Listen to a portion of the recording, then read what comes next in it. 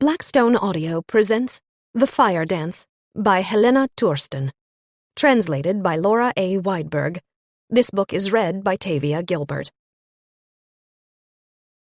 To my nieces, Karin, Sarah, and Lisa. Prologue. The noise and heat from the crowd rose toward the ceiling and mixed with cigarette smoke in a thick smog around the chandeliers. People crowded at the enormous bar and tried to catch the bartender's attention. The atmosphere was frenzied and excited, as it usually was in the Park Avenue Hotel bar during the annual meeting of the Gothenburg Book Fair. Some guests were already showing signs of incipient intoxication. Famous cultural personalities, as well as some not-so-famous ones, were hanging around the bar, though a few of them had wandered to the pub's armchairs and were starting to doze. People kept coming and going through the revolving door, mingling as they headed toward the bar or to join the groups sitting at tables. Many still kept one eye on the entrance. A high-level celebrity could walk in at any moment, since most of the important authors were booked at the hotel. Unfortunately, most of the people who appeared were publishers and their employees, a goodly number of librarians and one or two poets, drunk from the attention given to their readings. So many eyes were on the door that people remembered the moment she stepped into the lobby and paused, just inside the revolving door. Even if their other memories were diffuse, or totally absent in some cases, many people reacted to her entrance, and not just because of her extraordinary appearance. Many witnesses recalled a certain vibe or aura about her. She was tall and thin. She wore a black miniskirt that ended just below her rump, shiny bright pink tights, and black knit leg warmers that were pushed down around her ankles above her ballet flats. Even without high heels, her legs appeared to be sensationally long. She wore a short black leather jacket over her thin pink t-shirt, which revealed more of her small, perky breasts than it covered. Metal studs decorated her jacket.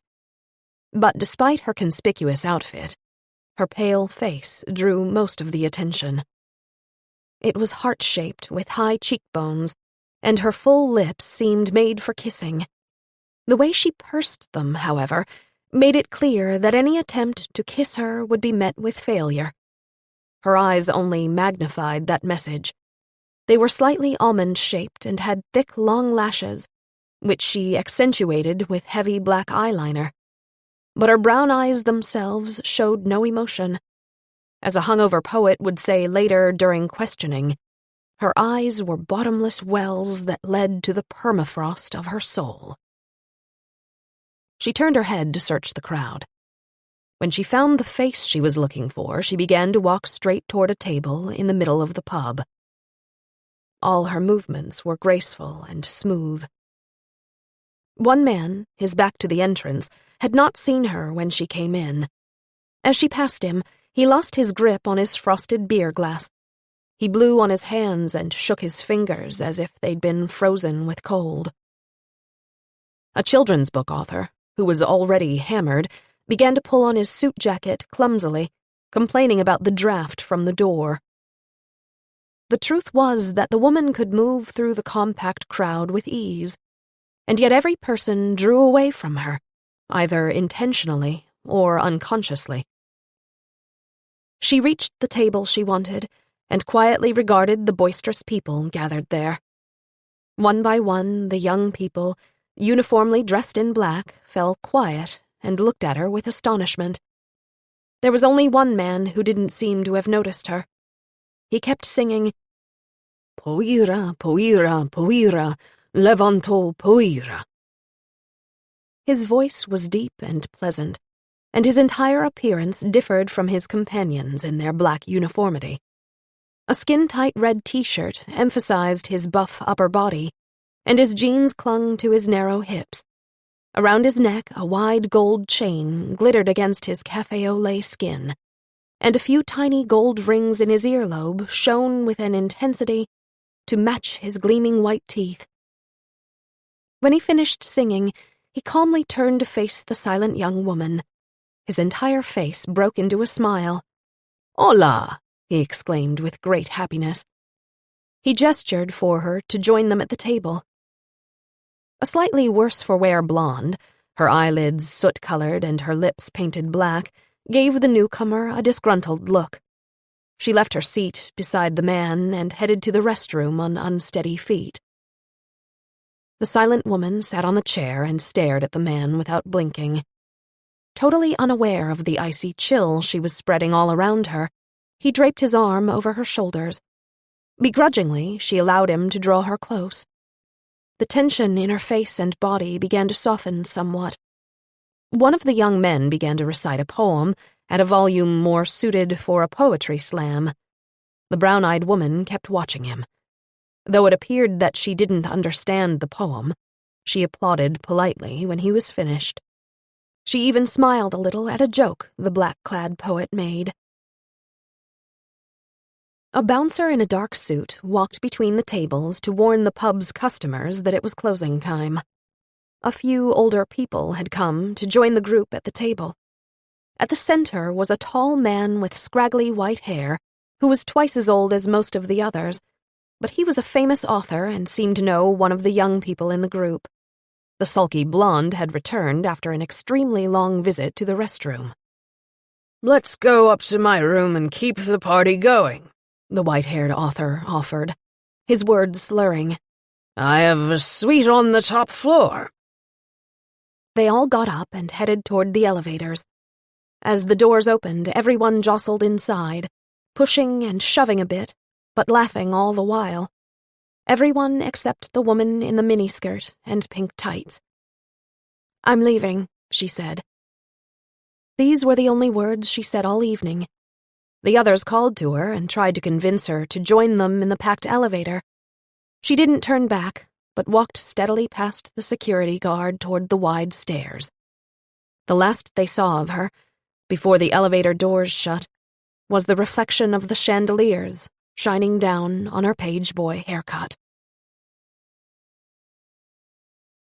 Part 1, 1989 to 1990. Chapter 1. She had to pee but tried not to think about it. She had to bike as fast as she could in order to get to the convenience store. Tesson's mother would not wait for her. She was that kind of mother. If you weren't where you were supposed to be on time, there'd be no ride for you. She had to get that ride, or her dance class would be over before she even got there, since the bus took twice as long. Her bicycle was almost new, and she pedaled as hard as she could. The narrow gravel road spread out before her. There were no streetlights, and it was getting dark. She didn't mind that, as she knew the way by heart, but she felt uneasy thinking about what could be hiding behind the shrubbery along the side of the road. What if there was a flasher behind one of the bushes? Stupid flashers, stupid flashers, stupid flashers, stupid flashers. The words tumbled in her brain while her feet mechanically drove the pedals. She began to feel relief as she caught a glimpse of the streetlights on the main road. Once she got to the turnoff, she had to wait to let some cars pass. She got off her bike and glanced at the convenience store on the other side of the street. Her heart skipped a beat as she saw Tesson's mother's red car parked in front of the building. She leapt back onto her bike and darted across the street, almost getting hit by a truck but missing it by a hair. The truck braked with a loud squeal, and the driver laid on the horn. She skidded in beside the Audi and, breathless, jumped off the bike and threw it into the bushes beside the store. She grabbed the back door handle and scooted into the back seat. Tesson was sitting in the front seat, as usual, beside her mother. "Really, Sophia, you were almost run over.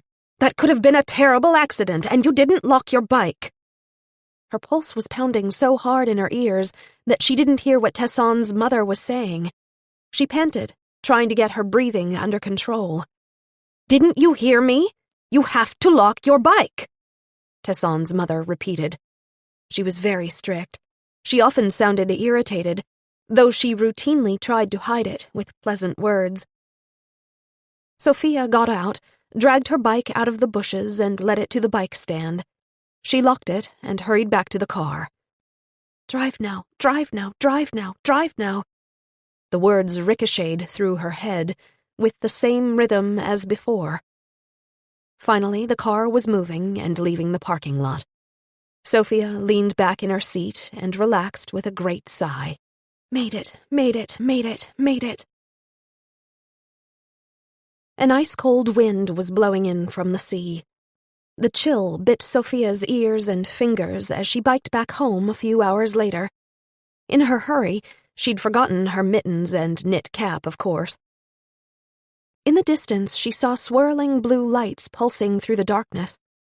Farther away, she could just make out people moving in front of a red glow. Her legs did not want to keep moving. She couldn't make it the last few hundred yards. She didn't want to make it. Don't want to. Don't want to. Don't want to. We found the girl at the side of the road over there. It looked like she'd fallen over, and the bike was in the ditch below her. We were leaving the fire scene because we'd finished there, and our headlights caught her just sitting there. We thought it was strange, because the ambulance should have spotted her when it passed by just a few minutes earlier. Did she say anything?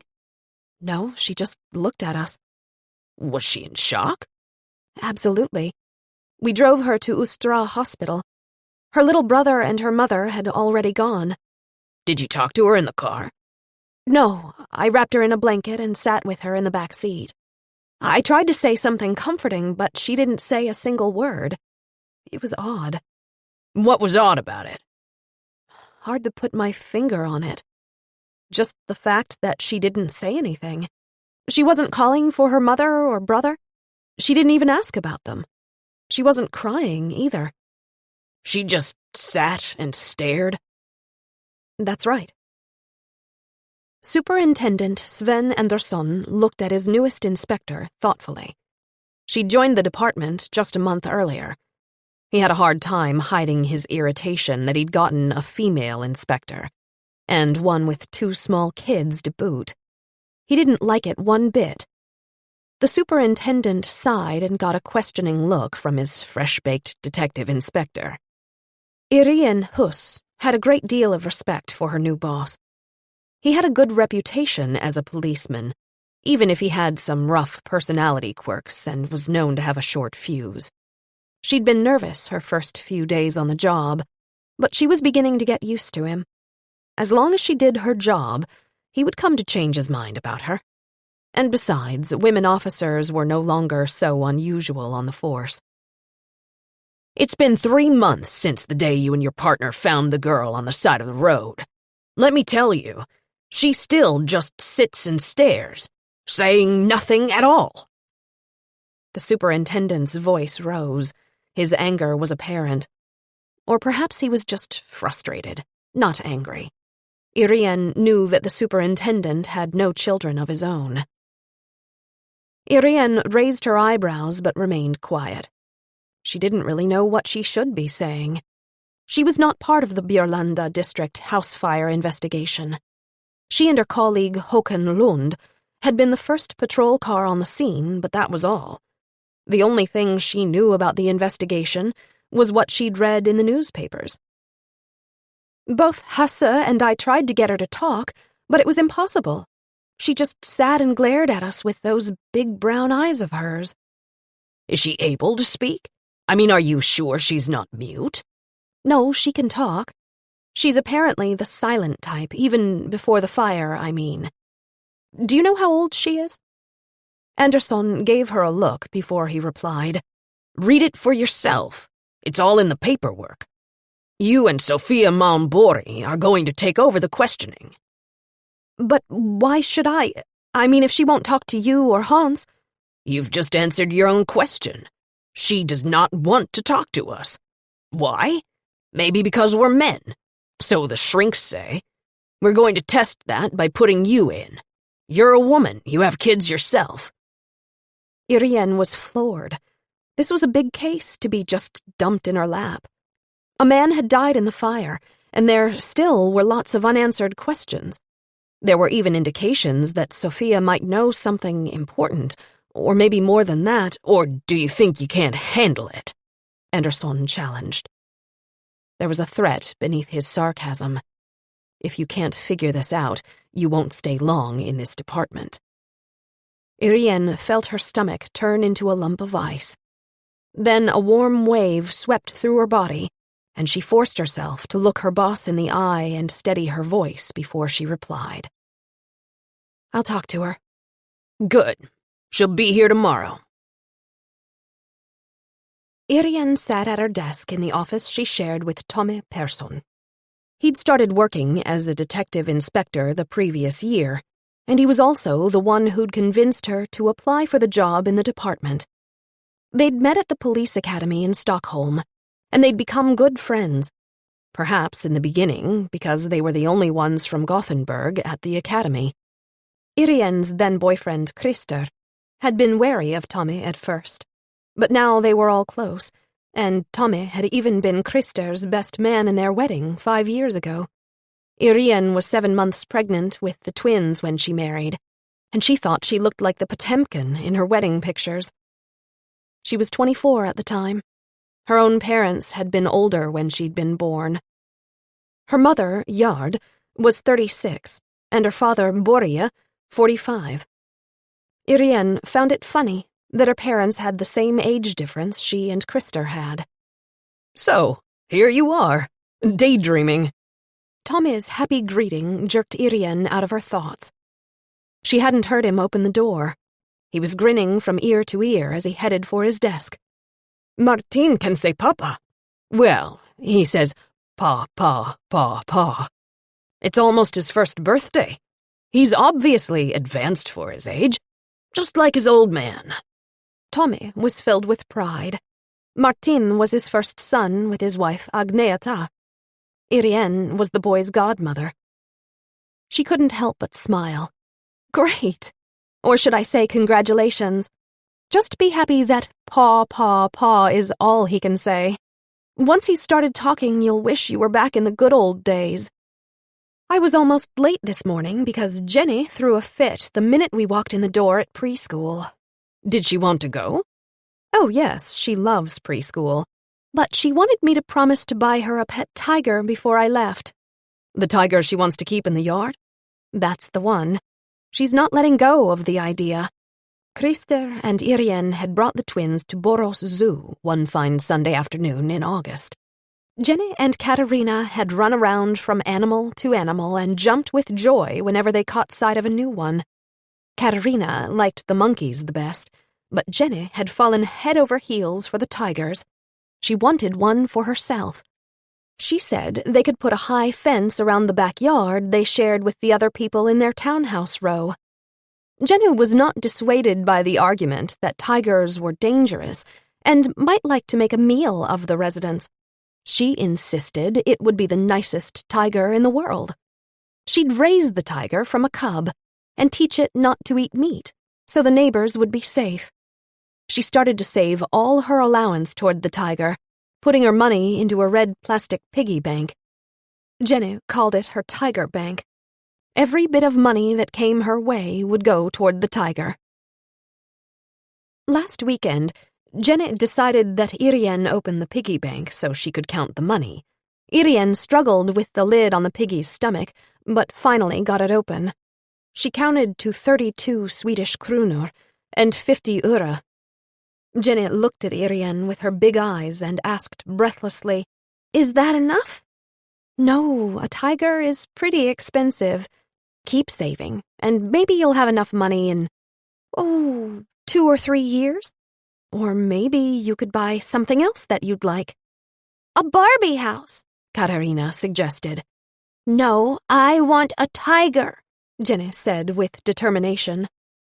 Katarina loved to play with her Barbie doll. She could occupy herself for hours combing the doll's long hair and changing her clothes. Jenny, on the other hand, was completely uninterested in Barbies. She would rather stand in front of the mirror and sing, imitating her idol, Karula. She's old enough now that she's beginning to understand she will hardly be able to come up with enough money for a tiger. So this morning she decided to see if throwing a fit would work. It was awful.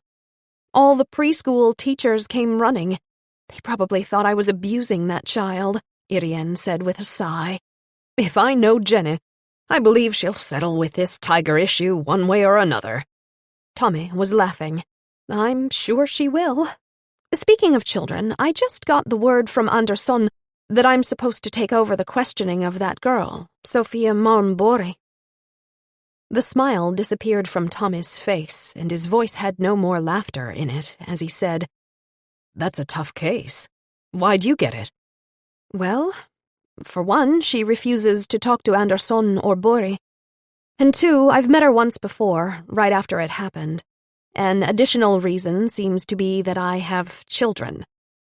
But the twins are only 4. Sofia is 11. Tommy objected. Right, but kids are kids, according to the boss. Of course. Kids are not his thing, Tommy said, his smile returning. Irene spent the rest of the workday going through the thick folder from Superintendent Andersson and stayed a few hours after her shift had ended. She had no reason to hurry home, as her mother had picked up the twins from preschool already. They'd enjoy themselves with their grandmother until Christer came home at 5. He had just gotten a part-time job as a cook at a new gourmet restaurant on Avenyn. He was thrilled to death that he'd gotten the job, despite the fact that he could only work 30 hours a week. The owner had been surprised and had tried to convince him to go full-time, but Christer told him that his wife was a policewoman in the criminal unit. There are no part-time jobs there, so I'm the one who has to take part-time work for the sake of my girls. When the owner realized that Christer was not about to change his position, he reconsidered and hired his first-ever part-time cook. On Monday afternoon, on the 6th of November, 1989, Sofia Malmborg had taken the school bus home as usual. She was in a rush, as she had a ballet lesson at 5:15 p.m., and a classmate's mother was going to drive them to the house of dance. The friend's name was Therese Olsen, and the mother's name was Maria Olsen. The school bus had stopped by the convenience store at around 3:35 p.m. The bus driver had seen Sofia go to the bike rack and unlock her bike. She had to ride about 1 kilometer down a narrow gravel road to get home, which would have taken, at most, 10 minutes. According to her mother, Angelica Malmborg Eriksson, Sofia would gobble down a few sandwiches and a glass of milk and grab her ballet bag, which would have already been packed the night before. She'd then bike back to the convenience store, where Maria Olsen would pick her up. She had been driving her every Monday for the past year. According to Maria Olsen, Sofia Malmborg had come biking up at top speed a little after the predetermined time, which was unusual, as she was always prompt and often early. If the time given by the bus driver was accurate, Sofia would have arrived home at 3:45 p.m. at the latest. In order to make it back to the convenience store, she would have had to have left her home at about 4:20 or 4:25 at the latest, especially since she'd been running late. What had happened while Sophie was at home? No one knew except Sophie herself. After ballet class ended at 8 p.m., Sophia's mother, Angelica Malmborg Eriksson, had taken her turn to drive the 2 girls. They shared the same classical ballet class. First, they dropped off Therese Olsen. Then they drove toward their own home, but stopped by the convenience store so Sophia could get her bike. It was too large to fit in the Golf. Angelica Malmborg Eriksson had been alone when she drove up to the house, or what was left of it. Irene took a break from reading and leaned back in her chair. She remembered how the beat-up Golf had slammed to a halt right next to the patrol car, and Angelica Malmborg Eriksson had leapt out almost before the car stopped. "Frey!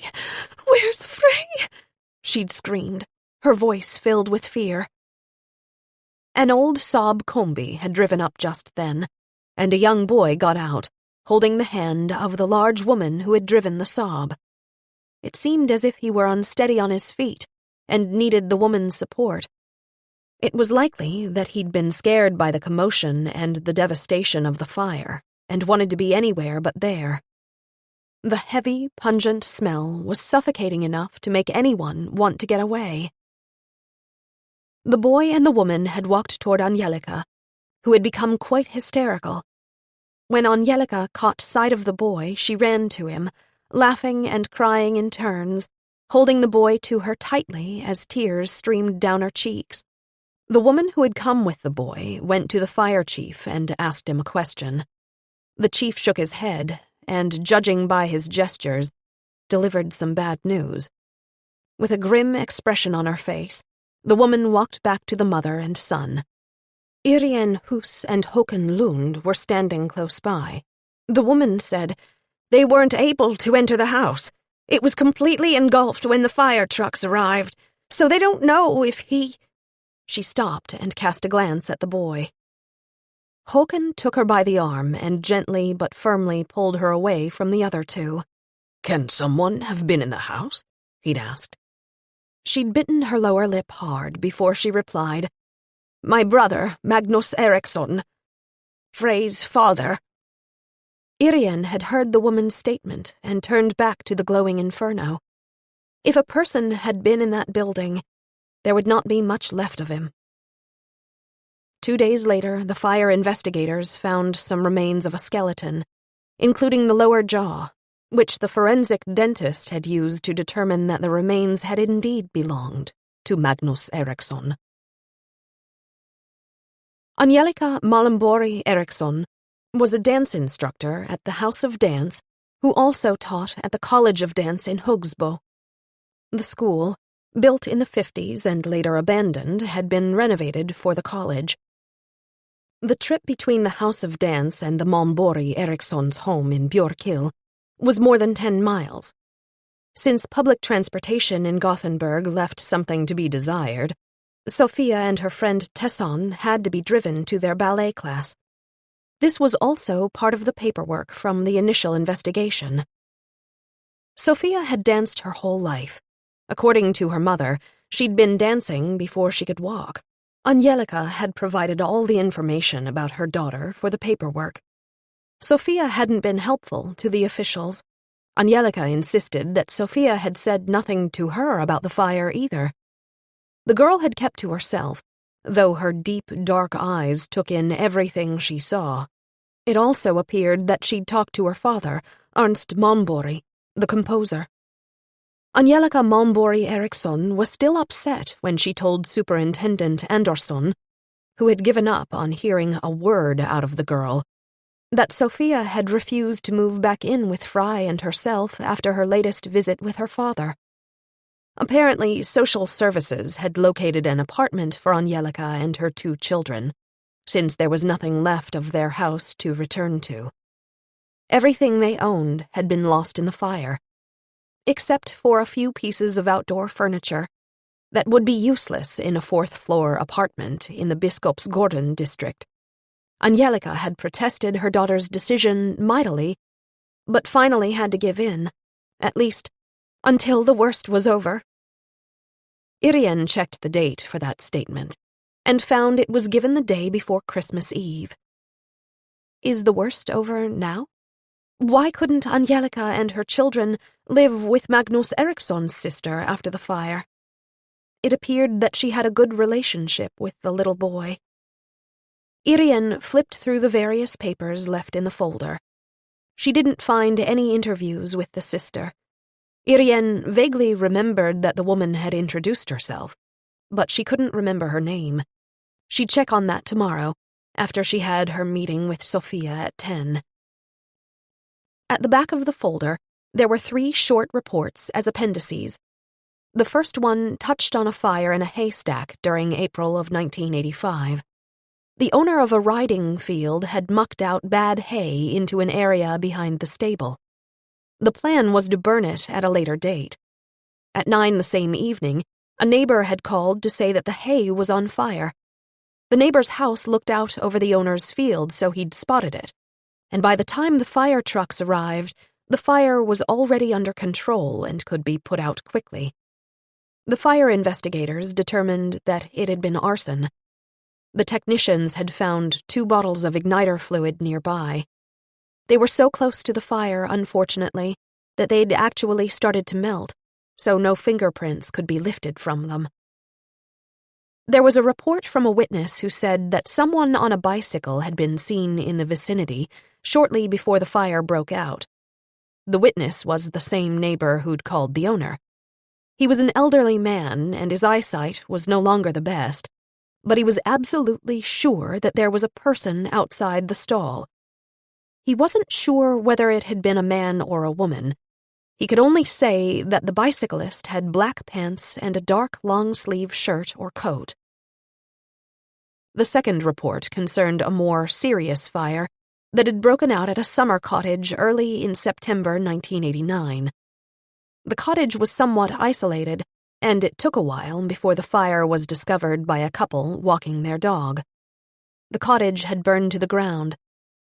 The technicians were able to determine fairly quickly that it had been arson. Someone had piled rugs, bed covers, and other textiles in the center of the floor and set them on fire. Chemical analysis determined that the suspect had used igniter fluid as well. The newspapers had picked up on this one.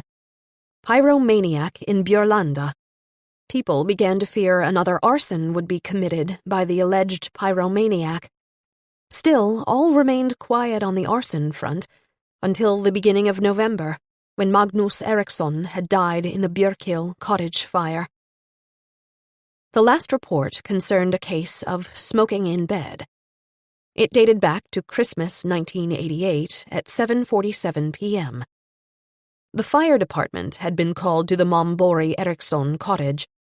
According to the report, there was a hysterical woman screaming into the phone, "It's on fire. He's on fire."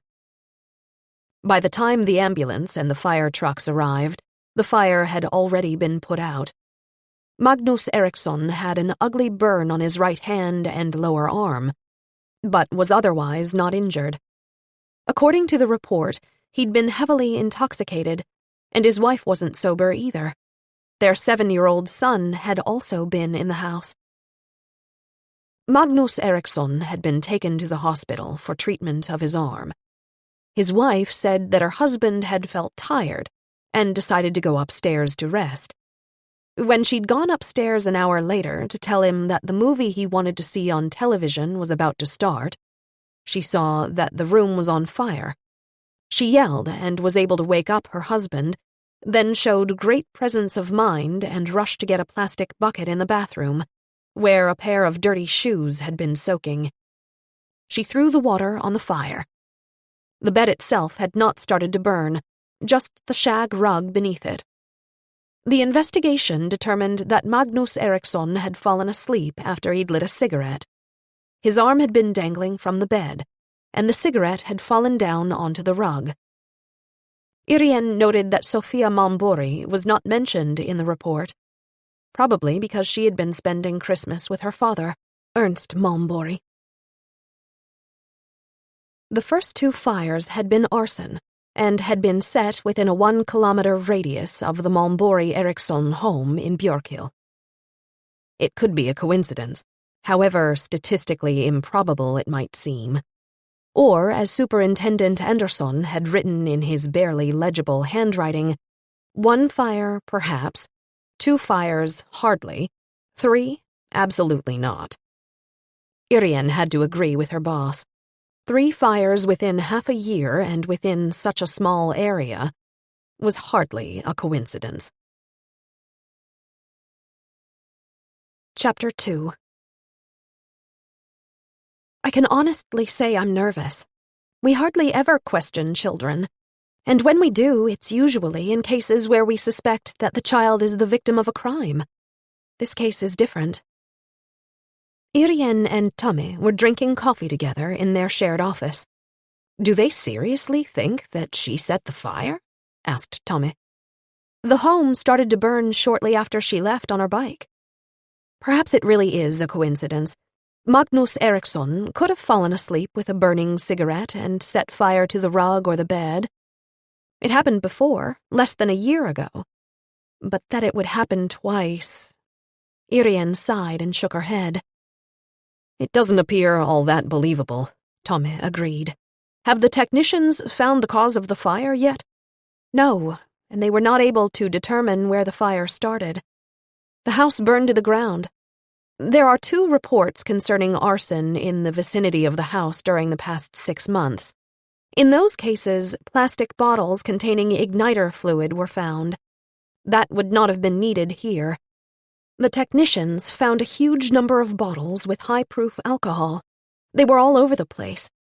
All the arsonist would have had to do was pour some alcohol onto the floor and throw a match in it. Was he a drunk? Don't know. In the report concerning the bed fire, they stated that he was heavily intoxicated. Still, it was Christmas, and it's not unusual for people to overindulge. Add some more vodka to the glögg and the like? Maybe he was celebrating Gustav Adolf's Day on the 6th of November, and bought a cake and a bottle in honor of the king who founded our city of Gothenburg. Tommy joked as he imitated drinking straight out of the bottle. Irene grimaced to show what she thought of the combination of cake and strong spirits. A terrible way to celebrate. But still, we don't know for sure that he was an alcoholic. There's nothing else about it in the material. But that could be something to check up on. Maybe so. I'll go ahead and take this on. Dig up something on that Eriksson guy. Something tells me you're going to have a tough time with Sophia and her mother. You're right about that. Are you going to use the large interrogation room? I think so. We can use the video camera then. I can always start by talking to the mother, Angelica. Is someone going to be in the adjoining room? Yes. Probably someone from child protection or social services. They've been observing all the interrogations so far. So has her mother. Sophia has been determined to have psychological damage of some kind. After all, she's only 11, 12 next month. Tommy looked at Irene thoughtfully. Finally, he sighed and said, It's not like we've been trained to question children. No, and it's not like we have experience with it either. Social services usually handles it whenever the suspect is underage. The suspect? So you think she's a suspect? I have no idea. I should meet her first. It would be best if I didn't jump to conclusions beforehand. What are you going to do if she refuses to speak? Irene raised her palms. No idea. She got up to head to the bathroom before she had her meeting with Sophia and her mother. As she walked, she realized that she should have worn a different set of clothes. She had on jeans and a hoodie. It made her look a little childish. It didn't help that her hoodie had the emblem of the Swedish Police Sport League on it. Should she put her hair up to make her appear older and more proper? She studied her appearance in the mirror over the sink and decided just to use barrettes to pin her hair back behind her ears. She tried smiling at her mirror image. Perhaps the girl would prefer to talk to a young woman instead of 2 middle-aged men, she told herself encouragingly.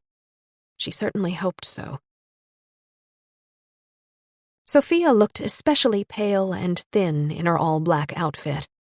Her large boots, her tights, and her cotton sweatshirt, emblazoned with a college logo, were all washed-out shades of black. She was unusually tall for her age. In fact, she was just as tall as her mother. They both wore the same dark eyeshadow and had dark hair, but that was where the similarities ended. Angelica Malmborg Eriksson was tiny and thin-boned. She rattled on quickly and nervously, gesturing a great deal. According to the reports, Angelica was 31 years old, but she appeared much younger. Her bright red Angora turtleneck sweater was burled, and its wide shoulder pads revealed it had been around for a few years. Still, the color suited her. She'd managed to find glossy lipstick to match. Beneath her sweater, she wore tights that disappeared into her black high-heeled boots. Sophie sat and watched them. Her stillness so penetrated the air around her that it felt like the molecules had stopped swirling and started to vibrate in place. Irene became intensely aware of the temperature shift around the girl. It was hard to tell if it was warmer or colder, but something was there that Irene would later describe as an energy field. The phenomenon was so unusual that Irene started to wonder if it was due to her own nervousness about the interrogation. Irene introduced herself and offered her hand. Angelica's small, thin hand felt hot and tense, but otherwise lifeless. Sophia gave no indication that she wanted to greet Irene. Irene picked up the girl's right hand gently. It was fragile and cold, like a thin pane of glass, and it lay in Irene's hand passively. Irene shuddered. She felt uncomfortable in the girl's presence. Sophia's unusual gaze revealed neither fear nor nervousness, neither sorrow nor joy. In fact, it showed nothing at all. How could a mere girl be so disengaged? She did not appear to be totally withdrawn, as from time to time she would look at the person speaking. But for the most part, she looked straight ahead or at her hands, loosely clasped on her lap. Irene noticed that her nails were bitten all the way to the quick. But there was no other sign of nervousness. Was this disengagement Sophia's way of channeling her inner tension? Perhaps, but Irene had never seen it before, nor heard anyone mention experiencing anything like this. Angelica perched herself graciously on the edge of the chair and began chattering before Irene could even formulate her first question. Sophia and I have been talking. The truth is that Sophia did not know whether Magnus was home or not that day.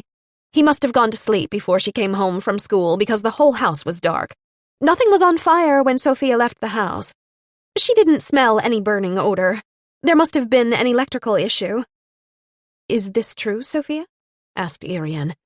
She peered directly at the girl. Instead of meeting Irene's gaze, Sophia turned her head slightly to look at the point in the room where the video camera had been set up, offering Irene only a view of her face in profile. If there was a change in her facial expression, perhaps the videotape will show it, thought Irene. When Sophia turned her head back, her face was as expressionless as a porcelain mask. Irene decided to concentrate on what Angelica was saying. At least Angelica was talking.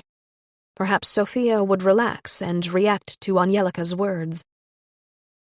I understand that your husband was a journalist.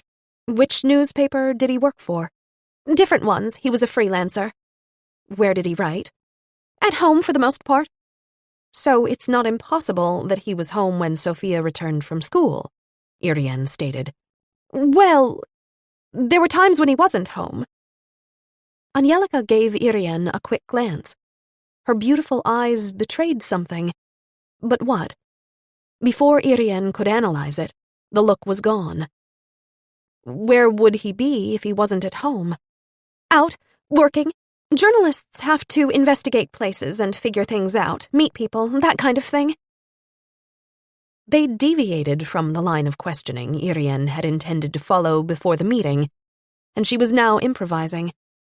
The whole idea had been to get Sophia to talk.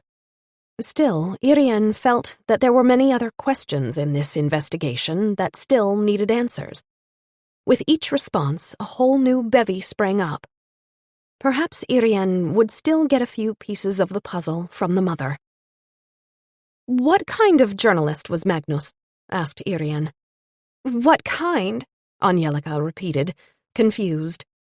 Well, did he write about sports or movies or food or news? Irene clarified. He wrote about anything going on, and then he'd sell the article to a paper or a magazine. Which ones? Different ones. GT and GP, other magazines. Norra Hissingens Nyheter and Björkild's Bulletin.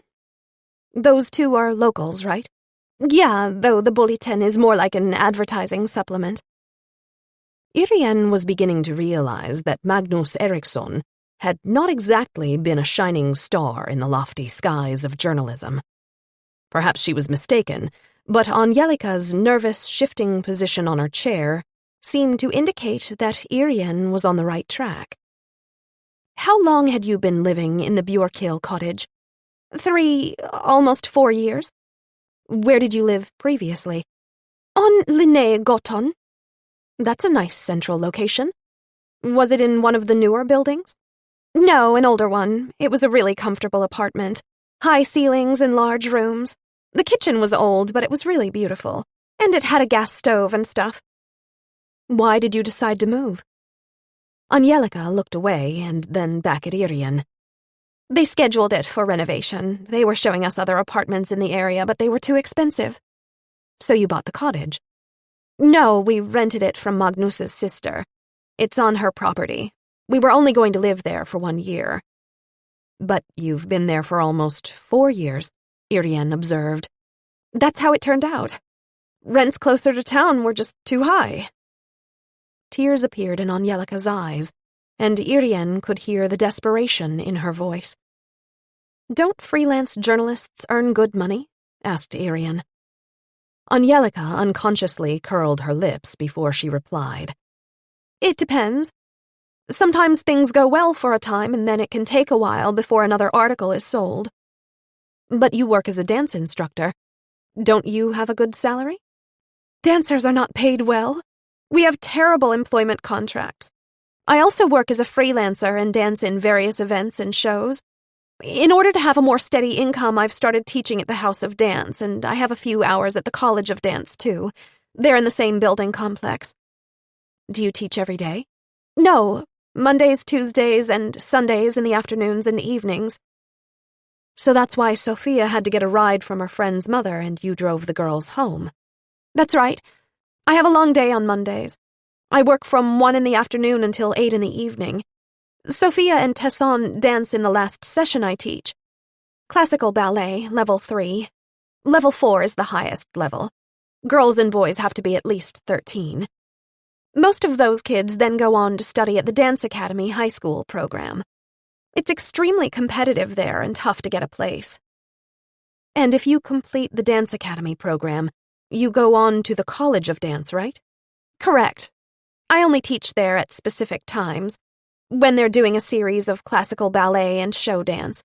Those are my specialties." "Are those your specialties as well?"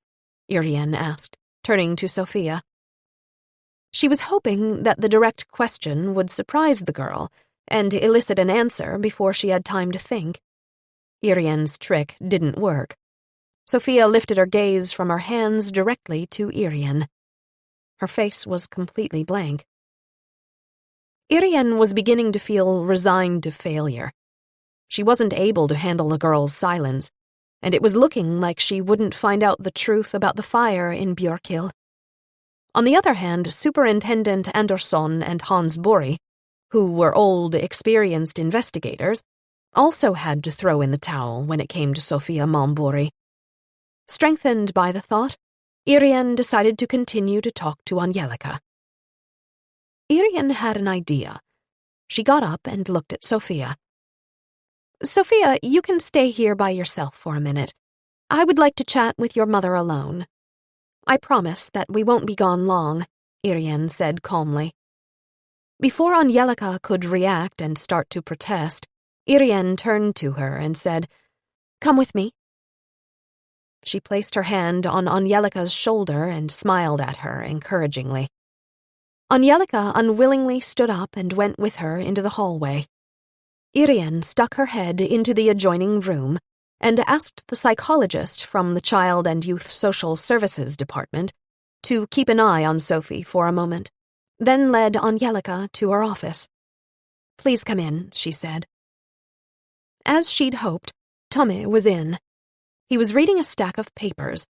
When Irene opened the door, he looked up and smiled in his happy way at Angelica. Angelica smiled back at Tommy.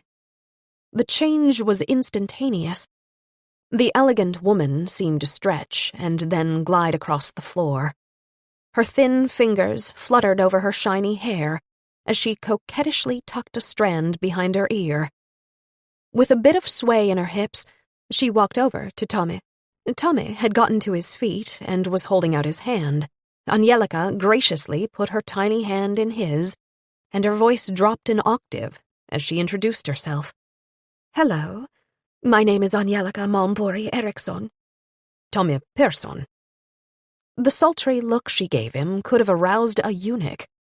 Irene had seldom seen a more open sexual invitation. Of course, Tommy was good-looking, but women usually didn't fall head over heels over him the first moment they saw him. At least, not that Irene was aware of. Tommy was looking with obvious delight at the beautiful woman who had unexpectedly entered his office and disturbed his routine. Irene decided to start speaking to disrupt the rise of so many pheromones. "Tommy, I've asked Angelica to come to our office for a moment. There are some questions I'd like to ask which are not suitable for Sophia's ears. Personal questions. Some about Sophia herself and others. Well, you know, the ones we were discussing earlier when we were looking over the reports." Irene turned to Angelica and asked, while trying to smile in a natural way, "Would you like a cup of coffee?" "Yes, please," Angelica replied. She did not take her eyes off Tommy. "I'll go and get one," Irene said. Neither Tommy nor Angelica seemed to notice that Irene left the room.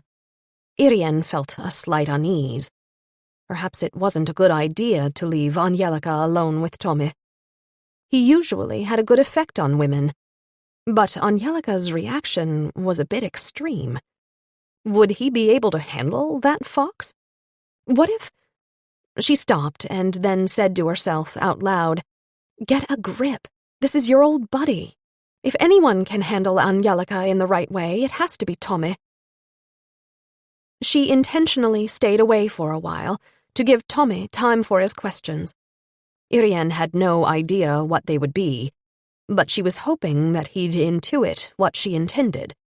Ask about Magnus's alcoholism and anything he could about Sophia. She'd acted impulsively, asking Tommy to take over, but Irene was hoping her trick would work. She felt drained of energy and initiative. Sophia was like the smooth surface of glass. Hard, cold, flat. Still, you could see how brittle the glass really was. She would have to proceed carefully so that the girl wouldn't break. Or was Sophia unbreakable? It was hard to tell, but Irene did not want to be the one to shatter that protective shell, because then they might never find out the truth about that Monday afternoon in November. When Irene returned to her office with the steaming mugs of coffee, she heard Angelica talking.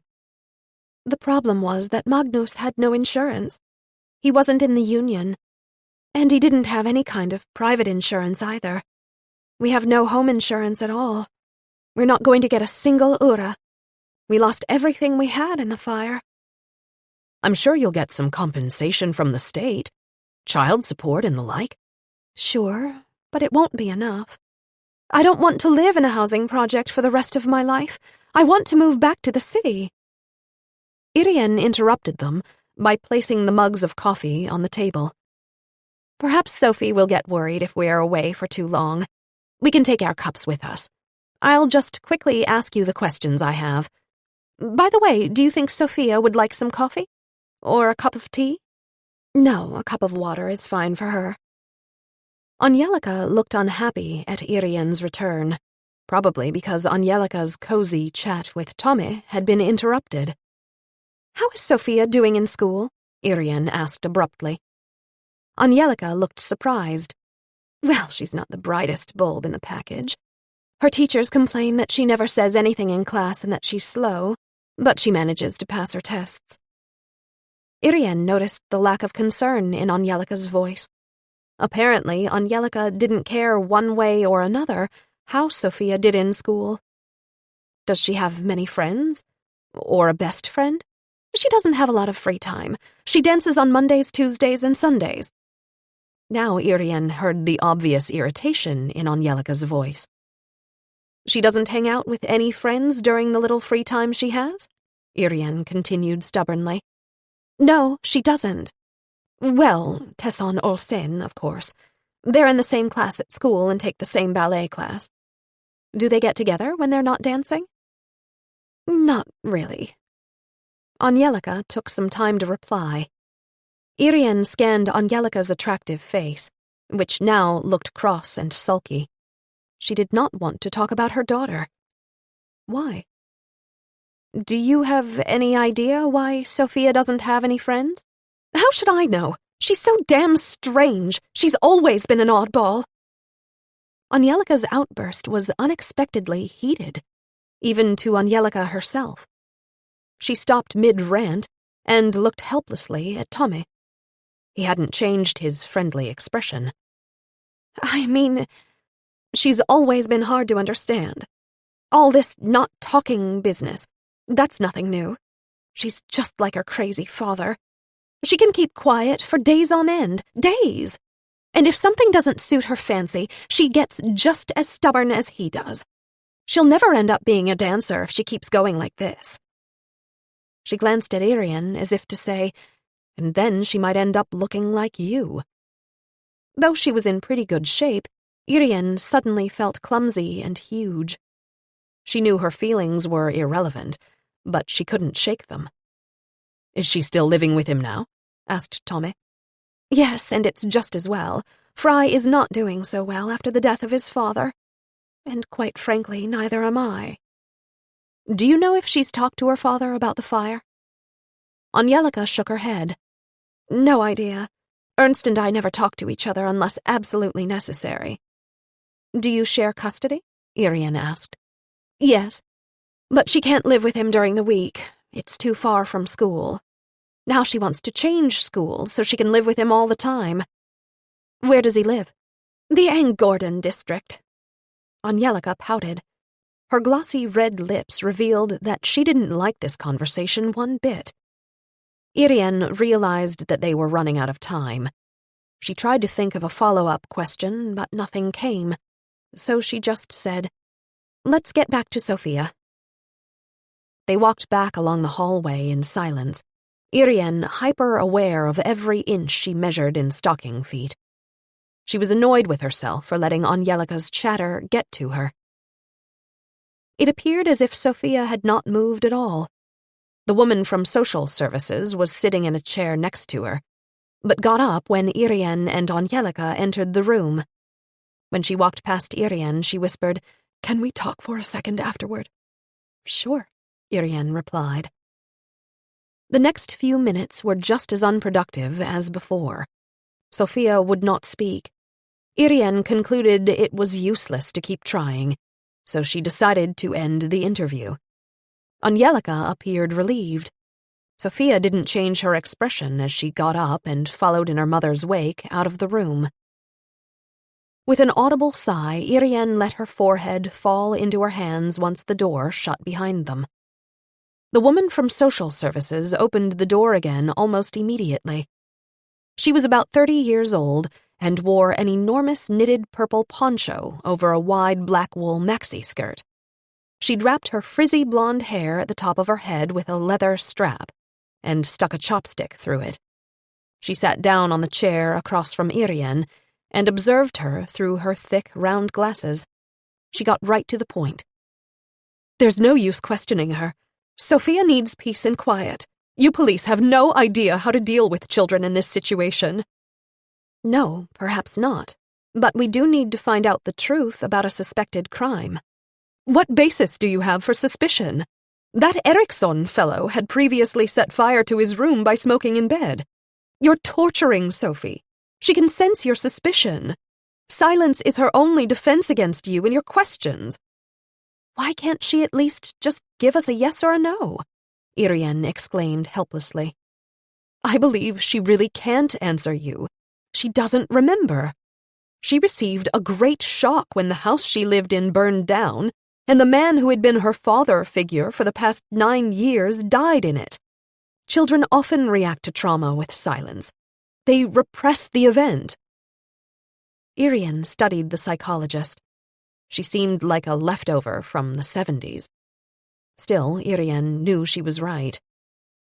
Nevertheless, if Sophie could not remember what happened, it was now the responsibility of the police. The psychologist had barely left when the door was jerked open again by Superintendent Andersson. "So things went straight to hell in a handbasket for you, too," he stated dryly. He sat down heavily in the chair the psychologist had just vacated. He was not yet 50, but Irene thought it was high time for him to start a diet. She could see his stomach hanging over his belt. She looked back up at his face and replied, "Yes, unfortunately it did. But I believe that We will stop all interrogation on this matter. It's a waste of time. We have tons of other cases on our plates. Keep in touch with that scarecrow of a woman from social services. If the girl ever opens her mouth, maybe we can try again." Irene knew he was right, but she still did not want to give up. She took a deep breath and said, "I think we should talk with all the adults close to her. Maybe they can give us some hints we can use if we need to question Sophie again." Andersson's forehead wrinkled. "Where are you going with this?" "If we do a thorough investigation," she began eagerly, "perhaps we can reconstruct a course of events and—" She stopped when she saw the darkening expression on her boss's face. "So you believe that a thorough investigation has not been done?" Since Hans Buri and the superintendent himself were the ones responsible for the initial investigation, there was only one way to answer that question. Of course it was thorough, but I mean that— "Well then, we're not going to use up any more time on this. We'll wait for social services to contact us. For now, go help out Tommy with those rape cases from Guldheden." Without waiting for Irene to reply, the superintendent got up and walked out the door, slamming it behind him. Irene had a scheduled training session every Saturday afternoon. 2 years before she'd had the twins, she had won the European competition for women's jiu-jitsu. Back then, she'd trained practically every day, but once the girls were born, she'd been forced to cut back to only a few hours every week. She still belonged to the highest level in Sweden, Black Belt 3rd Dan. Since there still were so few women at the elite level of the sport, her classmates were usually men. The Gothenburg police force had its own jiu-jitsu group, so Irene could train during work hours. Still, her Saturday hours were the most important because she worked out with the highest-level people from her former club. The dojo was in the district of Mjölnä. But since the building was scheduled to be torn down, it was soon going to move. Irene felt melancholy about the move. She'd worked out in the old building for almost 13 years. It was like her second home. Christer was supposed to work all of Saturday, and Irene's parents were going to take care of the twins. Jenny and Katarina had been ecstatic when Grandpa Rune promised to take them sledding for the day. Irene worried that he might be overdoing things. He'd recovered from the operation he'd had that summer, but Irene worried that he had seemed more tired lately. Of course, he was 72 years old, but he'd always been healthy and energetic prior to his illness the year before. The diagnosis of prostate cancer had been a shock to them all, not the least for Irene's mother, Jard. Jard still had a few years to go before her retirement from the post office. She'd said many times that she dreamed of traveling the world with Rune once she was done working. She hadn't considered the possibility of a serious illness. Hope they've had fun in this great weather, Irene thought as she climbed into her freezing car. Twilight had come, but a light pink shimmer still dallied on the roofs of the houses. Here in the center of town, yesterday's snow had turned into slush. Irene hoped that the slope in their townhouse neighborhood still had enough snow for sledding. The temperature had hovered around freezing the entire day, so perhaps snow still covered the tiny hill in the playground.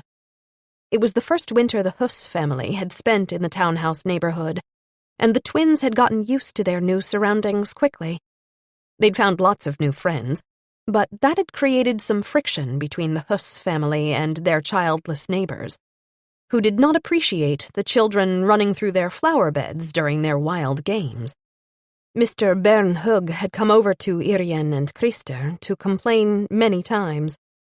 Their relationship with the neighbors remained strained, but it was something they had to deal with now that they were living in a townhouse.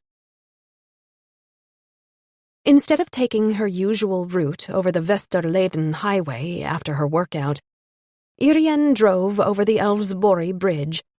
Sinead O'Connor's new hit, Nothing Compares to You, was on the radio. Irene sang along with the refrain and let her thoughts run freely. Even if Superintendent Andersson had decided to put aside the Bjorkhill fire case, he couldn't stop her from going out and taking a look at the area on her own time. Even though they were swamped with other cases, Irene couldn't let this one go. Perhaps it was a nagging feeling that she'd failed somehow. Perhaps it was the riddle that was Sophia. During the past few nights, the girl and her dark eyes had been haunting Irene's dreams, and there was that unusual electric aura surrounding her. There were too many unanswered questions in this investigation. For her own peace of mind, Irene decided to keep digging. She was now convinced that they would never get the truth from Sophia. Lost in thought, Irene missed the turnoff and had to drive a few 100 meters past it before she could turn back. The road was not plowed, but there wasn't much snow left, so Irene had no trouble driving on it. The shadows had deepened between the trees, but the thin snow cover reflected the last glimmer of the fading sun. Irene sat in the car for a while and looked at the blackened remains of the house. A bit of the north side wall and the foundation were still there, and looked like rotting teeth standing upright in the twilight. The rest of the remains were piles shoved into various corners of the burned area, covered by the thin snow. What had happened that late afternoon in November? There were a number of scenarios. The first one was the one Angelica insisted was the truth, as Sophia had told her. The girl had come home, had a snack, and then rushed off on her bicycle to make it to class. She did not notice that Magnus Eriksson was sleeping in the upstairs bedroom, and she also had not smelled any indication of a fire. In that case, there were also 4 possible ways the fire could have started. The first was most probable. Eriksson had been smoking in bed and had fallen asleep while his cigarette was still lit. It had happened before. The second was that the unknown Björlanda arsonist had struck again.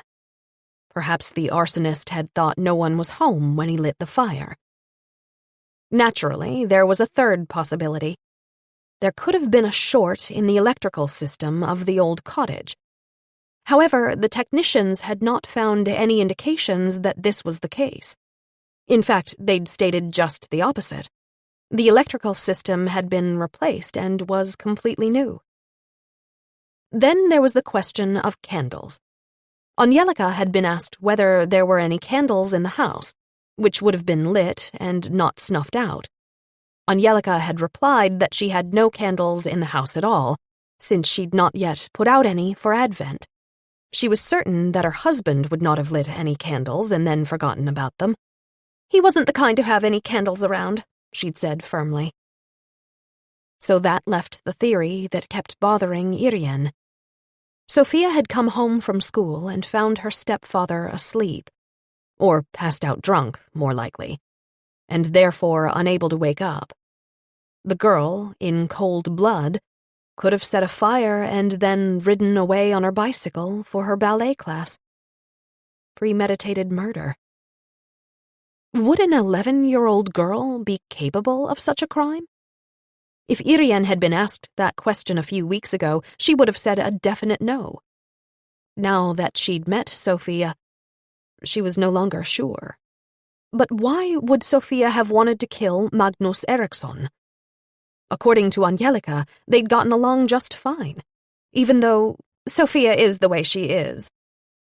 They probably didn't have a close relationship, but it appeared that Sophia didn't have a close relationship with anyone, with the possible exception of her father. Ernst Mombori was second on Irien's list of people to contact. Irien opened the car door and got out. She took her flashlight as nightfall was approaching. The snow crunched beneath her snow boots. She felt the temperature falling. She turned on her hefty stick flashlight and let the beam dance over the snow-covered remains of the house. She hadn't expected to see much, and there really wasn't anything to see. There were tracks left from birds and small animals in the snow. Not far from the main house, there was an outbuilding that was so rickety it seemed that the only reason it hadn't yet fallen over was that it hadn't decided which way to go. Irien walked up to it and unlatched the hook that kept the broken door closed. The hinges creaked as she opened it.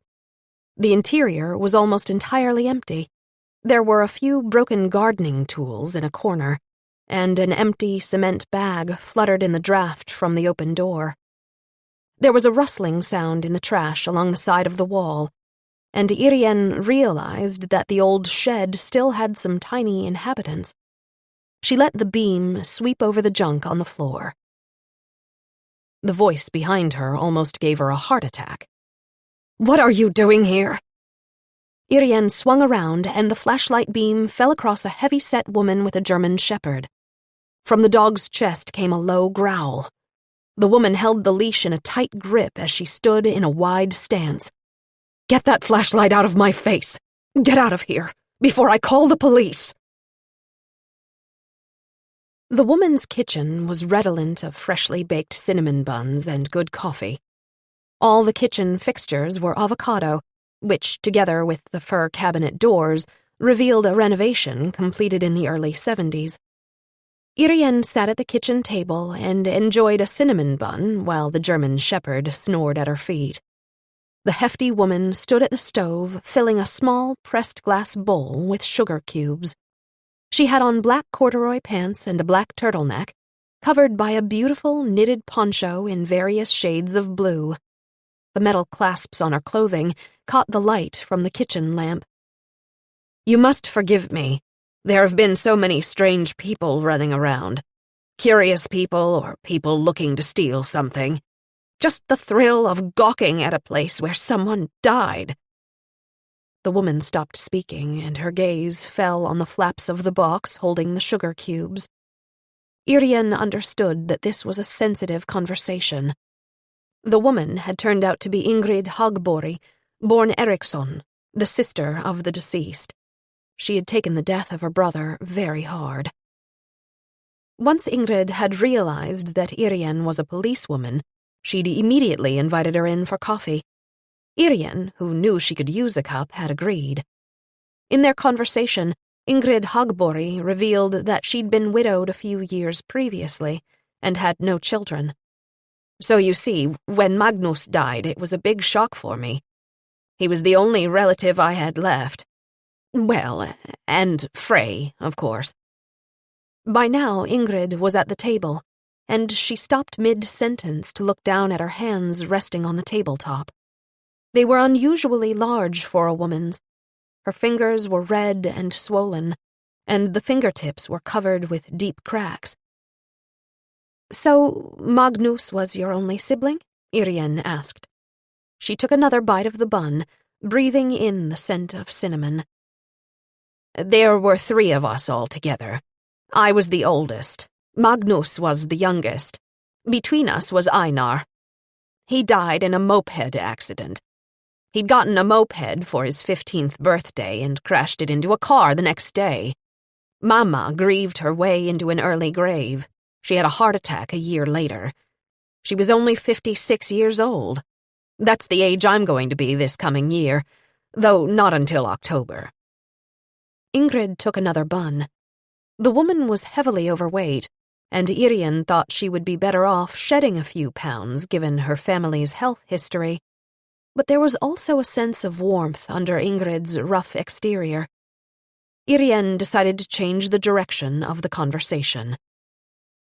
"You mentioned Frey. How did you happen to arrive at the house with him in tow? You arrived at the same time as Angelica." "Yes, well, I was keeping an eye out for Angelica's car. My farm is just across from the convenience store, so I can see the bus stop from my kitchen window. I can also see whenever a car turns onto the road to the other farm. It's the only house on that road, so there aren't a lot of cars turning off there. I can recognize Angelica's Golf. It has a dim headlight. So when I saw her car, I took Frey and drove after her. Of course, I couldn't leave him there by himself, though I still don't know whether or not I did the right thing. Now he's seen the house. The remains. But he wanted his mother, and how could I have known?" Ingrid's eyes were almost pleading. Irene nodded as if she understood. Of course the situation was difficult to deal with. Ingrid apparently felt very responsible for her nephew. And not only that, she'd never had children of her own, so she wasn't used to them. Irene took the natural follow-up question. "Why was Frey with you that Monday?" Ingrid looked away, and Irene could tell that her confidence evaporated. "Magnus had asked me to pick him up from the school bus," Ingrid replied shortly. "Did you often pick him up?" "Sometimes. Angelica teaches on some days and doesn't come home until late in the evening. She has her daughter with her, of course. The girl also does ballet." "But Magnus was home writing, wasn't he? Why couldn't he pick up his son himself?" Ingrid's lips formed into a thin line, and she looked like she didn't want to reply. She ran her chapped fingers through her gray-streaked hair. For a brief moment she appeared truly angry, but then she sighed heavily and sank down into her chair. When their eyes met again, Ingrid's were filled with tears. "Magnus had some problems. He and Angelica. That woman drove him to drink," she whispered. "How so?" "That little bitch. She was always cheating on him. I warned him when he met her. I could tell at first glance what she was all about, a real whore. She was after his money, of course." Ingrid's broad face flushed bright red from her outburst. Shaking with anger, she grabbed another cinnamon bun and ate it in 3 quick bites. Irene's ears had pricked up at Ingrid's last sentence. "Magnus had money?" she asked. "Yes, he did. He'd won some, and then he'd sold his half of our parents' house to me and my husband. The same house that just burned. Magnus and I had grown up there. It was only 5 acres, so my husband and I bought it. Magnus wasn't interested in keeping it. We redid the cottage so we could rent it out and maybe even sell it eventually. Then Magnus and Angelica lost their apartment. It was supposed to be renovated, so I let him rent the cottage." "So the house had been your childhood home," Irene stated with surprise. "That's right." "Was it insured?" "Yes." Irene hurriedly thought of how to put the next question delicately. "You mentioned that Magnus was having problems and had started to drink. Was he drunk that afternoon when the cottage caught fire?" Ingrid nodded. "I would go past when I walked Rex every afternoon. To check on the situation, you might say. I was worried. Sometimes I noticed that Magnus had a bit too much, and I offered to pick up Frey at the bus stop. Then I'd keep Frey at my place until Angelica came home." "When did you pass by that particular Monday?" "Right after 2 in the afternoon. The usual time I go past there with my dog." As if he understood he was being talked about, the German shepherd got up and put his head onto Ingrid's lap. Ingrid scratched him tenderly behind the ears.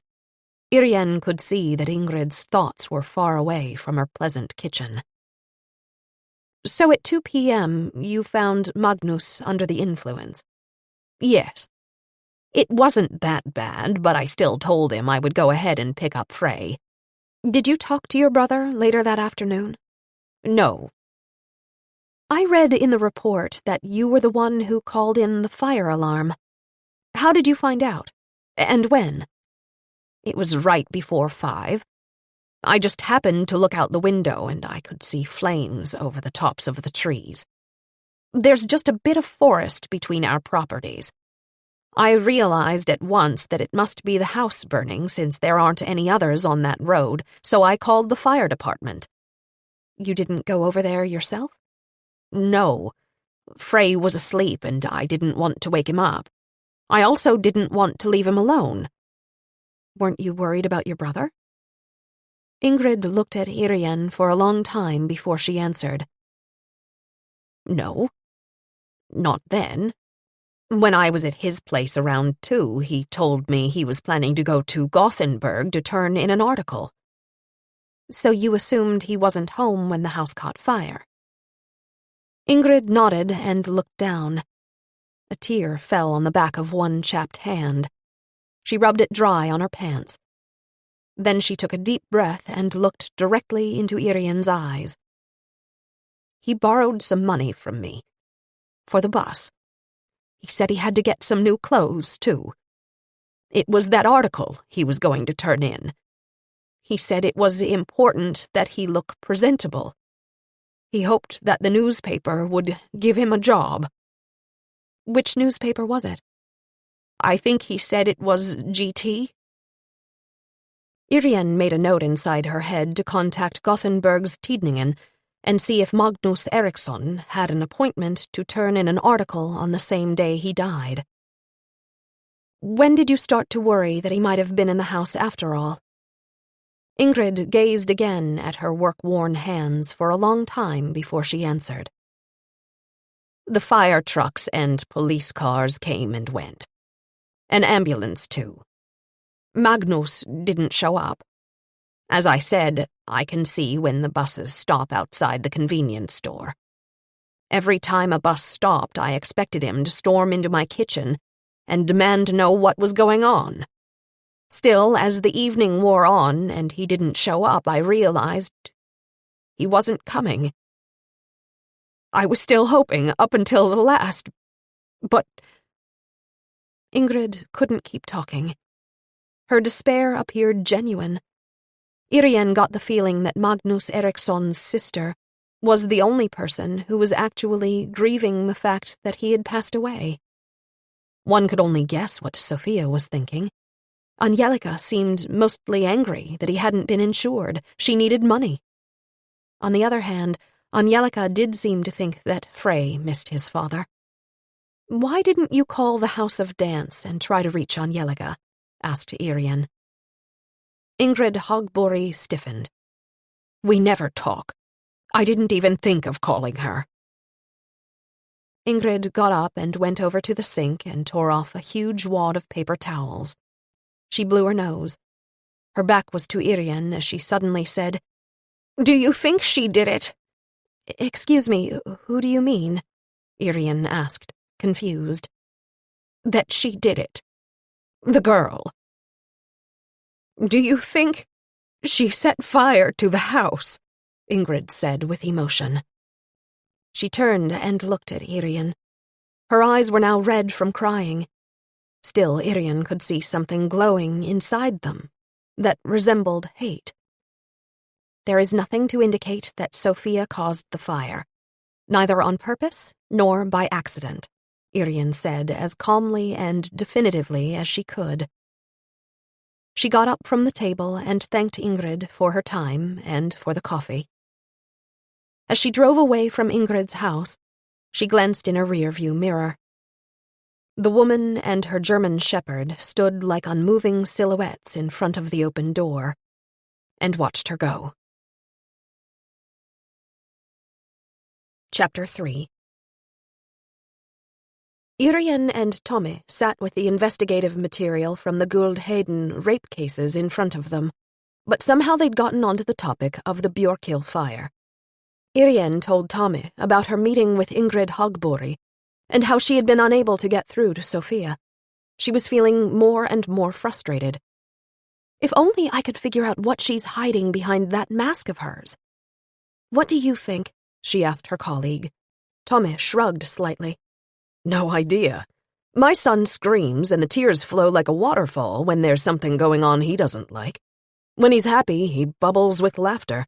He can't even try to hide what he thinks. Perhaps when kids get a little bit older, though. Maybe if they're ashamed or if they don't want to talk about something. Or want to protect someone. That's right. Kids are loyal and they don't tell. Who do you think Sophia is protecting? Or do you think she's just trying to protect herself? I believe we should just leave Sophia to Child Protection Services. She's a hard nut to crack. Maybe she'll open up to them. Maybe then we'll have another chance to question her. It was interesting that you got the sister to admit that Eriksson had an alcohol problem. It corroborates what I've found out, Tommy said. He pulled out his notebook from the top drawer of his desk and began to read out loud. Magnus Eriksson was 42 years old when he died. He'd worked the last 10 years as a freelancer because no newspaper would give him a full-time job. For one, he didn't write well. Two, he wasn't dependable. Never met his deadlines, according to my source at GT. Your source at GT? Irene interrupted. Who's that? A guy who went to the same high school as me. Kurt Hög. Nice guy. We've never been that close, though we have some friends in common. So that bit he told his sister about GT offering him a job was an outright lie. According to Kurt, they hadn't bought anything Magnus Eriksson wrote in over 5 years. So he never went to town to turn in an article that Monday? Nope. He probably headed to the state liquor store and straight back home. So it's likely he was soused already when the fire broke out, and didn't even notice when things started to burn. They were actually getting somewhere with setting the last moments of Magnus Eriksson's life into place. The only missing piece was how the fire broke out, and whether or not Sophie had a part in it. Did the fire start after she left the house? Or did she use a bit of blind courage to set the fire herself? By the way, what do you know about Ernst Malmborg? Tommy broke Irene's reverie with his question. Ernst who? Oh, yes, Sophia's father. No, I don't know a thing about him. Tommy smiled at her in a teasing way. You're probably the only woman I know who isn't interested in celebrity gossip. As a matter of fact, I remember fairly well what was in the papers 12 years ago. Kurt Hög helped me fill in the blanks. Even though I was only 17 at the time, I remember how Angelica looked back then. I thought she was a real fox. I couldn't see how she could settle down with an old man like that. Irene raised her eyebrow in surprise. Who? What old man? Ernst Malmborg. He was over 50 and she was barely 20. He was disgusting. And she didn't even know that I existed. He smiled again and gave Irene a swift glance. Irene remembered quite well how electrified the meeting between Tommy and Angelica had been just a few days earlier. Now Angelica certainly knew that Tommy existed. Irene quickly tried to turn back the conversation to Ernst Malmborg. So it was a big scandal that a 50-year-old and a 20-year-old got together. These things happen. Rich men buy themselves young women who want a father surrogate with money. Not that unusual. Well, it was a bit more trashy than that. Ernst was married when he met Angelica.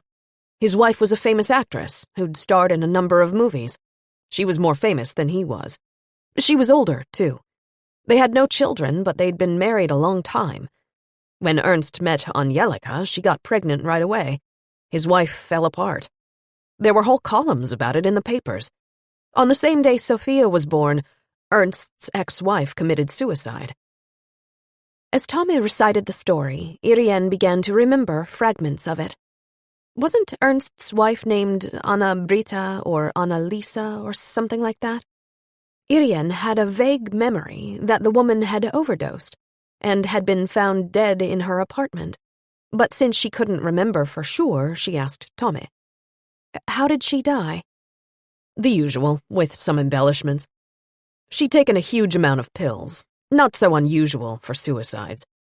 The reason most people don't succeed is that they start to feel nauseous and throw up. So to be sure that she'd really die, she'd tied a plastic bag around her head and she suffocated. Irene shivered. There'd been a great deal written up about her films after her death. Her work with Ingmar Bergman had been highly praised. Irene had never seen any of his films, but she knew that working with Bergman was one of the highest honors a Swedish actor could receive. Tommy turned a page in his notebook and continued. According to Kurt, there was some speculation at the time of her death. Obviously, she'd been depressed and bitter, but her doctor had thought she was starting to recover. Isn't that when the risk is greatest, though? When the depression starts to lift and the patient has enough energy to go through with it? A suicide, I mean. Exactly. And that's how people reasoned back then. It was headlined as a suicide. The body was found at 9 a.m. by her house cleaner. The autopsy revealed that she'd died between 9 and 11 the previous evening. At that time, Ernst and Angelica were at the maternity ward. What was her name?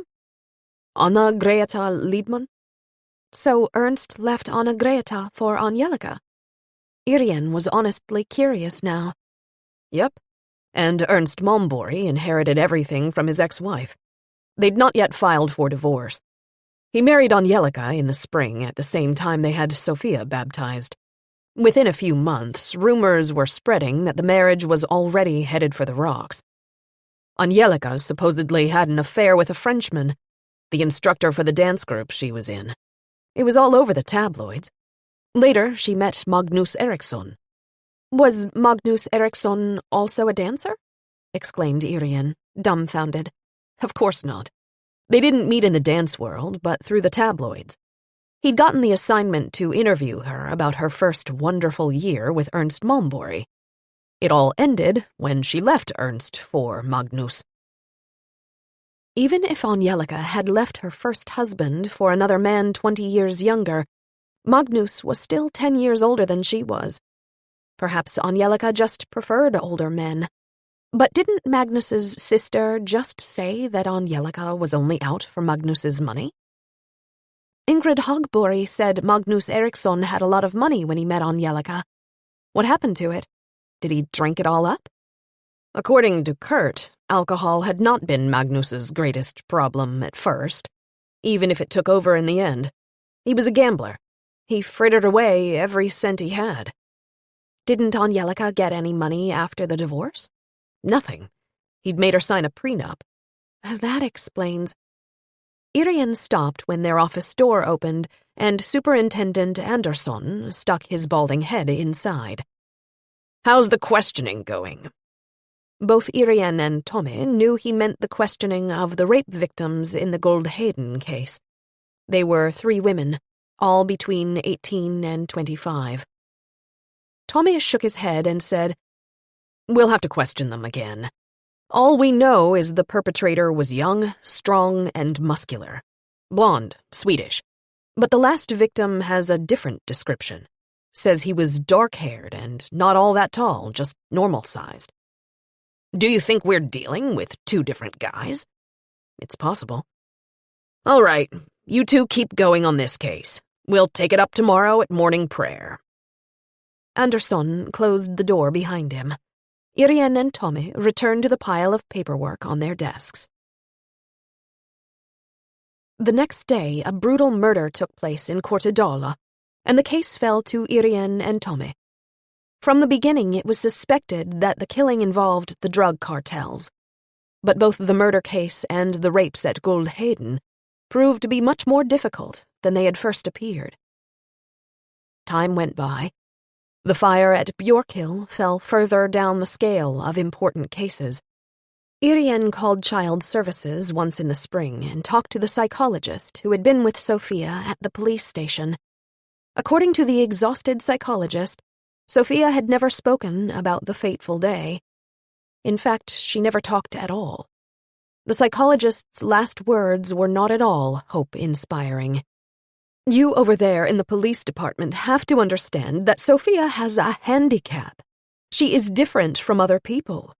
We have evaluated her and we're trying to help her, but it can take a long time before she even wants to talk to us. Perhaps she never will.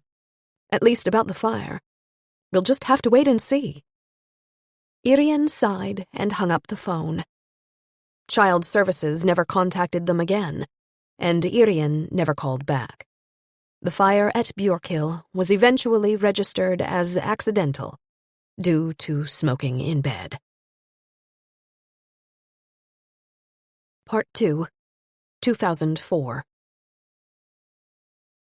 Chapter 4. I assume that we might have been the last people who saw her. It seems that no one else saw her later that night, or rather maybe it was already morning. When did you arrive at Park Avenue? Well, around midnight, or 1:15. I really don't remember. It was a while back. We were at a publishing house party, and it was really pleasant. Lots of food and drink. Honestly, there was a great deal to drink, and that's probably why I don't remember the time so well. I usually don't drink to get drunk, but the Gothenburg book fair is a special occasion. You can say that it's the party of the year for the book world. A writer's life is pretty lonely. No co-workers, no one to have coffee with or to bounce ideas back and forth with. And then it's like this huge party, and everybody comes. All kinds of people, other colleagues, publishing houses, media. And as a writer, you're the center of attention. It's a huge contrast to sitting in front of the computer all day. Of course, you're pulled into the flow. It's only once a year, and we usually go to Park on Thursday evening after the publishing house party.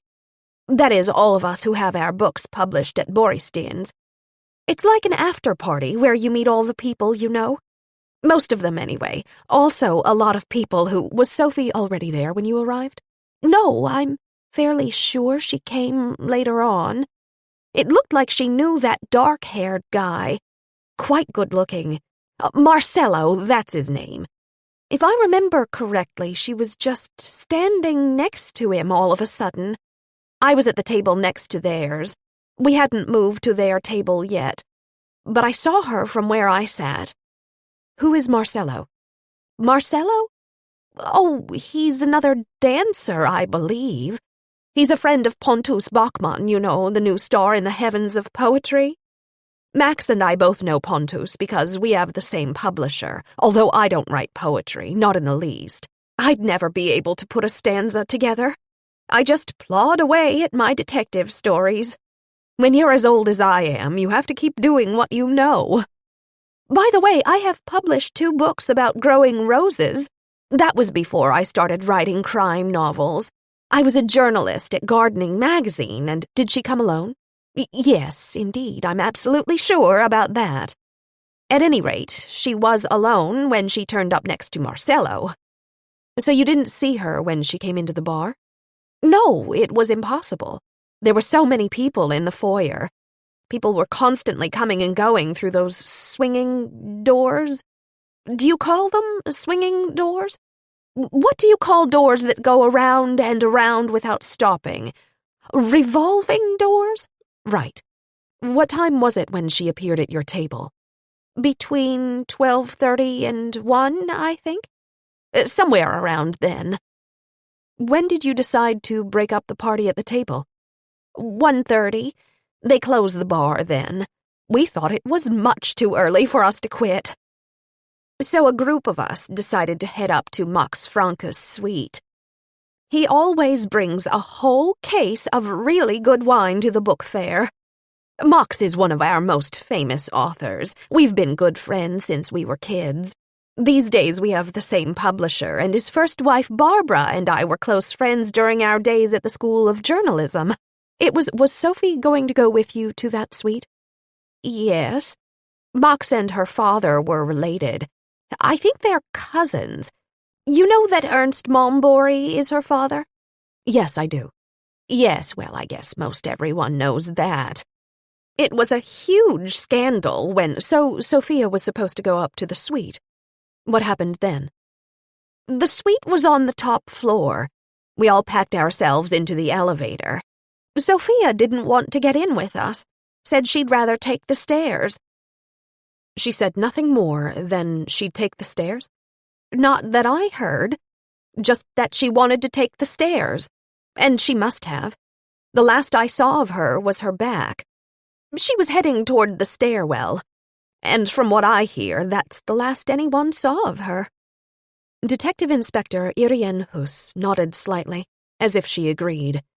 The author had just given her a witness report, which for the most part agreed with what they'd already figured out, which was not much. The woman on the other side of the table, Alice Mattsson, seemed to be nearing retirement age. Irene had never heard of her before. She didn't have the time or interest to read all that much. Still, she'd bought one of Max Franke's paperbacks at the Landvetter Airport bookstore and read it on her vacation to Crete. It was a detective novel set in Stockholm. According to the back cover, Max Franke had sold an incredible number of books, and he'd become one of Sweden's most well-known authors.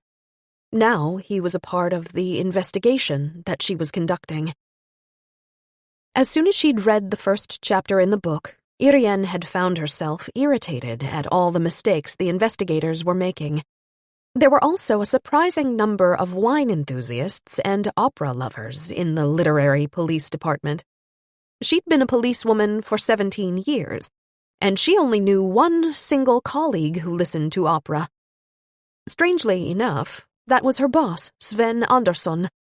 He also kept a great number of CDs with music from the 50s and 60s. His favorites were Glenn Miller and Louis Armstrong. On the other hand, Andersson drank strong beer and schnapps. He thought that wine was for women.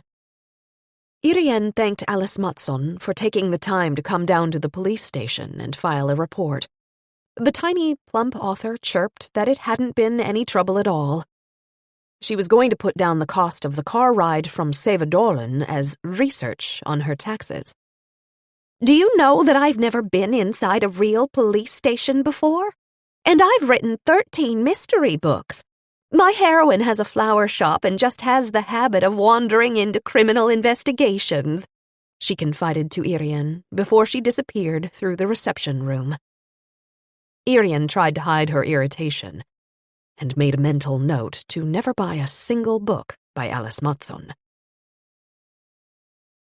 Irene sat down in her office to think. It felt odd to stir up ghosts from the past.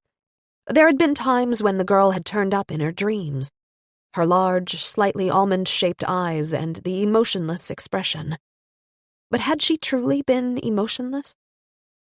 Had she just lowered a protective curtain to avoid revealing anything? Irene had thought about Sophia Malmborg's gaze as the years went by. She never figured out what it meant, or what Sophia was hiding. And now Sophia was dead. 15 years after the house fire out in Björkhill. Irene turned on her computer, but couldn't focus on the screen. She stared out of the one window in her office. The rain had created patterns in the thick dirt. Twilight was falling. She ought to turn on the ceiling light, but just kept sitting in her chair as the darkness gathered. Her thoughts went back in time again to try to piece together what had been gathered in the investigation. She could hear the clattering of china in the hallway. The scent of coffee and cinnamon buns seeped beneath the gap in her office door. Or perhaps it was just her imagination, since she already knew that she'd need something sweet with her coffee. According to numerous witnesses, Sophia Malmborg had arrived late, perhaps around 12:30 at the bar. She had come to join a group of friends who had arrived at least an hour beforehand. The group consisted of 3 men and a woman. Everyone knew one another. Around 1 a.m., Max Franke, Alice Mattsson, and the publisher, Victor Boristien, had joined the young people. The older group was just as drunk as the younger one. According to poet Pontus Bachmann, Max Franke went up to Sophia's table and bellowed, "Well, if it isn't my itty-bitty cousin," or something to that effect. Then Max had hugged Sophia, who was as stiff as a statue. A really strange girl, that one, Pontus concluded at the end of his testimony. The poet had no clear memories about the rest of the evening. The only thing he did remember was waking up at the apartment of the sulky blonde. Her name was Kia, and he never caught her last name. He didn't ever find out what it was, as he hadn't seen her since September. Kia lived in the Majorna district and was an art student. Pontus stroked his thin goatee tiredly and sighed. Her apartment reeks of paint and turpentine. If I didn't already have a headache, I would have gotten one from the smell. And I'm getting another one now. He gave this last sentence as half an apology. Irene would be able to swear on a stack of Bibles that Pontus Bachmann was even now severely hungover. His stinking breath hovered in the air between them. Cigarette smoke, garlic, and red wine. He had no recollection of the elevator ride to Max Franke's suite. Therefore, he also had no memory of anything Sophia might have said about taking the stairs instead. Irene's conversation with Christina Kia Strombori brought nothing new. As Irene caught a glimpse of her in the reception lounge area, she strongly suspected that Kia was high. Kia wore black clothes and a black blanket with a white pattern that she'd cut a hole in, and was wearing like a poncho. She'd tied a gray scarf around her waist to keep it in place. All her movements were jerky and nervous. She was walking close to the wall like a caged animal, and appeared unable to make her body pause long enough to sit down. Kia had hardly known Sophia, it turned out. She only knew her by reputation. Sophia was all hyped up, clothes and all, and just glommed onto Marcello. But what could he do? He was addicted to her. Kia's narrow fingers kept plucking at the lint on her blanket. As Irene could tell from Kia's national identification number, Kia was just 26 years old, but she looked much older. Her skin was pocked with acne scars and her heavily bleached hair hung in clumps. Apparently, she was trying to grow dreadlocks, but with limited success. The coal-black makeup she wore on her eyelids had run. "What do you mean Marcello was addicted to Sophie?" Irene asked. Kia gave Irene a look that Irene could not read. She answered shortly, "They lived together." How long had they been living together? Kia gave a dry laugh, which crunched like leaves in the autumn sun. "Don't know. She had a house of some kind." Irene had checked out the house and found it was true. Ernst Malmborg had died of cancer at 73 in the summer of 2002. His only child, Sophia, had inherited everything he owned, which was a substantial fortune. 400,000 Swedish kroner in the bank, a summer cottage on the ocean by Ljungskile, and a large house in Ångården. For the most part, the wealth of the estate had come from Ernst's inheritance from his first wife. He hadn't been careless with his fortune, and had husbanded it. As soon as probate concluded, Sophia sold the summer cottage for 1 million Swedish kroner. She had been a wealthy young woman when she died. Was that why she was killed? Her next of kin was her mother. Certainly Angelica Malmborg Eriksson could use the money. But how often would a mother kill her own child for the sake of money? The reverse was more likely. There were other indications that the motive was something completely different. Sophia had disappeared that night from the Park Avenue bar. The people in the elevator had seen her walk toward the stairwell. According to Angelica, Sophia had a phobia of elevators. She never took them, or even escalators for that matter. The security guard who had been posted at the stairwell actually saw her go up the stairs. The same guard had seen her on the second floor right outside the elevator doors when he did a check of the stairwell a few minutes later. She was holding her cell phone, and it looked like she was sending a text message. She seemed to be concentrating, so he continued up the stairs on his rounds without saying anything to her. He'd walked all the way to the top floor. On the way back down, he hadn't seen Sophia. None of the other employees had seen her leave the building. They were totally occupied in putting the bar back in order after the rowdy night. Thomas Magnusson, the security guard, was the last person to see Sophia alive. He was in his 3rd year at Chalmers University, and he had the job on the side to earn some extra cash. Irene and Tommy had found his name through an electronic search, but they hadn't found anything remarkable. Magnusson didn't even have a parking ticket. His record was so clean that it was suspicious. He was blond and well-built, and his honest blue eyes and clear, steady voice gave her no reason to be suspicious of his testimony. Sophia Malmborg disappeared from the bar of the Park Avenue Hotel at approximately 1:40 a.m. on Friday, September 24th, 2004. She had received a text message on her cell phone at 1:38 and sent a reply 2 minutes later. The sender had been in the vicinity of the hotel, but could not be identified, as a prepaid phone card had been used. That text message was the last sign of life from Sophia. She had disappeared without a trace for 3 weeks. On Saturday, October 16th, a storage shed in the industrial area of Hugsbo had burned to the ground, and a charred corpse was found in the rubble. Another few days passed before the body was positively identified as Sophia Malmborg. Irene had not yet gone to the site of the fire. She'd only seen the pictures. There was not much left of the building. Irene got up from her desk to look at the map hanging on the wall. The location of the fire was in the oldest area of the industrial park, at the end of a narrow cul-de-sac, not far from the rifle range. A thicket of hawthorn and birch trees had grown up around the abandoned building. No other industrial buildings were nearby. The shed had belonged to a tire company, which had closed years ago. Recently, the entire area had been bought by a pharmaceutical company that planned to demolish the shed and the buildings nearby and start construction on a lavish new office complex. All the buildings in the area had been searched thoroughly. Although there were signs of unauthorized inhabitation, there were no traces of Sophia. The police quickly were able to determine that Sophia had not been kept hostage in any of the other buildings.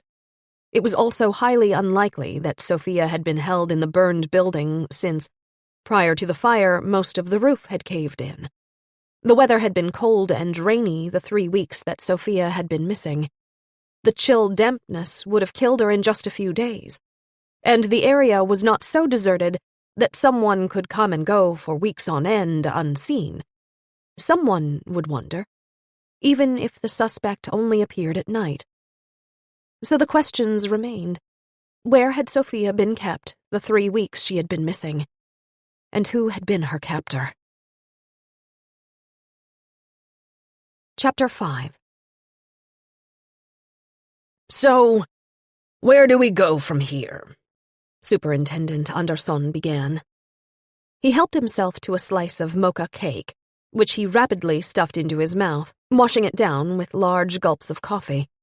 The other people around the table contemplated his question, ignoring the cake, which Birgitta Moberg Rauhala had brought in for her birthday. They all felt they needed to stay focused. The discovery of Sophia Malmborg's body had made the papers with large, bold-face headlines. Journalists were blocking the entrances to the main police station, and the telephone lines were constantly busy. Irene could empathize with the journalists a bit. The case was sensational. We'll have the autopsy report tomorrow or Wednesday. Then we can see what they've found out about Sophie, Tommy said. Poor girl, said Birgitta, shivering. Birgitta's husband and colleague Hanu, who had recently returned to work after his paternity leave, nodded in agreement. Little Timu was now going to nursery school. Irene thought it was good to have Hanu back in the department again. His substitute, Kaisa Birgersdotter, had returned to her position in general investigation, but after the new year she was scheduled to start a new position in the narcotics division. Kaisa was the person who had received the missing person report. Angelica Malmborg Eriksson had been expecting Sophia for a dance recital on September 25th.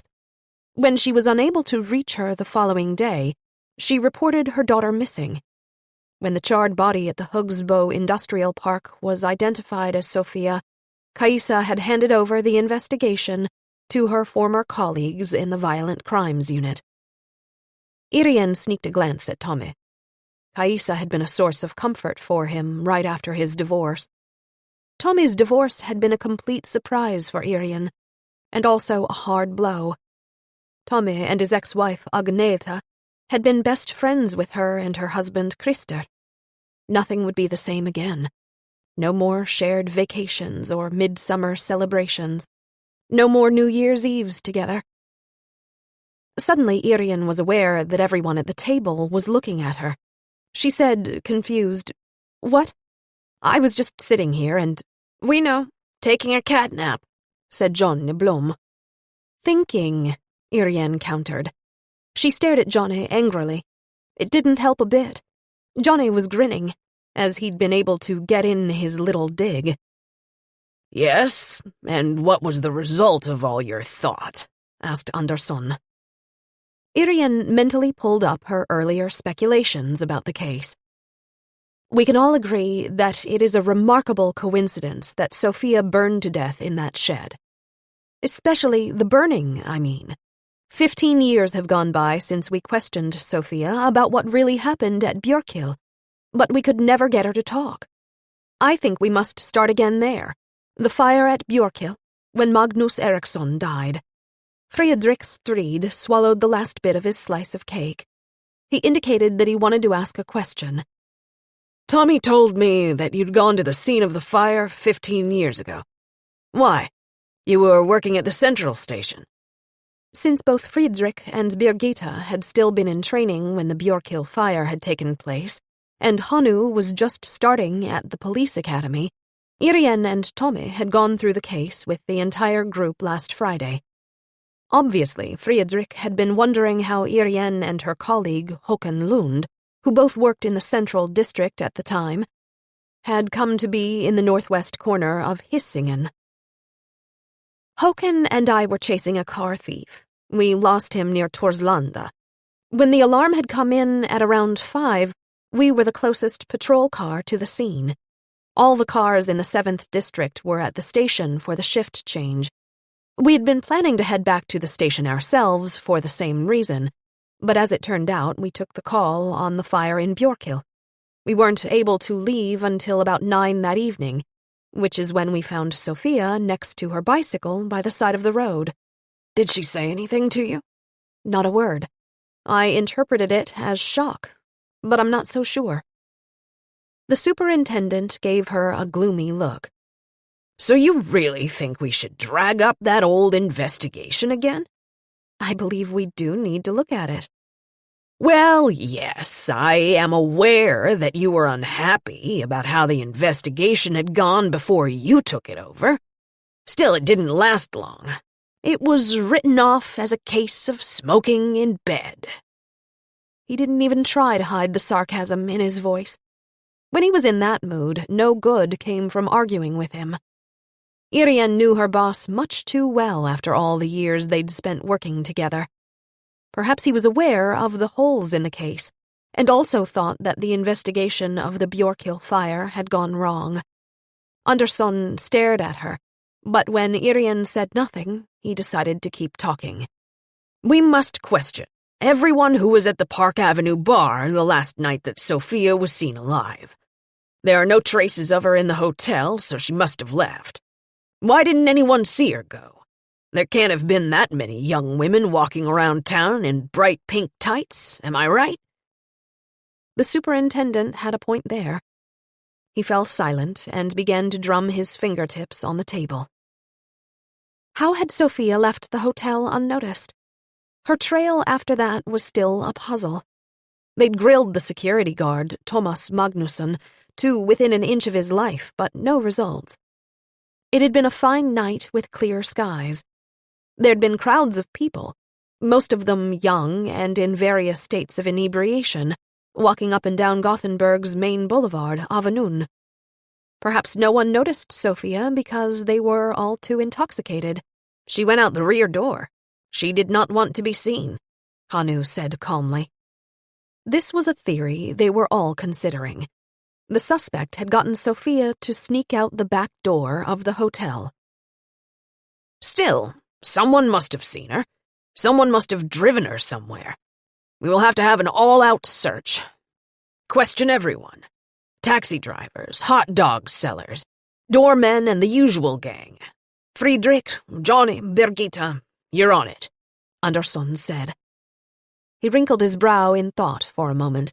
Then he hit the table with the palm of his hand. Tommy and Irene, you're the most familiar with what happened 15 years ago. Go dig up that old crap again. And you, Hanu, since you're a... Well, you can go talk to that foreign kid who lived with a girl. It was obvious that Andersson meant that Hanu should question Marcello, because he thought Hanu was also of foreign extraction.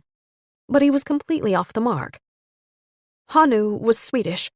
He came from the Finnish-speaking area of Sweden called Tornedalen, so he did have a Finnish tinge to his Swedish when he spoke. That is, if he spoke at all. He was a man of few words. Why he would be the best person to talk to a Brazilian was anyone's guess. Irene knew that Andersson didn't make these kinds of gaffes on purpose, but she was starting to wonder. With a pang in her heart, she remembered that Andersson had mentioned retiring at the beginning of the year. In spite of everything, she was fond of her boss. Irene spent all of Tuesday going through the material about the fire in 1989. Now that she had 15 more years of experience, Irene could see all the holes in the earlier investigation clearly. Not a single detective had interviewed Sophia's father, Ernst Malmborg. Now it was too late. There'd been a short interview with Magnus Eriksson's sister, Ingrid Hagborg, on the day after the fire, as she'd been the one to raise the alarm. Since her boss had told her to set aside the investigation, Irene had not dared to write a report about her informal conversation with the sister, and now she could remember only fragments of their talk. There were no conversations recorded between Frey Eriksson and investigators. He'd been only 8 years old when his father died, and he'd been at his aunt's place when the fire broke out. According to Ingrid Hagborg, he'd fallen asleep after having a snack. The boy must have had a long nap, Irene thought. Ingrid had said that she couldn't go to the scene of the fire while the boy was sleeping at her place. She had not wanted to awaken him. The fire alarm had come in at 4:56 p.m. Irene had seen Ingrid and Frey arrive at the scene at around 8:45. This meant that the boy had been napping for over 3.5 hours. It wasn't completely impossible, but it was strange for an 8-year-old to have an afternoon nap last so long into the evening. Don't people wake kids up if they nap too long? Just to make sure the kids sleep at night?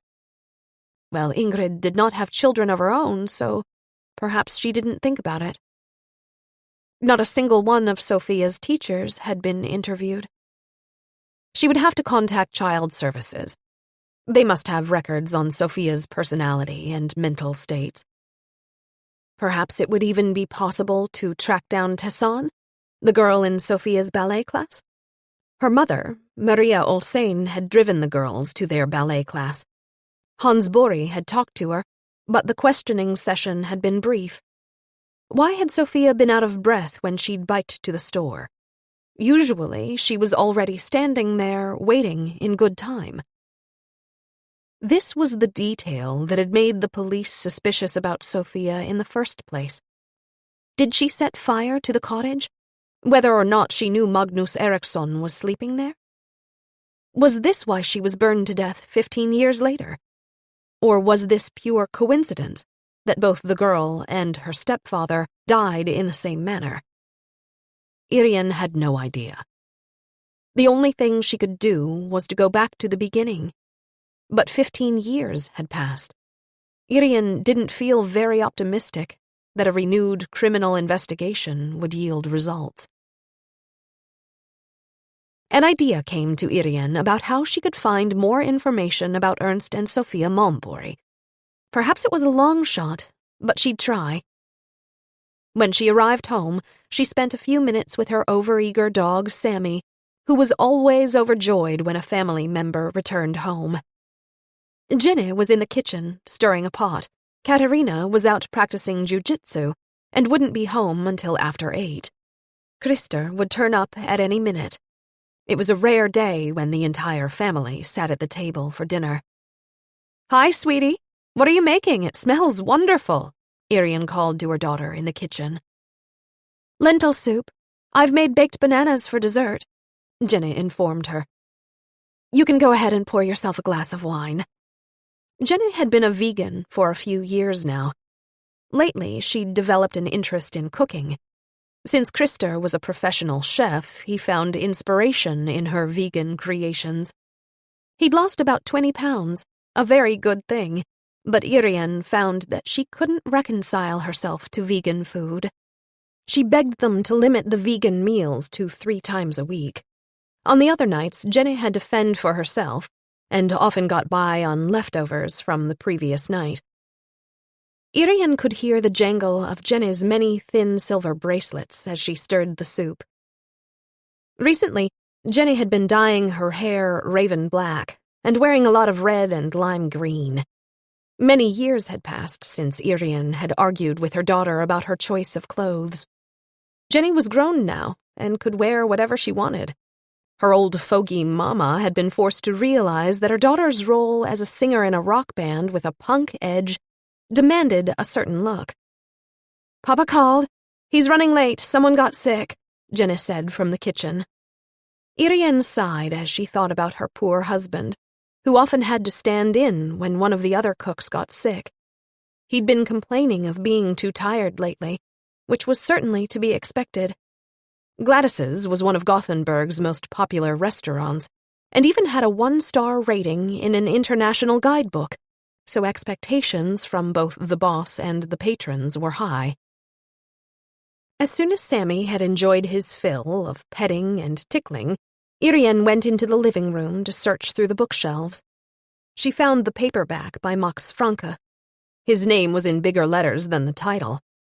As she pulled the book from the shelf, a few grains of sand fell to the floor, a greeting from the sunny beaches of Crete. On the back cover was the name of the publisher, and there she found what she was looking for, Boristens Forlag AB. She wrote down the name on a slip of paper and put it in her wallet. All the gathered detectives sat as straight as candles in a candle holder as morning prayer was about to start. Even Superintendent Andersson sat quietly in his chair, waiting, because, as they found out that morning, Yvonne Stridner intended to grace them with her esteemed presence. Professor Stridner was practically a legend as the head of forensic medicine in Gothenburg, and was known as one of the best pathologists in Europe. She herself would have insisted she was one of the best in the world. A few minutes after the clock showed it was time to start, they could hear the energetic click of Stridner's high heels on the hallway floor. Professor Stridner appeared in the doorway and surveyed the auditorium before making her entrance. She walked to the podium, leaving a waft of expensive perfume in her wake. She shrugged off her fur coat and fluffed her bright red hair. As always, her clothes were modern and tailored. This autumn morning, she wore dark brown linen trousers and an emerald green Angora sweater, with an eye-catching brooch fastened to the collar. The brooch was a leopard whose glittering red eyes caught the light. Irene assumed that the red stones were real rubies. Yvonne Stridner spoke without further ado. "Since I was coming to meet with the chief of police anyway, I thought I would inform you of the results of Sophia Malmborg's autopsy to save us all time." Stridner stared down the auditorium, and Superintendent Andersson shrank as her sharp blue-green eyes bored into his. Most people would have had the same reaction. Satisfied with the attention of her audience, Stridner continued. "Sophie was still alive when the fire began. Her nostrils and lungs are filled with soot. The soot particles reach as deep as the alveoli. In the lower lobes of the lung, the concentration of soot is fairly slight, which means that she was breathing shallowly. The cause of death was carbon monoxide asphyxiation. The fire was intense, but the lower body was not totally incinerated, since it was covered by a thick rug. Therefore, we were able to run a number of tests. Prior to her death, She'd had a small meal, which consisted of tomatoes, cheese, bread, peppers, and olives. Probably a slice of pizza. A capriccioso? Smirked Johnny, who couldn't hold back a grin. The glare Johnny received from the professor would have stopped a tiger in its tracks. They could hear the ice in her voice. You must order an analysis from the lab if you need to know the kind of pizza in question. That is not my job. She took her glare from Johnny and redirected it at the superintendent. I would like to continue without foolish interruptions. All Andersson could do was nod and send a warning glare at Johnny, who, for once, looked down at the floor and kept completely still. The toxicology report showed high levels of various sedatives and other narcotics in the contents of the intestine and in the tissues, mostly diazepam and ketobemidone hydrochloride, as well as traces of dextropropoxyphene. The body also suffered from malnutrition, and... Yvonne Streetner stopped for a fraction of a second, and a wave of emotion quickly flashed in her eyes. When she started to speak again, there was little indication that she had been troubled, but Irene noticed a trace of tension in her lips that hinted the professor was trying to keep her cool. Sophia Malmborg had an ugly fracture in her radius. That is, a crack in the bone of her lower arm that dated back to a few weeks before she died. She must have suffered a great deal of pain. So she may have been both abused and drugged, but considering the amount of drugs in her system, she was probably unconscious before she died. Von Streetner paused for a moment. Irene dared to raise her hand, and Streetner nodded at her. Was it possible to find out what she was wearing?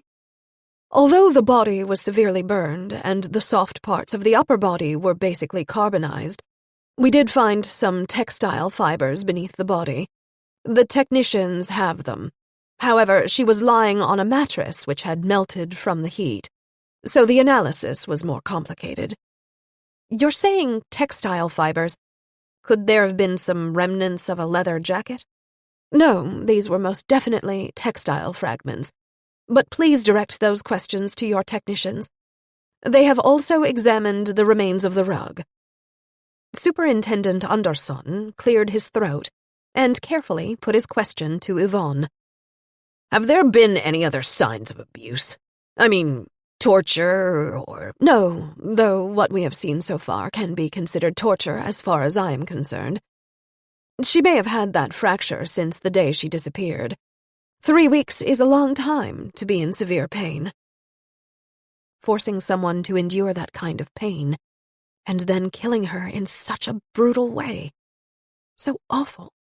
So inhumane. Mixed emotions of sorrow and wrath began to rise in Irene, and she was surprised by how strongly she felt. Andersson found the courage to ask another question. I meant, are there any signs of sexual... Not that we can tell, but given the state of the remains, it is difficult to say for sure. I have sent some uterine samples to the lab, but we don't have the results yet. On the other hand, ketobemidone hydrochloride was found in the rectum from ketogan suppositories. What is that? Irene hazarded. Ketogan is a preparation often given for extreme pain. For example, cancer or a heart attack.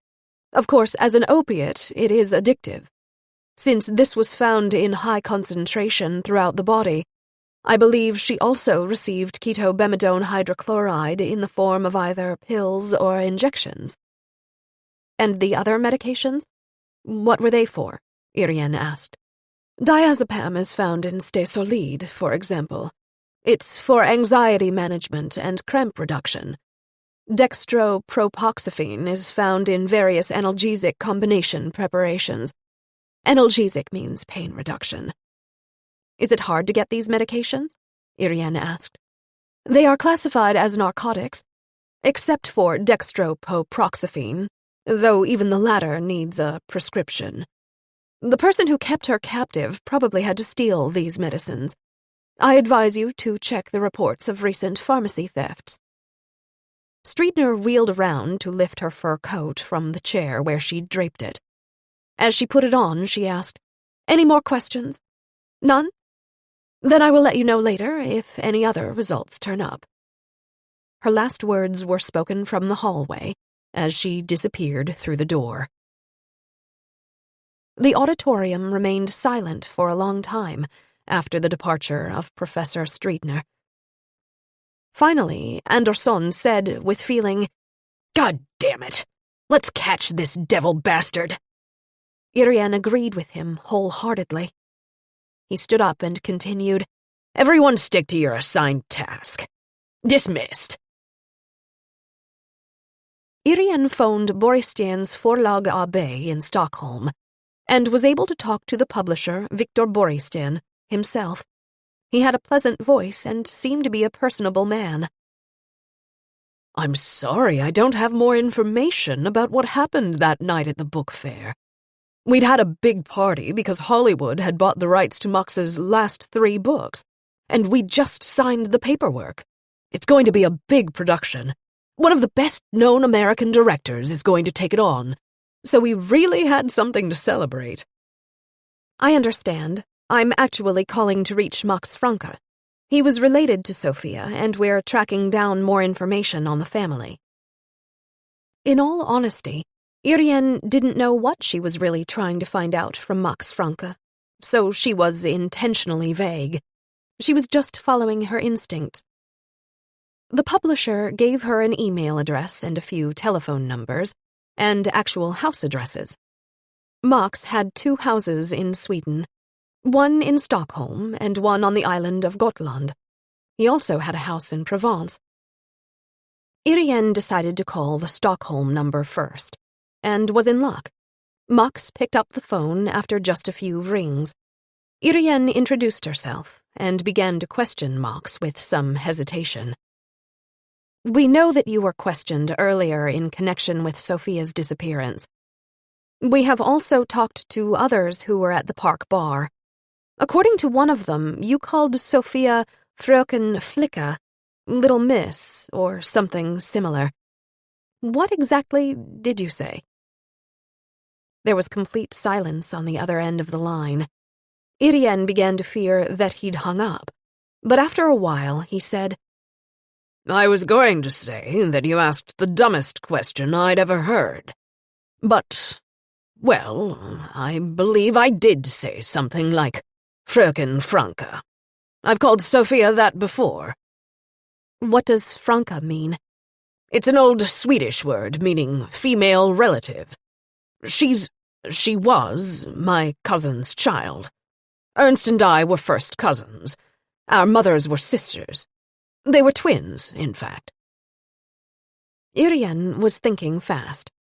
How could she get as much information as possible about Ernst and Sophia? She didn't have time to travel to Stockholm and meet Franke in person. The department didn't have the money to cover the cost, either, if Sven Andersson had any say in it. What could she ask? Then she had an idea. "As you know, Sophia died in a fire. This has made us take another look at what happened when Magnus Eriksson perished in a fire years earlier. It could be just a coincidence that Sophia's murderer decided to burn her to death, but we cannot exclude the possibility of a connection. Therefore, we have to look at what happened 15 years ago, or even further back.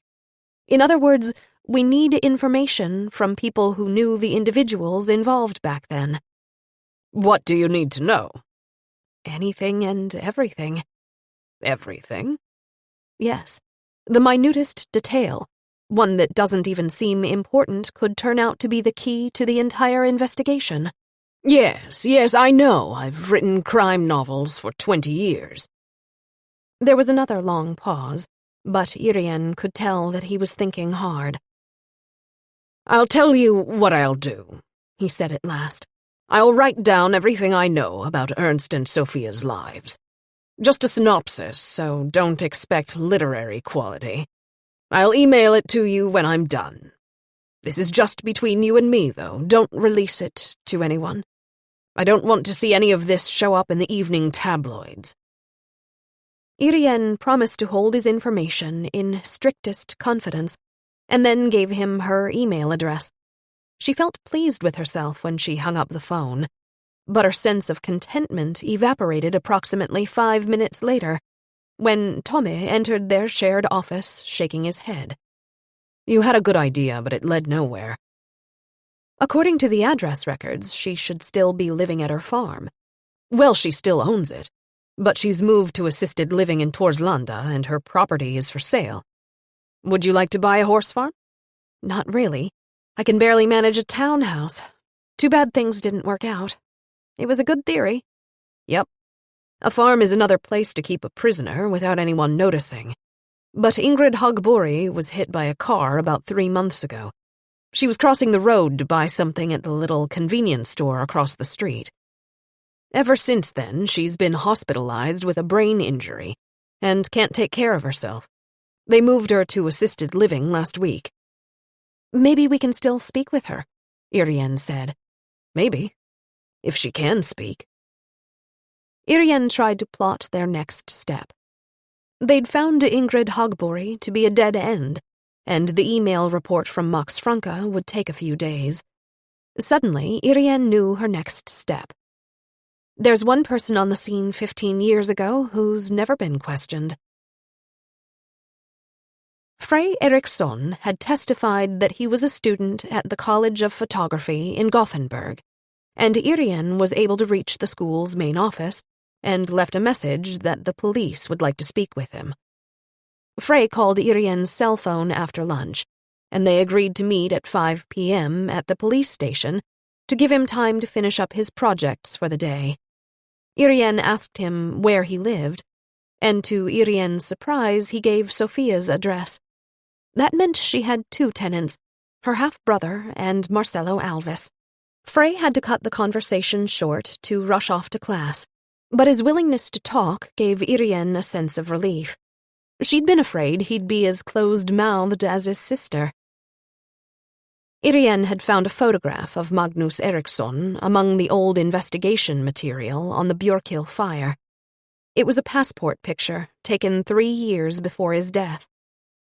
He had an average-looking appearance, thin blonde hair and regular features, but he had a weak chin that was too small for the rest of his face. According to his passport information, he was 180 centimeters tall and weighed 86 kilos. He had blue eyes and wore glasses. Why would Angelica fall for a man with such a humdrum appearance? No one during the investigation 15 years ago had said that he was a pleasant, happy guy. No one said anything positive about him at all. He was an alcoholic and a gambler. Maybe he was a womanizer as well? Irene would have to ask Angelica what she had seen in him. Money? He'd had a great deal of it when he met her. According to Ingrid Hagbori, Angelica had run through Magnus's money fairly quickly, but since he was a gambler, he'd probably lost a lot himself. After a few years, all the money was gone.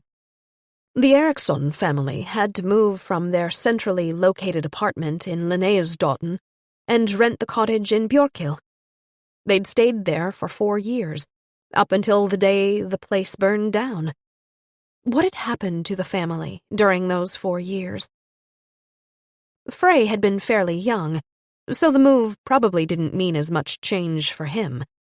But Sophia had had to change schools and friends, and it was a much longer commute to the dance studio. So during the 4 years at the cottage, the family's finances had further deteriorated. Magnus Eriksson had started to drink more and work less. Perhaps he even gambled away whatever money he earned as soon as it came in. His death at age 42 might have come as a relief for Sophia and Angelica. Who had the most to win? Angelica. She got no money from his death, but she did get her freedom. However, wouldn't she have asked for a divorce rather than kill her husband? She also had a watertight alibi for the time of the fire. She had first taught a ballet class between 4 and 5 in the evening, and then led Sophia's double-length classical ballet class until 7:30 that night. But why would Sophia kill her stepfather? There was no obvious motive. Perhaps his drinking disgusted her? Maybe he threatened her or frightened her. Maybe there was some kind of abuse. It was high time to contact Child Services. It took a long time for Irene to find the right person within the clinic for child and teen psychiatry. Finally, she was connected to a secretary who located Sophia's file as well as the name of the child psychologist who had been caring for her. My Vorgranat is out on a work-related errand at the moment, but she should return soon. I'll ask her to contact you, the friendly secretary said. While Irene waited for the return call, she flipped through the old reports from the investigation. It struck her as odd that so much time had passed from the moment Ingrid Hagbori had called in the alarm to when she had appeared with the boy at the site of the fire. It was also strange that she did not try to phone Angelica. Irene decided on a visit to Ingrid Hagbori, hoping there would be a way to communicate despite the brain injury. My Vorgranat called at around 4 in the afternoon. She seemed harassed and her tone was brusque. Irene patiently described what had happened to Sophia and how it might be connected to the fire 15 years earlier. The psychologist was quiet for a long time before she spoke, and her voice shook. Poor little Sophie. She seemed truly upset. Yes, it's a horrible murder, Irene agreed. I don't mean just her murder. I mean Sophia's entire life. She tried, she really did. But the odds were against her from the start. What do you mean by that? Well, I really shouldn't say anything. Patient confidentiality, you know. But perhaps what I know can help you solve this murder, so I do want to talk to you. Of course, I can't tell you everything, but some things. I would be very grateful for whatever you could tell us. Sophia was a mystery to us. And to us as well. She just didn't let people into her life. Still, I did get to know her a little bit. We counseled her for just about 4 years. Then her case was handed to the clinic for child neuropsychiatry for further examination.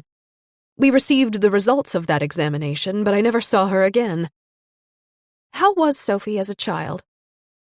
You could say that she was an odd child, even when she was very little. Her mother said that she had trouble getting close to Sophie, even during her first few years. Sophie didn't start to talk until she was 4. She usually played by herself. When she came to us, she already had problems with anorexia.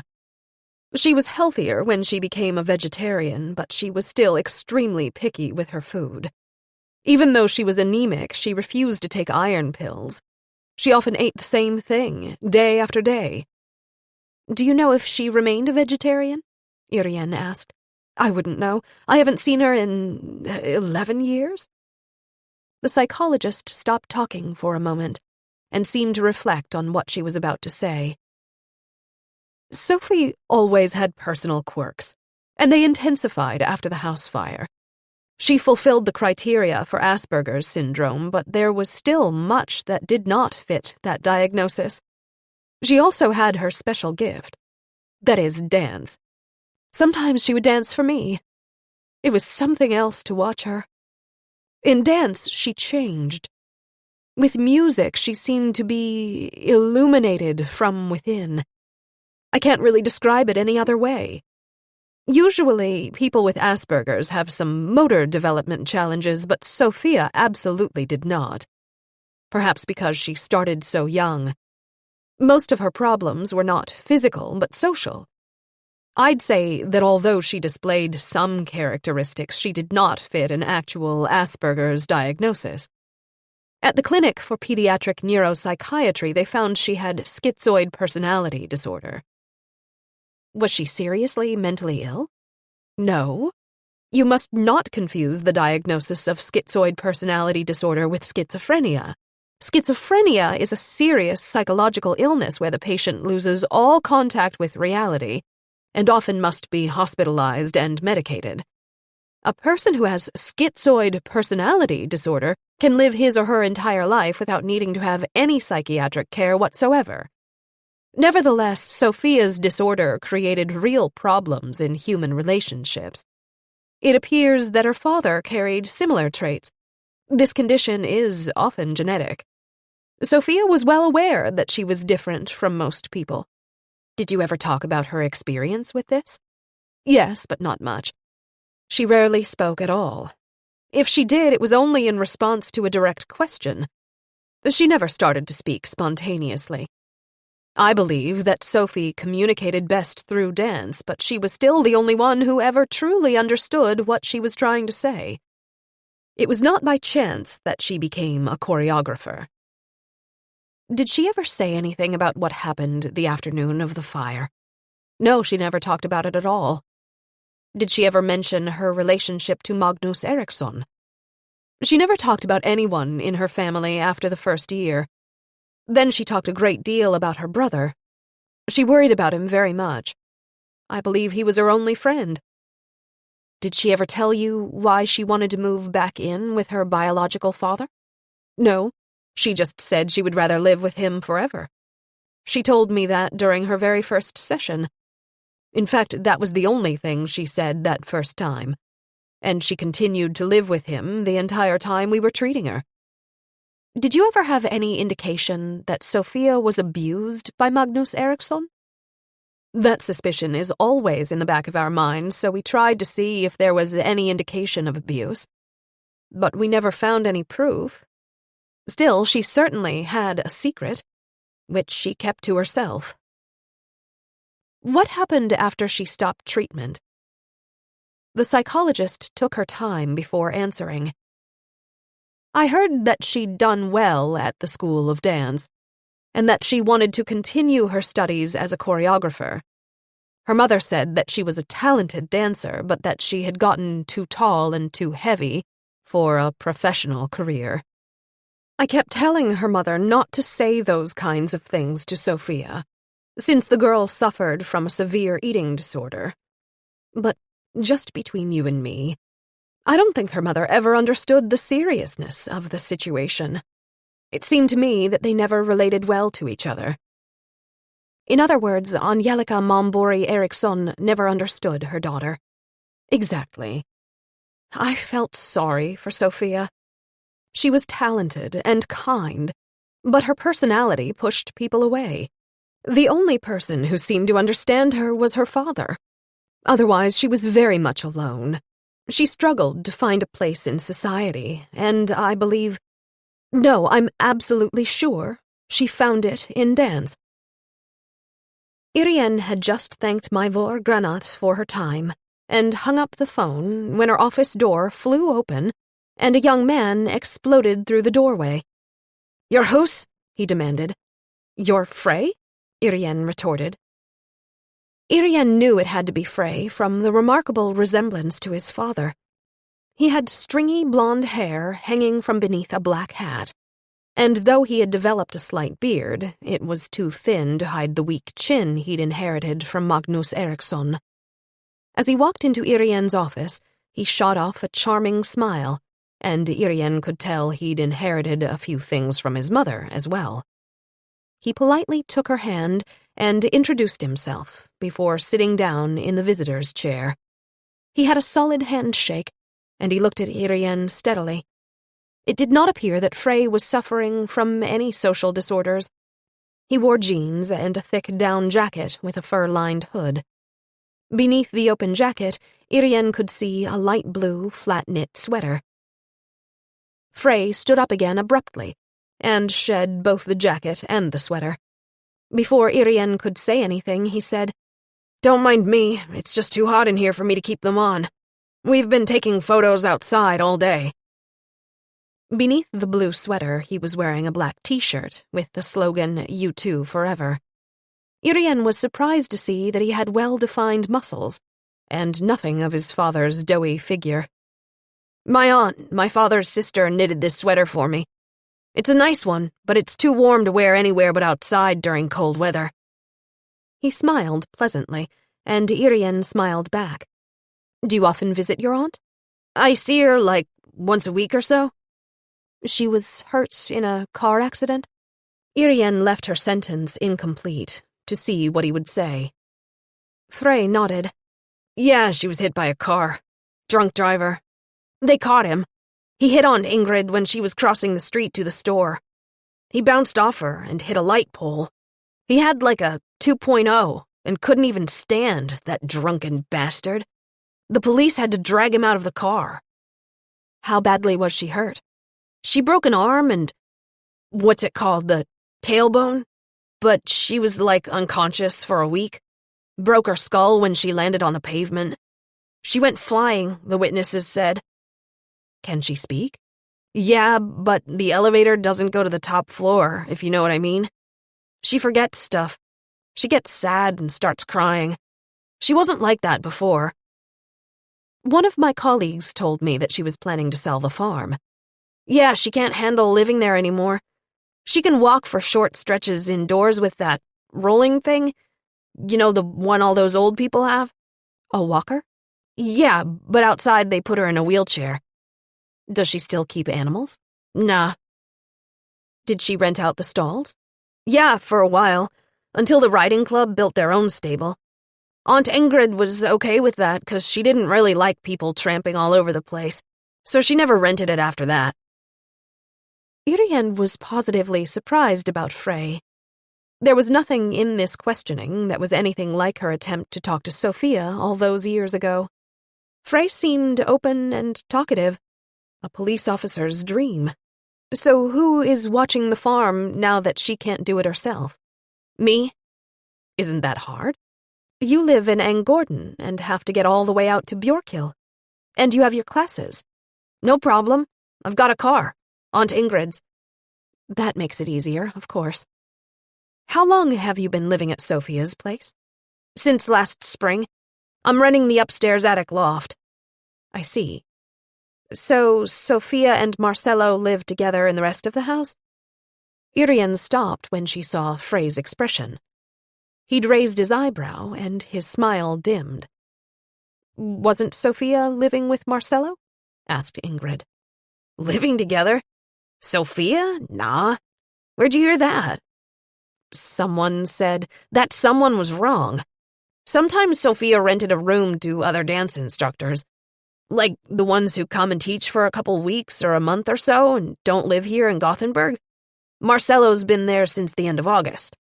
Is he still there? Yeah. What about Sophia? Where did she live? On the ground floor, of course. It must be a big house. Yeah, like 400 square meters or something like that. Given Frey's openness, Irene decided to get more personal. We have to go over everything again, Irene said. Initially, we were dealing with a missing person, but now we're investigating a murder. His face paled, but he said nothing. He just nodded to indicate he understood. I therefore have to ask you what you were doing around midnight between the 23rd and 24th of September. I've already said I was in the dark room the whole evening and into the night. What did you do later on? I went to bed. What time? After 2, I'm pretty sure. Maybe 3. I don't look at the clock when I'm in my dark room. So you had no contact with your sister on the night in question? No. We just saw each other briefly when I was getting home from class around, 4 or 5 in the afternoon. Did she tell you what her plans were for that evening? No. His response was the same as he'd given earlier. Irene thought hard about how to come to a different approach. Do you know when she left the house? No idea. A thought crossed Irene's mind. Where is your darkroom? In the loft apartment. That's why I moved into Sophia's house in the first place. The space was empty. The darkroom's across from my apartment in the loft. Any ideas at all where Sophia went after she left the bar at Park Avenue that night? No. Any guesses? No. Irene decided to change her line of inquiry. In a neutral tone, she asked, Who were Sophia's best friends? She didn't have any friends. His answer came at once, without any pause to think things through. It was just a dry statement. Were there any people at all she liked to hang out with? Yeah, of course. People in the dance world. but she, never invited them home or anything. Did Sophia have any enemies? Not that I know of. Do you know anyone who hated Sophia enough to want to kill her? He took a short time to think, and he replied in a low, quiet voice. No. Do you believe there might be a reason why Sophia was burned to death? What do you mean by believe? He looked at her. Why do you think that she was locked in that shed? And why do you think the killer set it on fire? Frey shook his head slowly. In his eyes there appeared only deep sorrow. Not the faintest idea, he said seriously. What do you remember from that afternoon and evening, when the cottage out in Bjorkhill burned down? He appeared to ponder this for a while, before looking back at Irene. Not much more than Aunt Ingrid driving over there with me in the car. I can remember police cars, lots of people. Then I really don't remember much. It's kind of strange, really. Do you remember anything from before you arrived at the scene? Nah, I was asleep. I really don't remember much from that day at all. I remember nada. I must have been in shock or something like that. It really seemed he was trying to remember as much as he could. His apologetic look at Irene spoke clearly. Irene decided to drop the subject. Instead, she said, I must also ask you what you were doing the night of the 16th of October between 2 and 4 a.m. He looked at her for a while before answering. That must have been when that shed with Sophie caught on fire. I was exercising until 7:30 on Friday night. Then I went over to Aunt Ingrid's place to make sure it was okay. The real estate agent was supposed to come by, Saturday or something. He fell silent again. When did you leave Bjorkhill? Irene continued her line of questioning. Around 10, I guess. I bought a kebab from the pizzeria on Bjorlandsvägen and ate it when I got home. Then I worked in my darkroom for a while. But I was tired as hell, so I, went to bed. Around midnight, 12:30, thereabouts. Where is this pizzeria located? Almost all the way to Brunsbo. It's called Pizzeria Napoli. It appeared there was nothing else to ask. Nevertheless, Irene thought that Frey had been very helpful. She thanked him for his cooperation, and promised to inform him if anything else came up in their investigation. It was almost 6 in the evening, but Irene remained sitting in her office to mull over her conversation with Frey Eriksson. Some pieces had fallen into place, but others were still missing. Frey did not have anyone who could back up his alibi. Even if, against all odds, the employees of the pizzeria remembered he was there that exact evening, there was no one to say what he was doing in the hours when the fire broke out. Did those two siblings really not see or speak to each other the entire evening? Did they have a difficult relationship? They'd been living in the same house for 6 months. On the other hand, maybe their relationship was strained, especially after Frey's father died. Sophia had gone to stay with her father while Frey stayed with Angelica. And what was Sophia's real relationship to Marcello? According to Frey, Marcello was one renter among many, but most people only stayed for weeks or months. An entire semester, on the other hand? Perhaps it was time to have a closer look at the stylish Brazilian. Chapter 6. Hanu hadn't reached Marcelo Alves the previous day. There'd been a gang murder at the central train station, so Andersson had shifted them to the new investigation. There were a great many people to interrogate, and not all of them were willing to cooperate with the police. They either lied or refused to answer any questions. Before they went home for the day, Irene told Tommy that she was planning to reach Marcello. Good, Tommy replied. I'll try for another chat session with Angelica. It's about time we meet again. It's been 15 years. He smiled an odd smile as he said this, and Irene was left with a nagging sense of worry. The next morning, Irene headed straight for Hugsbo and the House of Dance. It was not that far out of the way from her office. This mecca of a dance school, as the website proclaimed, was an old red brick school building built in the late 50s, not far from Axel Dahlström Square. Then, 20 years ago, a brand new school was built less than a kilometer away, since there was no room for expanding the older building.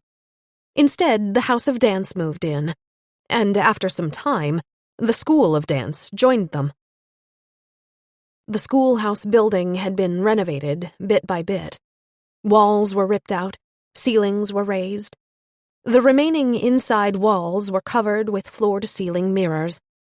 There were also spaces for theoretical instruction, changing rooms, and administration. At present, the School of Dance was seen as one of the premier institutions for dance instruction. It was exactly 8 a.m. when Irene walked through the entrance to the House of Dance. On one side, she saw a coat room, and on the other, a large cafeteria.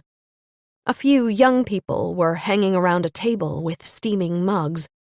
They did not match Irene's image of serious dance students. These kids had dyed hair and the same kind of clothes as any other art students. Irene was reminded of Jenny, who was finishing up her last year of high school as a fine arts major in music. Irene noticed one pale girl who wore all black. She'd dyed her hair pink and was wearing it in 2 braids across the top of her head, Gretchen style. Irene could see an inch of her blonde roots showing at the back of her neck. An ebony-skinned young man sat beside her. He was yawning so widely that Irene, in spite of the distance, could see into his throat. He was wearing an oversized knit hat, which appeared to have been created from the motley remnants of various balls of yarn. Farther down the hallway was a white sign with the word administration. Irene thought it wise to start her search there. When she went to push open the door, she found that it was locked. The glass doors that barred the entrance to the rest of the school were also locked. Obviously, outsiders were forbidden to go past the cafeteria. The girl with the pink braids called out to her, "The bell is broken. Knock hard and someone will come." Irene knocked on the glass panel to the door, and almost immediately a woman wearing a light blue leotard and white knit leg warmers came down the stairs. She was exactly what Irene had imagined a stereotypical dance student looked like.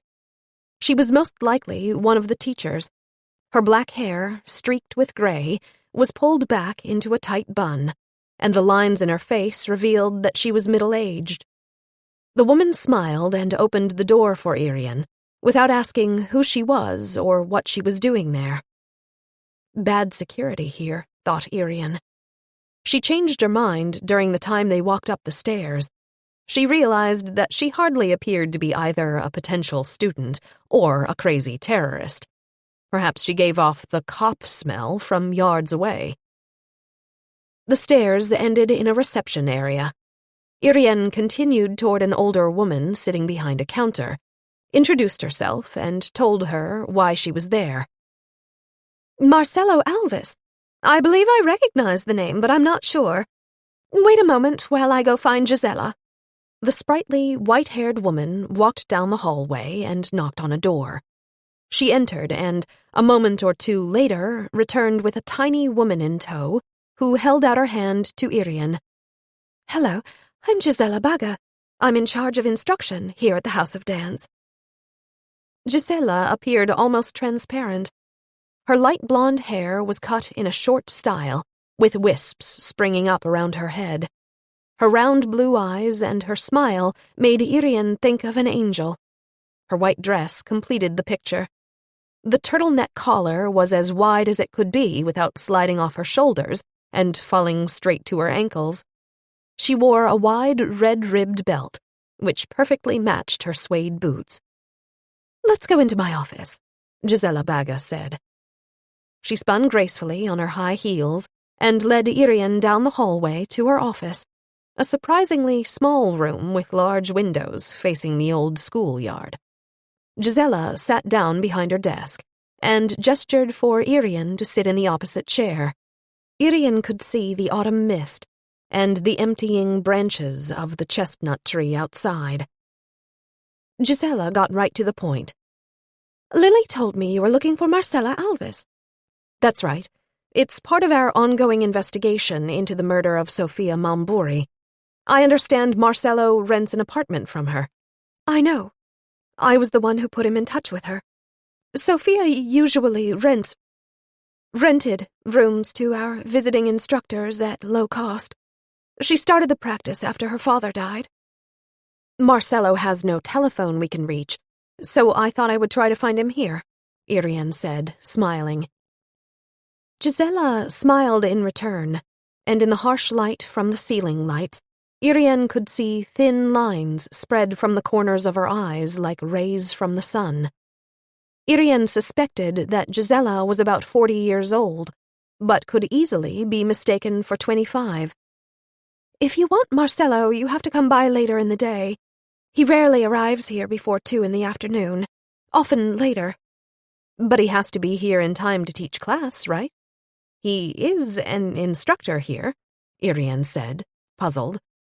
"Yes, indeed, but we've scheduled his classes as late in the day as possible. Often in the evenings, in fact. You see, he's from South America.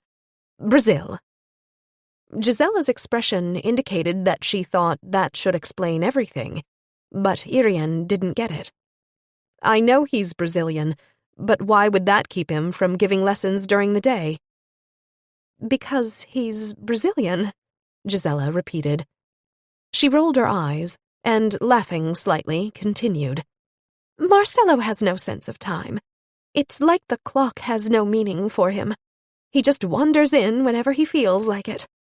"It must be really difficult to have an instructor like that on the staff," Irene explained.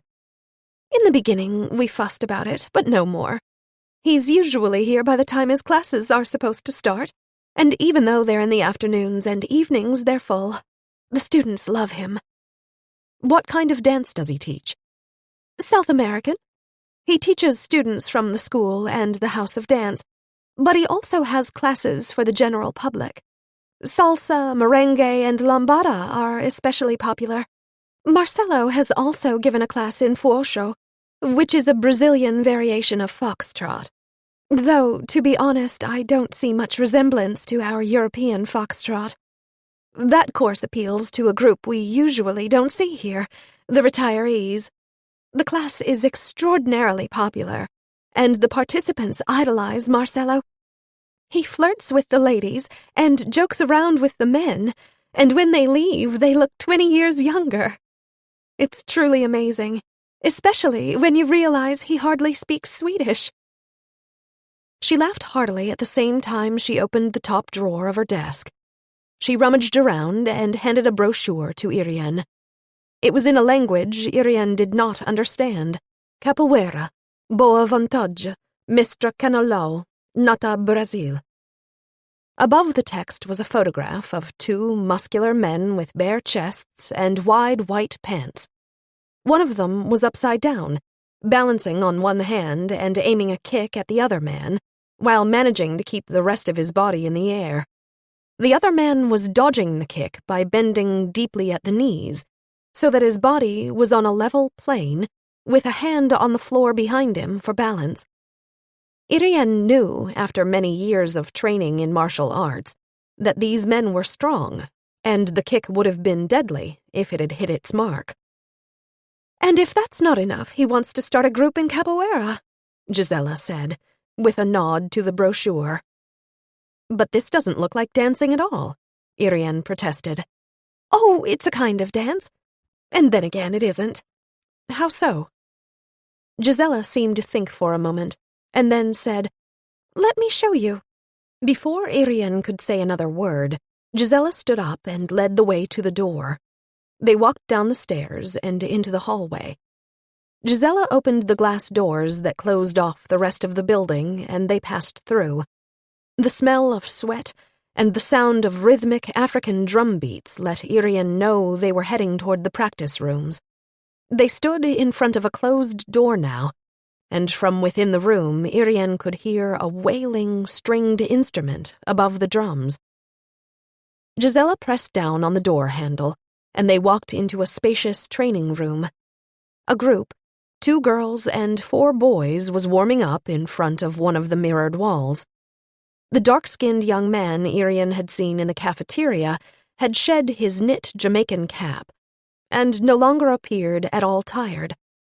Hundreds of small braids hung down his back. Whenever he moved his head, the wooden beads at the end of each braid clicked softly. Like the men pictured on the school brochure, he was bare-chested and wore wide white pants. He was in great shape. As Irene later learned, the man was Felipe Medina. The girl with the pink braids was warming up next to him. She wore white jazz pants and a lime green top. The girl was as thin as Irene had guessed when she'd seen her in the cafeteria, but now the girl's muscles were apparent beneath her pale skin. The warm-up was different than what Irene was used to with her jiu-jitsu. The music was upbeat, and the movements were swifter. Irene watched as the music segued to something smoother, and everyone in their group turned upside down to stand on their heads. Felipe, maintaining his headstand, let his legs fall into a split, while the girl in the pink braids kept hers straight in the air. The entire group remained upside down for quite a few minutes. The tempo increased, and they abandoned their positions and began to roll around on the floor, moving faster and faster as the music became more frenzied. The bare chests of the boys glistened with sweat. Then, as if a secret sign were given, they formed a semicircle and began to clap their hands in time with the music. Felipe Medina and one of the boys stepped out of the semicircle to face each other, and began to move in what appeared to Irene to be an advanced kata. They changed positions at a lightning pace. Irene recognized much of their basic technique, but at the same time she could see a great deal of difference between capoeira and jiu-jitsu. In capoeira, there was no bodily contact. Like karate, the blows were made into the air. Of course, Irene knew there were full-contact karate competitions, seldom held, because any physical damage would be serious. Powerful kicks were another similarity between karate and capoeira.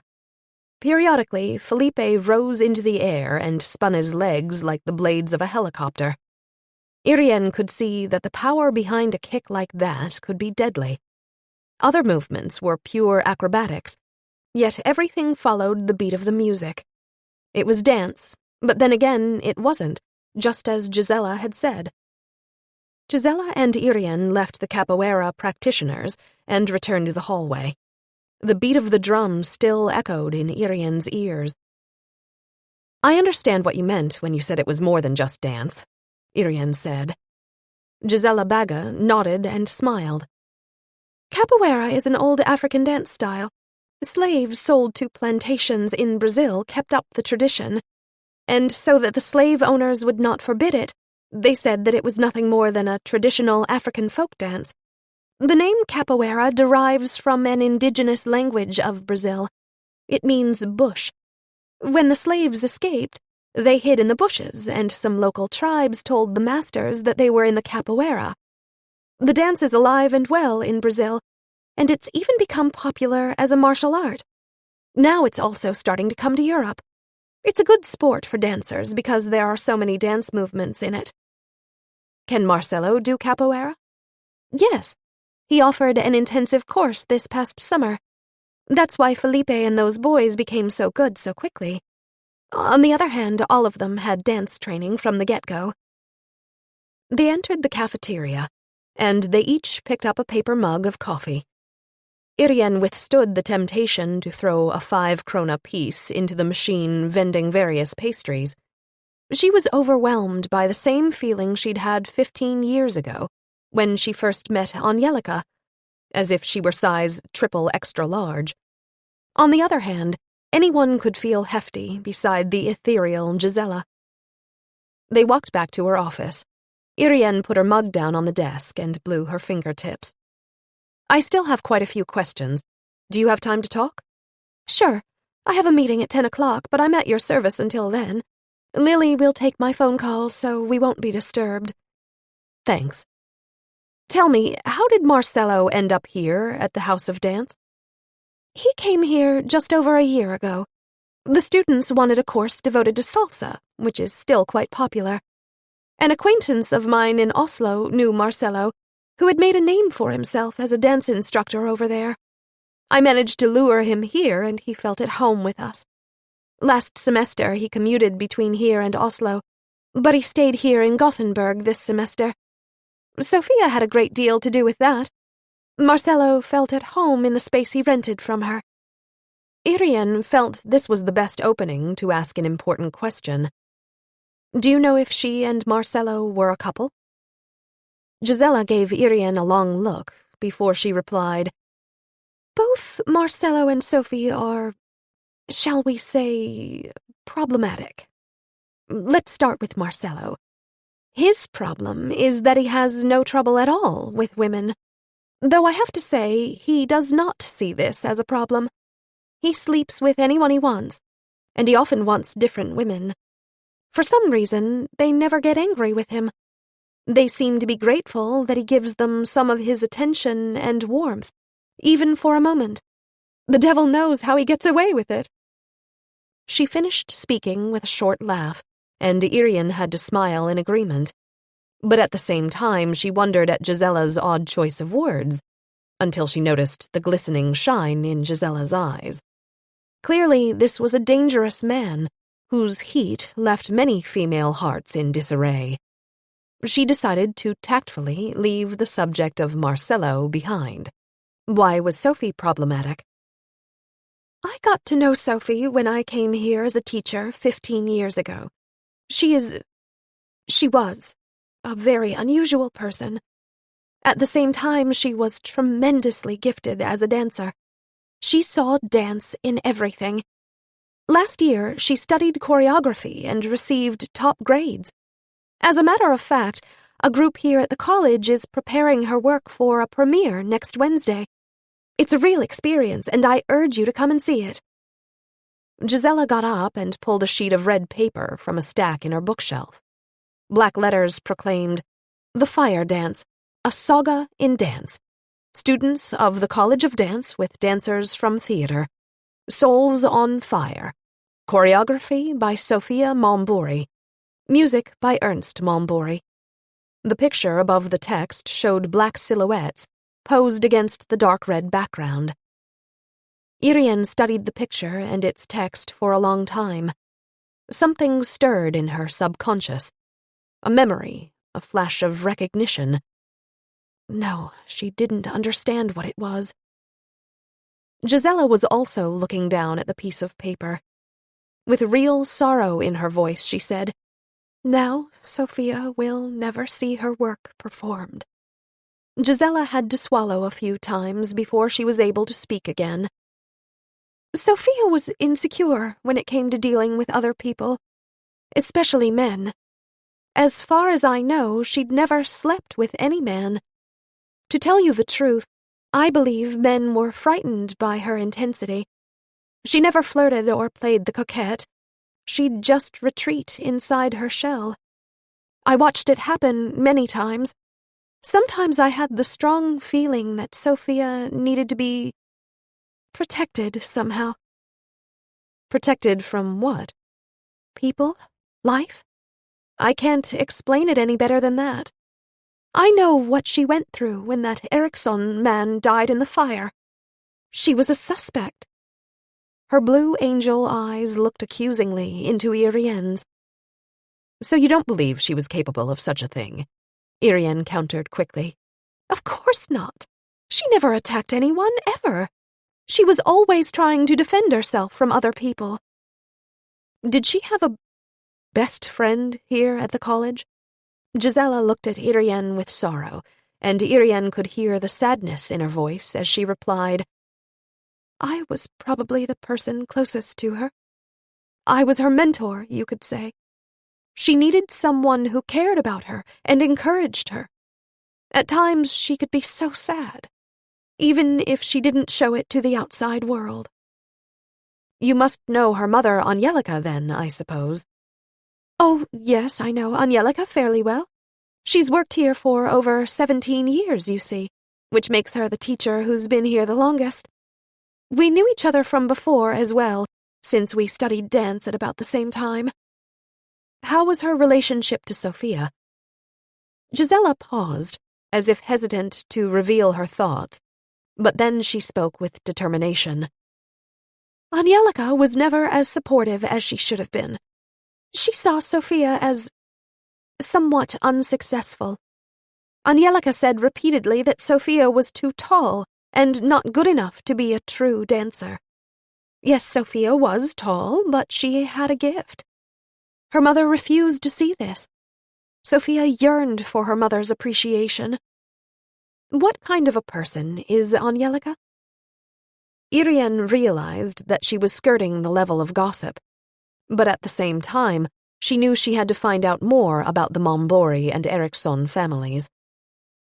Angelica is actually an extremely good teacher, but as a mother, unfortunately, she can put more effort into her relationships with various men than with her children. She always had another guy lined up. Her last one was a Volvo executive.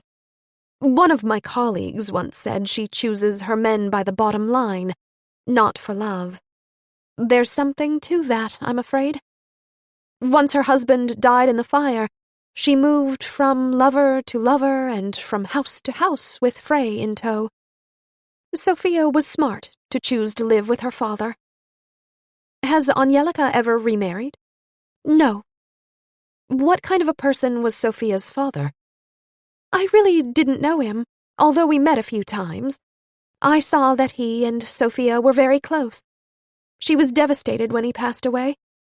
It was a good thing that she got into choreography and was able to concentrate on her work. I know that she'd already completed her first version of the fire dance before she got into the department. Irene looked at the clock on the wall. It was almost 10. She'd have to wrap up her conversation with Gisela. How can I get in touch with Marcelo Alves? She asked. Gisela thought a moment and then said, Well, you see, one problem with Marcelo is that he doesn't speak good Swedish. His English is just as bad. You'll need someone to interpret for you if you want to question him. I'd suggest you come back sometime this evening, preferably after 6:30. Marcelo and Felipe work with the Capoeira group then. Felipe speaks Portuguese, so he'll be able to interpret for you. Irene thought about this suggestion. Christer was scheduled to work and Jenny would be practicing with her band. Perhaps Katarina would like to go with her and watch some capoeira. She might like it. All right, I'll be back this evening. Could you be so kind as to let Marcelo and Felipe know about it? Sure, Gisela said. She took Irene's right hand into her two thin ones. Her hands felt like the wings of birds. Promise me that you'll catch Sophia's killer? Do everything you possibly can. She had a tough life. No one deserves a horrible death. Certainly not Sophia, of all people. Tears began to run down her cheeks. Gisela was the first person Irene had met during this investigation who mourned Sophia to the point of tears. Perhaps Gisela really was Sophia's only true friend. Irene turned off Dag Hammarskjöldsleden. She'd decided to take a look at Sophia's house in Änggården and perhaps get in touch with Marcelo Alves. If he were home, she might be able to take a look around the property. Of course, Sophia's residence had been searched at the end of September, when she'd been reported missing. The investigators had found nothing suspicious, but nothing to show she'd left voluntarily either. She'd never had a passport, and all of her bank accounts remained untouched since the day she disappeared. The day after her burned body had been identified, Fredrik Strid and Johnny Blom had gone again to search her house. They'd found nothing that time either, though her dance stuff was there. Fredrik had said the place, "Pretty damn filthy for a girl's house." But neither her colleagues at General Investigations nor at the Violent Crime Unit had taken a look at Marcelo Alves's apartment or Frey's attic rooms. Huge noise abatement walls protected Angordon from the heavily trafficked highway and its pollution. Behind these walls were beautiful old townhouses. A rose-colored house was next to a light blue one. A gray house neighbored a green one. It was a pretty scene, even if it was rather un-Swedish. They reminded Irene of the townhouses in London, when she'd been there a few years back. Most of the houses in Angordon were built during the first half of the 20th century. The row houses had mostly wooden facades, while the separate houses had stucco.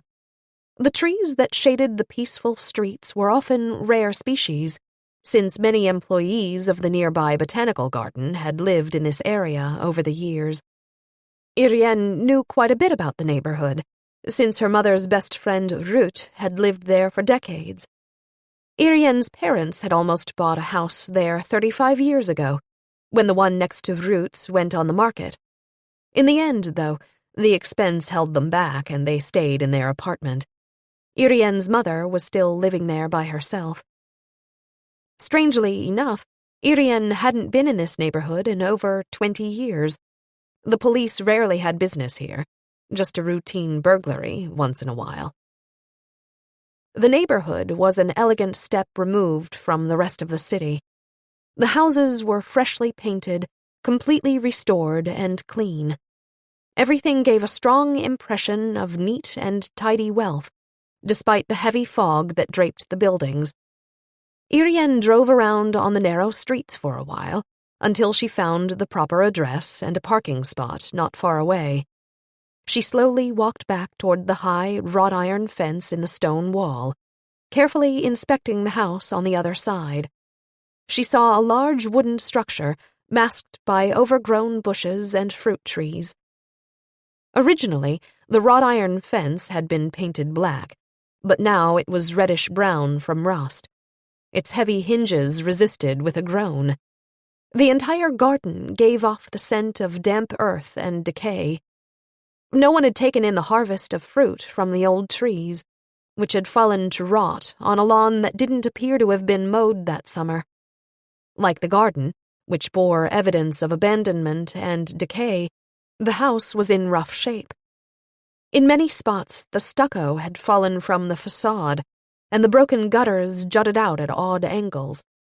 The window and door frames had revealed gray wood where paint was long gone. It was the ugly duckling of the neighborhood. Irene walked up the stone stairway and rang the doorbell. A bronze nameplate with a green patina revealed the name Malmborg in an elegant script. Irene could hear the echo of the doorbell on the other side of the heavy oak door, but no other sounds of movement. She pressed the bell a second time with the same result. As she started back along the slippery stone pathway, which was almost entirely overgrown, she felt as if the house itself were staring at her back. She couldn't resist the impulse to turn around when she closed the gate behind her. The crumbling, ancient home appeared to brood threateningly from its place in the middle of the melancholy garden. Its black, empty windows stared at her. Involuntarily, Irene shivered. Sometimes her imagination was much too vivid for a police officer.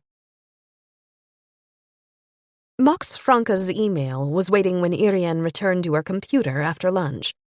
Irene printed it out and was surprised by the number of pages, then thought, well, what else would you expect from a writer?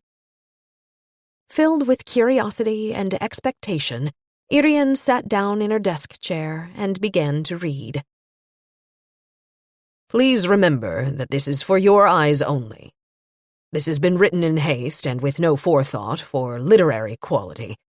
My hope is that my memories of Ernst and Sophia, as well as the other members of the Malmborg family, will be able to help you solve Sophia's murder. My cousin Ernst and I were very close, ever since we were children. One reason was that we were born on the same day, the 2nd of August, although he was born 10 years earlier. We were also the only boys in our generation of the family. Ernst had an older sister named Elsie. Even though she was only 14 years older than I was, I always considered her to be a cold, haughty old lady. I usually called her Snooty Elsie. Not ever to her face, of course. I knew she wouldn't see herself that way. To tell the truth, I believe she was born with a genetic lack of humor, the most difficult handicap a human being can have. Like her brother, she was quiet and kept to herself. She was also tall and gangly, and definitely not attractive. She never made any attempt to improve her appearance either. She never married, but studied to be a pharmacist. Rumor has it she knew the entire range of pharmaceutical medicines by heart, and even knew exactly which compounds each one contained. As far as I know, she never left Stockholm, not even for vacation. She lived in the family mansion in the Östermalm district her whole life. She worked for 40 years at the same apothecary, and died 6 months after her retirement. I'd say she died of sorrow, but my sister Beton says she had a heart condition from birth. Elsie and I never had a good relationship, perhaps due to the difference in our ages. We would meet at family events through the years, but that's all. The reason I started off this email with Elsie is that she and Ernst shared a great number of personality quirks, which they inherited from their father, Hilding Malmborg. Hilding married my maternal aunt Alice. He was her exact opposite. My mother and Aunt Alice were identical twins. They were so similar that even family members had trouble telling them apart. Both of them were happy people and enjoyed life. They made similar choices, except the choice of a partner. My mother married a journalist, Gustav Franke, who was socially competent and extremely extroverted. Meanwhile, Hilding Malmborg was the exact opposite of my father. Hilding was a professor of biology and studied the exciting field of snake nests. Quite honestly, he was more interested in the lives of creepy crawlers than he was in those of his own family. Never mind other members of the human race. As time went on, he turned into a really odd duffer, and at the end of his life, he was definitely showing signs of dementia. My Aunt Alice was 59 when she died of colon cancer. After she died, Cousin Elsie lived with her ever more senile father in the family mansion. I believe that he eventually had a fatal stroke either in 1973 or 1974, as far as I can recall. The last time I saw Elsie was at his funeral. After that, we only exchanged birthday and Christmas cards. She died in 1990, and I am absolutely convinced that she never bothered to read a single book I wrote. I have 3 older sisters, but only Beton made the effort to see Elsie on occasion, the main reason being that Beton lived close by, also in the Östermalm district. But Beton said that she went over to see her because she felt sorry for her. They didn't have much in common, besides being unmarried. Beton is the oldest of all my siblings. She's a nurse, trained by Sofia Nursing School, and for all these years she's worked at Sofia Hospital. She is the sister who has the most caring nature. She'd often say, "Poor Elsie, she is so alone. I try to cheer her up and invite her over for dinner and conversation. She never invites me back. At times I'd try to tempt her to come with me to the theater or to a nice restaurant, but she wouldn't want to go. She'd always say she was under the weather or that it would be too expensive. Quite honestly, she never was much fun." In my most evil thoughts, I always suspected that Elsie was Beton's equivalent to a medieval hair shirt. Ernst was similar to his sister in appearance, but what was ugly and unfeminine in her was masculine and attractive in him. At least, that's what the women around him would say. Still, most of his difficulties with women would come later in life, after he was somewhat renowned, which increased his attractiveness level. Ernst was my substitute big brother, and he probably saw me as the younger brother he never had. I admired him a great deal, and was unbelievably flattered that he wanted to celebrate his birthdays with me. There'd be a big group of us under the lilac arbor at our family's summer place in Roslagen. I could always invite all my neighborhood friends as well as my sisters, and sometimes their friends would come too. At times, my maternal uncle, Kalle, and his large family from Gävle would attend too. They'd stay at a bed and breakfast, and I'd be really jealous of them. That bed and breakfast was famous for its extravagant breakfast spread. Rumor had it that fresh waffles with whipped cream and marmalade were served every single morning. Ernst would come with his parents and sour-faced sister, but he never brought a friend. He never seemed to have any. They stayed at the guest house on the property, which was fairly large and had 2 bedrooms. Bettan and Ernst were the same age, and they'd hang out, sometimes with Bettan's friends. Elsie would sit nearby as the rest of us played cards or Chinese checkers. As I think about it, she must have been in her 20s, but I have her in my memories as a real old boring biddy even then. The Mombori family would stay with us for 4 or 5 days, swimming or sunbathing if the weather allowed. Then they'd head back home, probably because Uncle Hilding was afraid his snakes would starve in their nests. Ernst had revealed mathematical genius already by age 4. Elsie was also good at math, but not compared to her brother. Hilding probably rubbed his hands together in glee as he dreamed of his son's bright future career as a mathematician. However, the old biology professor was disappointed. Mozart and Bach dashed his dreams. When he was 8 years old, Ernst found some old 78s in an attic. He would spend whole days winding up Aunt Alice's gramophone so he could listen to them. A few weeks later, he asked if he could have piano lessons. The family owned a piano. His sister had already banged on it for years, but she was hopeless. Her long-suffering piano teacher had already told her parents that she was completely tone-deaf and had no musical talent whatsoever. After that, there were no more piano lessons for Elsie. Ernst, on the other hand, was a musical prodigy. He attended the Music Academy in Stockholm and graduated with highest honors. He was invited to study at many European music schools, but he refused them all. He believed he could not endure a change of environment, and decided not to become a concert pianist for the same reason. He couldn't handle the touring life. After he completed his studies, he said he wanted to be a composer. I wasn't interested in what happened after that. I was in the middle of puberty and had just discovered swing and jazz music after the war. Now, even more fascinating music was arriving from the other side of the Atlantic, rock and roll.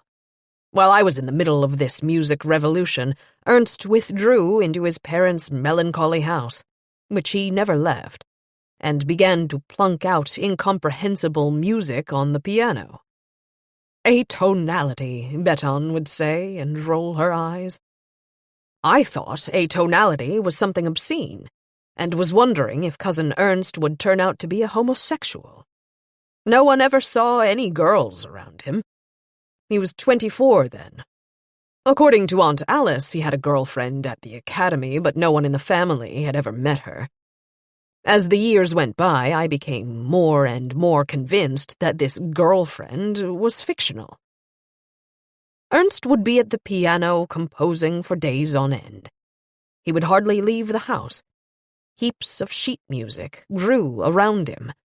Aunt Alice was starting to worry about his mental health and finally had a chat with my father. My father believed it was time for Ernst to come out of his shell and meet people. He had a great number of contacts due to his work at the newspaper. He was able to arrange a performance of Ernst's brand-new compositions. The event was held at the Music Academy, one of the smallest concert spaces. The concert was advertised as experimental, and I had a bad feeling about it. Only 5 musicians were on stage, including Ernst himself. The others were fellow former students from Ernst's academy days. All the relatives had been invited, and we took up more than half of the seats. It was a good thing that we were there to fill the space, because only 10 other people came. What we didn't know at the time was that one of the country's most famed music critics, the tastemaker Bertil Neanderthal, from the newspaper Dagens Nyheter, was also there. He would go on to praise this concert to the skies, and write things like an epic breakthrough for contemporary music, and world-class musical provocation. And his conclusion was that a new musical artist has been born. With this article in DN, Ernst's future success was guaranteed. It was lucky that there was a professional music critic in the audience, because after the concert, all the relatives were touchingly in agreement for a change. It was the worst throbbing and wailing thing any of us had ever heard. Naturally, we had no idea about modern music, and we weren't used to listening to it, my kind mother would say to smooth things over. Still, my sisters and I agreed totally that stuff Ernst was composing could never be called music. Uncle Kalle said I thought Judgment Day had come at last. He said this in such a serious mien that my father couldn't hold back his laughter any longer. He laughed so hard tears started to stream down his face. But Ernst would have the last laugh. Ernst's star started to rise in the heavens of experimental music. A few years later, his name was well known. He began to appear at various cultural events, and hopeful young women began to appear at his side. None of them seemed to touch Ernst in any deep way, and he never talked about any of them. So when the news broke that he'd started a relationship with the actress Anna-Greta Lidman, it hit us like a bombshell. He hadn't told anyone in the family. My mother read about it in a tabloid. Old cousin Ernst began to rise in my estimation, while my mother and Aunt Alice moaned and groaned, and Uncle Hilding disappeared even more deeply into the world of snake nests. My father rubbed his hands in glee. As a newspaperman, he knew the value of having a front-page story within the family. Anna-Greta Lidman was just over 30 when the two of them met, but she appeared much younger. At the time, people compared her appearance to a mix of Brigitte Bardot and Doris Day. As an actress, however, her talent was definitely on par with the likes of Ingrid Bergman. At the beginning of her career, she was advertised as Sweden's #1 sweater girl. But soon the blonde, busty pin-up queen showed she could really act. The director Ingmar Bergman put her into some of his films, and from then on her career was assured. She appeared in a great number of movies during the 50s and 60s, almost all of which became classics. Ernst and Anna-Greta met at the premiere of one of her movies. It was a small, independent film influenced by Buñuel's The Andalusian Dog, a film the history of cinema has now forgotten. Anna-Greta played a pretty small part, for the sake of an old friendship. She and the director were good friends, and Ernst had composed the music for the movie, of course. They were married in 1958. The ceremony took place in Riddarholm Church in the company of family, the Swedish cultural elite, and a collection of reporters from the worldwide press. Ernst was so stylish in his tuxedo that the ladies felt faint, and Anna-Greta's neckline had the same effect on the male guests, or at least something similar. During the reception, the bride drank too much champagne, and it came to light that she was pregnant. The press was jubilant. This was too good to be true. They honeymooned in Italy, and the rest of the family could follow their adventures in the newspapers, which is how we found out Anna Greta was in the hospital for acute blood loss. A few days later, her miscarriage was reported. Her first miscarriage was followed by 2 more. The doctors told her to avoid getting pregnant again. Her last miscarriage was late in the pregnancy and almost cost her her life. Anna Greta had roles in some French and Italian films. Ernst was a productive composer and had reached cult status within a small circle of music experts. It appeared to be idyllic how both of them could continue their careers without any jealousy between them. Ernst never talked about his marriage with the family, but we speculated about it quite a bit. From the outside, it appeared harmonious, and we never noticed any major crisis during the first decade of their marriage. My cousin didn't earn much money for his music, but Anna Greta earned a great deal for her acting. They were in a secure financial state, especially since Anna Greta had been an only child in an extremely wealthy Gothenburg family that surprisingly supported her despite her choice of career. They covered the expenses of acting, dancing, and singing lessons. You also have to realize that she was gifted in languages and she had a good education. She entered Kalla Flugare Theatre College, and the rest of her career went on from there, as I've mentioned. But in the 70s, the same thing happened to her as happens to all sex symbols. It became apparent that she was starting to age. Her childlessness had also dealt a hard blow to her emotional life. She started to look for solace in the bottle. Rumors began to fly. Her looks began to show the signs of hard drinking. It didn't matter if she was a good actress. Offers for movie parts dried up. Her parents also passed away. Her depression became so great that she was placed in a mental institution for a while. When she was released, she decided to move back to Gothenburg. She took over the mansion of her parents. To the surprise of everyone in our family, including me, Ernst agreed to move with her. To be blunt, he didn't have much of a choice. She was the one with the real money. He'd have nothing at all and no place to live if it wasn't for her. Otherwise, he'd have had to move back in with his sister Elsie and his now all but senile father. Hilding died a few years later, and it was at his funeral that I saw Ernst for the first time after he'd left Stockholm for Gothenburg. I also remember that he was happy about his situation in the mansion in the Angorden district. He told me that he had an entire floor to himself, which he'd turned into various music rooms. His grand piano was the focal point in one room, and another room had become a recording studio. A few months later, I was in Gothenburg on business and decided to pay Ernst a visit. Everything he told me about his living circumstances was true.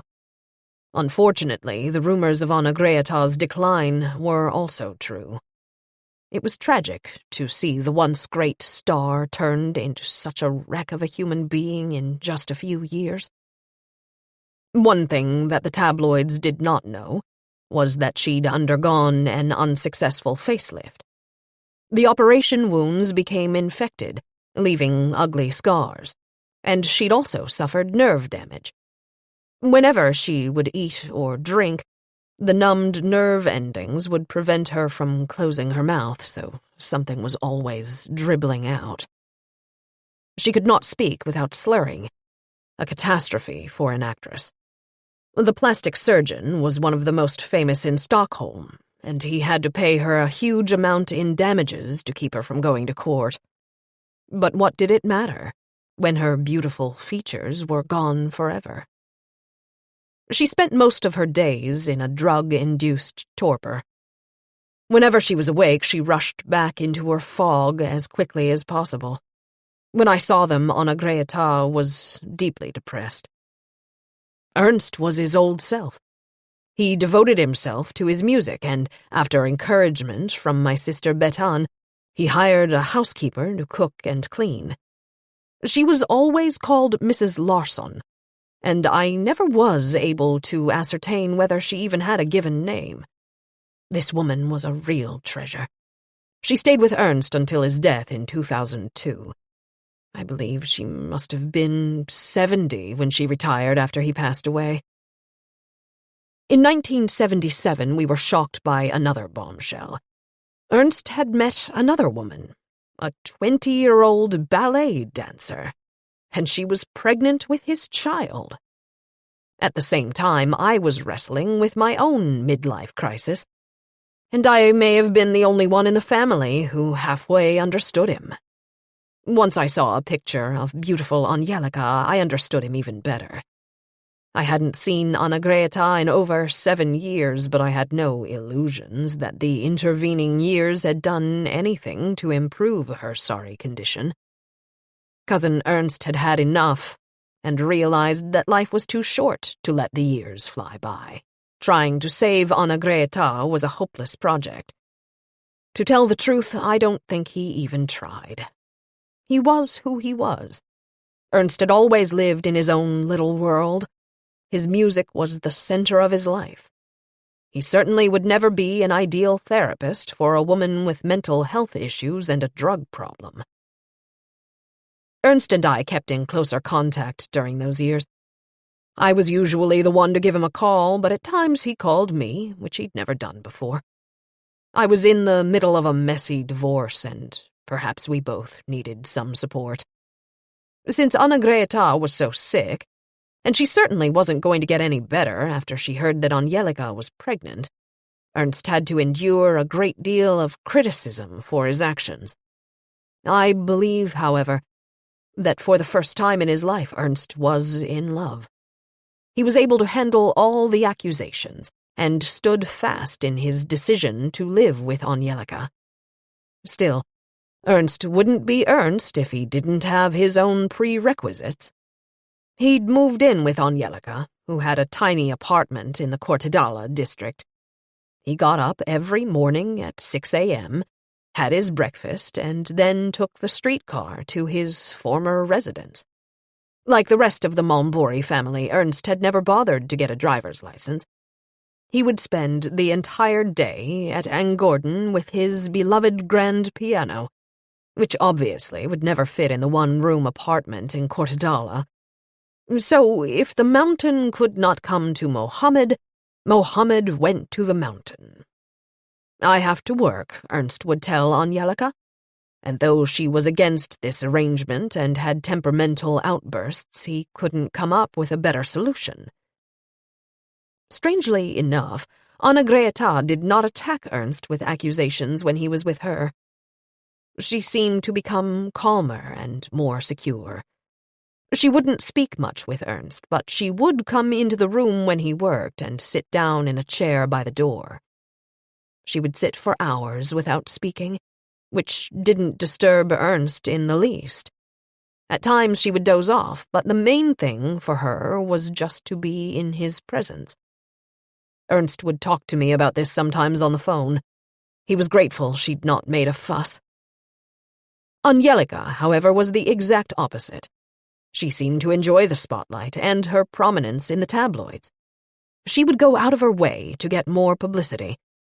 Relatively quickly, it was apparent that she was much too young and intellectually unable to understand such a complicated person as Ernst. Although, to tell the truth, Ernst was simple enough. Just leave him alone with his music and he'd be perfectly content. Angelica's desire to be out on the town and attending parties was something he didn't understand. A few months before the child was born, I noticed that Ernst was spending more and more time at his former residence. He only called me up from Angorden, never from Angelica's apartment. And that's where he was when Angelica called him and said it was time to go to the maternity ward. She was on her way to Ustra Hospital, so it was easy for Ernst to hop on the streetcar for the hour-long ride there. He told me much later that he went to Anna-Greta and told her why he needed to leave. He said she looked at him, and her expression showed her mind was clear. "So it's time," she said, without a trace of her speech impediment. Ernst thought she meant it was time for the child's birth, and agitatedly replied that it was. Later, he realized she was speaking of her own suicide. So, at the same time Sophia was being born, Anna-Greta died. She took a huge handful of pills and washed them down with vodka. Then she put a plastic bag over her head. Apparently, her death was pain-free and peaceful. She fell asleep. I had to keep pointing this out to Ernst the next few days. He grieved for Anna-Greta, although he was not plagued by any feelings of guilt. Anna-Greta always used pills and alcohol to escape. Not me, he said. His grief over Anna-Greta was tempered with his joy over Sophia. He was truly happy to have a daughter. At the same time, his relationship with Angelica began to improve now that Anna-Greta was out of the picture. Strangely, neither Ernst nor Anna-Greta had ever discussed getting a divorce. Anna-Greta had not written a will, and since he was her only heir, as her surviving spouse, he inherited everything. But again, he had to face the torrent of criticism that he was responsible for her death. I have to agree with Ernst, who said Anna-Greta spent 15 years killing herself slowly. I encouraged him to accept his inheritance. Of course, Angelica did too. Her cute little nose had sniffed out a heap of money. She had no compunctions at all about moving into the mansion and becoming Mrs. Momburi II. Ernst had his doubts, however. Although he appeared unable to cope with everyday reality, he was not an idiot. He'd realized a thing or two about Angelica. So for the sake of his beloved daughter, he agreed to marriage, but not before Angelica signed a prenuptial agreement. Sophia had barely reached her first birthday when the marriage began to crumble. Ernst found out that Angelica had been having an affair with a French dancer. She denied it, but Ernst refused to be convinced. He knew by then that she could not be trusted. 6 months later, she met that dimwit Magnus Eriksson and declared that she wanted a divorce. Ernst said that at that moment, he had felt nothing but relief. He was also sad for Sophia's sake, but decided to make sure that he would stay in the picture. I advised him to contact one of the best lawyers in Sweden, Antonio Bonetti, who was practicing in Gothenburg. There was a bitter court fight. Angelica insisted that she did not understand what she was doing when she signed the prenuptial agreement. She demanded that she receive half of the property. Ernst would then receive sole custody of Sophia. Ernst may have agreed to go along with it, but the lawyer Bonetti pointed out that a child always has the right to custody by both parents. He demolished Angelica's demands. The final judgment was split custody and not a single dime to Angelica. She was enraged, but there wasn't much she could do about it. So things went along fine for a number of years after that. Angelica and her new husband lived on Linnégatan. It only took a few minutes by streetcar for Sophia to go to Ernst in Angorden. The problems only really began again once that blockhead Eriksson gambled away all the money the family had. They were forced to leave their nice apartment and move to that shack in the sticks, far from the big lights of the city. Sophia had to change schools, and things weren't going well with the shared custody agreement. She couldn't stay with Ernst every other week, as she wouldn't be able to get to school. Finally, they worked out a situation where she spent every weekend with him. This is how things were, up to the night of that fateful fire in 1989. I remember each and every word Ernst said when he called me up, and not even greeting me exclaimed, "They think she did it." At first I didn't realize it was him. His voice was weak and trembling, not at all his usual calm demeanor. "Who are they, and who is she?" I asked. "The police. They think Sophia set fire to the house on purpose." He was so upset his voice failed him. Once I calmed him down, I managed to coax out the story of what happened. You probably know more about this aspect of it than I do, but according to Ernst, Sophia had been called to the police station repeatedly. Angelica had accompanied her, as well as someone from the children's mental health department. Ernst was in despair. He had a long talk with his ex-wife for the first time since the divorce. According to her, the reason for the repeated questioning was that the house had caught fire shortly after Sophia had left it. Sophia refused to say a word. Ernest had said Sophia told him that she was not responsible for the fire. A few weeks later, Sophia moved in with Ernst and changed schools. She visited Angelica and Frey every other weekend. Angelica complained loudly about this new arrangement, but after a while she noticed it was working for her too. She no longer had any costs relating to Sophia. It could be that mother and daughter were able to forge a better relationship via their mutual love of dance. I would see Ernst and Sophia at irregular intervals. A year or two could pass between visits. Our phone calls also became more sporadic. Ernst no longer had the same need to talk with me. He was content in his life with Sophia. As far as women went, he had a few long-term relationships, but he never lived with another woman again. Mrs. Larsson took care of his household, and Sophia was there for companionship. Things were going fairly well. It must have been a shock for Sophia when she found out that Ernst was suffering from advanced colon cancer. He was doubtful of the outcome, but finally agreed to an operation. He refused any radiation or chemo treatments.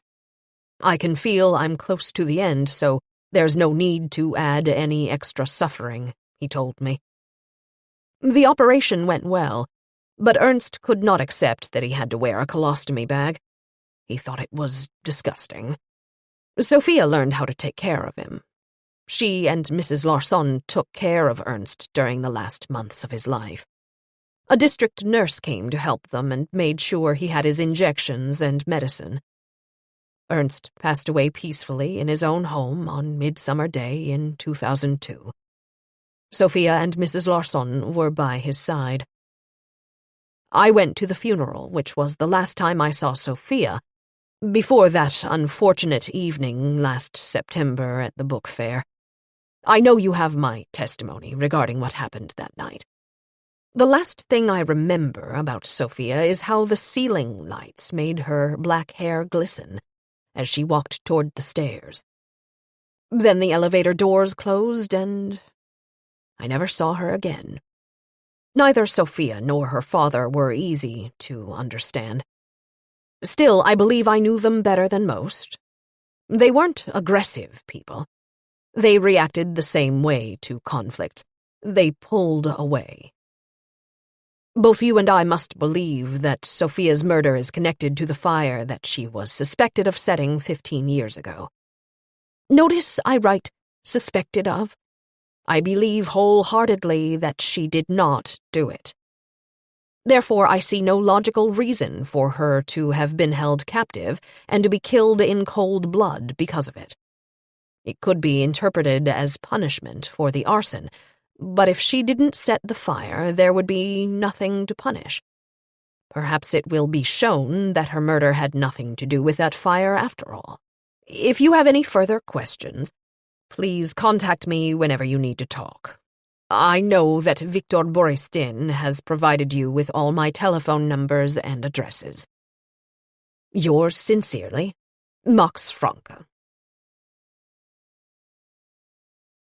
Chapter 7. Angelica Monbori Eriksson is coming over at 2, Tommy said. In that case, I'd like to sit in, Irene said, too quickly. Tommy lifted an eyebrow and grinned provocatively. To her annoyance, Irene felt her face redden. Here, read this. Max Franke just sent it to me.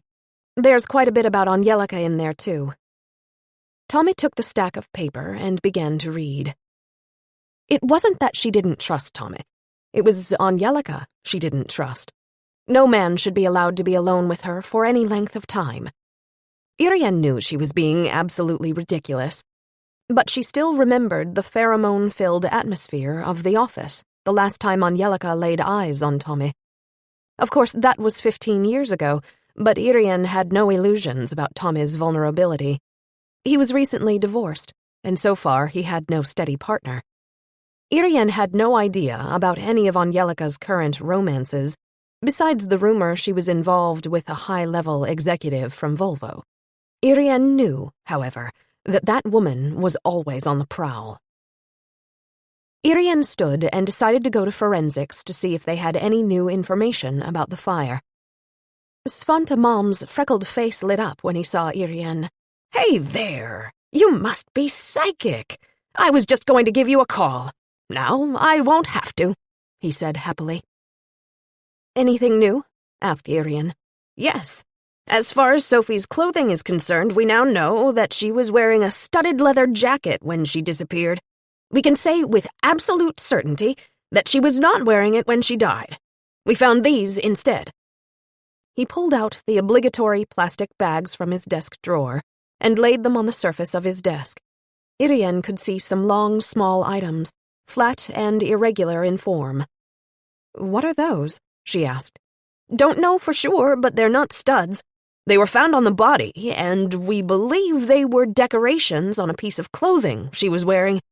We are going to clean them, so it will be easier to guess what kind of clothing they came from." Irene tried to think. Clothing decorations? Jewelry? Something stirred in the back of her mind, but she wasn't able to catch it. She pushed that aside for the moment and instead said, "Perhaps it was a theatrical or dance costume. Her mother is coming this afternoon, and she might know what kind of clothing Sophia was wearing." Yes. The analysis of the rest of the scene is clear. Sophia was lying on a polyurethane mattress. The killer had piled a heap of paper and textiles over her. Probably he poured out some gasoline and set her on fire. The course of the fire was quick and explosive. He'd put a thick woolen fabric over the lower half of the body, which, thankfully, saved it from complete cremation. This fabric was badly burned, but parts of it that were beneath the body were not damaged. An authentic Persian-style carpet, actually, according to our carpet expert Ahmed. Extremely valuable. Let's see. Svante flipped through a notebook, and his face lit up when he found the information he was looking for. Here it is. Probably an antique carabag. Worth between 20 and 30,000 kroner, depending on size. So our suspect set it on fire. But of course you use what you have. What other flammable material did you find? Some woolen blankets. They are more difficult to burn than synthetics or cotton. Newspaper and the remains of patterned cotton. Curtains or sheets. Most likely sheets. So we have a quality carpet and expensive blankets. Simple, thin mattress. Cotton fragments that we don't know much about, Irene summarized. Exactly. Did the tire tracks give any leads? No, unfortunately. We didn't discover the body until Monday afternoon. The weekend had been a busy one, so a case of arson in an old shed that was scheduled to be torn down anyway was not high on our priorities. The rain was pouring down on Sunday and Monday, so all possible tracks had disappeared in the mud. Too bad. I still need to find out where Sophia had been kept for almost 3 weeks. Even if she'd been drugged, where could a person be hidden for that long without the neighbors noticing? Look for a place that's out of the way or abandoned. Preferably both. The farm. It hadn't been searched because it was assumed Ingrid Hagbori was still living there. Not until Irene had talked to Frey had she learned that the place had been empty for 3 months. There was nothing but fields and forests around the house. Even if people were moving about in the village of Bjorkhill, the house was set off from the road and difficult for the neighbors to see. Once it got dark, the killer could have easily driven to Hugsbo industrial area with a drugged Sophia, carried her into the building, and then set her on fire. And in the wee hours, No witnesses had seen anything suspicious in the area, or even noticed the fire. The remains of the fire were discovered the next day. You could be right. We should take a look at the farm. The old woman who owned it has been hospitalized for 3 months. Someone else could have been using her house to keep Sophia prisoner, Irene said. Frey. He'd said himself that he watched the place for his aunt. He had a car. What kind of motive would he have? Why would he keep his sister, half-sister, prisoner for 3 weeks? Why would he drug her and then kill her? At the time of the fire that killed his father, he and Sophia seemed to have a normal relationship. She'd even let him move into her mansion. Sophia's murder had been terrible and full of hate. She'd been abused and drugged. Why would Frey do something like that? Money? No, he would not inherit her wealth. Angelica would. Many people involved with the investigation had stated that Angelica was always on the lookout for money. Could Angelica be behind the murder of her own daughter? She had a car, she had a motive. Would she have been able to carry it out? Not likely, unless Frey assisted her. Would he let her use his aunt's house to keep Sophia prisoner and eventually kill her? It seemed too bizarre, even for Irene, who had investigated a number of horrible cases over the years. "Hello, Earth to Irene," Svante said. Irene started. "Sorry, I was thinking about what you said. I got lost in various theories." Irene excused herself. "I'd be glad if I set you on the right course to solve this case. I hope we get this guy." "We will. Absolutely." Irene tried to sound more confident than she felt. During lunch, Irene and Tommy discussed what Svante Malm had found out. Absent-mindedly, Tommy stirred his spoon in the cup of watery stuff the cafeteria served under the label minestrone. His only comfort was the apple cake with vanilla sauce for dessert. An empty house available to several of the people involved. We definitely ought to investigate the farm. Do we need a search warrant? Irene thought about it. That'll take some time. I have a better idea. But first, let's go get some baguettes. This stuff is not going to get us through the day. Irene went online and began to search through the names of real estate agents active in the Bjorkhill area. The third agent hit a bullseye. Ingrid Hogborg's property was for sale and listed at the Berzin agency. The advertisement included several color photographs and a description. Large horse farm, 18-hectare pasture and fields, 5-hectare forest. Hunting rights.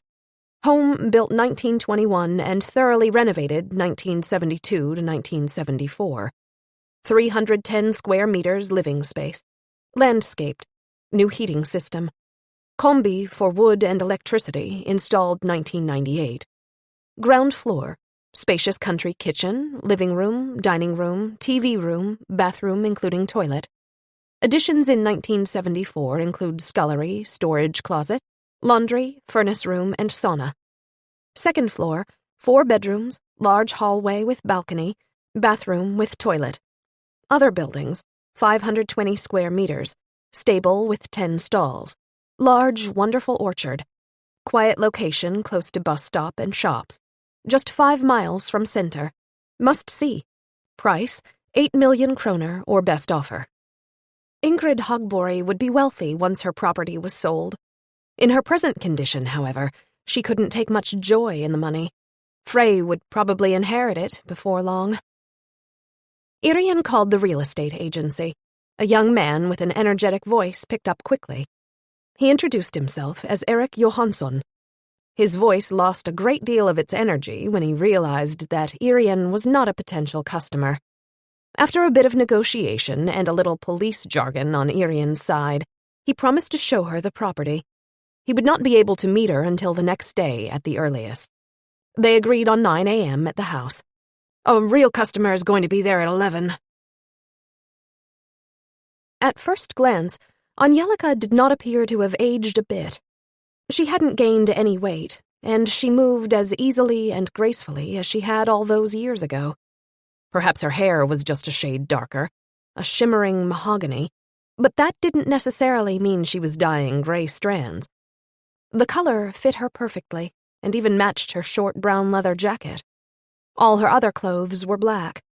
Her V-neck Angora sweater revealed an elegant gold cross in the gap between her collarbones. She walked across the floor in boots with sky-high heels, keeping her eyes on Tommy the whole time. For Irene, she barely condescended to give a glance from the corner of her eye. Tommy got up and smiled widely as he held out his hand. "Hello! Please, sit down." Angelica smiled as well, but her smile no longer gave off the same sparks as 15 years ago. There was exhaustion in her eyes that had not been there before. "It's been many years since I last saw you, but you haven't changed a bit," Tommy reassured her. "Kind of you to say so," Angelica said with the shadow of a smile. As she sat down, she slipped out of her leather jacket to set it across her knees. As she looked at Tommy, tears shone in her dark eyes. In an unsteady voice, she asked, "When will I be able to take her?" Tommy floundered for half a second before he realized what she was asking. "Sophia's body?" "Please." "It could still take a week or two before all the tests are finished. Sometimes a test has to be redone. Would you like me to find out when she will be released to you?" "Yes, please. I've already contacted the funeral home." Angelica fumbled in her purse and finally pulled out a package of paper tissues. She wiped her tears and discreetly blew her nose. Irene could see that Tommy was off balance. This questioning had taken a turn he hadn't expected. As if Tommy were reading her mind, he cleared his throat and subconsciously straightened his back as he tried to take back control of the conversation. "We talked on the phone the day after the body had been identified. You were naturally very upset and emotional, and I decided to wait to talk to you. Now we've made some progress in the investigation, and we would like to ask you a few questions, if you don't mind." "Of course not. It's incomprehensible that anyone would murder her." Tears began to stream down her face, and she pulled a handful of tissues from the package. She pressed one of them to her eyes, and her voice was barely audible. "Sorry. I'm just so upset. And the funeral home today can't understand that she's dead." Irene could tell that Angelica's grief was deep and authentic. It was not difficult to understand her despair over the murder of her daughter. But at the same time, Irene remembered she hadn't shown nearly this level of grief when her former husband Magnus Eriksson had died. Then she had been more concerned about practical problems, such as the lack of insurance money. Before Tommy began his questions, Irene slipped in one of her own, the one bothering her all these years. "Now that Sophia is deceased, can you give me an honest answer? Do you believe she set fire to the house all those years ago?" Angelica swiftly wiped up all her tears. "Never. She was not the one who burned our house. That was Magnus. I am absolutely convinced. He was drunk and smoking. He'd done it before." Angelica began to gesture to underscore her point. Her eyes were now dry, and she almost bobbed up off the chair she was sitting on. She said, "Sophia told me that she didn't even know Magnus was in the house. It was dark and quiet when she came home from school. She ate a sandwich and used the bathroom. She must have had some stomach trouble. She was in the bathroom for a long time. So then she had to bike as fast as she could to get to her ride on time. Tesson's mother always gave the girls a ride to the dance school, and she'd pick Sophia up at the convenience store." Her story lined up with what Frey had said, as well as with the letter Max Franke had written saying Sophia had explained her innocence to her father. Obviously, she'd been able to talk to her nearest and dearest about what she'd done that half hour she was home. She had just refused to talk to the child psychologist and the police. Why? Without revealing her line of reasoning, Irene asked a follow-up question. "If Sophia had nothing to do with the fire at Bjorkhill, why do you think she was burned to death 15 years later?" The tears returned as Angelica barely whispered, "I have no idea." "You don't even have a theory?" Irene said, feeling a sting of conscience as she pressed Angelica. "No, none." Angelica shook her head, lowering her face so it was hidden behind the curtain of her bangs. Angelica wanted to put up a shield. Or perhaps Irene was being unduly suspicious. Perhaps Angelica really had no idea what had happened to her daughter. Irene would have been able to accept that if the warning light of police instinct hadn't been blinking in her brain. Sophia's death and the death of her stepfather were much too similar to be coincidence. Tommy ran through questions concerning Sophia's friends and acquaintances, as well as potential enemies, without stumbling upon anything they didn't already know. Still, it warmed Irene's heart to hear Angelica say, "I am very happy that Sophia and I had a much better relationship the past few years." "Why did you have a bad relationship when she was younger?" asked Tommy. "Well, I wouldn't exactly call it bad. She was a difficult child. I probably didn't understand her properly. Honestly, I was much too young when I got pregnant with her, and I conceived her with the wrong man. Ernst was even crazier than Sophia was." Irene decided to ask another question that had been on her mind since 1989. "How did you meet Ernst Malmborg?" Angelica jerked, as if she'd forgotten Irene was even in the room. She wrinkled her brow unhappily and appeared to reflect, then shrugged and said in a voice devoid of emotion, "I was still studying dance but managed to get a job with a dance troupe. We performed in a festival of modern ballet and music. Ernst had written a piece for one of the numbers. A girl named Gisela and I performed it. The piece was called Night and Day, and Ernst thought we looked like night and day. Gisela is very light, almost an albino. And as you see, I've always been a bit more, shall we say, brunette." For the first time since she'd entered the room, she smiled flirtatiously and gave Tommy a glance from behind her eyelashes. Tommy's expression said he definitely preferred a girl with a bit more melanin.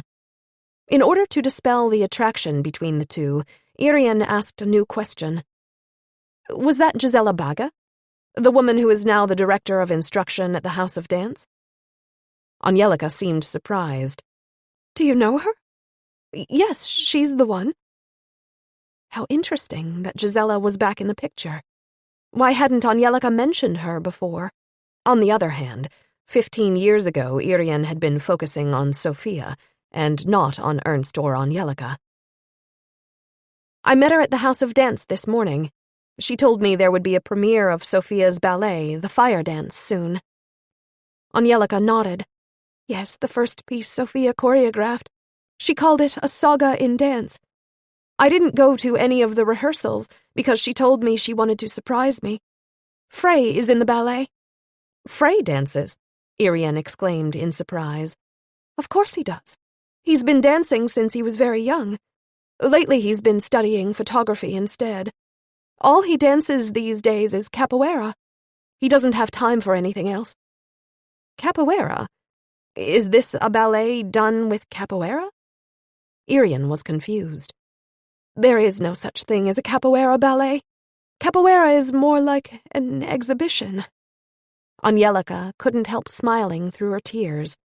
She dried her eyes and blew her nose again. Talking about dance seemed to calm her down. Perhaps because dance was her world, and she felt more in control of the line of questioning. "Of course I was curious what she was up to, and I tried to pump Frey for information. From what he said, there is some capoeira in this piece, as well as some daring new moves. I am really happy that they decided to go ahead with rehearsals, so the premiere can go forward as planned. It certainly would be what Sophia would have wanted." Tommy and Irene sat together for a while after Angelica left. They discussed the case. Irene walked over to the map of Gothenburg hanging on the wall. She tapped a spot with her forefinger and said, "Here is the crime scene. It is on the outskirts of the oldest part of the Hugsbo industrial area. Nothing's going on here because the buildings are going to be demolished for the new pharmaceutical plant. The actual shed in question is especially deserted since it faces the nature reserve of Angord Mountain. It's just 2 kilometers from Angorden. She moved her finger and tapped another spot on the map. Here's Angelika's apartment on Distansgatan. It's equally distant from the crime scene. Sophia disappeared from Park Avenue Hotel here. Irene turned to Tommy. She ticked off her questions on her fingers. Why did Sophia leave Park? How did she disappear? Who met her? Where was she taken? Where was she kept for 3 weeks? Why was she transported to the industrial area? Why was she abused? Why was she drugged? And the most important question, who did all this to her? Tommy leaned back in his chair and gave Irene a taunting look. My dear Watson, we will have the answer to that question once we've found the killer, not before. I believe Sherlock needed to take cocaine to think. Right now, I need a different kind of stimulant, Irene said and sighed. She walked out of the office to get 2 cups of coffee from the machine. Chapter 8. Katerina had nothing else to do, so she was happy to join Irene to go see capoeira. Their dog Sammy jumped into the back of their combi. He loved taking car rides. In his old age, he preferred riding in the car to going on long walks. For his whole 11-year lifespan, he'd always believed the car belonged to him. His owners were allowed to drive it due to his largesse. In the last few years, he even allowed the younger family members to drive, as long as he could ride along. At his last veterinary appointment, Sammy was diagnosed with cataracts in both eyes. During the day, it didn't seem to bother him much, but in the evenings it did. He no longer wanted to go for walks once it got dark. The once plucky terrier now would bark at imagined ghosts whenever the wind rustled the tree branches or shadows moved outside the shine of the streetlights. More and more often, he would bang into mailboxes and posts.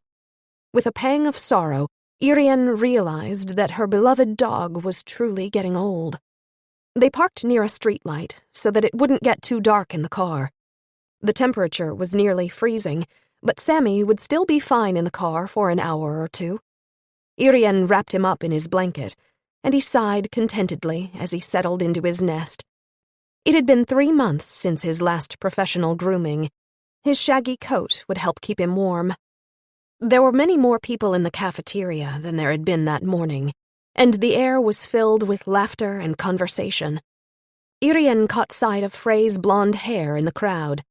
He was sitting next to the girl with pink braids, the girl Irene had watched earlier that morning as she practiced capoeira.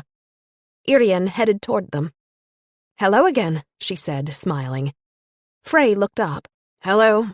What are you doing here?" he said without enthusiasm.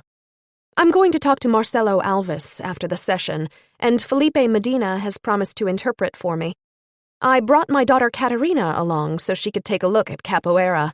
She's interested in the martial—" Irene was stopped in the middle of the sentence by Katerina, who gently but firmly moved her aside.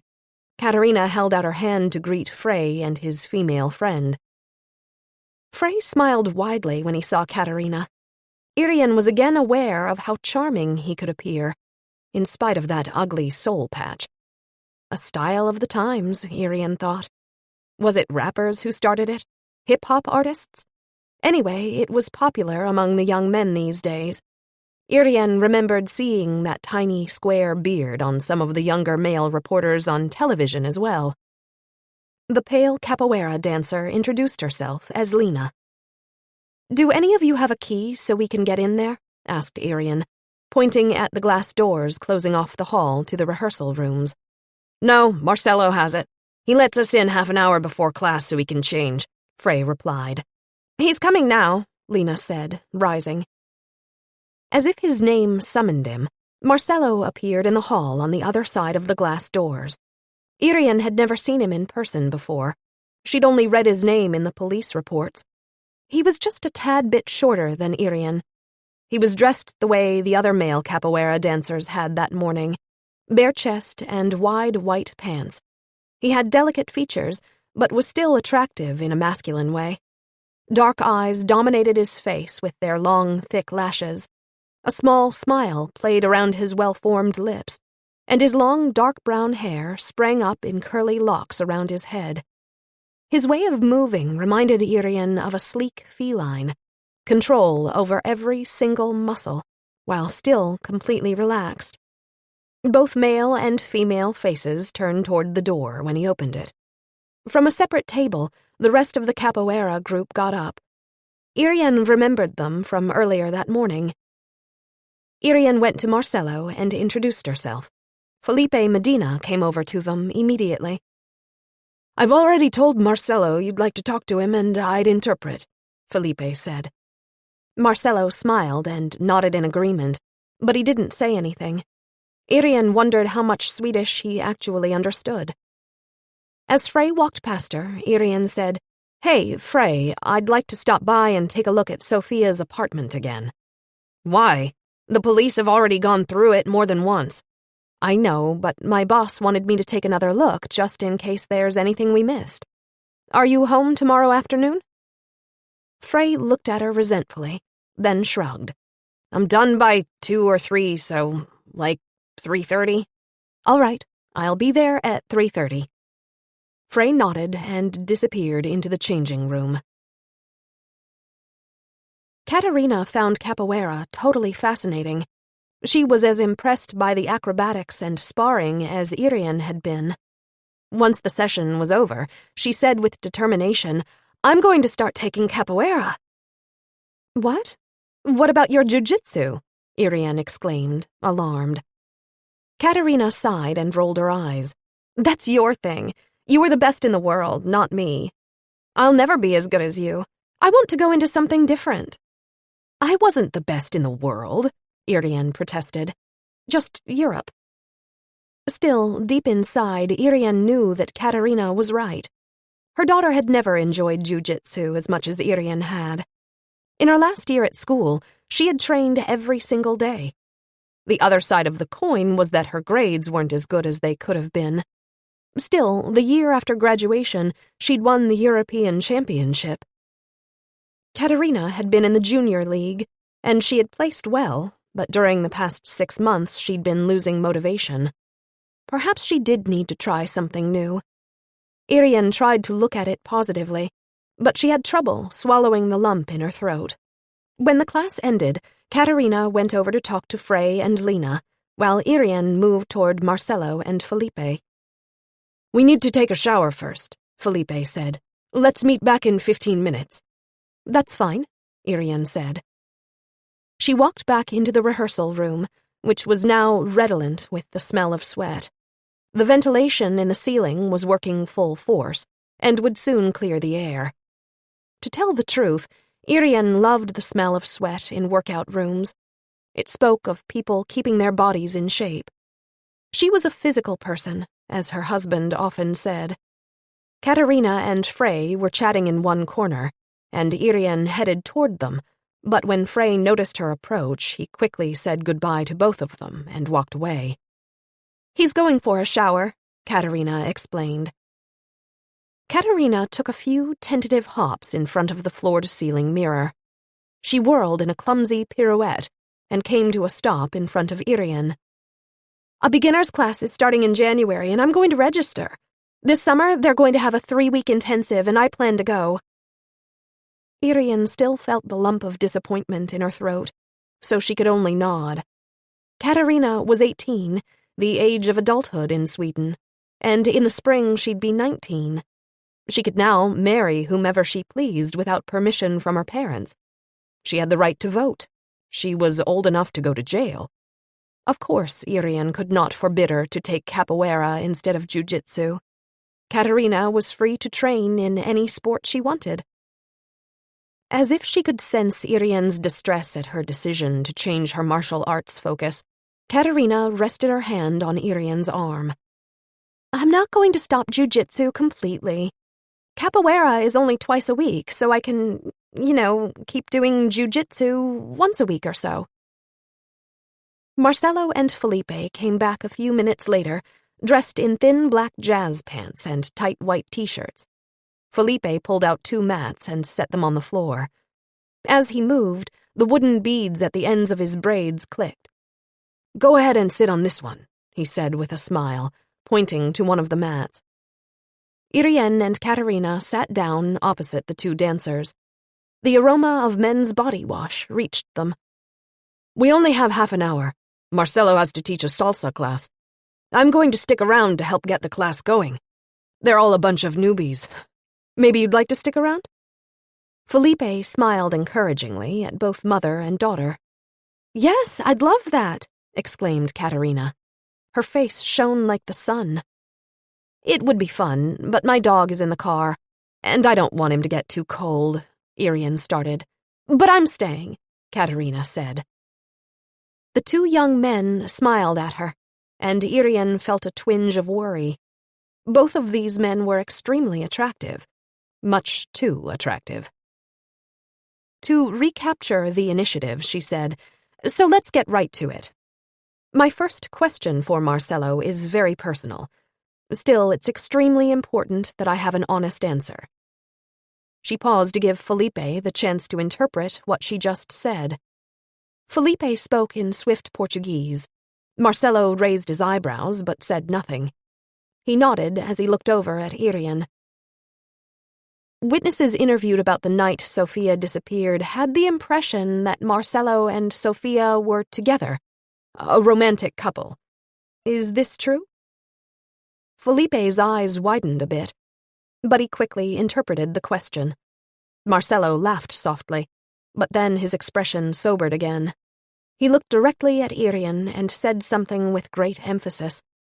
Felipe did not have to finish interpreting for Irene to understand that he denied this.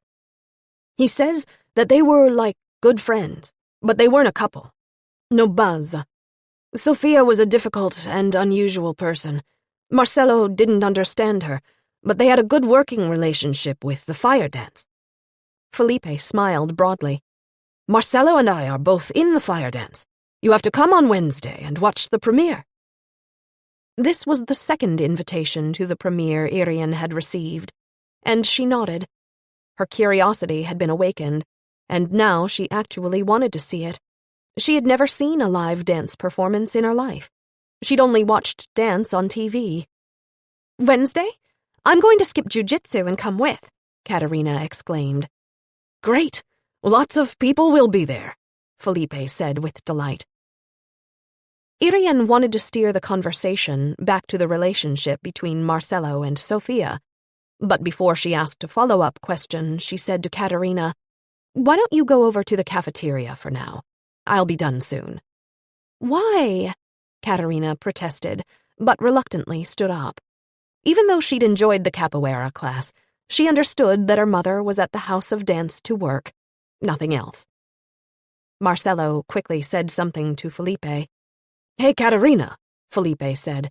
"Marcelo said you can borrow some salsa clothes from us so you don't have to go home in sweaty clothes."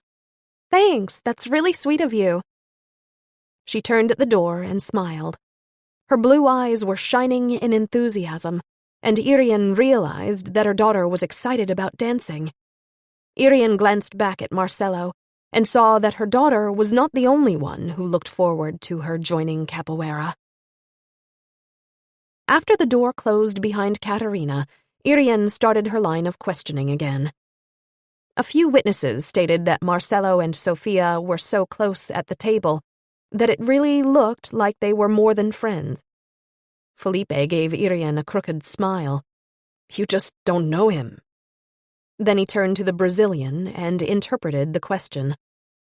Marcelo sighed, and his dark eyes looked into Irene's. He ran his fingers through his thick hair, looking worried. Irene sensed just how disturbing he could be to a woman's peace of mind. "Glad I'm not young anymore," she thought.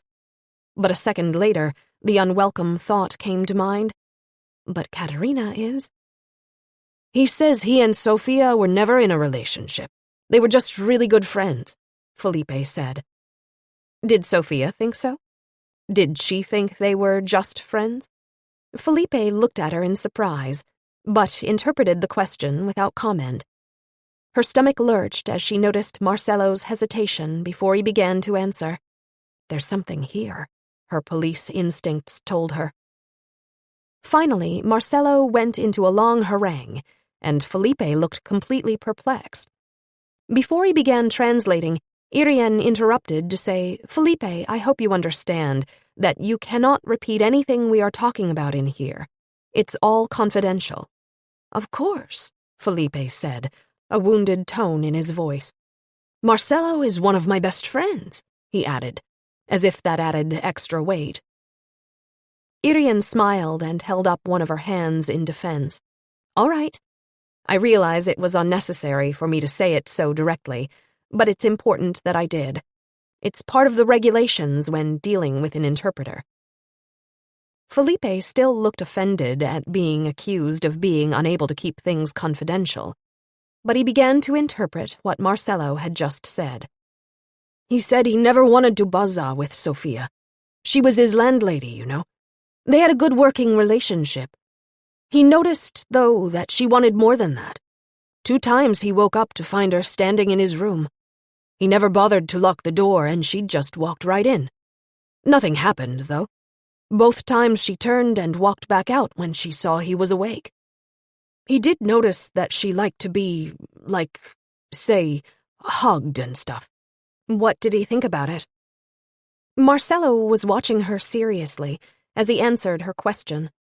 Even if she did not understand his words, she could tell he was trying to make her understand his complicated relationship with Sofia. It was really tough for him. He liked her, but he didn't want sex. She was attractive and everything, but he didn't want any trouble. But he could see that she needed human contact. He believes that Sophie was a very lonely person. The door opened, and Irene could see Lena and her pink braids. Can I let them in 5 minutes? Marcello held his thumb up and nodded. Irene realized that she was out of time. She thanked Marcello and Felipe and left. Caterina was in the cafeteria chatting with her newfound friends in the capoeira group. She didn't even look up as Irene walked past and out into the darkness. Sammy was overjoyed when Irene opened the rear door of the car. She let him out for a short break before they drove home. The cold rain soon sent Sammy back into the car. It was definitely much cozier in his warm blanket nest. Chapter 9. The morning fog lay heavy on the fields. At times, the fog was so thick, the drivers had to creep along the narrow highway leading to Björkland. Irene was 10 minutes late to her meeting with the real estate agent. In spite of the fog, she had no trouble finding him. All she had to do was follow the sound. The Hive's latest album was blasting from the sporty black Toyota. Irene recognized the song, and even though his windows were rolled up, she could make out the words perfectly. Irene parked her Volvo and got out. She walked over to the Toyota and tapped on the window. The guy inside jumped and turned off his stereo at once. He opened his car door and jumped out.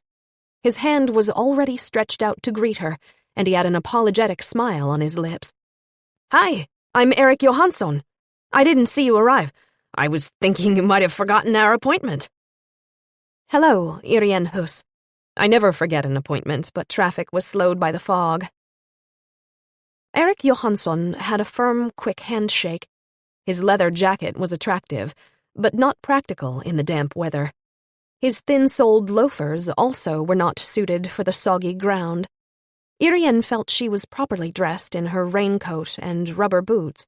Dog owners always keep weatherproof gear close at hand. Erik Johansson happily made some small talk as he stepped between the puddles. He was just over 20 and barely of average height. His feet were soon going to be soaking wet, a fact he mentioned himself as he happened to slip into a pool of water right in front of the entrance.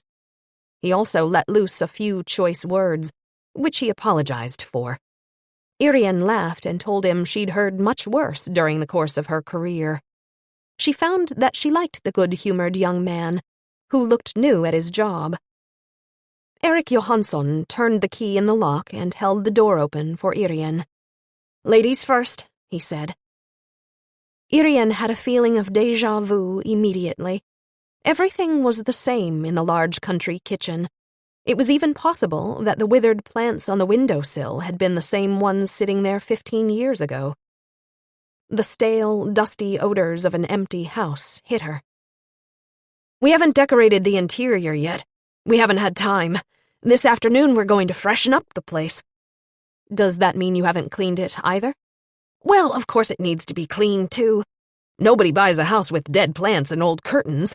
We can't do anything about the wallpaper, but these days the 70s are coming back in style, so maybe it'll be all right. The floor is in much worse shape. Check it out. Scratches from dogs. We really should redo the floors, but the old lady doesn't want to, even if you'd get the money back after the sale. Just sell the place, she told us with a grimace." "I see. And how would you redo the interior?" Irene found herself truly curious. She'd never thought of any of this before.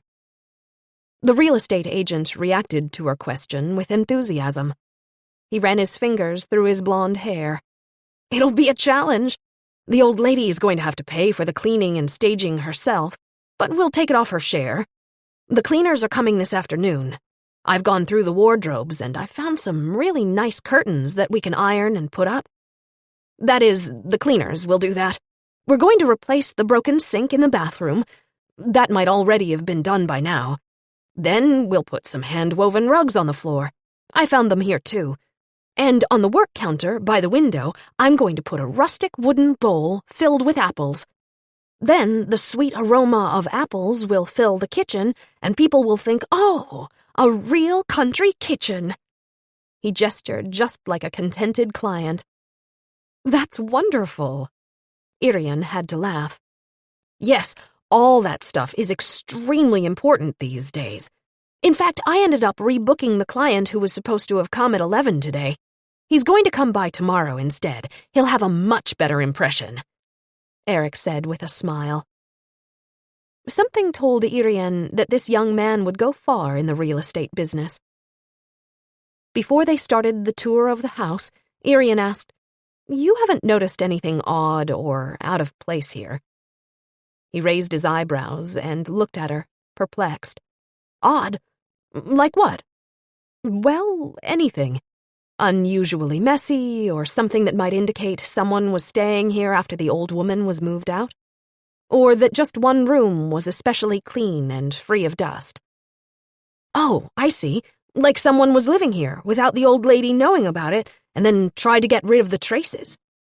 Eric appeared to think about this for a minute, but then he shook his head. "Nope, can't think of anything unusual in any of the rooms in here. The guy who inherited this place has been checking on it and making sure nothing's going on, like leaks or a break-in, stuff like that."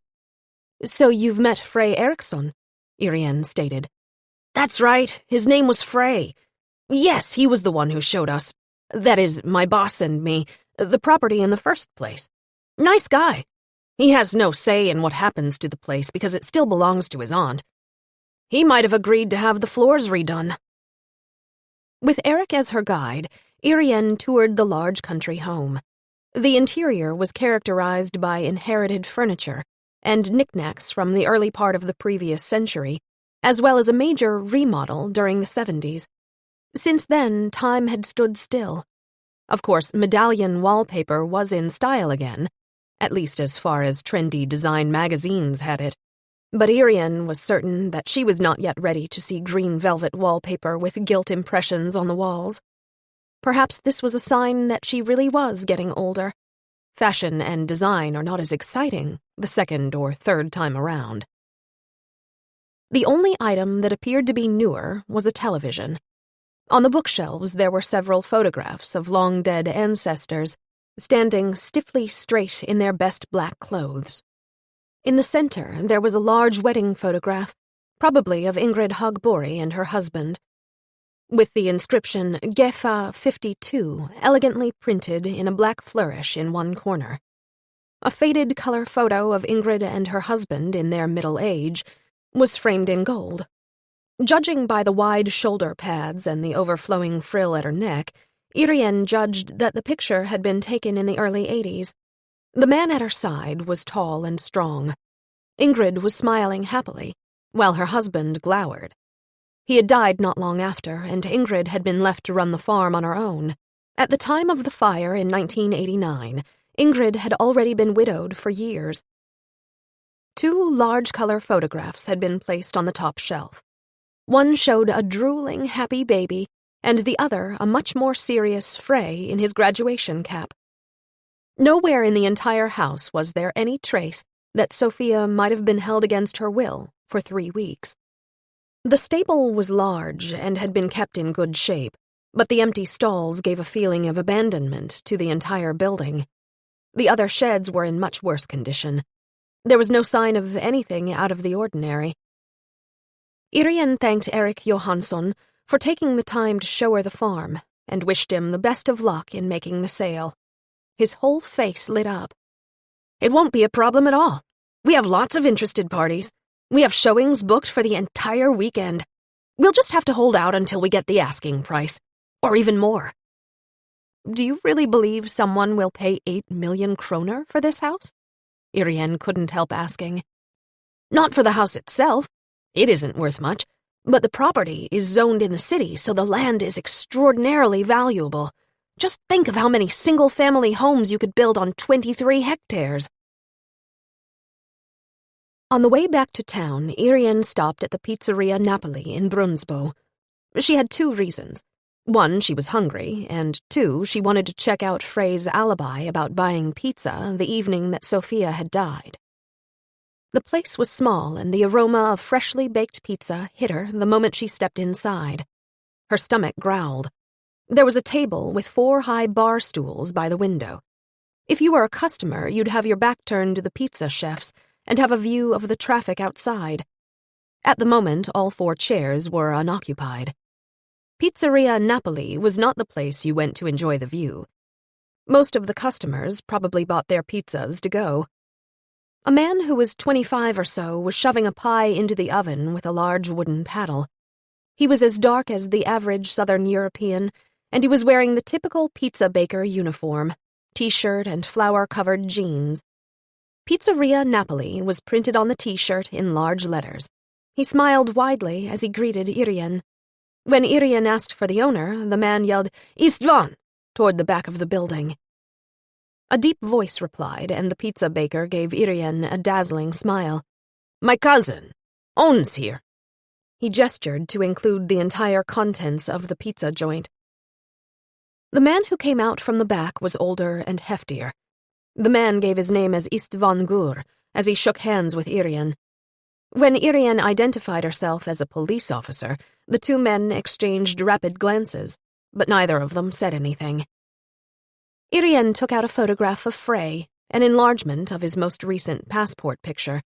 She showed it to the men and asked if they recognized him. Istvan Gur glanced at the photo and shook his head. The cousin took a good long look and then smiled. "Him I know. Pepe. It is Pepe." "Pepe?" Irene asked, confused. "Him I joke with. He buy always pizza pepperoni. Him I joke and call Pepe, 'cause of pizza pepperoni." The cousin's happy expression vanished as he caught sight of the owner's look. In this establishment, it was obvious that one should never discuss the customers with the police under any circumstances. Irene decided to ignore the reason behind this attitude and instead get some answers to her questions. "Do you know Pepe's real name?" she asked. "No, I joke call him Pepe, but he tired of pizza now." "Doesn't he come here anymore?" "Yes, but now he buy kebab special, extra everything," the cousin said, pointing proudly at the menu plastered to the wall. Irene read large pita with extra kebab meat, lettuce, tomato, cucumber, pepperoni, onion, goat cheese. Choice of sauce, 60 kroner. She felt her mouth start to water. "I'd like to try one of those," Irene said. Istvan's gloomy expression eased up slightly. Without saying anything, he began to slice kebab meat from the rotating spit over the oven. He filled a large pita with the condiments promised on the menu. While he worked, Irene continued to question the younger cousin. Do you remember the last time he was here? The young man seemed to ponder this question before answering. 1, 2 weeks. Lots people come. Don't know. He shrugged in apology. But he must come here often if you're able to recognize him, Irene stated. Sure. Know him, sure. Usual he here 1, 2 time every week. He like pizza and kebab. Hope you like it, too. István interrupted them in his deep voice. He smiled slightly and handed Irene the warm kebab sandwich. Could I have a Ramlösa mineral water as well? Irene asked. Irene took her food to one of the bar stools by the window. A few customers had come in while she'd been talking to the pizza baker, and now the men were busy filling other orders. Irene's cell phone rang after she'd barely eaten half of her sandwich. She saw Tommy's name on the display. Can you come directly to Hugsbo? He asked. Sure. What's up, and where should we meet? Let's meet where Sophia's remains were discovered. I've found out some interesting things about this area. The gray layer of fog was still hanging heavily near the tops of the trees as Irene parked on the narrow road. She buttoned her jacket before she got out of the car. It seemed as if the fog was trying to sneak into her collar as it swirled around her neck. Perhaps it was just this dismal place that gave her the creeps. She stuck her hands deep into her pockets while she waited for Tommy. A few minutes later, he drove up and parked behind her car. Have you taken a look at the fire scene? He asked as he jumped out. No, I was waiting for you. They walked together around the abandoned tire manufacturing plant and over to the remains of the old ramshackle shed, now just a heap of blackened boards. Unbelievable that there was so much of her left, Tommy said. There wasn't much to look at beyond the sorrowful sight. They stood silently for a minute and took in the desolate atmosphere. Now let me show you what else I've found, Tommy said. He walked back toward the cars, then past them, and turned onto a narrow side street. On one side, there was a short concrete building with tiny broken windows. On one of the walls, there was a faded sign, Danielsson Brothers Cement Works. Next to the building were piles of abandoned cement pipes. Approximately 10 meters from the former cement works lay the dilapidated remains of a wooden building. 2 of its outer walls were still standing, though they were covered in soot, much like the cement foundation. This building burned down, exclaimed Irene. Yep, beginning of June this year. The building had been abandoned years ago, and it was scheduled to be torn down like the other ones around here. Arson. No suspects. And there's more. Come with me. Irene noticed a bulldozer parked alongside the burned building that would obviously soon be gone. Tommy kept walking a few hundred meters along the narrow streets and stopped before a piece of land that had been scraped clean. They've already gotten rid of it, but this had been a wooden building. At one time, it was a car mechanic's shop. It burned down in April. That was also arson. No leads. Suspect unknown. Any more around here the past few years? No, none. Other than the one in which Sophia died. Strange.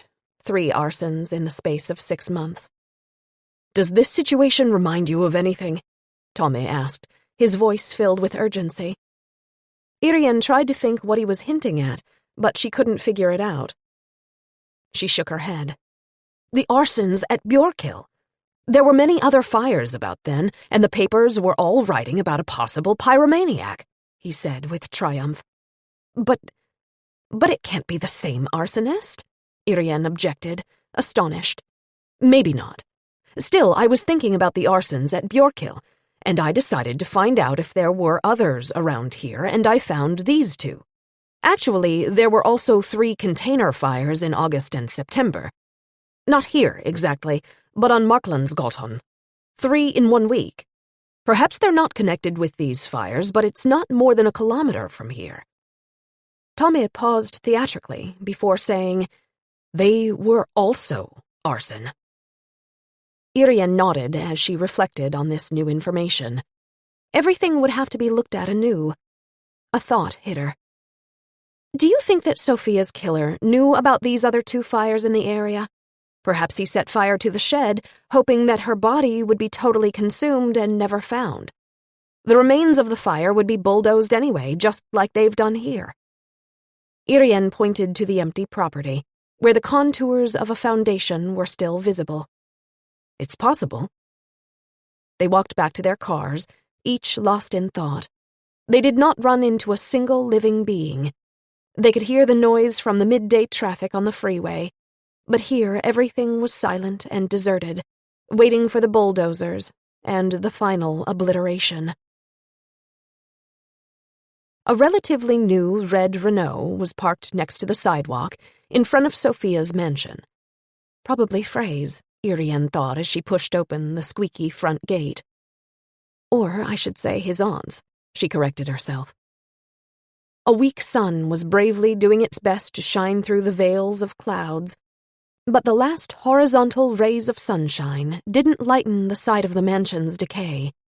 The paving stones leading to the front door were treacherous from fallen leaves and moss.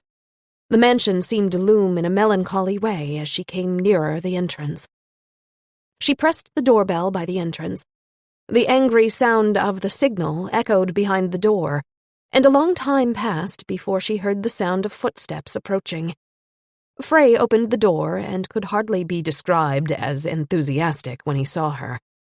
They greeted each other, and Irene stepped over the threshold. The mahogany, chest-high dado rail and the sepia carpets gave the impression of twilight in the large entry hall. There were many doorways along the hall, and at the end was a grandfather clock and a chest of drawers made of dark wood. Immediately inside the entrance reigned an elegant floor-to-ceiling mirror, covered with a thick layer of grime that gave Irene's image a matte, indistinct appearance. To the immediate right of the entrance was a closed door leading to the basement, at least as far as the small bronze sign could be believed. To the left there was a large hat rack, and a few meters farther along, a staircase to the upper floors. All kinds of clothes were tossed at random onto the hat rack. Since just 2 men lived in the house now, Irene concluded that the brand-new, elegant, light brown jacket with a faux fur collar must have belonged to Sophia. She must have also bought the pointed ankle boots with extra narrow, low heels. They were carefully arranged beneath the shelf, waiting for their owner. The sight of the clothes made Irene feel a little sad. Perhaps Sophia had bought them to wear at the premiere of her fire dance. The house smelled musty, and Irene could hear grit crunch under her shoes. The parquet floor, much the worse for wear, creaked and was slightly springy as she walked across it. "Where do you want to start?" asked Frey. "You don't have to lead me around. I can take a look by myself," Irene replied. "All right, I'll be in my apartment. Top floor." Frey headed up the stairs, and Irene waited until she heard him close a door. Then she stepped to the basement door and opened it. The strong stench of mold and moisture swept up the staircase to her nose. She fumbled for the light switch on the inside of the basement wall. She found it, but when she pushed the button down, nothing happened. The light bulb was out. She'd have to go back to her car for the flashlight in her glove compartment. Perhaps Frey had another light bulb on hand, or maybe she could borrow a flashlight from him. She closed the basement door and walked into the kitchen, visible through one of the doorways. Irene stopped and looked the kitchen over. Without a doubt, this was the original kitchen from the time the house was built. The cabinets reached all the way to the ceiling and had beautifully carved edges and corners. They'd been lacquered in dirty beige, but chips had fallen off in many places. The stove and the refrigerator had been updated. At least the ochre color led to that conclusion. There was a smooth glass globe hanging from the ceiling, and a similar lamp attached to the wall above the stove. There were no countertops and no dishwasher. A glance through the filthy windows showed Irene a few overgrown raspberry bushes straggling in front of a dark green hedge. The kitchen stank of leftovers and rotting food. A stack of dishes was piled in the sink. Irene opened the refrigerator door and then closed it as fast as she could. It was empty, but it smelled like a moldy dish rag. Obviously, neither Frey nor Marcello used this kitchen. Although it might be considered for landmark status, the kitchen needed to be scrubbed from floor to ceiling. Irene wasn't exactly a pedantic housekeeper herself, but this was probably the filthiest kitchen she had ever seen. As she walked over the brown linoleum floor, the soles of her shoes stuck and made a smacking sound each time she lifted a foot. The next door opened to a bathroom with a fairly new shower. The stench of ground-in dirt and urine made Irene gag. How could a woman ever live in such a filthy environment, Irene asked herself. She herself didn't mind a few dust bunnies or a few spills, but this was something else again. Her mother Gerd would declare it a trash heap unfit for humans, and sniff. Then she'd get a bottle of bleach, a few huge wash rags, and a big bucket of steaming hot water. The door after that revealed a large dining room lined with the living room. Heavy oak furniture dominated the interior. Gloomy, brownish-red carpets did not lessen the depressing effect. The entire room was covered in a thick layer of dust. The furniture must have been chosen by Anna-Greta Lindemann's parents when the house was new. Except for a few pieces of artwork that were more modern, it appeared that the entire arrangement had stood undisturbed for over a century. The last doorway in the hall was beneath the stairs to the upper floors. It led to a spacious, well-lit room, which had probably once been a library, since there were floor-to-ceiling built-in bookcases along 3 walls. The light from the corner window fell onto a large mahogany desk, on which there was a computer and a printer. Irene knew that the technicians had gone through the computer without finding anything of interest, but this room still gave her some things to explore. The shorter wall had an unmade bed, a simple pine bed from IKEA. The sheets were bright pea green with large yellow flowers, and Irene suspected they came from the same store as the bed. A sour smell, a vaguely familiar one, came from the bed, but it was hard to identify. Irene did not find the bed itself of much interest, but the bookshelf behind it was. Sophia had cleared all the books from the shelves, except for the 2 uppermost ones. The reason those were left alone was probably because they were too high to reach, even standing on the bed. Sophia had arranged all her belongings on these shelves. The lowermost one held all her shoes. There were a number of toe shoes in pink and white silk, as well as black and white ballet shoes in leather and a few pairs of sturdy shoes with heels. Irene realized that these latter shoes were also dance shoes. Closest to the door was a pair of huge black boots. Irene wondered if these were the ones that Sophia had been wearing when she met her 15 years before. Considering the condition they were in, it was not out of the question.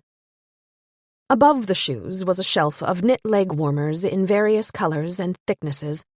In a clear plastic box, Irene could see hairbands and bobby pins. On the next shelf, Sophia had placed her tights and socks. Sweaters, leotards, and other smaller articles of clothing were on the next level. At the top, there were jeans, pants, and skirts. Every item was neatly folded and stacked in orderly piles. Each pile of clothes was of a single color, a red pile, a white pile, a black one, and so on. Irene contemplated the arrangement with admiration. The woman who couldn't even clean her toilet had a meticulous way of sorting her dance outfits and accessories. But where were her other clothes? Irene looked around but saw no dresser or wardrobe. On impulse, she walked over to the mahogany desk by the corner window and pulled open a drawer. Inside there was a heap of panties all jumbled together. The drawer next to it had bras and sports bras. Only one of the drawers had anything remotely connected to what people usually kept in their desks: pens and pencils, dirty erasers, and an unusually long ruler at the bottom. Irene raised her eyes to the wall next to the window, where Sophia had taped up large sheets of paper close together to form a surface of almost 4 square meters.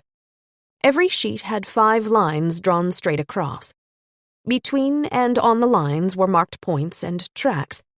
The pattern was incomprehensible and appeared completely random. Sophia had placed a banner across the collection, where she'd carefully written "The Fire Dance." Obviously, this was part of Sophia's saga in dance. Perhaps Frey knew what the mysterious signs meant. She decided to head upstairs and visit Frey in his attic apartment. The stairs creaked loudly beneath each step she took. On the second floor, she decided to go ahead and take a quick look around. The staircase opened up into a light, airy hallway. The only piece of furniture she saw there was an unusually long sofa placed against one wall that gave the hallway the look of a desolate waiting room in an abandoned train station. Across from the stairway, there was a balcony door between large windows. There were 6 closed doors in the hallway. Irene opened the closest one on her left and saw that she'd ended up in Ernst Malmborg's studio. A huge control board with regulators and buttons, microphones, tape recorders, and all kinds of instruments sat there untouched. If it hadn't been for the thick layer of dust over everything, one could imagine that the musicians had just stepped out for coffee and would be back soon. The room next to it was smaller, but it held just one grand piano with its bench. The room was also extremely cold. There were no curtains on the windows or pictures on the walls. Perhaps Ernst thought it would disturb his concentration while composing. She closed this door carefully and opened the door beside it. A large double bed with a faded pink cover dominated the room. Probably Ernst's bedroom. On one wall there was a huge oil painting. Irene took a few quick steps into the room to take a closer look, and saw that it was a portrait of Anna-Greta Lidman in her glory days. The actress's long blonde hair cascaded down her shoulders, with a lock of hair reaching down to one of her breasts. The painting ended just above where her nipples would be, and her upper body was nude. Her blue eyes glittered, hinting at the joy of life, and an elusive smile played on her sensual lips. Alcohol, depression, pills, and natural aging had broken her. Irene felt a strong sense of sympathy for the woman in the painting. No one can win the battle against age. It was lost from day one. Irene nodded slightly, both at the woman in the painting and at her own thoughts. A voice from behind made her jump. "I thought you were coming up to see me." Irene whirled around and had difficulty hiding how startled she'd been. "Did I scare you?" asked Frey, raising one of his eyebrows. He was not able to conceal the pleased tone in his voice. Irene couldn't help but smile at him. "I thought I'd take a look around as long as I was here. Then I wouldn't have to come back," she said. "Okay. Have you looked at Marcello's room yet?" "No, I haven't." He gestured for her to follow him. They walked across the hall. Frey pointed to the room beside the staircase and said, "Toilet's over there. Has a bathtub, too. The next room is a guest room, but, no one has stayed there in the past 20 years or so." He continued to the door nearest the balcony and opened it. He swept his arm in an exaggerated gesture of welcome. Irene stayed put. "Marcello's not home, is he?" "Who cares? He's almost never here." Frey gave Irene's back a slight nudge. "Hello? Marcello?" Irene called out to be on the safe side. There was no answer, so as long as she had the chance, Irene decided to do a quick look through Marcello's digs. They stood in a large room, functioning as a combination kitchen and living room. On the other side of the room, a door was half open. The kitchen contained a 3-in-1, with 2 cabinets, a refrigerator, and 2 stove plates. Irene recognized the setup since the police break room had one just like it. A small kitchen table and 2 chairs were set against the wall. The table was covered by a worn wax cloth with blue checks. Irene thought again of her mother. If Yard could see this tablecloth, she'd immediately grab a dishcloth and a spray bottle. The minimal countertop was covered in dirty cups and saucers, and crumbs crackled underfoot as they walked across the floor. Obviously, Sophia and Marcello shared the same approach to housecleaning. Next to the window were a sofa and 2 mismatched chairs around a coffee table. The table had no cloth to hide its scratched and worn surface. A candle stub had been jammed into a wine bottle there, and melted wax and water rings had permanently destroyed the finish. A number of cigarette burns marred the arms of both the sofa and the chairs. "Does Marcello smoke?" asked Irene. She pointed at the burns. "Smoke? No, why?" "Oh, the holes. He didn't make them. That was Ernst's first wife, the one you saw in the painting. My mom said she used to forget she was smoking when she was drunk. Dangerous, of course. It could, set the house on fire." He stopped in the middle of his sentence and gave Irene a look from the corner of his eye, before he turned around and pushed the door open all the way. "His bedroom," he said shortly. The blinds had been pulled down to keep the room in darkness. Irene reached for the light switch. The faint light from a rice paper lamp barely illuminated the room. The only furniture was the bed, the same kind Sophia had, a worn pine chair and a small dresser. As Irene expected, the bed wasn't made. A strong scent of aftershave hung in the room. Frey opened a wallpapered door to reveal a surprisingly large closet. All of Marcello's clothes were hanging there. Shoes and random items were scattered on the floor. In the middle of the mess was a large cardboard box. Irene peered inside and saw miscellaneous papers and photographs. She would have liked to go through the box, but couldn't with Frey hanging over her shoulder. As they were about to leave, some photographs pinned to the wall above Marcello's bed caught Irene's attention. She stopped abruptly, and Frey bumped into her back. "What the hell?" he asked, surprised. "Those pictures," Irene said. She strode toward the bed and carefully removed them from the wall. 3 photographs, all in color, and all showing a large fire. "What's this, Frey?" she asked in a sharper tone than she'd intended. "What's what?" "Oh, those. Pictures of the bonfires on Walpurgis night. Sophia wanted some photos with fire blazing for, inspiration." "Inspiration?" "For her dance. The fire dance. Marcello had been helping her with those parts where the two of us dance. Capoeira, you know." "You're the one who took them, right?" "Of course."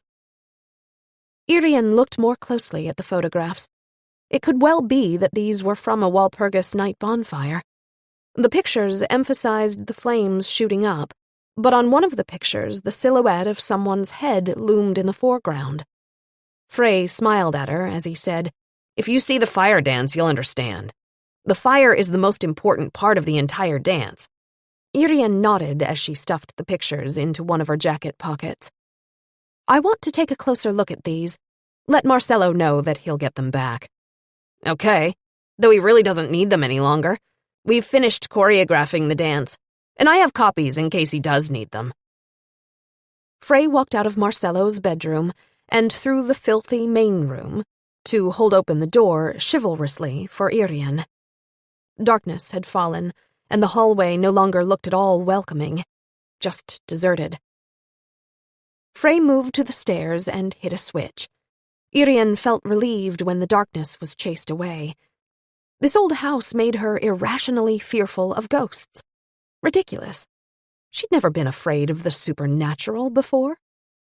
It was probably just the realization that Anna-Greta Lidman had lived here during the last years of her life, and had also died in the house. This house was filled with her tragic fate. "This way," Frey said, as he opened the last door in the hallway. A small attic staircase was hiding behind it. It was steep, but there were railings on both sides. They went up into a narrow hallway with 3 doors. Frey pointed at the one on the left and said, "My darkroom." Then he pointed at the one straight ahead. "My bathroom, and here's the door to my apartment." With a smile of pride, he opened the last door. They entered a short hall with wardrobes on both sides. Then they stepped into a large living room with a slanted ceiling. A large window and a balcony door were across the room. "Faces west," Frey said, gesturing to the balcony. "What a delightful apartment!" Irene couldn't help exclaiming. The kitchen is to the right, and the sleeping alcove to the left, Frey said, not concealing his pride. Although the ceiling slanted down on both sides, there was enough room to stand upright, almost all the way to the walls. In the kitchen, there was the same 3-in-1 combination as in Marcello's apartment, but there was a small kitchen counter with drawers beside it. The entire floor in the apartment had been recently sanded and painted a light color. The windows had no curtains, and there were no plants on the windowsills. The walls were a light lavender blue, and all the furniture was black, including the bed and the alcove. Even the bedclothes were black, Irene noticed. The small sofa and the low armchairs had been draped with black covers, and he'd lacquered the coffee table in shining black. Black and white photographs were on the walls, and in the sleeping alcove hung an enlarged color photograph of the Walpurgis night bonfire. "Did you fix it up all by yourself?" asked Irene. "Yep, the walls and the furniture," he said. "Even the floor?" "Well, Felipe and his cousin Mats helped me there. Mats is a carpenter. He fixed up the kitchen benches, too." The effect was aesthetically pleasing and functional in a strict and slightly cool manner. What Irene noticed above all was how clean it was. She didn't mention that, but asked instead, "Did you carve out this apartment from the attic?" "Nah, it's been here since the house was built. For, the servants. Sophia and her dad had some kind of housekeeper living here, until the old man died." "I've heard something about her. Mrs. Larsson, I believe her name was. Do you know where she moved?" "No idea." He sounded completely uninterested. "Was it her furniture that you fixed up?" "Nah, she took her stuff with her. Sophia and I put whatever she left behind in the basement." "Oh, the basement. I wanted to take a look at it. The bulb over the stairs was out. Do you have another bulb?" Frey shrugged. "I imagine there's a flashlight in Sophia's kitchen," he said. Irene suddenly remembered the strange pictures Sophia had set up in her room. She asked Frey if he knew what they were. He smiled crookedly as he replied, "Ask my mom. I can hear her coming now." Irene listened and also heard the quick steps heading up the creaking stairs. Without knocking, Angelica pushed the door open and breezed into her son's apartment. "Frey, whose car is—" She stopped when she caught sight of Irene. "Oh, it's you," she said. "Hello. I had to check out Sophia's apartment one last time, and Frey was kind enough to give me a tour of the house," Irene said, trying to look as friendly as possible. If you don't have a search warrant, you don't have one, she thought. Angelica didn't say anything in response, but instead looked at Frey, who wouldn't meet her gaze. His face had closed up, and he had a morose look to his mouth. Was he angry with his mother? Angelica frowned and looked sharply at Irene. "Good thing you came today. The workmen will be here soon to rip out the entire interior. Not Frey's apartment, but the rest of the house." "Are you moving in here?" Irene asked in surprise.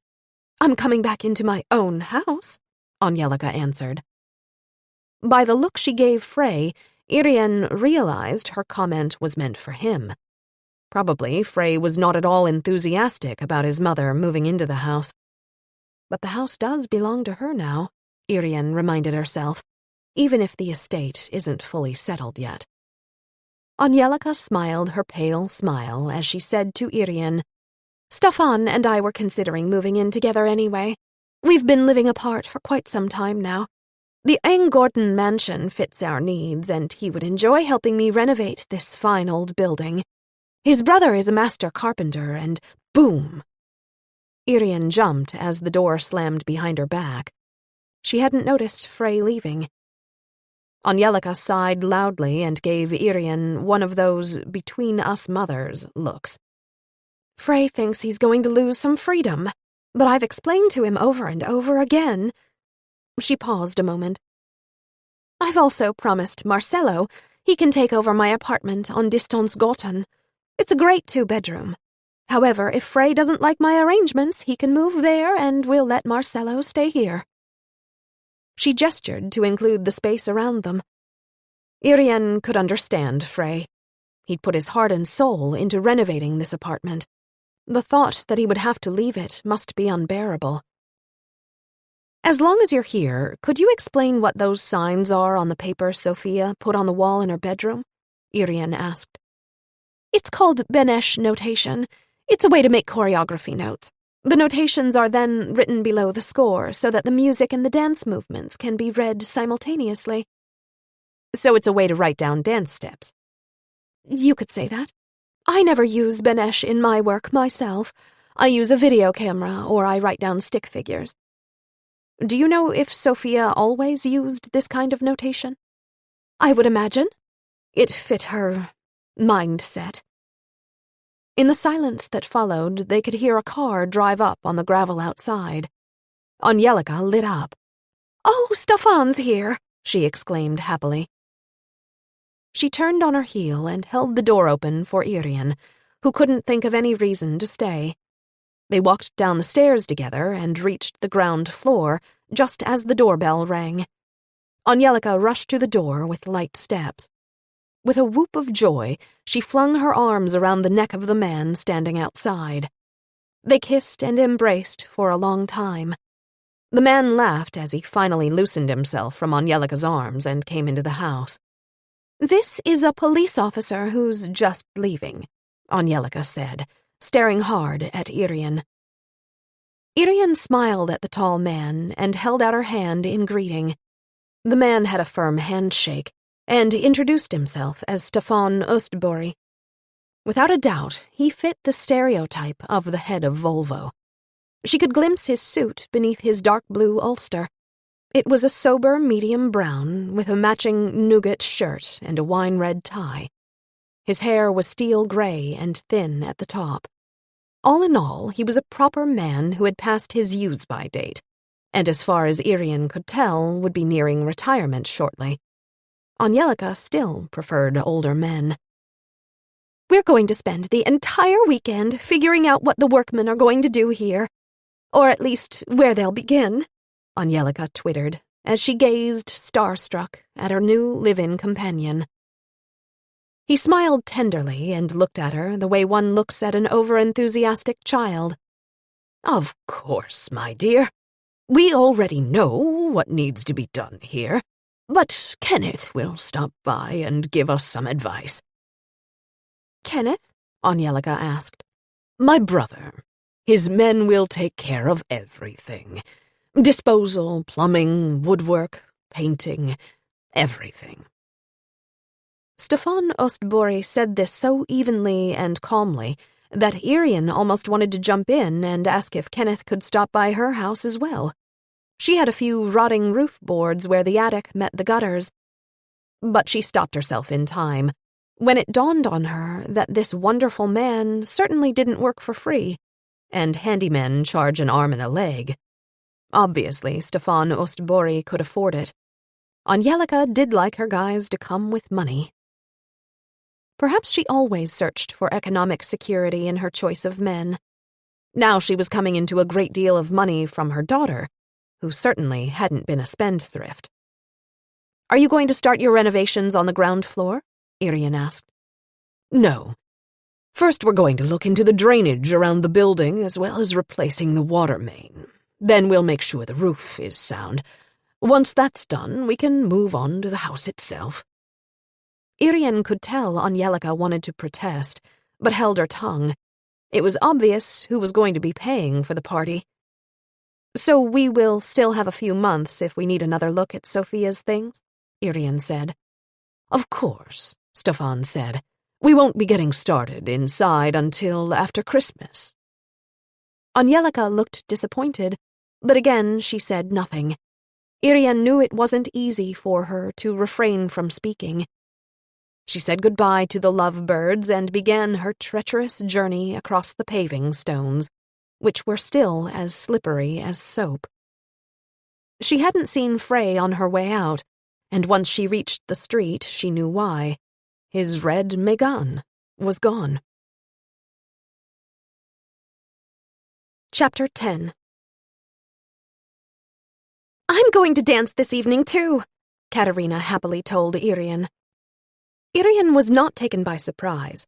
When she'd heard her daughter singing as she walked down the stairs, she'd suspected the worst. It was Saturday morning, and the only reason that Irene was up this early was that she needed to drive downtown to run some errands. "Going to the House of Dance?" she asked. "Yep." "What's the dance class this evening?" "South American. It's going to be great." "A beginner class?" "No, it's a student party, and each student can bring a guest, and I was invited." Katerina smiled, and her eyes lit up. Irene felt her mood sink into the joints of her toes. She recognized these symptoms. Her daughter was falling in love. Things had been calm on the guy front since August, when Katerina and Johan broke up. Katerina had said then that she planned to stay single for the rest of her secondary education, and even, perhaps, for the rest of her life. But now it was happening again. Gisela Baga was right. Marcelo Alves was a danger for the hearts of every woman out there. He'd take whomever he pleased. Marcelo with his glittering eyes and sensual mouth. His hair, which begged for fingers to run through it. A perfect body over which he had complete control. But poor as a church mouse and just about to be thrown out of his filthy apartment. Marcelo was not a mother-in-law's dream. His love lasted as long as the carbonation from champagne. Should she warn Katerina? After quick deliberation, Irene decided not to say a word. Anything she said would have the opposite effect. At any rate, the best thing to do for now was to wait and see how things developed. This great love was hardly more than 24 hours old. "Just think! I never knew how fantastic it was to dance," Katerina said, as she poured milk and cornflakes into a bowl. "Better late than never," Irene said. She tried to smile as encouragingly as she could. She could feel the strain in her facial muscles, but it seemed Katerina was not aware of it. Katerina eagerly whirled her spoon around for emphasis. "I want to sign up for capoeira after New Year's, but I have the chance for some private lessons right now. So from this day forward, I am only going to do jiu-jitsu 1 day a week, and after New Year's, I'm going to quit." "But, sweetie, please reconsider. Why quit after putting in all those years of effort?" Irene realized she was stammering. "That's right. After all those years, it's boring. I'm never going to get any better than I am now. I'd like to try something different. I want to dance." Her last sentence was so determined that Irene realized argument was useless. She remembered Katerina's earlier words. "You were the best in the world, not me." Deep down, she knew Katerina was right. Jiu-jitsu had been her thing, not Katerina's. Her daughters needed the freedom to develop their own interests. When she heard Jenny thumping down the stairs, Irene really became nervous. It was just 9 o'clock, and her girls hadn't come to breakfast so early in almost 10 years. "Hello, sweetie. You're already up," she said to her other daughter. "Yep." Jenny walked over to the counter and sliced a French roll in half. She'd gotten dressed in black baggy jeans and a tight turquoise sweater with a boat collar. She wore a black camisole beneath it. Between her shoulder blades was a small tattoo. She wore no makeup, and her dyed black hair made her face seem pale and washed out. She headed over to the fridge to get a jar of olive paste. Jenny was a faithful vegan, and she never ate cheese or any other animal product. The French rolls had been baked with olive oil and water instead of milk. Jenny always knew what was in her rolls, because she baked them herself. Irene realized it was too late. The girls were already grown. She couldn't really influence them any longer. There's so much that could go wrong in a young person's life, but they have to go out into the world and make their own way. Irene wanted to plead, "Please, Katerina, don't mess with Marcelo. He'll leave you broken-hearted. And Jenny, please just try to be a young girl and don't waste your energy on aping pop stars." She knew she wouldn't say anything. If the girls made a bad decision, they would learn from it, because people only learn from the mistakes they make themselves. "Are you girls going to come downtown with me? I need to do some shopping," Irene said. Jenny just shook her head. Katerina said, "I'll come. I need to buy a pair of dance shoes." I see you're hot for that Latino guy. Jenny gave her sister a teasing look. Si, Katerina said, laughing as she danced out of the kitchen, a salsa step, judging from the swing of her hips. Jenny rolled her eyes and sighed. She's such a nerd. She plopped down on her chair and poured herself a cup of tea. Why are you up so early? Asked Irene. I have to study, got a test on Tuesday, and I have to write a plan for my senior project. What's it on? We're going to make a recording. A recording? Irene echoed. Yep, Polo is going to record a demo, and I plan to document it on video and with photographs. I'm going to write about it as well. It'll be like a documentary of the entire process, from when we start writing the songs until we have a finished CD for sale. Though I have to say, we've already written most of the songs. That's a wonderful idea, Irene exclaimed with honest admiration. Well, we want to do a good job, Jenny said with a smile and a wink.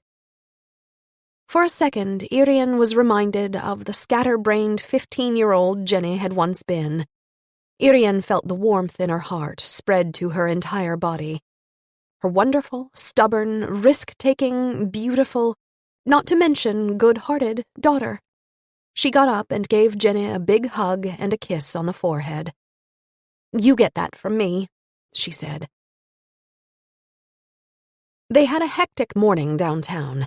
Irene and Katerina ran in and out of the stores, taking a coffee break, standing at a coffee bar before rushing on. Irene felt stressed because she didn't want to miss her jiu-jitsu training that afternoon. Just to be on the safe side, she'd packed her bag with her uniform in the trunk of her car. She'd been wise. One glance at her watch after they'd finished, and she realized she had no time to go home. Don't worry, I'll take the express bus from Drottningtorget. You'll take all the shopping bags in the car, so it'll be easy enough for me. Are you sure you'll be fine? I mean, of course I'll be fine. Katerina got out of the car and waved happily. She disappeared into the crowd in front of the Nordstan shopping mall entrance. Irene felt guilty, but also relieved. Now she would have no trouble getting to the dojo on time, but she wouldn't have an opportunity to bring up the subject of dance and the possible new boyfriend. Irene sighed loudly and raised the volume on the radio. Angie by the Rolling Stones filled the car, and she felt a bit better. When Irene arrived home, a wonderful aroma met her. Her stomach leapt with joy since she'd eaten nothing all day but a cinnamon roll with her lunchtime coffee. Sammy came rushing up to her, wanting hugs and pets. She hadn't paid any attention to him all day, so it was right to treat him to a lot now. Mama, can you take Sammy out? Jenny called from the kitchen. Of course. Isn't Papa home yet? He just called and said he was going to be late. A huge group came without a reservation, so I started dinner. Vegan food, I assume? Of course. Irene felt her mood sink. She was starving and had been expecting a good dinner made by her in-house gourmet chef. She felt grouchy as she unhooked Sammy's leash from its hook by the hat rack and headed outside into the autumn darkness with her dog. When they returned a half-hour later, Christer had just arrived home. First he greeted an over-enthusiastic Sammy and then his wife. The kiss he gave her had the unmistakable scent of damp dog.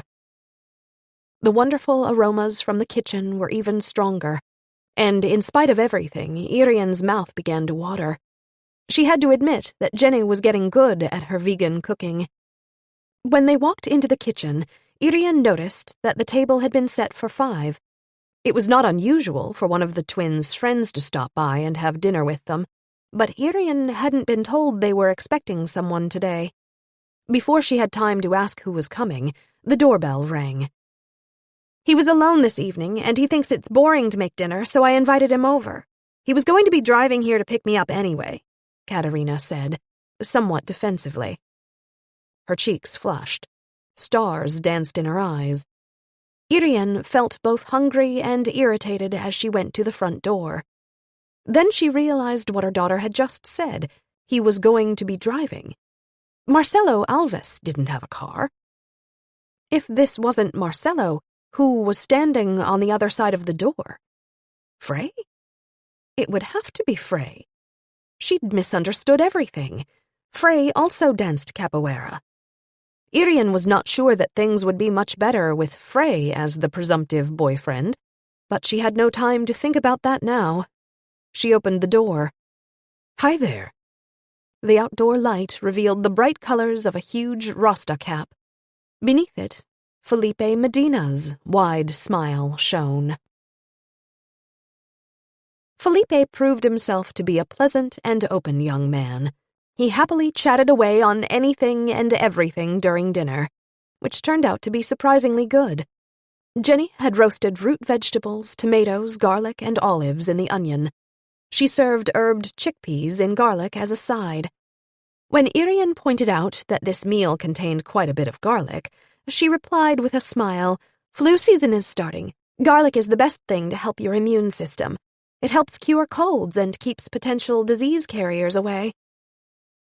There was something to what she said. Irene took a large helping of the root vegetables. To be on the safe side, Christer had added a large chunk of cheddar and some smoked ham to the table to go on the freshly baked bread. Irene and Christer shared a bottle of white wine. Neither the twins nor Felipe drank anything other than water. Felipe was going to be driving. Katerina wanted to make sure she had enough fluids before dancing, and Jenny never drank alcohol. Jenny was a pure living person all the way down to her fingertips. She never used drugs, and she didn't smoke either. It was reassuring for Irene. As a police officer, she knew how drugs circulated in the music scene. One thing she did worry about was that Jenny refused to take any kind of medication at all. Jenny felt that the body should handle all of its troubles on its own. Thank God she hadn't yet gotten seriously ill. Irene knew she'd have a problem with her idealism if that day came. "Are you planning to become a professional dancer?" asked Christer. Felipe smiled and shrugged. "I'm already a professional. I've been training since I was, 3. Mostly I work freelance. I also train groups in capoeira, but I don't want to dance until my joints are trashed, like my father." "Is he retired? Gisela Baga said that dancers retire early," Irene added with hesitation. "He stopped dancing 15 years ago. Now he's an insurance salesman." "What do you want to do when you're done dancing?" asked Christer, continuing his informal investigation. He certainly could interrogate someone gently after all these years of living with a policewoman. "I want to be an architect, but my grades weren't high enough to get in. I'm on the waiting list, number 33 this fall." "Isn't there high unemployment among architects?" Felipe smiled and his braids rustled. "It depends on how you draw." There was something to what he said. Katerina's expression showed she thought this was the cleverest thing she'd heard in years. Irene strangled a sigh as she realized her daughter was hopelessly in love. Still, it was much better that Felipe, and not Marcello, was the object of her romantic dreams. Chapter 11. The first Monday morning in November was exactly as one would expect from the first Monday morning in November. Damp haze stuck to the windshield like glue, and the entire city was dripping moisture. It was just above freezing, but the weather service predicted a change in the afternoon. A high was coming in from the east, bringing clear skies and cold temperatures for the next few days. It would be pleasant to have a change from the dismal gray rain they'd endured during the past week. Felipe had given Katerina 2 free tickets to the fire dance, and she'd asked her uncultured mother to the premiere. She didn't have to ask twice, as Irene was already curious about Sophia's saga in dance. Always something to look forward to, Irene thought, as she turned the wipers on high. The day started with a bang. A gruesome case of assault connected to a case the papers had already started calling the gang killing.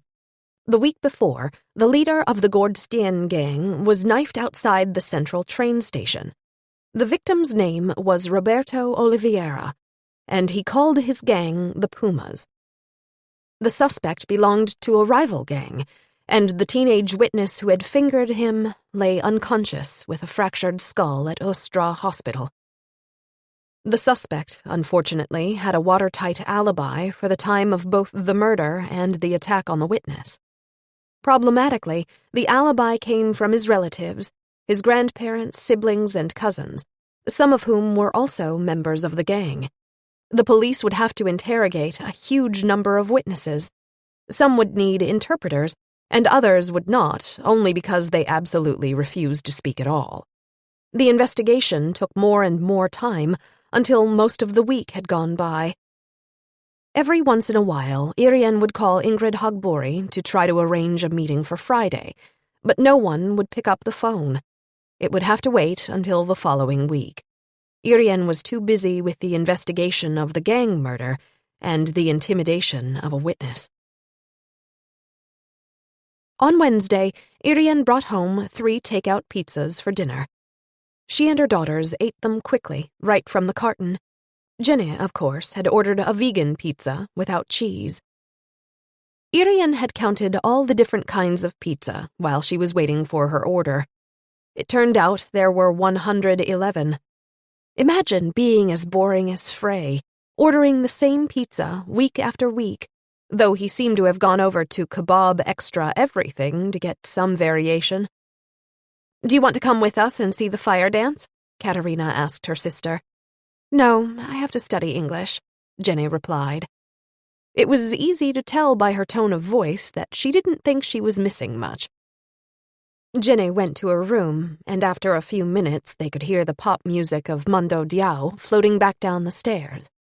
Irene looked at Katerina. "When did Jenny start listening to that kind of music?" she asked. "A couple months ago," Katerina replied.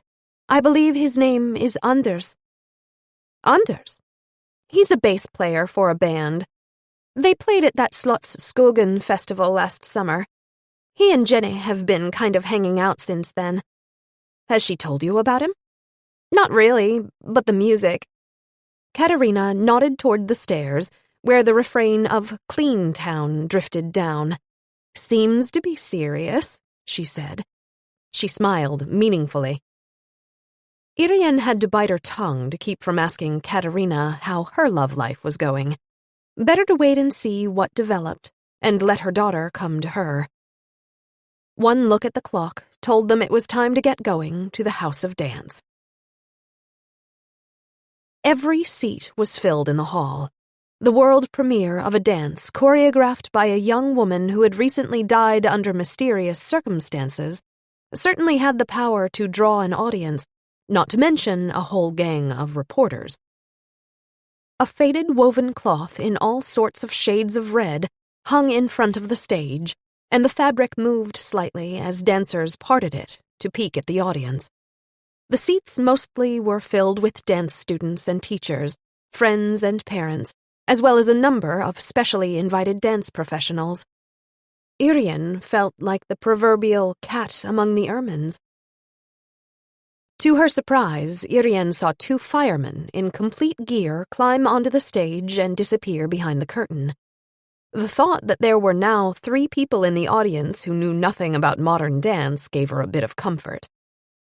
Irene looked over the program she'd received when she entered. It was a simple sheet of paper folded in half. "Welcome to the world premiere of The Fire Dance, a saga in dance by Sofia Mombori, choreographer. Sofia never saw her work performed. Her tragic death has touched us deeply. The ensemble would like to dedicate this performance to her memory. Music, Ernst Mombori. Direction, Gisela Baga. Set design, Marcos Andersson from the Elcherlena Theatre. Costume design, Ida Jarnborg. Dancers, the King, Daniel Nilsson. The Queen, Sandra Brunskog. The Princes, Lina Gustafsson. The Prince, Tobias Falk. The Guardian, Isolda Werner. The Fire, Marcelo Alves, Felipe Medina, Frey Eriksson. The Guests, Evita Medina. Caroline Ostman, Victoria Shelbari. Other participants: Marcus Andersson and Tina Jonas-Dotter from Eldskärlena Theatre. The lights went down and the curtain parted. The entire stage was dark. Then one musical note swept over the audience and increased in intensity as morning dawned behind the silhouette of a circular tower. Around this tower were 3 6-foot, U-shaped narrow steel rods. Irene couldn't figure out what they were supposed to represent. The tower was gloomy and threatening. Slowly, full daylight came as the music changed to a line of melody that could hardly be called pleasant to the ear. Irene now understood what Max Franke meant when he described Ernst Mombori's music. Atonal, as Ernst's sister had called it, rolling her eyes. Several figures danced onto the stage. They all wore black, but it was still easy to distinguish who was who. The Queen was the first to appear. She was dressed in a wide, long dress with a golden tiara glittering on her head. The Prince and the Princess swirled in hand. Each wore a simple gold band around their foreheads. They had on tight leotards, and the princess's skirt was short and wispy. Her long rose-dyed hair stood out against all the black costumes. Irene recognized Lena from Capoeira. The Guardian entered after them. She wore a rough cape and came to stand with bent legs in front of the dark castle tower. The Queen and the 2 royal children crawled across the floor in an odd dance, but Irene could tell that they were at least following the music. Suddenly, the music stopped, and the dancers stood as if petrified on stage. One lone drum began to beat. It increased its tempo until it neared a frantic crescendo. From backstage, a dancer leapt out. This figure wore a gold crown clearly signifying the king. He moved across the stage with hunched leaps and wild but rhythmic gestures. In one hand, the king held a bottle and would take large swigs. The Queen and the children huddled in fear as the king captured the entire stage for himself. He swaggered and gesticulated for a long while. The music calmed down and the king began to yawn. He lumbered over toward the tower. The Guardian let him in and then locked the door behind him before going back to her spread-legged stance.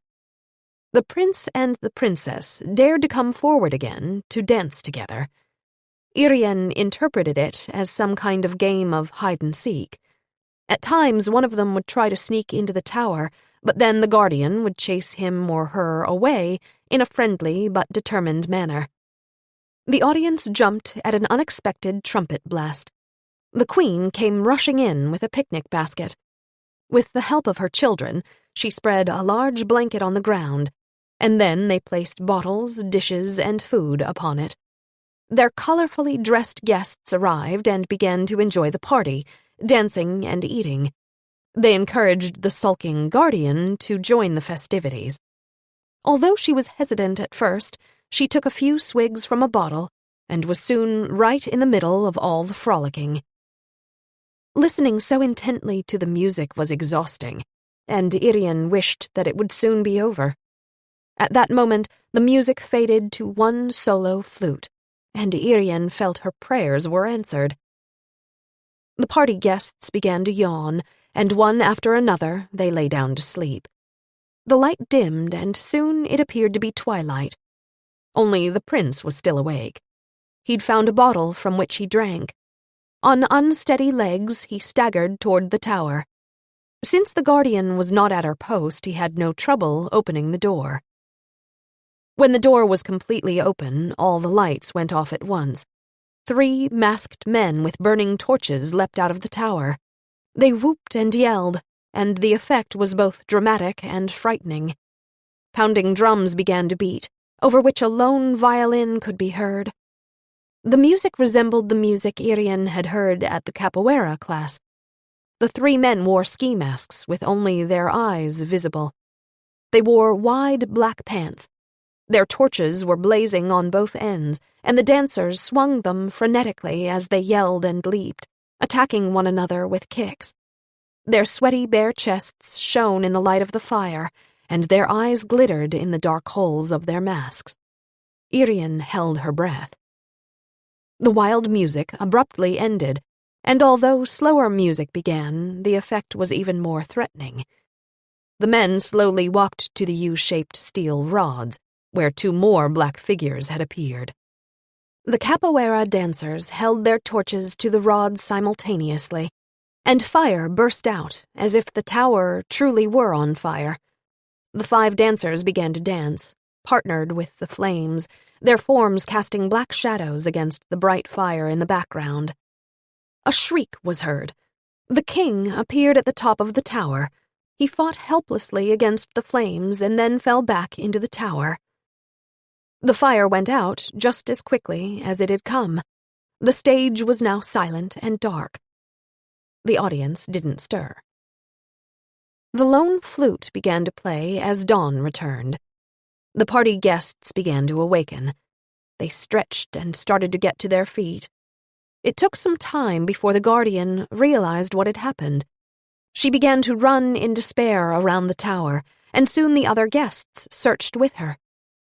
The guardian found the prince sleeping peacefully, still clutching his bottle. Resolutely, she pulled him to his feet. She hid him beneath the queen's wide dress, and then the guardian hung her large cape over the queen as well. Their trick seemed to work, as none of the other guests noticed how the prince was brought away. A few moments later, the 2 women returned with the prince between them. The guests brought out colorful shawls and hung them around the royal family members. Everyone danced, their shawls swirling. The atmosphere was almost ecstatic. One by one, the dancers left the stage until only the princess remained. Lena then danced a solo. Her rose hair and her multicolored shawl whirled over the stage. She radiated enormous strength and energy.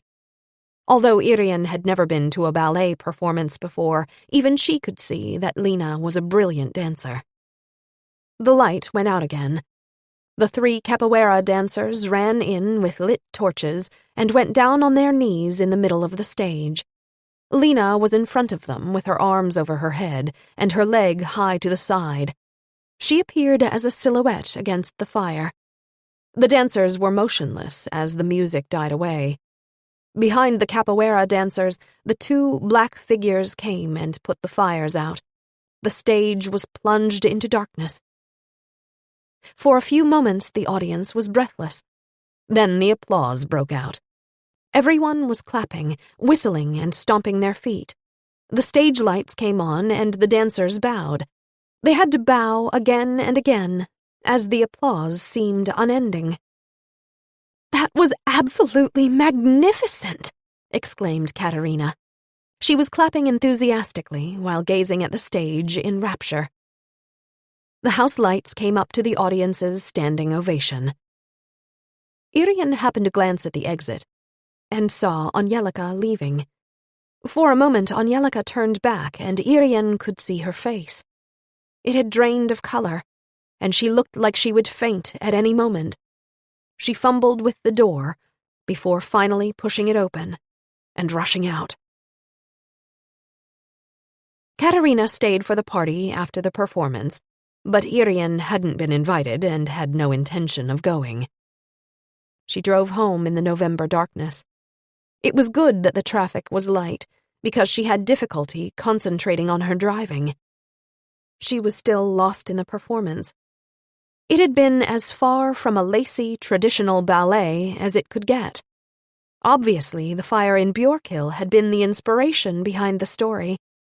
Even if the main characters and the place were not identical, the basic chain of events in real life was the same. Angelica was the queen, and Sophia and Frey were the royal children. That much was obvious. The fire was the one that had killed Magnus Eriksson.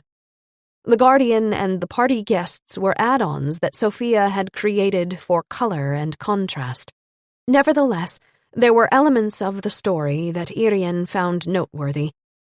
The queen and the children were in black before the fire.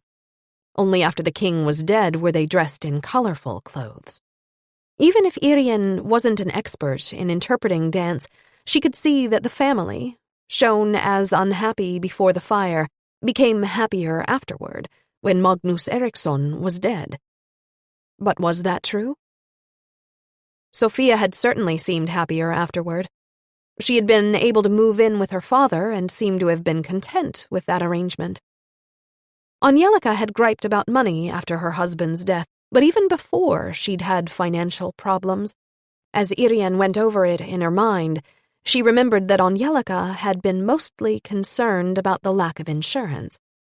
She had been freed from her drunken and gambling husband. Still, she didn't have to wait for his death to be free. She simply could have asked for a divorce. Frey had lost his father. How had the relationship been between father and son? Irene realized that she had no idea. Angelica had said once that Frey had had emotional difficulties after his father's death, and so it had been a good idea for Sophia to move to Ernst's. Irene contemplated Angelica's reaction after the performance. It would have been understandable if she'd been moved to tears watching her dead daughter's work performed. Still, Angelica hadn't acted the part of a bereaved mother. Her eyes had been wide with fear. There was no grief in them. Her fingers had been stiff from terror as she'd grappled with the door handle. She'd looked like she'd just seen a ghost. Chapter 12. At Thursday morning's prayer, Irene brought up the issue of the probe into Sophia's murder. The superintendent wrinkled his forehead and said sternly, "We have a number of ongoing investigations right now. We have to work on the murder of Roberto Oliveira immediately. We've got the suspect in jail, and we don't have much time to break his alibi." "Good luck with that," Johnny muttered. "What the hell do you mean?" Andersson growled. "I mean that this Milan guy is one tough devil. We couldn't lock him up for the knifing last summer, and this ridiculous alibi, a family party with over 30 people in attendance, yeah, try and break that one." Johnny's grin was more a grimace. Andersson glared darkly at him, but it didn't help. Johnny was right. It was tough to prove Milan hadn't been at the family party. Any witnesses to what had really gone down that night wouldn't spill to the police. Most people have a good sense of self-preservation. "We still have to try. The more time passes, the easier it will be for that son of a bitch to get away with it," the superintendent said glumly. "But we have him on the Central Station security cameras the night of the murder," Birgitta protested. "Sure, but he never denied that he and his gang were at the train station. We don't have any pictures with Milan and the murder victim in the same shot. We can't even prove that they ran into each other that night," Friedrich Streed said. "Milan states that at 11:30 he went straight from Central Station to the party. The murder happened a half hour later. Milan was with his 30 witnesses by then," Tommy added. "His whole damned family, right. They're all having dinner after midnight. Their religious festival, Ramada, what is it called?" Johnny asked. "Ramadan," Tommy said. "The assault took place right outside the victim's residence, no witnesses," Birgitta said. 1.5 weeks after the murder. 5 days since the assault. The trail is starting to get cold. We're going to put everyone on it today and tomorrow, except for you, Irene. You have until next week to solve the Sophia murder. Do you have any idea where you're going to go from here?" Irene thought about it, then said, "We haven't talked to Ingrid Hagburi. I think that's past due." "All right, go talk to the old lady. The rest of us are going to be busy with this damn foreign gang and all their relatives." The superintendent got up to demonstrate that it was time to get to work. Irene watched him go. Would he call Felipe a damn foreigner? Probably. Neither Marcello nor Felipe were very dark-skinned, but they were definitely darker than the average Swede. Irene had no illusions. They were foreigners, and their children would be foreigners even if they were born in Sweden. Because of the color of their skin, they would always be seen as foreigners. Irene still didn't get an answer when she called Ingrid Hogborg. She decided to drive out to the assisted living facility in Torslanda. According to the phone book, the place was called Happy River Assisted Living.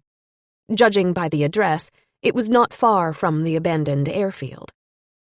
The identical 6-story yellow brick buildings looked brand new. The surrounding area was still mostly countryside, but there was a great deal of construction activity. The politicians had rezoned the area and planned a new center with shops, apartment buildings, and social services. The area around Gothenburg was expanding quickly, and Torslanda was attractive with its access to the ocean. Irene parked in a visitor's spot. She could see small rose bushes huddling in the flower beds. They would need a few more years to really come into their own. Narrow sticks that would be trees were planted here and there, held upright by props thicker than their skinny trunks. The entire area had a cold, abandoned look in the November fog. The sound of the foghorns near the sea made a somber chorus. Irene had a bag of treats she'd bought at the bakery on the way. She buttoned up her jacket to protect against the chill before she got out of the car. Ingrid Hogborg lived in Building 4C. The entrance was on the other side of the building from the parking lot, and it was locked. All visitors had to use the entrance telephone.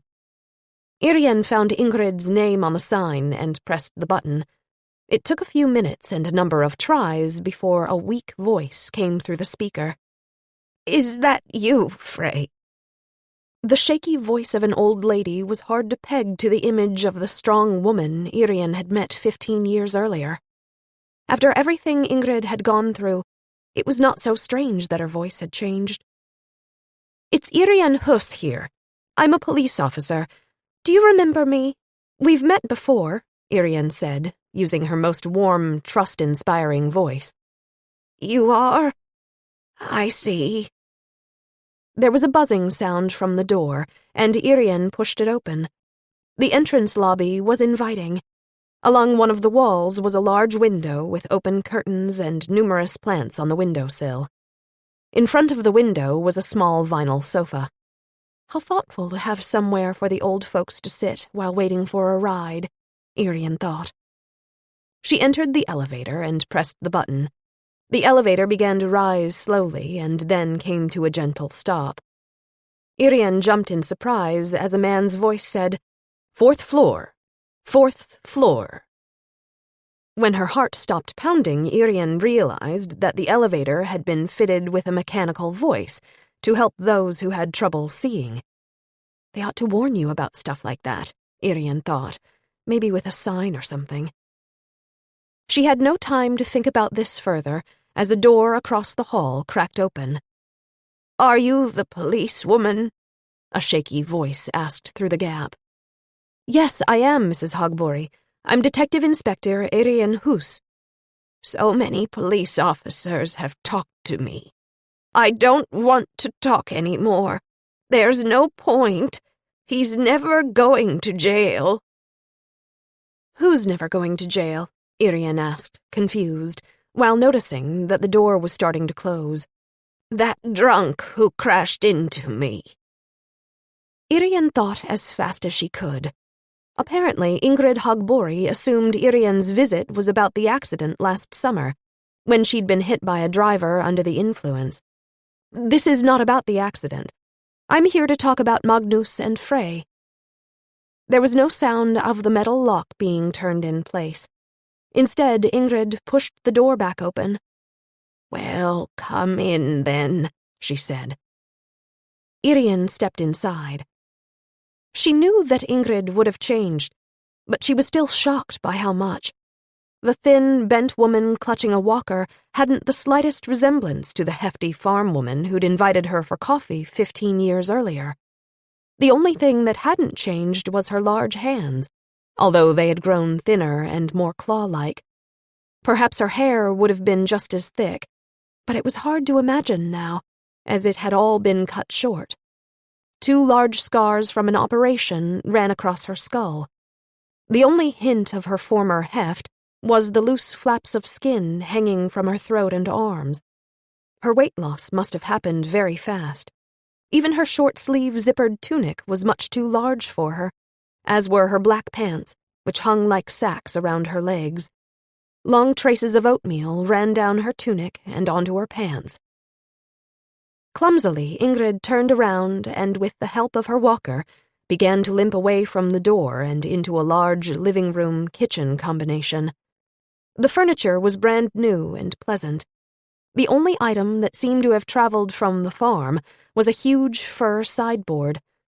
The drop leaf was down and was crowded with photographs and knickknacks. Irene could spy a bed through another open door. In spite of the fact that the place was clean, the smell of urine hung in the air. "Sit down," Ingrid said, and pointed with a trembling finger at the kitchen table. Irene chose the chair without the upholstered booster pillow. Ingrid swayed back and forth as she slowly lowered herself onto the corduroy-covered booster. She exhaled loudly. "So what do you want to know about Magnus? He's dead," Ingrid said gruffly. "I know. I talked with you shortly after he died. Do you remember? You were kind enough to offer me coffee and freshly baked cinnamon rolls." "You were poking around where you had no business. Snooping," Ingrid grumbled. "I was part of the investigation of the fire. We didn't know what caused it. My brother died." To Irene's distress, tears began to roll down Ingrid's cheeks. In order to distract her, Irene said, "Should I turn on the coffee pot? I bought something to go with coffee." She put the bag of bakery items on the table and began to rustle the paper. Ingrid stopped crying immediately. "The coffee maker is on the counter. Filters and coffee are in the cupboard above it. The coffee cups are right there next to them." Ingrid spoke clearly without a trace of tremor in her voice.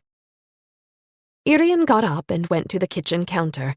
She filled the coffee maker, and just to be on the safe side, added a little extra coffee. She wanted the old lady to be as energetic as possible. She discreetly washed the coffee cups and dried them before setting them on the table. It appeared Ingrid hadn't bothered washing them before putting them back on the shelf. "You don't happen to have any sugar, do you?" asked Ingrid hopefully. "No. I just thought... You see, I've run out of it, but I have some of this artificial stuff here on the table. It'll have to do." "Would you like milk in your coffee?" Irene asked.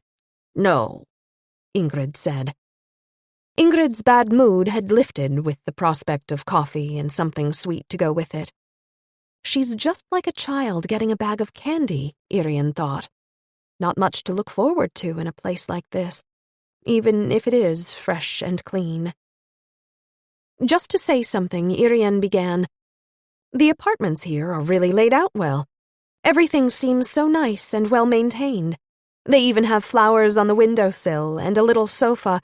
All the flowers are from residents who've died. And the vinyl is just in case someone pees on the sofa. It's disgusting," Ingrid said. An unhappy tone had crept back into her voice, and Irene wondered how to get her back into a good mood. With nothing better to say, Irene asked, "Do you have a plate I can set these on?" "Top shelf in the same cupboard as the coffee cups," Ingrid replied promptly. Irene pulled down a rose-colored pressed glass plate and arranged the chocolate cookies, raspberry muffins, and cream puffs on it. She'd bought 3 of each, so that Ingrid could have some left for her evening coffee. "The coffee's ready," Irene said. She poured it into the mugs. Ingrid took some artificial sugar from a plastic holder and shook it into her coffee. Irene handed her the plate of cookies, and Ingrid grabbed a cream puff. Her eyes were shining as she chewed it. Irene was glad that she'd thought to bring some sweets with her. "Does Frey often come to visit you?" she began. "Sometimes." "I understand you were close. I remember he was wearing a light blue sweater the day I met him. He told me you'd knitted it for him and that he really liked it." Ingrid paused in her chewing and nodded. "The flat-knit one. Gave it to him for Christmas." Ingrid pushed in the last bite of the cream puff. She began to eye the plate again, greedily. A large drop of vanilla cream had landed on her sweater, but Irene held her tongue for now. Perhaps she'd say something when she was ready to go. "Have you been in touch with Angelica or Sophia since the fire 15 years ago?" Irene asked. "No. Why would I be?" "Well, Angelica was Frey's mother, and I've always hated that monkey. And that girl was the one who set fire to my cottage. I'm sure of it." Ingrid was so upset that she drew her hand back from the plate without taking anything. As calmly as she could, Irene said encouragingly, "So you say Sophia set fire to the cottage on purpose? Are you absolutely sure about this?" "Yes, I am." "How do you know? Did Sophia tell you anything?" "No, but it was her." A stubborn look crept across the old woman's face. Irene felt that she should change the subject, but she also knew she had to get as much information as possible about the fire in Bjorkhill. She let her thoughts tumble about in her mind as she drank her coffee and ate her cream puff. Meanwhile, Ingrid had recovered enough to take a raspberry muffin. She bit into it with obvious pleasure, thrusting her tongue into the jelly. She smacked her lips contentedly as she pulled back her tongue into her mouth. Irene decided to go for it. She stood up and asked, "Would you like some more coffee?" "Yes." Ingrid was busy eating the rest of the muffin. As Irene came to the table with the coffee pot, Ingrid already had another cream puff in her hand. Irene poured the refill. When she sat back down at the table, she asked in as neutral a tone as she could, "Why did Frey sleep so long that afternoon?" Ingrid stopped in the middle of chewing. "Frey? Which afternoon? He never napped." Ingrid's grouchy voice was back. "The afternoon Magnus died. You said you couldn't get to the fire right away because Frey was napping after dinner. He slept for 3 hours. You arrived on the scene at 8:45 in the evening. Why did he sleep for so long?" "Kid sleep. He was tired. Now I want you to leave." She said this quite clearly. She stood up unsteadily and reached for her walker. "Go right now." Ingrid's entire body shook, and she glared at Irene. "There's the door," she snapped, pointing determinedly with a trembling finger. Irene realized there was nothing she could do but obey. She left the sweets on the table, and as she reached the door, she smiled at Ingrid and said, "I can stop by next week if that's a better time, and I can bring something good to go with the coffee." At first it seemed that Ingrid had not heard her, but just as Irene was going to give up and shut the door behind her, she heard Ingrid say, "In that case, I want more raspberry muffins." As Irene was about to turn onto the road, a white Fiat swung into the parking lot so quickly Irene had to hit the brakes to avoid it. The driver of the other car didn't even bother to look at her, and sped into the handicapped spot closest to the entrance, tires squealing. As the driver hopped out, Irene was surprised to see Angelica. What is she doing here? According to Ingrid, they never got together. But perhaps it was just as Frey said. The elevator didn't stop at the top floor. Sometimes Ingrid sounded lucid. Other times she was like a grouchy 5-year-old. Or is she just playing at being confused when it fits her purposes? Hard to tell. Irene decided to wait until Angelica came out again. She drove to a side street and parked behind a garbage truck so that her car would not easily be seen. From there, she could keep her eye on the exit from the parking lot. Just a few minutes later, Angelica came back outside. She was hurrying, and her shoulders were hunched. She opened her car door and jumped inside. She backed out of the parking spot, and without pausing, hurtled onto the road. Irene followed, keeping a few car lengths between her and Angelica. Thanks to the hilly roads, it was not difficult to keep an eye on Angelica's car. They drove past the convenience store and to Ingrid's driveway. The Fiat's turn signal indicated it was going to make a left turn, and Irene passed it on the right. Angelica was going to the place where Magnus Eriksson was buried. Why? There was nothing there but an empty lot. Irene turned around in a school parking lot and headed back to the driveway. She turned in and drove her Volvo down the gravel road, now covered in weeds. The rain of the past few weeks made the road soft and muddy. The Fiat must have had some difficulty maneuvering over it. Irene pulled in next to Angelica's white car. It was so covered with mud it almost appeared camouflaged. Angelica was standing with her back to Irene. The withered tufts of grass reached to her knees. She did not move, and her hands were deep in her pockets as if she were freezing. From a distance, she looked like a lost little girl. Irene got out of the car and inhaled the scent of wet earth and rotting plants. "Why are you spying on me?" asked Angelica. Her voice was sharp and hostile. Perhaps she thought it would mask the fact that she'd been crying. "I'm not spying on you. I was in the parking lot by Happy River when I saw you racing past like a car thief. I needed to talk to you anyway, so I followed you," Irene said. "You must have been spying on me. How else would you have found me here?" Angelica asked suspiciously. Irene decided to tell it like it was. Ingrid would certainly mention that she'd been visited by a policewoman named Irene Huss, who'd offered her coffee treats.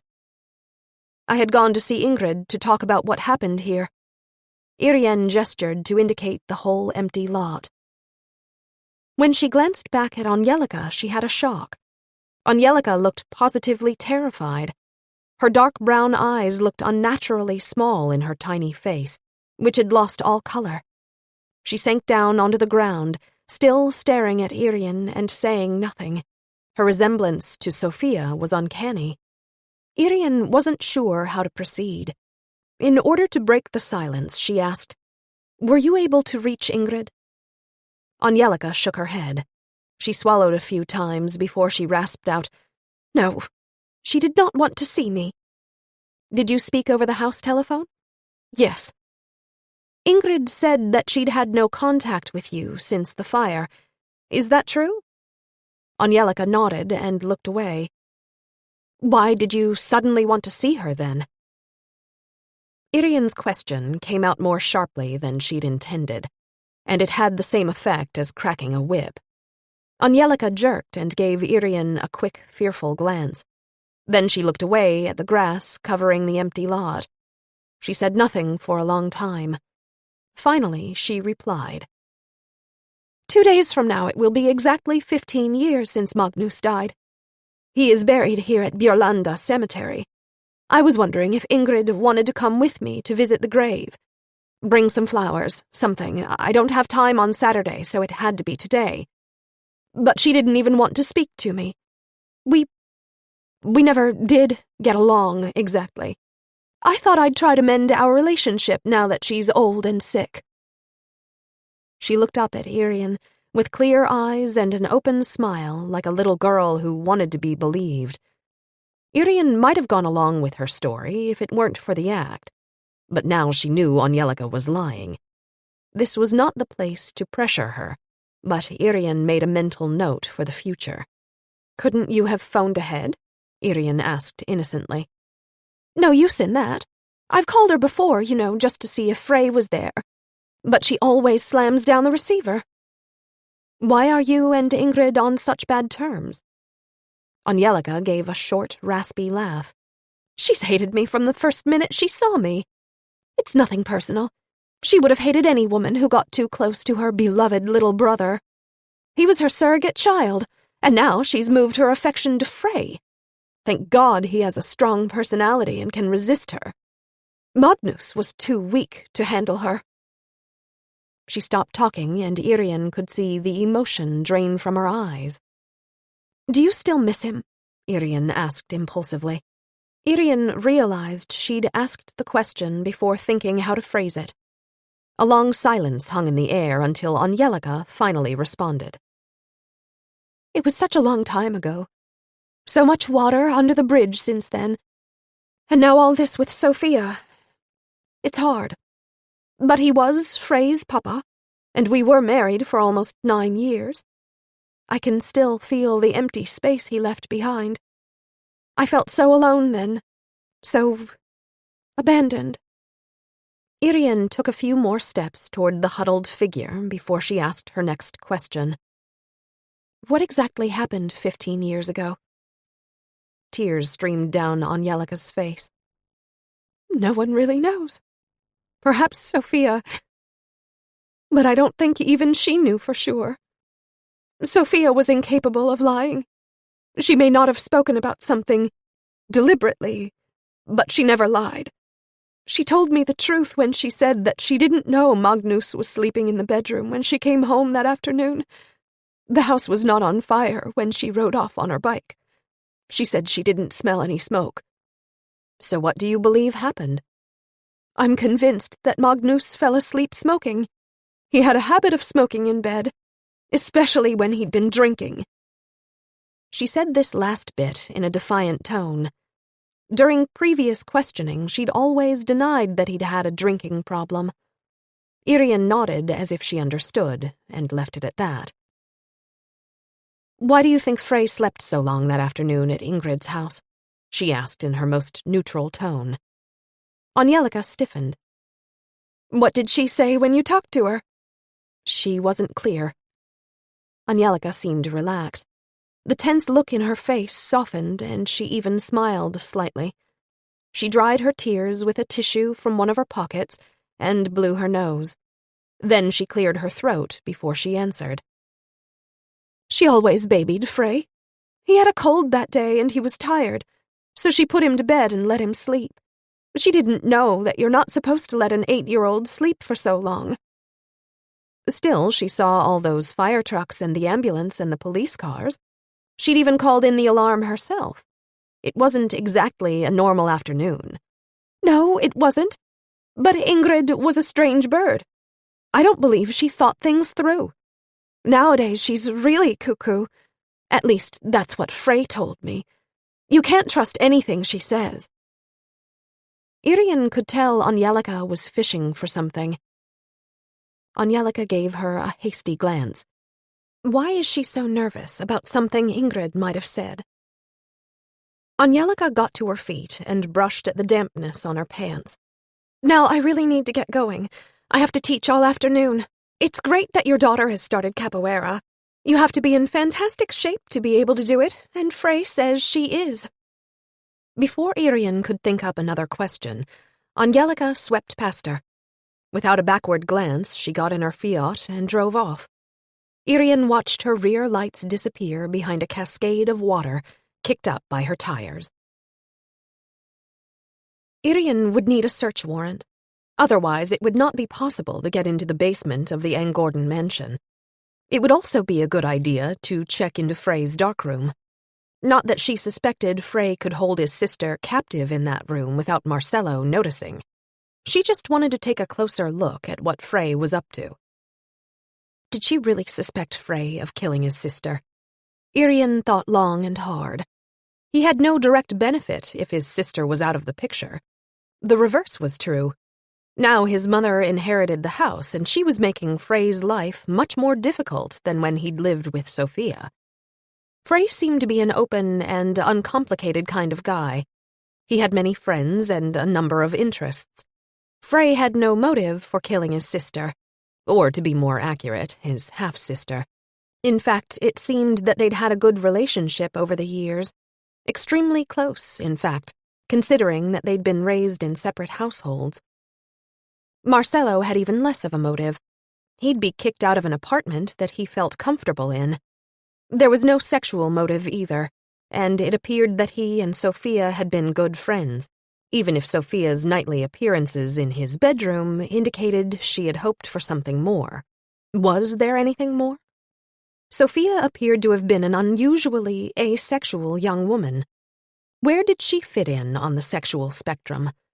Did she have a place? Irene's experience told her that everyone has something that turns them on, But in all of Sophia's 26 years, there was no indication that she'd ever been in love or in a relationship with either a man or a woman. Nor were there any indications of any other, more unusual tendencies. All she had was dance, her life and her passion. It seemed that dance had replaced all human relationships in Sophia's life. Perhaps that was indeed the case. It was through dance that Sophia could reach others, even though it seemed she'd never gotten close to anyone, with the possible exception of her teacher Gisela Baga. Gisela had called herself something of a mentor for Sophia, and she and Angelica had been dancing together when Angelica met Ernst Malmborg. Later on, Gisela had seen Sophia's talent, as well as the strained relationship between mother and daughter. She'd also said that she'd been Sophia's closest friend. Still, even to Gisela, Sophia had been a mystery. According to the psychologist at Child Protective Services, she'd had a genetic personality disorder that made it impossible for her to form attachments to other people. This made the entire speculation go in circles. Was there ever a person Sophia felt close to at all? The only one Irene could think of was Ernst Malmborg. Still, could their relationship be described as deep? Perhaps they just got along because they were so similar. It didn't mean that they were close, just that they'd let themselves be at peace in each other's company. Angelica had an economic interest in Sophia's death, but no other motives. Why would she keep Sophia hidden for 3 weeks? If she'd had a hiding place, where would it have been? And how could she have dragged her daughter to the shed and then set it on fire? It didn't seem plausible. Angelica was a greedy liar, but it was hard to imagine her killing a family member in cold blood. If Sophia had not been hidden in the mansion basement, where should she search? The answer was defeatist.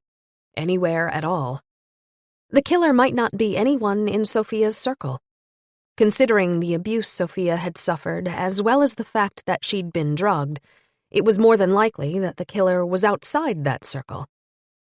The only hope for the investigation was that there was a clue somewhere. A person, a contact, a coincidence, perhaps a secret relationship. There had to be a lead to the killer. She would just have to find it. Perhaps she'd already run into it without knowing it. Right now, she felt as if she were searching in the dark. The truth was they had nothing concrete to go on. For the first time, Irene wondered if it was a drawback to have been on the arson investigation all those years ago. Perhaps the old unsolved case was preventing her from seeing this one clearly. She would just have to keep going forward, one step at a time. Perhaps that would drive the killer out of his hiding place. Irene sighed. Her speculations were not bringing her any further. She decided to convince Superintendent Andersson to ask the prosecutor for a search warrant for the Angorden mansion. It was the only thing she could think of right now.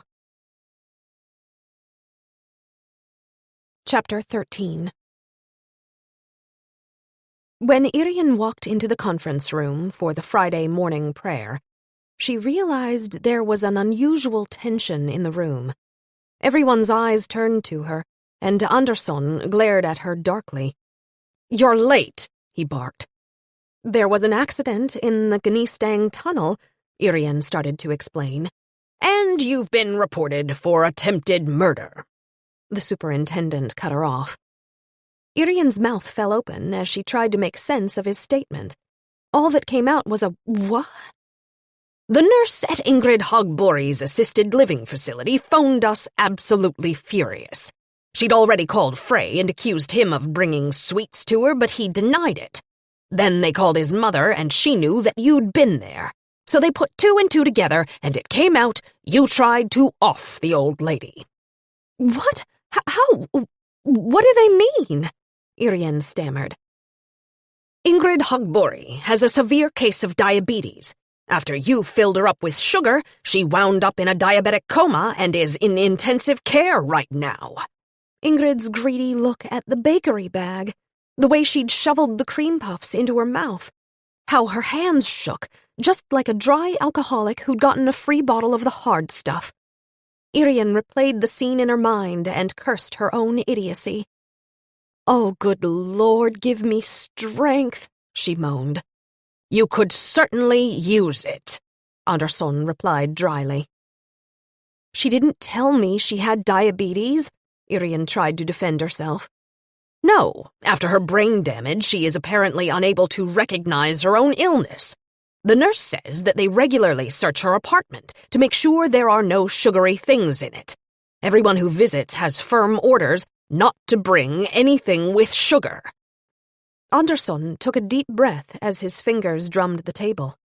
"Let me remind everyone here that this unit does not ever, and I mean ever, take anything sweet to anyone we want to interrogate." Irene kept her mouth shut.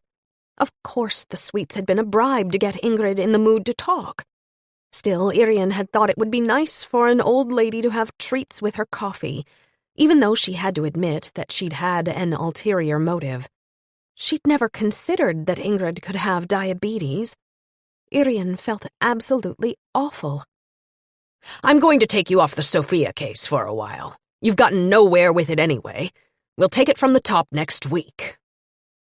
The superintendent gave Irene a harsh look before he stretched to his full height and looked over his entire team.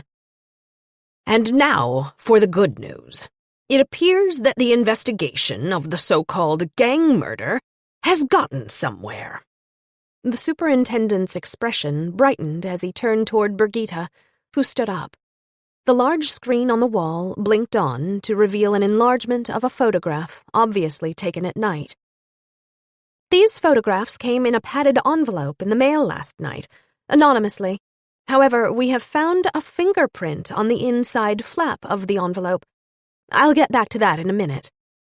Birgitta turned to look at the picture on the screen.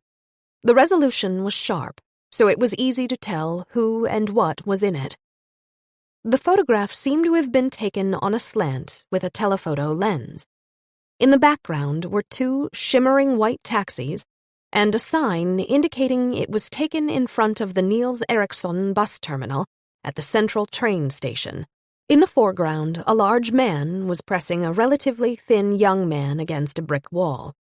His left hand was around the young man's throat. Both were wearing black leather jackets and baggy jeans. The large man had his hood up, but his victim's face was easily visible. Without a doubt, it was gang leader Roberto Oliveira. He looked as if he were trying to defend himself by kicking his assailant. Birgitta clicked to the next picture. It was an enlargement of the previous photo. In his right hand, the larger man was holding a stiletto knife. Both his hand and the knife were bloody. Roberto had sustained 5 knife wounds, including in the liver and one severing an artery. He was dead when the ambulance arrived 10 minutes after the call went in. The last photograph showed the suspect straight on. The top of his hoodie was still up, but his face could clearly be seen. It was Milan. No doubt about it. He still held the bloody stiletto knife. In his other hand, he had a white plastic bag. Apparently, he'd folded the knife and dropped it into the bag just seconds after this photo was taken. Perhaps he'd wrapped the bag around his hand earlier, so that his clothes wouldn't be covered with blood. In the background, his victim was sinking to the ground. The date and time for the murder of Roberto Oliveira were stamped on the bottom left-hand corner of the photo. "Milan's fried," Johnny said contentedly. "Yeah, we got him all right. But the most interesting thing is who was behind getting him there," Birgitta said calmly. She shifted back to the first picture. "Our technicians have gone over these and determined that they weren't photoshopped. Just to be on the safe side, we're going to send them to England and have their experts make absolutely sure. These photos are consistent with what we thought happened. Roberto left his 5 companions to go to the bathroom. He had to search to find an empty stall, so he went over to the Niels Eriksson terminal. His friends were still hanging around the pocket shop in the central station, talking to some girls. When Roberto came out to rejoin his friends, he ran into Milan. Perhaps Milan had been shadowing him. There are no witnesses to the murder itself, at least not any who have come forward. The only one who talked to us, Victor Fernandez, is now in the hospital after being assaulted. He was part of Roberto's gang, and he was the first one to find his boss. He stated that he'd seen Milan running away from the scene. Milan had turned around, and Victor recognized him. According to Victor, Milan was jumping into a black car on the other end of the parking lot. Unfortunately, no witnesses saw the car either. Now Victor can't testify. He has come out of his coma, but he can't remember the past few years at all. The doctors don't think he will ever regain his memory, Tommy informed them. Without the photos, we've never had any evidence against Milan, but now we do, Birgitta said. So spit it out, woman. Who sent them? Johnny exclaimed impatiently. Birgitta smiled at him spitefully and said, The thumbprint is clear and has shown the sender of the envelope to be... She let her glittering brown eyes sweep across the room to make sure everyone was paying attention before she dropped the bomb. Glenn Hoffa Stromberg. The room was so quiet they could have heard a pin drop. Everyone except Andersson and Hanu had the same expression, complete surprise. Impossible! That devil had been sent up the river permanently, Johnny said. That was years ago. They've let him out. Irene felt a shiver all the way to the marrow of her bones. This was not going to be one of her better days. First, this business with the diabetic coma, and now Glenn Hoffa Stromberg reappearing like an evil jack-in-the-box. She had done everything in her power to drive the fat vice president of the Hells Angels from her memory, which had been difficult right after she'd confronted him. The past few years, things had gotten better. Sometimes she would still dream of the assault and the humiliation she and her young colleague, Jimmy Olsson, had suffered during the incident. Jimmy had been permanently injured by kicks to the vertebrae of his spine. Irene's physical injuries had healed, but the mental scars were still there. Why did Hoffa send these pictures to us? Johnny began excitedly. And how the hell did he get them in the first place? How did he or one of his MC bandits just happen to be in the area with a camera the moment Milan attacked Roberto? It seems... Drugs, Hanu said quietly. Drugs? Johnny repeated, as if he'd never run across narcotics before. Of course. Hell's Angels have been running drugs throughout western Sweden. Milan is supported by gangs from the Balkans and Poland who work with the banditos. According to the narcotics division, the Hells Angels are angry that the Eastern Mafia is dumping cheaper drugs into the market and grabbing a larger share. What the hell? Hells Angels and the Eastern Mafia? Why would Milan kill little Roberto if the battle is on that level? He was just a little fish, Johnny protested. That's right, Hanu said. A little fish who didn't know his place. Milan was boastful and was attracting attention to himself. 20 years old and feeling like he's king of the hill. Sold drugs in an area he thought was his. Milan wanted to set an example and make sure the other small kings got the message that the Eastern Mafia was nothing to mess with. So Roberto was killed. Okay, but that means that we are now back to square one. Why was a Hells Angels member photographing Roberto's murder? Johnny asked stubbornly. They wanted to get rid of Milan. Perhaps they were just following him to kill him later. But then they had a better idea when they managed to get a picture of Milan at just the right moment. It's much easier to have us send him up the river than to get involved themselves. Milan fell into his own trap, the superintendent said contentedly. With just a little help from our friends, the Hells Angels, Birgitta added. Her comment resulted in a sour look from her boss, but he didn't say anything. Instead, he clapped his hands energetically and said, All of you know what to do next. Let's conclude this investigation. Everyone in the room started to get up from their chairs, but Andersson looked directly at Irene. When she caught his eye, he said, Irene, you stay here. I need to have a little chat with you. Johnny turned in the doorway and said in a stage whisper, "Someone's gonna get a spanking." With a sneer, he walked out. "One of these days I'm going to wring that bastard's neck," Irene hissed so quietly that only Tommy could hear her. He nodded thoughtfully. "Yep, all we need is a place to bury the body." Chapter 14. Irene spent Friday afternoon writing a report about her fateful coffee clatch with Ingrid Hagbori. When she was finished, she had to write reports about her meetings with the women in Milan's family. It would be late before she could go home for the evening. A few days earlier, she'd promised her mother that she would take her to the cemetery to put lights on her father's grave. "You can at least visit your papa one day a year. At the very least on All Saints' Day," her mother Yard had said. Irene realized that she would not be able to make it. After a great deal of calling around, she finally reached Krister, who promised to bring his mother-in-law to the cemetery before lunch. He was going to work the evening shift, and then he had the rest of the weekend off. Irene had spent the entire previous day phoning people. Angelica was not all that upset, but seemed distracted as she listened to Irene's apology about what had happened at Ingrid's apartment. Frey, on the other hand, ranted about the fascist police, and was actually pretty nasty about it. On the other hand, compared to the nurse at the assisted living facility, he was fairly easygoing. The nurse was quite clear about her opinion.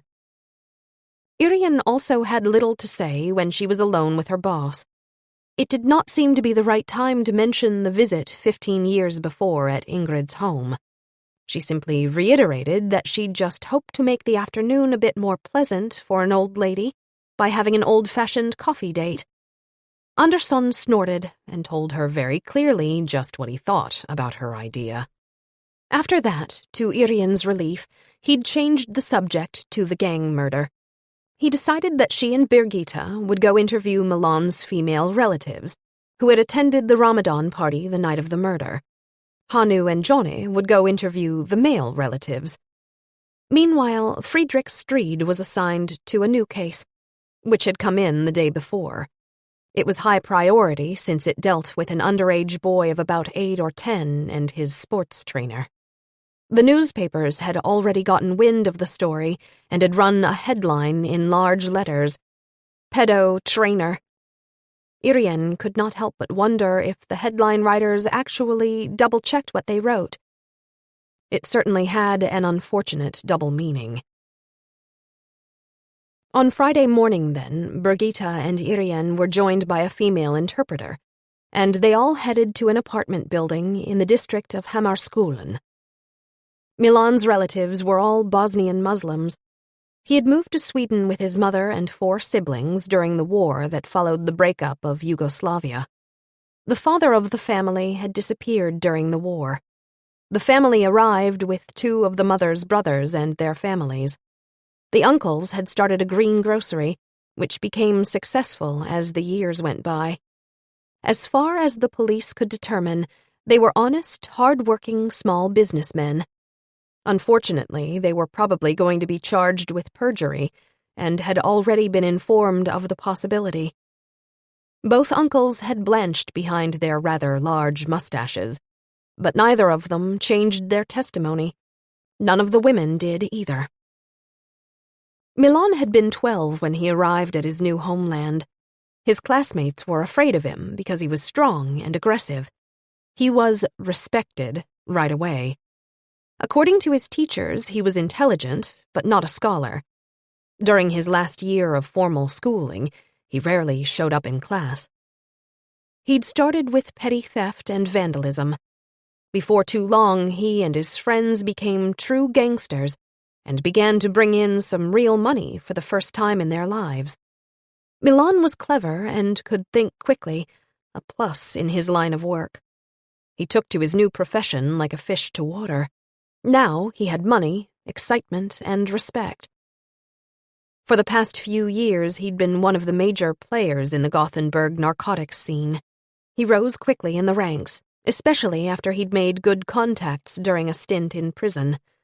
He'd served 8 years for assault and battery, and behind bars he met Slobodan Polanski. They were both let out at about the same time, and their business association took off. In fact, they were much too successful in the eyes of their rivals, the Hells Angels, whose dominance in the narcotics market was threatened. The Angels must have decided it was high time they did something about it. Hanu's theory was that the Hells Angels had started to monitor Milan's movements, and it was only by chance that their man had found himself at the station at midnight when Roberto was killed. Since there were no witnesses or pictures from the station cameras, they'd decided to take things into their own hands. Perhaps it was Hoffa himself who sent in the photos. When reading the media reports, he realized that Milan was going to be released for lack of evidence. Glenn Hoffa Stromberg seemed to have disappeared in a puff of smoke. No one knew where he was. Rumor had it that he'd been seen near the Karlstad clubhouse, but the unmanned Värmland police force had not been able to confirm the rumors. On the other hand, it was not illegal to give the police a tip about a murder, so they weren't exactly searching for him all that hard. As Birgitta pointed out, it was probably the first time Hoffa had ever cooperated with the police voluntarily. It was just about 9 in the evening when Irene left the police station. Jenny had reassured Irene that she would be home to take care of Sammy. She had to study. It was amazing how her daughter had suddenly decided to strive for good grades. How her other daughter was doing in school was much less certain now. At breakfast, she'd mentioned something about going to a party with Felipe. Irene had no idea where this party was supposed to be taking place, since she hadn't listened closely. Irene couldn't drive her usual route home since it was closed. The big tunnel building project had been causing traffic and chaos in Gothenburg for the past few years. The routes changed from one day to the next. Somehow she missed her turnoff and found herself on Gothenburg's main drag, Avenyn. She noticed lanterns by all the entrances to the pubs and restaurants. Many people had carved pumpkins with grinning faces that smiled at pedestrians, lit up from the candles burning inside them. The dreary November dampness drove folks into the warm, cozy pubs. It was the evening before the Day of the Dead, and many restaurants had signs declaring a Halloween party in English. Numerous pedestrians wore costumes, monster masks, or witches' dresses, although the dresses might just be part of a teenager's normal goth wardrobe. It looked to Irene like Morticia Adams was their favorite fashion designer.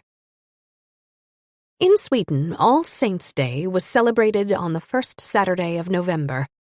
This year, the date fell on the same day as King Gustav Adolf's Day, which is especially celebrated in Gothenburg, since Gustav Adolf was seen as the founder of the city. A special pastry was baked that day, and a torchlight parade was part of the celebrations. It was also 15 years since the day of the fire in Björkhill. The evening suddenly seemed particularly grim to Irene. She longed for home. She turned onto Sprängskullsgatan and drove past Skanstorget. She would have to take Dag Hammarshultsleden to western Gothenburg this evening. As she neared the exit for Änggården, she was hit by an impulse. She had not yet had the chance to ask her boss to request a search warrant. It could take until the end of next week to get one if she was going to be unusually unlucky. Without following her train of thought to its conclusion, she turned onto Storängsgatan and made her way down the side streets until she reached Sophia's house. There were cars lining the streets all around, and she had to circle until she found a parking spot a few blocks away. Before she got out of her car, she took her flashlight from the glove compartment and stuffed it into the inner pocket of her jacket. As she started to walk toward the house, she could hear loud, pounding music. As she got closer, she heard voices shouting over the music. She was surprised to see bicycles of all kinds against the stone wall. The gates were wide open. Irene stood in the shadow of the garage to assess the situation. Whatever she had been expecting was nothing like what greeted her. The whole house was filled with light, and there were candles leading up to the front door. The loud music and the sound of laughter and conversation streamed out of all the open windows. There was a party going on at Sophia's house. Irene shivered, and not just because of the damp weather. She felt deep inside that Sophia's memory was being dishonored on All Saints' Day. The poor girl had not even been buried yet, and people were celebrating in her home. Irene shook off the sentimental feeling. Perhaps she could make use of this situation to get into the basement. It seemed like the perfect opportunity. She buttoned up her jacket and began to walk across the slippery flagstones. She could see a crowd of people right up to the front door. Most of them were dressed up in Halloween costumes, vampires and witches. As she entered the house, she looked around and smiled happily, as if she were sending a greeting to the other end of the hallway. Only a few of the young women gave her uninterested glances. Then they moved as one toward the kitchen. Irene saw her chance and took it. She held her hands behind her and surreptitiously pressed down the door handle to the basement. She walked backwards through the doorway and then carefully closed the door behind her. She held her breath and listened to the darkness. After a few seconds, she dared to breathe again, and she turned on her flashlight. She tried to move as quietly as possible, but she also didn't want to get her clothes too dirty. The sound of music and laughter was diminished down here, but she could hear the floors creaking overhead. The basement was filthy. She began to search methodically. Although she had no idea what she was hoping to find, she hoped there might be a clue to Sophia's death. Perhaps all she really wanted to do was make sure that Sophia had not been kept in the basement. There was one large room crammed with old furniture and tons of cardboard boxes. A strong stench of rat turds hung in the air. Generations of spiders had woven webs over the furniture. It looked like the set of a horror film. The laundry room had been abandoned for decades. The machines were hardly modern, and the smell of mold came from their plumbing. Next to the laundry room was a door unlike the others. It was carved from boards of fir. Elegant handwriting on a sign proclaimed sauna. There was one more door with a sign that read WC. Irene opened it, but shut it again immediately. The stench was unbearable. Instead, she pushed open the door to the sauna and stepped inside. From the light of her flashlight, she could see it was a good size. There were gray tiles on the floor and white tiles on all the walls. There was a shower at one end. The sauna itself was made of wood and had a small door in the middle, as well as a tiny glass window. Irene walked up to the window and shone the beam of her flashlight through. She almost screamed aloud. On one end of the sauna bench was a pile of clothes that appeared to be a human body. Her heartbeat sped up until blood started to pound in her ears. She stood still for a minute, her hand on the door handle, and took a few deep breaths to calm herself before she pushed the door open. The aroma was indescribable. It was mixed with the smell of unwashed body and dirty clothing. From the bundle at the end of the bench came loud snoring. Irene stepped quietly up to the sleeping human being. She saw that matted gray hair covered the face in a full beard. The man was on his back, and his hands were resting over his stomach. He looked fat, but that could be all the layers he was wearing under his down jacket. He'd used some garden furniture pillows to make his bed more comfortable. Irene recognized a homeless person when she saw one. For the past decade, they'd gotten more numerous. Well, here was a homeless man living in Sophia's basement. Perhaps he'd done the same thing she had and sneaked in after the party started. Irene decided to talk to the man. She aimed her flashlight at the ceiling so that she wouldn't blind him as she gently shook one of his shoulders. It was a while before he began to mumble and shift around, and even longer before he opened his eyes. "Who the hell are you?" he asked angrily. His breath filled the small sauna, and Irene tried to breathe through her mouth. "My name's Irene. It's all right if you want to sleep here," she said calmly. Is it? Then get the hell away. Go on, get out. He turned over on his side as if he were going to go back to sleep. Irene shook him again and said, "I have to ask you a few questions. If you can't answer them, I'll tell the owners of the house that you're down here." He blinked at her with red, swollen eyes and croaked, Do you have to? "Yes, but if you answer my questions, I'll stay mum." She was friendly but firm. He sighed heavily and rustled as he sat up. He coughed so that something loosened deep in his bronchial tubes. He cleared his throat and spit a huge wad of gunk onto the floor. It landed close to Irene's shoes. She pretended to ignore it. "What's your name?" Hassa. "More than Hassa?" It's just Hassa. His voice had an aggressive undertone, so Irene decided to skip the business about a last name and go on. "Have you been sleeping here for a while?" Sometimes. "How often? Every night, or just once or twice a week?" What the hell business is it of yours? "You promised you'd answer my questions, or I'd tell the owners about you." His red eyes glared at her for a while. Finally, he nodded and grumbled something that Irene didn't catch, and that was probably a good thing. She asked her question again, and Hassa suddenly replied, Couple times a week when it's really cold.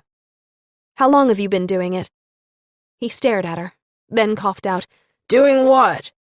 "Sleeping here in this basement." Couple years. Last winter. Otherwise, I'd have frozen to death. Irene looked more closely at him and realized he was not as old as she'd thought at first. His gray hair had made her think that he was well over 50, but he was not much beyond 40. His hands were covered with black and blue bruises.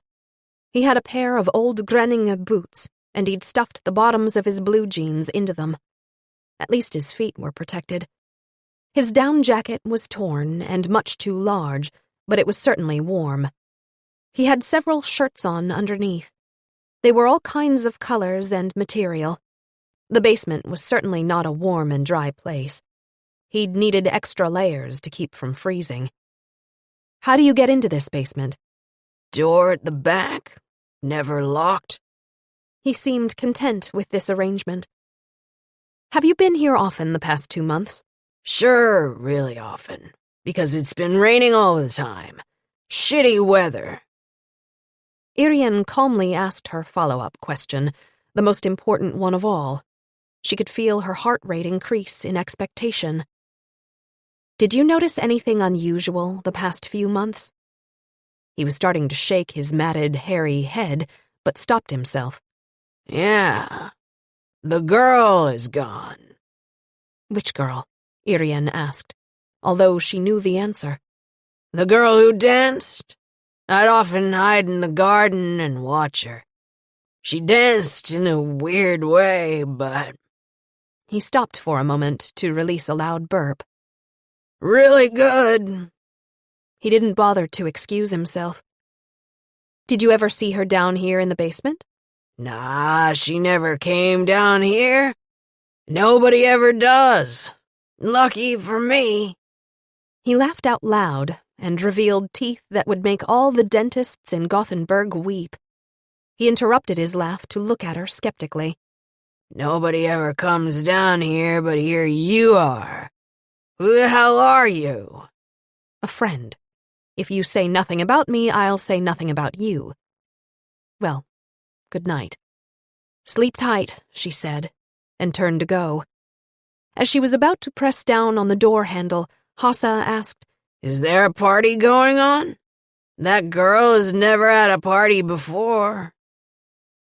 Irene stepped quietly out of the sauna and then out of the room. As the door closed behind her, she remembered that Hassa had mentioned an unlocked door. She headed toward the back side of the house and easily found the unlocked door. It was heavy and hard to push open. The hinges groaned when she pushed, but there was no risk that anyone could hear it. The party was going full blast. Fresh air was a relief. and Irene took several deep breaths to cleanse herself of the bad air from the sauna. The encounter with Huss had cleared up one important question. Sophia had never been kept prisoner in her own basement. With that theory eliminated, the question remained. Where had she been those 3 weeks? Irene stood still for a moment and listened to the revelry in the house. It was incomprehensible that Angelica could be having a party so soon after the death of her daughter. And tomorrow would be the 15th anniversary since the death of her husband as well. I wonder how Frey is dealing with all this, Irene thought, feeling some sympathy toward him. Irene had to admit that she would never be able to understand a woman like Angelica. She hadn't 15 years ago after the fire, and she certainly didn't understand her now. She began to walk slowly around the house. It was not difficult to see her way since light flowed from each and every window and illuminated the garden behind the house. She took only a few steps before she heard the sound of running feet and hushed giggles.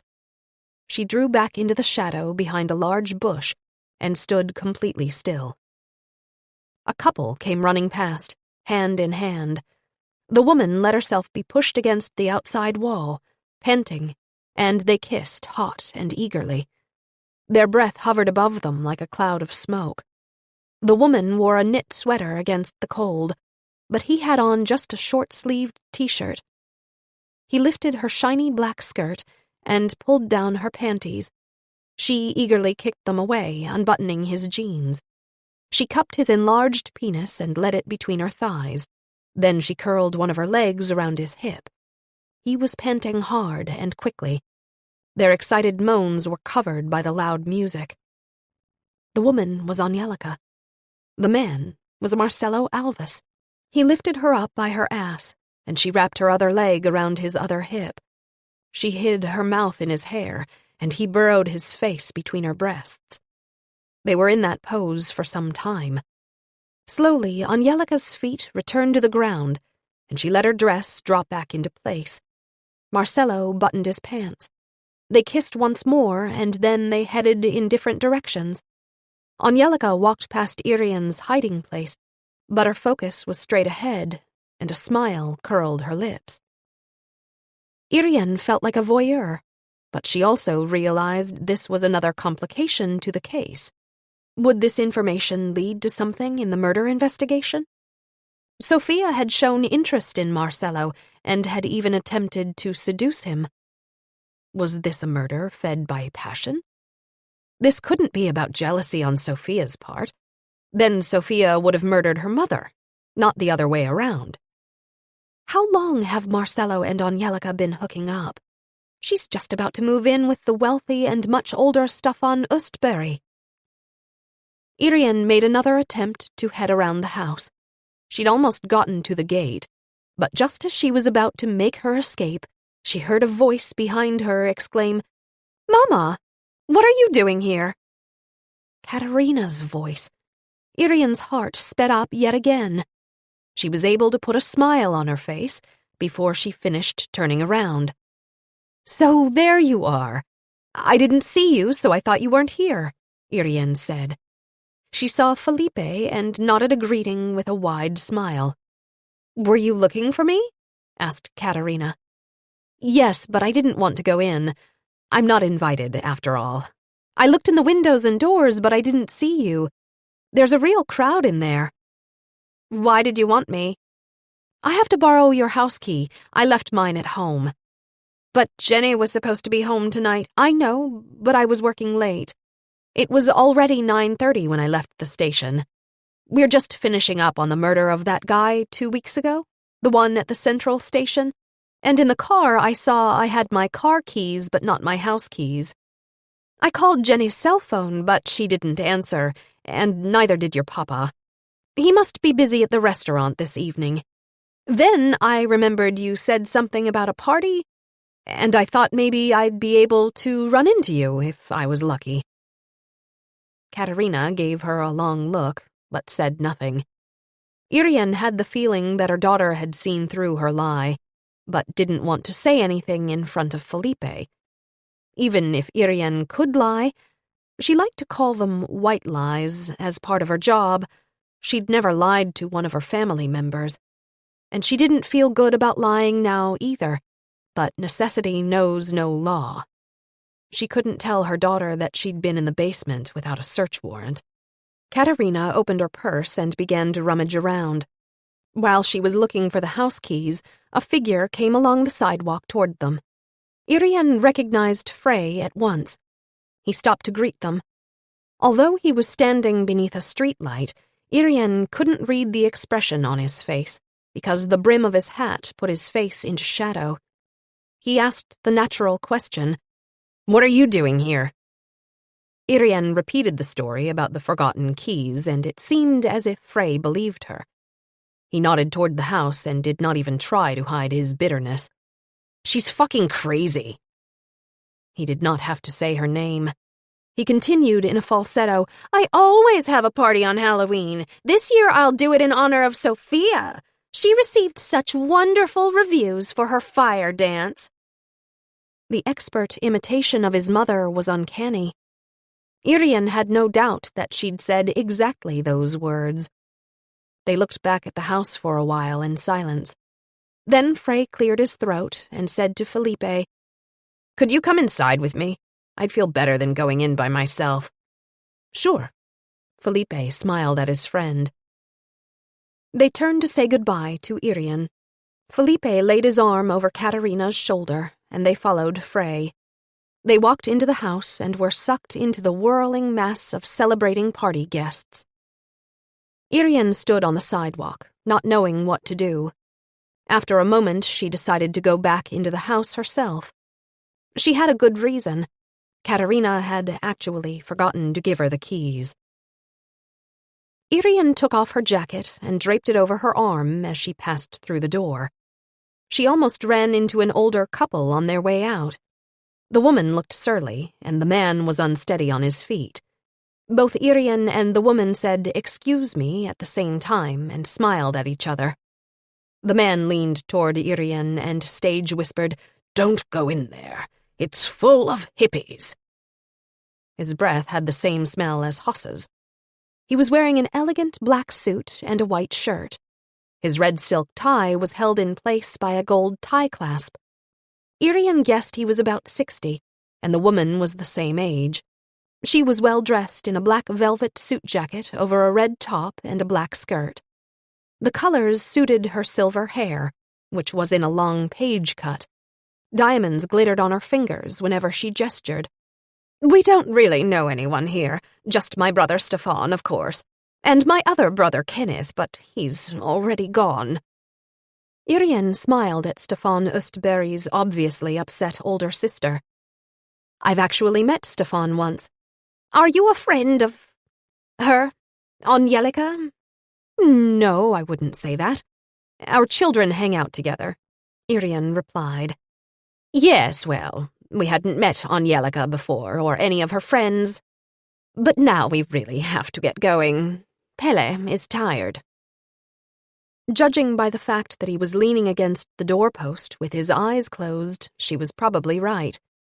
With a determined look on her attractively made-up face, the short woman took one of her husband's arms and helped him down the stairs. He began to speak loudly. "Can you believe they were openly smoking hash in the living room? I really ought to call the police. I wonder how Stefan found himself among people like these." His wife shushed him and pulled him toward the gate. They had trouble keeping their balance on the still, slippery flagstones. Irene turned back to the house, but she couldn't see either Katerina or the two boys. For a second, she was tempted to turn around and go straight home, but her curiosity got the better of her yet again.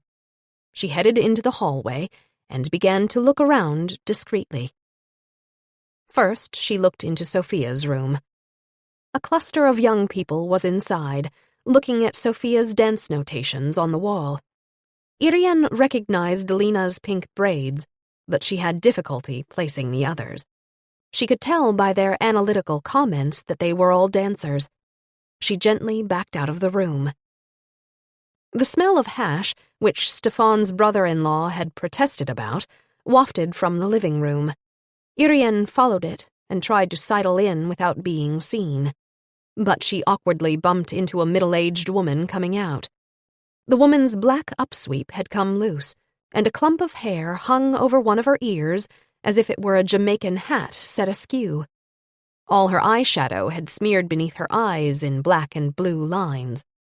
It didn't look like she'd intended to wear Halloween makeup, but it certainly looked like she was now. Her heavy breasts were generously exposed in the deep décolletage on a silver-embroidered black caftan. She was holding a joint between her fingers. She turned her runny red eyes toward Irene and said, "Don't bother going in here. All the guys are over 30. She pressed a lilac-painted fingernail onto Irene's collarbone, and confiding in a low, intimate tone, she said, "I like 'em young and fresh. My last one was just 22. She laughed hoarsely and winked conspiratorially at Irene, before an entirely different expression crossed her face. She muttered, "Gotta find the bathroom," as she swept away, her caftan billowing around her corpulent body. Obviously, she shared her preference with Angelica. Irene spied Angelica herself sitting on a sofa, chatting with two men much younger than she was. One of them was Marcello, but Irene did not recognize the other one. They sat on either side of Angelica and looked like they were enjoying themselves. Everyone else in the living room seemed to be having fun too, except for Stefan Östberg, who was in a recliner by the fireplace. He was sipping red wine from a cocktail glass, but his stiff smile seemed plastered on. For some reason, he was wearing a pair of dark blue suit trousers, a white shirt, and, instead of the customary jacket, a blue embroidered vest. A young woman with red hair had fallen asleep with her head in his lap. Every once in a while, he stroked her hair as if she were a cat, or twirled a lock of it and let it slip through his fingers. His eyes were staring at a painting on the other side of the room. Irene moved closer and confirmed her suspicions. The Volvo CEO was completely stoned. Once he finished his red wine, he'd probably be unaware of what went on around him for hours. Angelica would have plenty of time for more fun before the night was through. Irene slipped back out of the living room. It seemed as if Angelica hadn't even noticed she'd been there. In the dining room, a dance party was in full swing. The furniture had been pushed aside, and the rugs had been rolled up. There was a stereo on the large table. Robbie Williams's song Radio was going full blast. Vampires and witches were packed tightly together on the dance floor. No one noticed Irene. She might as well have been invisible. She decided to climb the stairs to the second floor. She tried the door to Ernst's music room, but it was locked. So was the room with the grand piano. For some reason she couldn't put her finger on, Irene was relieved. She didn't think it had to do with preserving a sacred space if the party-goers had gotten access to the rooms, but rather preventing destruction. Irene pushed open the door to the guest room, but heard a noise that made her quickly shut it again. The bed was occupied. Guitar music and singing came from Marcello's room. Someone was singing In the Ghetto in a way that would make Elvis roll over in his grave. She found herself in the deserted hallway of the upper floor. As quietly as she could, she went to the door hiding the stairway to Frey's attic apartment. She knocked on the door. When no one answered after 3 times, she tried the door. It was locked. She looked in the tiny bathroom. It was empty. The remaining door was the one to Frey's darkroom. She knocked loudly, and there was no response. To her surprise, she found the door slid open when she tried it. She hesitated on the threshold, and then decided to go in. She quietly closed the door behind her. On the wall over a workbench, a light bulb cast a dim reddish glow. Irene turned on her flashlight and let the beam play over the room. The brighter light revealed a rather large but Spartan space. There were a number of bowls and tubs on the counter below the red light. She could see some photographs hung on a line to dry.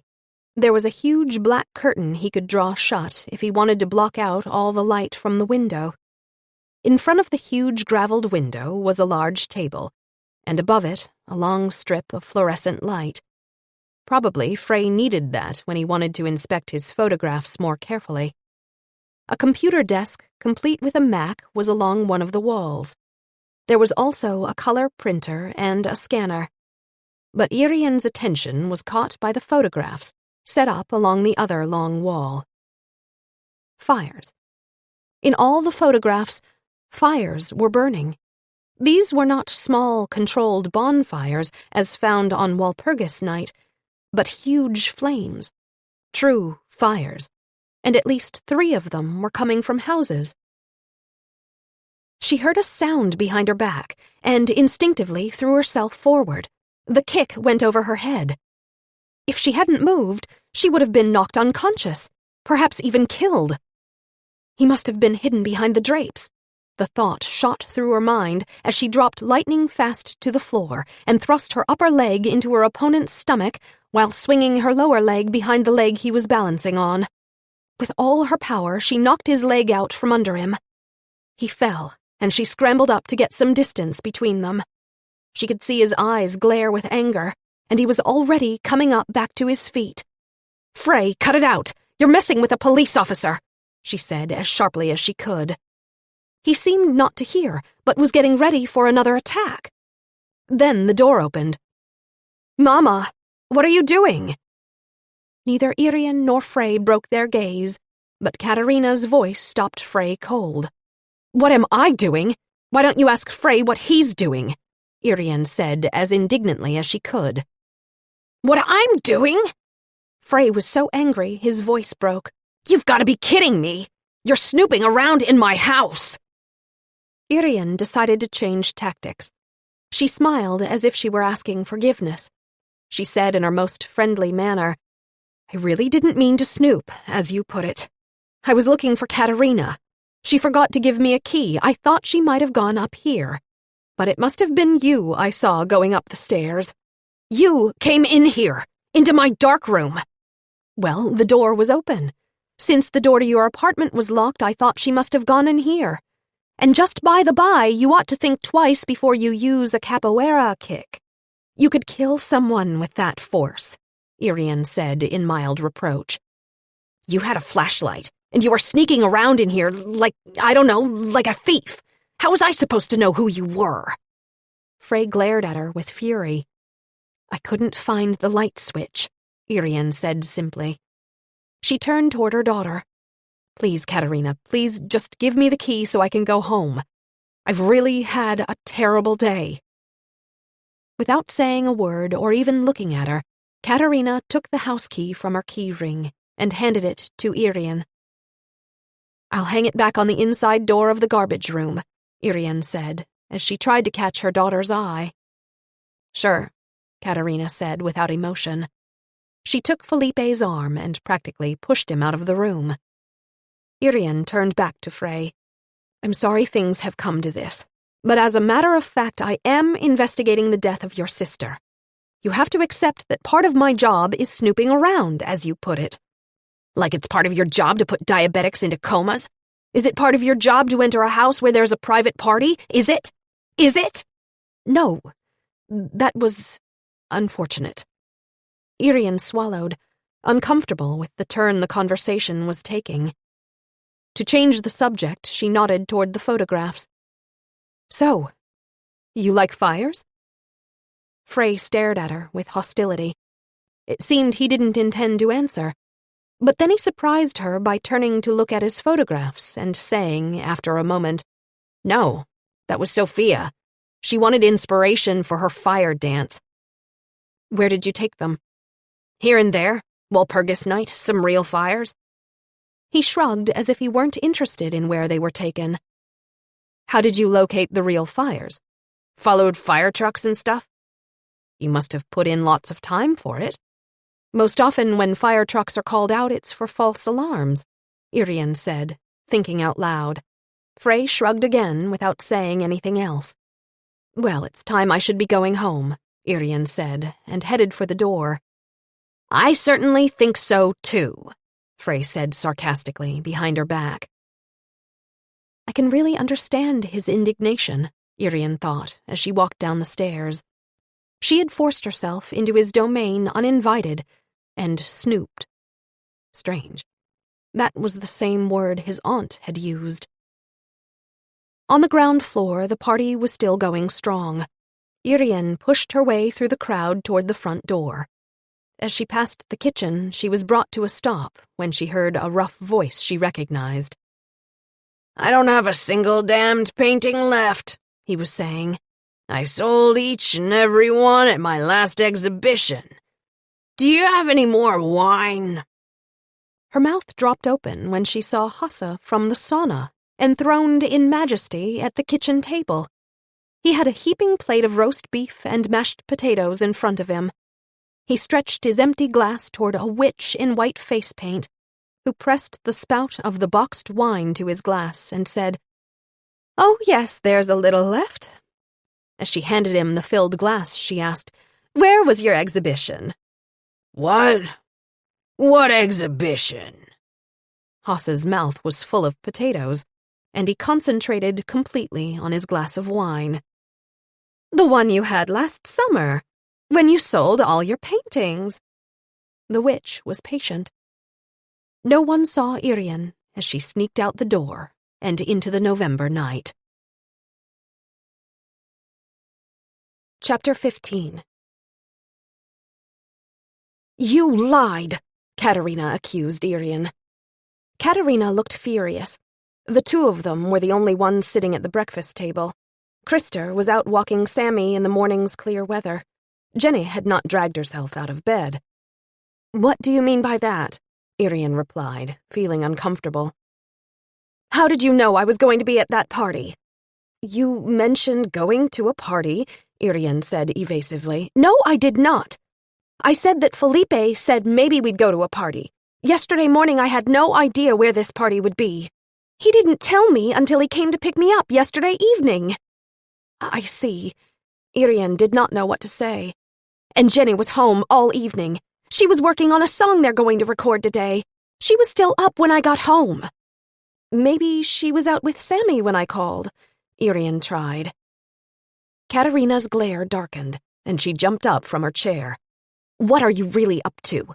Are you looking for a reason to send Frey to jail? He's a really great guy." A tone of almost hatred came into her voice. Irene sighed and decided to lay her cards on the table. At least, most of them. "All right, here's what's really going on. My colleagues and I are trying to find out who murdered Frey's sister. It was a particularly gruesome killing. She was kept prisoner, abused, and eventually burned alive. Naturally, our investigation must include the family of a murder victim, and in this case that means Frey and Angelica. I admit I used that bit about the key as a cover, but I did find out some things of vital importance to the case, and I will need to follow up on them." "What kinds of things?" Katerina was not placated. I can't tell you because of the investigation." "Oh, God, the investigation. You always have to be super cop. You can never relax and be just like any other human being. Good God, how embarrassing it must be to sneak into a party just to spy on a suspect." Katerina was so upset that she started to choke on her own voice. Her cheeks glowed bright red. "Please believe me when I tell you that going to the Llangorden mansion that night was very productive." Irene defended herself lamely. At least that was true. Katerina gave her a last mistrustful look and then walked out. Yes, indeed, her uninvited visit to the mansion had been very productive. Now she needed to find out how long Angelica and Marcello had been in a relationship. Secondly, she had to really inspect all those photographs of fires. There had been a fire at Bjorkhill 15 years ago, and there were now a number of fires involved in this investigation as well. Also, the same people were involved. Was there someone else in the periphery she'd missed? Irene poured her 5th cup of coffee for the morning and stayed at the breakfast table, deep in thought. She could hear thumping drums from upstairs, which meant that Jenny was awake. Jenny turned on her CD player the minute her eyes opened. Irene would never be able to do that. She was much too tired in the morning even to choose a song, and her fuzzy brain would never let her find the button. It was odd how the buttons on these machines kept getting smaller as the years went by. The text above them was even more microscopic. Krista had already gotten reading glasses. Maybe it was time she looked into it, except that she didn't want to need reading glasses. They were for old people. Still, she wished this trend toward tiny print would stop. Irene sighed aloud. She would just have to make an appointment with the optician. But that would have to wait. She had too much work at the moment. Monday went by in a blur. Everyone was busy with all the ongoing cases. Irene had no chance to discuss the first stage of Sophia's murder investigation with the superintendent. She was happy that she'd impulsively gone to the Halloween party. It had spared her a great deal of work, and she'd gotten important information. Thanks to Huss, she now knew that Sophia had never been held captive in the basement. On Tuesday morning, Irene went right to Svante Malm at the lab. She found him wearing magnifying glasses and concentrating on a heap of glass splinters that were in a plastic bowl with a low rim. He was using a long tweezers to push the glass around. "Hello, Svante," Irene said to get his attention. He startled and looked up at Irene through his odd glasses.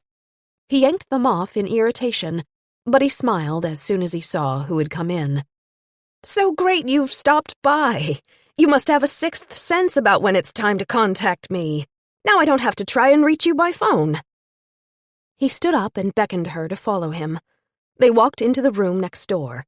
Svante began to search through the small, red plastic boxes standing on one of the shelves. "Here, look at these. They're real silver. I've cleaned them up."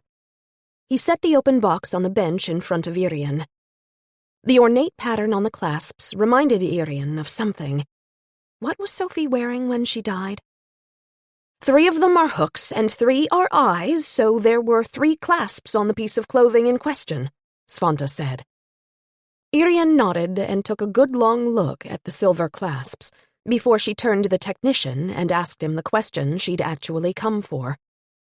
"Did you have a chance to look at the 3 photographs I sent you? The ones with the fires?" "Yes." Irene had brought the photos she'd taken from Marcello's room right to Svante. "Jens was the one who inspected them. I think he's in right now. Let's go." They walked down the hallway to the last room. Svante tapped a pattern with his fingertips on the door, and then opened it before anyone on the other side had a chance to react. Jens was new. Irene had not yet met him. His shoulder-length black hair reminded Irene of a Beatles haircut, but his baggy jeans and t-shirt put him in the hip-hop trend of the day. He seemed to be very young for the job, but these days all the new employees seemed young. When Irene had brought her mother for an X-ray, she'd thought that the doctor in the X-ray department was fresh from graduation, another sign that she was getting older. Jens began to search through his computer files. "Here we have the fires." He clicked on 3 pictures. Then he clicked a few times on the first picture, so it enlarged and filled the whole screen. "Check this shine," he said, and pointed with a pen. In the background was a metal reflection unnoticeable on the smaller image. Jens clicked a few more times, and the area around it enlarged to show the silhouette of a man wearing a helmet and loose pants and jacket. "A fireman," Jens said. So this photo was taken at a real fire, and not a Walpurgis night bonfire, Irene said. "Obviously," Jens said. "Can you print a copy for me?" asked Irene. "Certainly," Jens replied. "You probably want the others as well. I'll take care of it." The screen blinked, and they were back at the original 3 photographs. Jens clicked on the second picture. At first, all Irene could see were the flames of a raging inferno. Again, Jens pointed with his pen toward the screen. "Check this space between the flames. Do you see what's there? Look closely, and you will see a corner." He enlarged the area of the corner, and Irene could tell what it was. "That's a window frame. This is a house fire." "Exactly," Jens said. Jens brought up the third picture. Irene could see the fuzzy silhouette of a human head in the foreground while she looked. There was a huge fire behind it. "On the enlargement, you can see that it's a girl's face. I've worked on it a bit, and this is the result," Jens said. The screen shimmered for a second, and then it was possible to see individual features. The girl had her face half in profile toward the camera. The smile on her lips was easy to see. Beyond a doubt, Sophia was the girl in the picture. Irene studied the picture for a long time. Although the face was half in shadow, the expression in Sophia's eyes could be easily made out. She wasn't concerned or troubled. Her eyes showed absolute joy, and something else. Life force? Then Irene realized what it was. Desire. For the first time, Irene saw a visible emotion in Sophia's expression, and she had no trouble interpreting it. Sophia was not hiding her feelings. She was showing her brother, the photographer, the face of a woman who felt deep inner release and lustful joy. "God give me strength. I believe she's a pyromaniac," Irene exclaimed. "Why do you think that?" asked Svante. "Look at her expression, especially the eyes. I dealt with Sophia 15 years ago, and she was a master at keeping other people in the dark. She had a stone face that revealed nothing, absolutely nothing. But in this picture, she's almost ecstatic in her happiness." "That could be. She does look happy," Svante agreed, as he took another look. As a matter of fact, there were a number of fires out at Björkhill before the one that killed Magnus Eriksson. Sophia was 11 years old at the time. She could have been the pyromaniac in Björlund. And there were a number of fires around Angorden this past summer. Jens had been sitting quietly while he looked at Sophia's face. "One thing bothers me," he said thoughtfully. "She's not the one taking the photographs." "No, that's her brother. He told us he took them.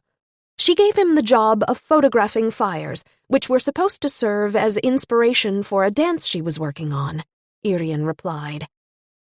"Isn't it odd, though? If the girl was a pyromaniac and liked to set fire to houses and the like, isn't it strange that her brother just hung around taking pictures? Or what?" "Absolutely. You have a point. I don't have an answer yet. But I'm going to find one," Irene thought. Frey has some explaining to do. Just as she had done previously, Irene left a message at the office at the School of Photography. When Frey called her back, he did not hide his irritation. "What do you want now?" he asked brusquely. "I must talk to you again. It would be good if we could meet at your darkroom." "Why?" "Because it's about the photos. Plus, there's more we need to discuss." "What's the big deal about the photos?" Was she imagining it? Or did Frey's voice sound nervous? "They're very interesting. And they were important to Sophia. You were the one who took them, right?" "Of course, but she was the one who demanded I do it." Now there was a trace of whining in his voice. He sounded like a little boy who did not want to fess up to what he'd done wrong, but tried to blame someone else. "Do you have a cell phone I can reach you on?" "No, I lost mine." "How can a young man of today get by without a cell phone?" "I haven't had time. I haven't had enough money," he mumbled. "So when can I see you this afternoon?" Irene asked, without giving him a chance to find an excuse. "After 5, he said petulantly. "All right, I'll be there after 5. He didn't hear her last words, as he'd already hung up the phone. The next person Irene sought was Angelica. She answered on her home phone, and she, too, was not enthusiastic. "I don't have time today. I work until 8 p.m., she said. "But that means you don't start until after lunch. I can be there in half an hour," Irene determined. "But I have to go shopping," Angelica protested. "You can go shopping later. This concerns the murder of your daughter." Irene settled the matter with that. She knew she was turning the screws, but there was nothing Angelica could say against that argument. Irene headed into Sven Andersson's office after her conversation with Angelica. Andersson was at his desk, yelling into the telephone. When he slammed down the receiver, he complained half to himself. Damn bureaucrats! They just don't get it! Must have inherited their jobs. The deep red of his face forbade bringing up any sensitive matter, but Irene decided to make the attempt anyway. She smiled at her boss and said, "Do you have time for a cup of coffee?" Well? The idea seemed to please him, and his anger began to dissipate as he thought about it. That's not a bad idea at all. "I'll go get you one," Irene said, and hurried back into the hallway. When she returned a few minutes later, his face had faded to its normal tone. Irene set a steaming cup before him, and the other in front of the visitor's chair, which she took. "So, what's happening on your end?" Andersson asked after he'd taken a few sips. Irene took a deep breath before she decided to plunge in. "It's the Sophia murder. I've found a lot of new information." "What kind?" the superintendent asked, displeased. He had given direct orders to put the gang murder first, and he wanted to finish up the work to hand it over to the prosecutor. Actually, quite a bit. The technicians examined the photographs Frey had taken at several large fires, and were able to find Sophia in one of them. In it, Sophia was not the closed, emotionless person you and I knew.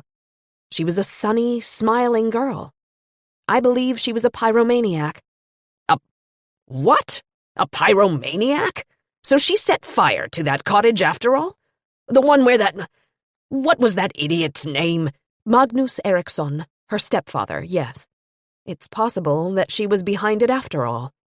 I will see Frey this afternoon at his dark room in the Angorden mansion. Before then, I've arranged to meet Angelica Mombori Eriksson half an hour from now. More like 20 minutes. Why? Because I want to find out what she might know about her daughter's possible pyromania. Also, I need to question her about her relationship to Marcelo Alves. That black guy who dances? Who might have been sleeping with Sophia? Was he sleeping with the mother, too? The superintendent raised an eyebrow, appearing a little more interested. Irene swallowed her discomfort and replied, "Yes, that appears to be the case." "That is Andersson stopped in the middle of a sentence. He looked toward the door. Someone had just knocked. Friedrich Strede poked his head in and said, "Hi there. Hanu asked me to inform you that another man has been knifed. He belonged to Milan's gang. They found him in a shopping mall staircase. He's been badly injured, but he's not dead. At least, not yet. It looks like a gang war is breaking out." Before Irene or the superintendent had a chance to reply, Friedrich's blonde, tousled hair was withdrawn and the door closed. For Irene, this was the worst possible news. Everyone would be put on the gang war investigation. Andersson interrupted her thoughts. "All right. You have today to work on these new leads in the Sophia case. Tomorrow, I want you working wholeheartedly on the Milan Roberto gang case." Irene leapt up from the chair, gave a Girl Scout salute, and said, "I do promise—" "Oh, just get out of here," Andersson interrupted her, as he lifted his coffee mug to slurp the last of it. The coffee was still hot enough to burn his tongue. He began to mumble something nasty, sticking out his tongue to cool it. Irene decided to leave quickly. She stopped for a second at the doorway to ask, "Would you like me to get you a glass of cold water?" "Get out!" Angelica could hardly be said to be happy about Irene's visit. In fact, she was downright surly, and made no attempt to be polite. She let Irene in without a greeting.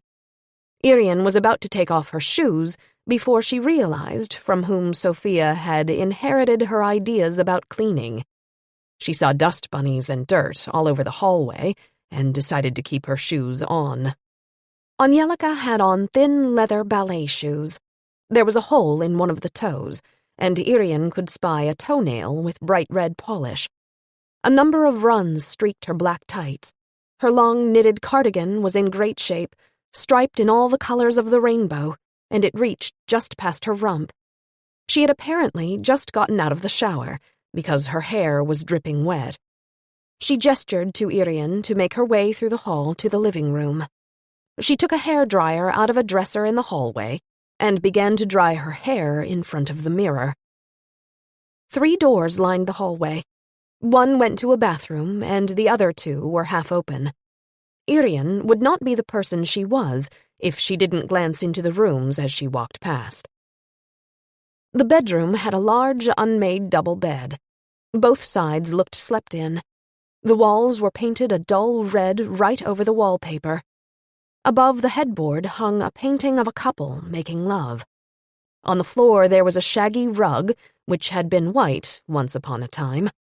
White tulle was used in place of curtains, and Irene had the feeling they were simply wrapped around the curtain rods. In one corner there was a chair hidden by a huge pile of clothing. She glanced into the kitchen. It was large and bright, not necessarily a good thing, as the sunshine mercilessly revealed a sticky floor and crumbs all over the countertops and the stove. The kitchen cabinets were painted a bright orange, which stirred a memory in Irene. Her mother had had a coffee pot that color. She had won it at a Red Cross Christmas raffle, and she'd hated it from the moment she won it. She'd returned it for the next year's Christmas raffle, and the woman who had donated it recognized it and had gotten angry. This was over 35 years ago, and the 2 women still didn't speak, even though they lived on the same street. Irene stopped at the entrance to the living room with the strong feeling she had just stepped back into the 70s.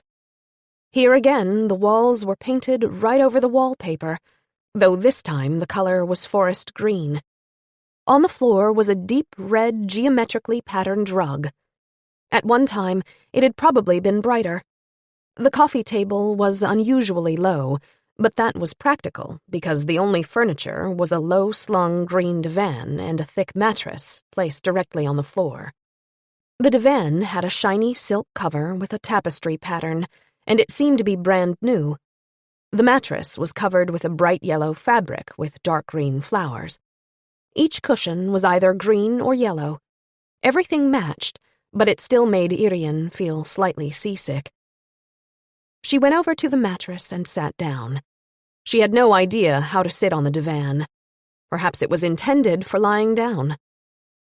She pulled her long legs into the familiar position where she sat on her heels with her legs beneath her, a pose she often used when she visited Mokuso at the dojo. She had taken off her shoes and decided not to worry about the hole in her sock. She was certainly in good company there. All the walls were covered with photographs and paintings. Her heart leapt when she saw a black and white picture nailed to the wall over the television. It was an enlargement of the photograph with Sophia's face in the foreground and the flames shooting up behind her. Without the technical touch-up from the police force, it was difficult to recognize Sophia. It was perfect for Irene's purposes that just that particular photograph was displayed on the wall. She had the police copy of the enlargement in her purse. Angelica took her time drying her hair, making sure that Irene knew she was in no hurry. Irene didn't let it get to her. It was fascinating to study all the pictures on the wall. There were shots of dance performances and theater performances in all sizes and styles. Probably Frey had taken a number of them. Irene also recognized Frey's graduation photo. It was the same one she'd seen at Ingrid Hogbori's home. There were no other photos of Sophia besides the one over the television set. The hairdryer stopped, and Angelica came into the room. Gracefully, she sat down on the divan with her legs crisscrossed.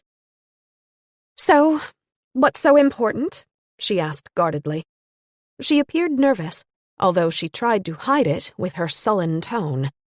Irene could understand why, so she went right to the point. "I was at the Gordon house last Friday night. I knew that my daughter was going there with Frey and Felipe. I had the bad luck to forget my keys, so I had to find Katerina. It was very late at night when I arrived, and the party was in full swing. I didn't know whether I should go in or not. I walked around the house to see if I could get a glimpse of my daughter through the windows. I happened upon a couple making love behind the house. You and Marcello. You didn't see me." Irene expected Angelica to become angry, but instead her face lit up and she smiled. "Oh, that," she said. "Have you been in this relationship with Marcello for a while?" "Relationship? Not at all." Angelica laughed. She looked at Irene with amusement. Her reaction surprised Irene. Angelica showed no signs of guilt. She didn't even find it embarrassing that Irene had seen them. "But you have sex," Irene said. "Yes, we do." Her eyes had a naughty shine. "How often?" "It just happens. Not that often. Neither of us takes it seriously. It's just for fun." "What does Stefan say?" "It's none of his business." The warm look left Angelica's face. She turned ice cold. "We're adults." "Actually, I'm not interested in your relationship with Stefan. I want to know about you and Marcello. We know that Sophia was also interested in him. Did she know that you and Marcello were sleeping together?" "While she was alive, we didn't have any kind of relationship, as you call it." Angelica sighed, then fell silent for a moment, and looked out the window pane on the balcony door. "And Sophia and Marcello were never together. He didn't want to deal with someone so complicated." "So how long have you and Marcello had a relationship?" "You keep calling it a relationship. What a ridiculous word. We fuck when we want, that's all. The first time was—" She trailed off and swallowed. "It was the same evening Sophia was killed. There was a party on Saturday night for a friend who was moving to Copenhagen. I went to it. Of course I was worried about Sophia, but I didn't know she would die that very night. That she would be burning." Tears came to Angelica's eyes. "So the first time you and Marcello were together sexually was that Saturday night?" "Yes," Angelica whispered. "And then you've had sex a few times since then?" "Yes." Angelica seemed to have no problem with this. How would this influence her relationship with Stefan Östborg? Perhaps not at all. They were, as Angelica had pointed out, all adults. Irene thought it was odd that they were even considering moving in together. Angelica had a lover 30 years younger than her next companion. Still, that was between Angelica and Stefan. Irene couldn't see how it impacted the murder investigation. She decided to set aside the lovemaking between Marcello and Angelica and go back to Sophia herself. She nodded at the picture over the television. "Frey told me he'd taken that picture." "Yes." "Do you know where it was taken?" "No." "Why does he take so many photographs of fires?" Angelica gave her a quick side glance and shifted nervously on the silk-covered divan. "Sophia wanted pictures of fire. She wanted them as inspiration for her work, the fire dance. I know she used them. If you recall the movements during the performance, when the tower burned, the dancers are moving like tongues of flame." Angelica made some serpent-like movements with her hands and arms in order to illustrate the dance of the flames. Irene didn't remember any special fire-like movements, but perhaps she simply needed more education in the meaning of movement in dance. She went on with her questions. "In this specific picture, there's a blurry human head in the foreground. Do you know who that might be?" "No," Angelica replied, uninterested. "Our technicians down at the station are quite good. They've run this exact photograph through their computer to see what they could make out. This is what they came up with." Irene pulled the photograph from her purse. She handed it to Angelica, who seemed, again, suddenly nervous. When she clearly saw the person in the photograph, she blanched as if she'd seen a ghost. On some level, she is seeing a ghost, Irene thought. For a few seconds she worried that Angelica might faint, as all the color drained from her face. Angelica stared at the photograph and swallowed a few times, but no words managed to come out. As you can see, Sophia is the one in the photograph. She seems very happy. I've never seen her like this, Irene said. Angelica did not seem to hear what Irene had said. She kept staring at the photo. Did you know that Sophia was fond of fire? That she really loved fire? That she was, in fact, a pyromaniac? Irene asked. It was a bold statement, but her words sunk in. Angelica screamed and flung the picture away. It slid over the glass table surface and landed on the rug. She kept swallowing, trying to form words. Finally, she was able to speak. I didn't know. At times I thought something. She started to cry and covered her face with her hands. Irene said nothing, but let her sit like that for a time. Finally, Angelica slid her hands away and gave Irene a tired look. She was very little when it started. I noticed she loved to play with matches. She liked the flame. How old was she when you noticed this? About 5 or 6. But that she was a pyromaniac. No, I never noticed that. A few fires broke out in the area the summer of 1989. Did you ever suspect that Sophia might have been setting them? Never, Angelica said without emotion. Did you ever suspect that Sophia might have set fire to your home 15 years ago? No! Her exclamation seemed like a cry for help. Perhaps that's just what it was. Her eyes were filled with fear. Or terror. For a second, the women stared at each other. Then Irene noticed tears brimming again in Angelica's eyes, as sorrow replaced the fear. She looked away from Irene as she quietly said, Yes, of course the suspicion was there. But I never wanted to believe that Sophia... She didn't finish the sentence, just bowed her head. Sophia never said anything which might hint that she was behind the fire. No. What she told me, I told you.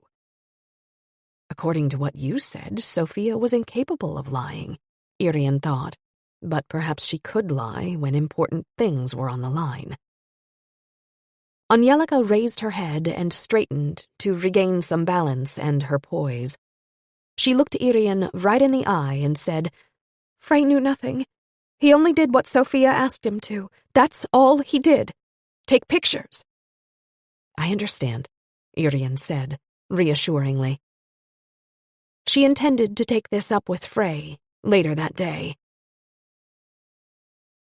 Frey came just before 5:30. While she waited for him, Irene had used the time to reconnoiter the area. First, she made a round through the yard with her flashlight to light her path. The strong wind rustled the tops of the old fruit trees and whirled the fallen leaves around her. At the back of the house, she saw Angelica's panties still in the wet grass, but left them there. Instead, she opened the back door to the basement and went in. A brief look into the sauna showed that Huss was not at home. He had left behind some paper bags. The smell from them indicated leftovers from the Halloween party. He also had a few wine boxes lined up, with maybe a drop or two left in each. Irene touched nothing and left the same way she'd come in. It had started to pour while she was in the basement. She hurried back to her car as fast as she could without slipping on the wet grass. She sat and waited for another 10 minutes before the red Megane arrived. They stepped out of their respective vehicles at the same time and greeted each other. Frey led the way. The entire house was dark. He unlocked the door and switched on the outside light, as well as the one in the hallway. Irene paused before stepping inside. No one had cleaned up after the party. There were paper cups strewn about the floor. Cigarette butts were everywhere. All sorts of garbage was pushed into piles. The stench of sour wine and cigarette smoke hung over the entire mess. Irene thought she could also smell the slightly sweeter odor of marijuana, but perhaps that was just her imagination, since she'd seen people smoking it there. Frey stepped over a pile of garbage and headed directly to the stairs. When they reached his attic apartment, he unlocked the door to his darkroom and said, "Wait here. I'm just going to put my bag in my apartment and use the bathroom." With an exaggerated gesture, he bowed Irene into the room. He turned on the ceiling light before he left. The room hadn't changed. Irene noticed yet again how neat and orderly everything was. Perhaps it was necessary so he could locate what he needed when he was working in the dark. The fire pictures were still up. The picture with Sophia's blurry face was also there. Irene heard the flush of the toilet. A minute later, Frey entered the room.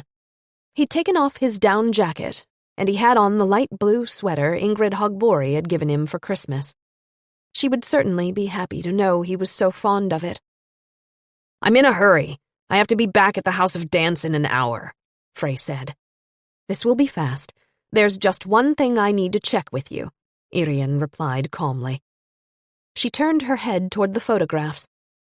"Why do you only take pictures of fires?" "I don't just take pictures of fires." "You don't? I don't see anything else here," Irene stated. "No, well, I haven't taken down Sophia's pictures yet."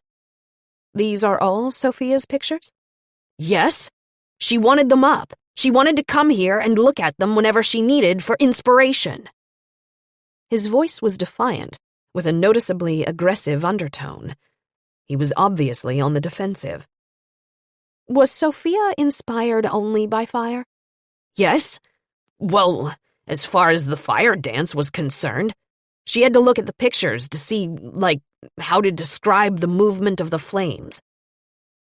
It was the same explanation Angelica had given.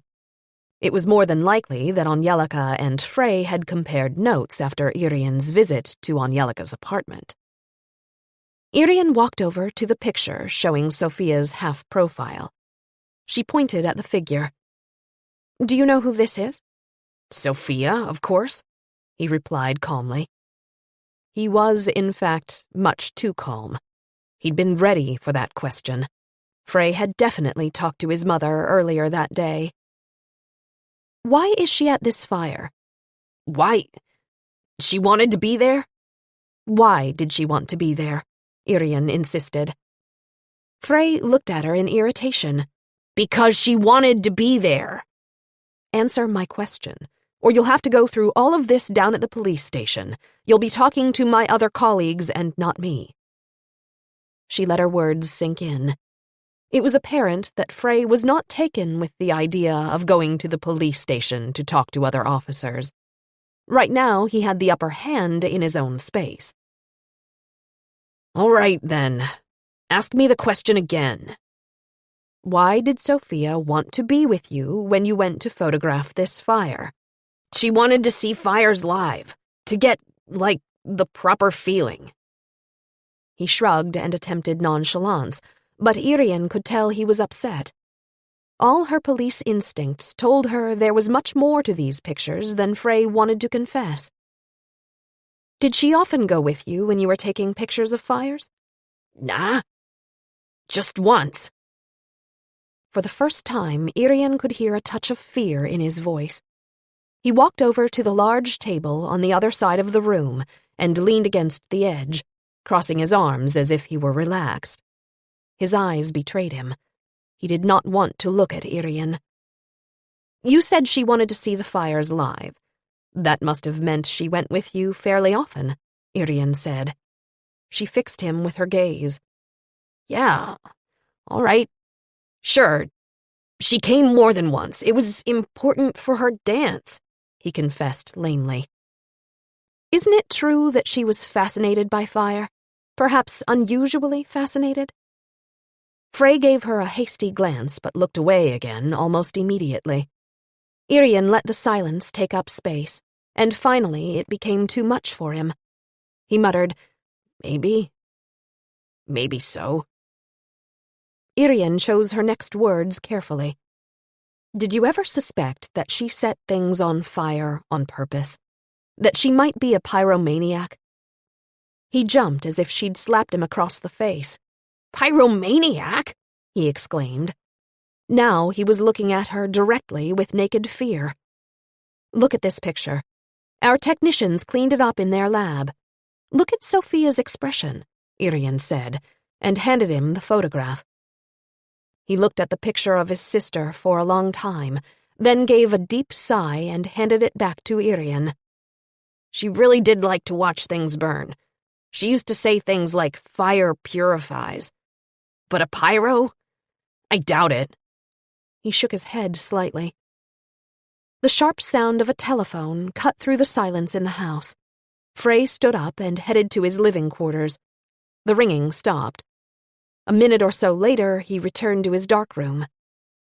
I have to get going. That was Felipe. His car broke down and he needs a ride. It takes at least 15 minutes to get to his place. He opened the door as wide as possible. Irene had no choice but to leave. Nevertheless, she felt she had confirmation of her suspicions. Sophia had been fascinated by fire, and perhaps she was a pyromaniac.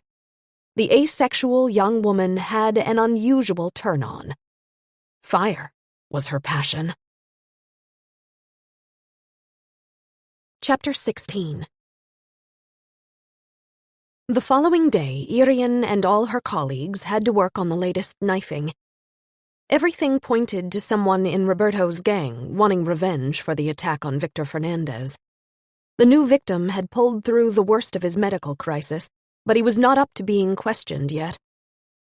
The investigation was slow and made more difficult because no one wanted to testify or snitch on a gang member. The police were unable to provide witness protection, so the only safe thing to do was to keep as silent as a wall, or perhaps give false testimony, as long as everyone cooperated, like Milan's relatives. The gang killings were beginning to feel like one long, nightmarish investigation, with the certainty that these were not the first incidents, and were definitely not going to be the last. Gang criminal activity was on the rise. It cost time and real money to conduct these difficult investigations, during which neither side was going to help the police. Instead, the gangs carried out their own justice. Now there was the risk that more young men would be injured or killed. One light in the darkness was the new 24-hour hotline that the social services had set up with the local police in the districts of Berryhun, Gunnered, and Biskopgården. The aim was to break the gang's recruiting cycle. At-risk young people would be counseled to try to keep them from starting down a path of crime. The boys and girls were between the ages of 12 and 18. They'd been caught with drugs or were suspected of theft and breaking and entering. Each one caught was brought into the group with a plan that would help them return to society. The head of the local police had already expressed his surprise that so many young people had been brought in, many of them quite young indeed. On Thursday, everything began to happen at once. Irene's phone rang at 8:15. She almost knocked over her cup of coffee as she reached for the receiver. Before she could speak, a sharp female voice trumpeted over the line. "Nurse Ulla at Happy River Assisted Living here. Are you the policewoman who visited Ingrid Hogbori last week, who brought the sweets?" "Yes. I'm Detective Inspector Irene." "Were you here again?" Irene was confused. "What do you mean? You think I've come and visited Ingrid Hogbori again?" "That's exactly what I mean. Did you?" "No, I didn't. I've been much too busy here. She's back in the hospital. Same reason. Someone has given her sweets. This time it was a box of Viennese nougat candy." "What?" was the most intelligent thing Irene could manage to say. "Viennese nougat. Someone gave her a big box of candy. We found the box, and it was completely empty." Before Irene could say anything else, the nurse continued, "Ingrid was released last Saturday despite the fact that her blood sugar levels were still high. They are always high, but this time catastrophically so. Her diabetes is in its last stages. One reason is that especially after her head injury, she can't manage her diet. I found her this morning in a diabetic coma again when I came to check her blood sugar levels." "Is the box the candy came in still there?" asked Irene when the nurse paused to take a breath. "Yes, it's still on her kitchen table. Please don't touch it, and please don't let a cleaning person into the room. I'll tell them to wait if her room is scheduled to be cleaned today." "Good. I'll be there in about an hour. Could you let me and a police technician into her apartment?" "Sure. You have my cell phone number. Call me when you get here." Irene called down to the lab and reached Svante Malm. He promised to come with her to Torslanda. Tommy walked into the room and Irene was just about to give him the whole spiel about the Sophia case, from the Halloween party to the box of candy, when the phone rang again. "Detective Inspector Irene Huss?" "Hi, Erik Johansson here," a young male voice trumpeted. "I see," Irene said uncertainly. She couldn't place the voice right away. "From Bersian Real Estate Agency. We met last Friday at the farm." Yes, of course." The coin dropped. "Sorry, I didn't recognize your voice." "Not to worry. I've just sold the farm, and when the new owner and I were going through the place really thoroughly, I happened to remember what you told me. Like if a room stood out in any way, if it was messier or something. I didn't think of anything when you were here. Mostly I was thinking about the house itself. It was just messy all over. But the owner and I went through the barn, too. You know there was a riding school there, right?" "Yes, I know about that." "The riding club rented the place from the old lady for years, but then they didn't renew the lease."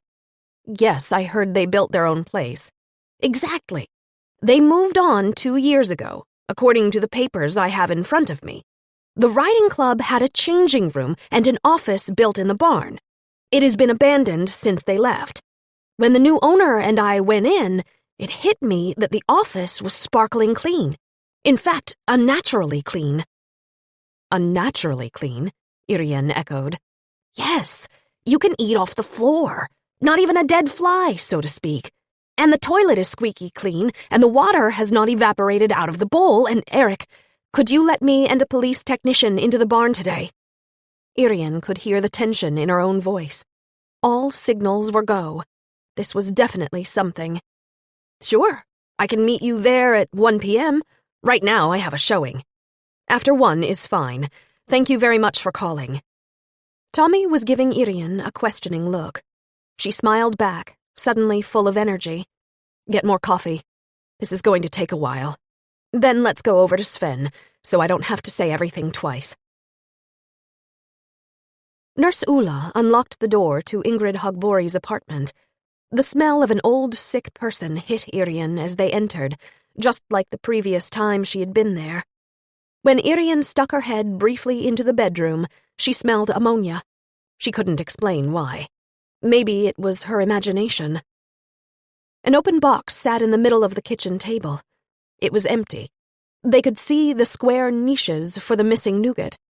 The cover showed a couple dancing a Viennese waltz. Viennese nougat, of course. The sweetest candy ever made. And easiest to eat, too, as far as the wrappers strewn about the table revealed. Only one piece was left. Ingrid had eaten each and every piece except this last one. Hardly a healthy thing to do for a diabetic, especially if she'd gobbled them all at once.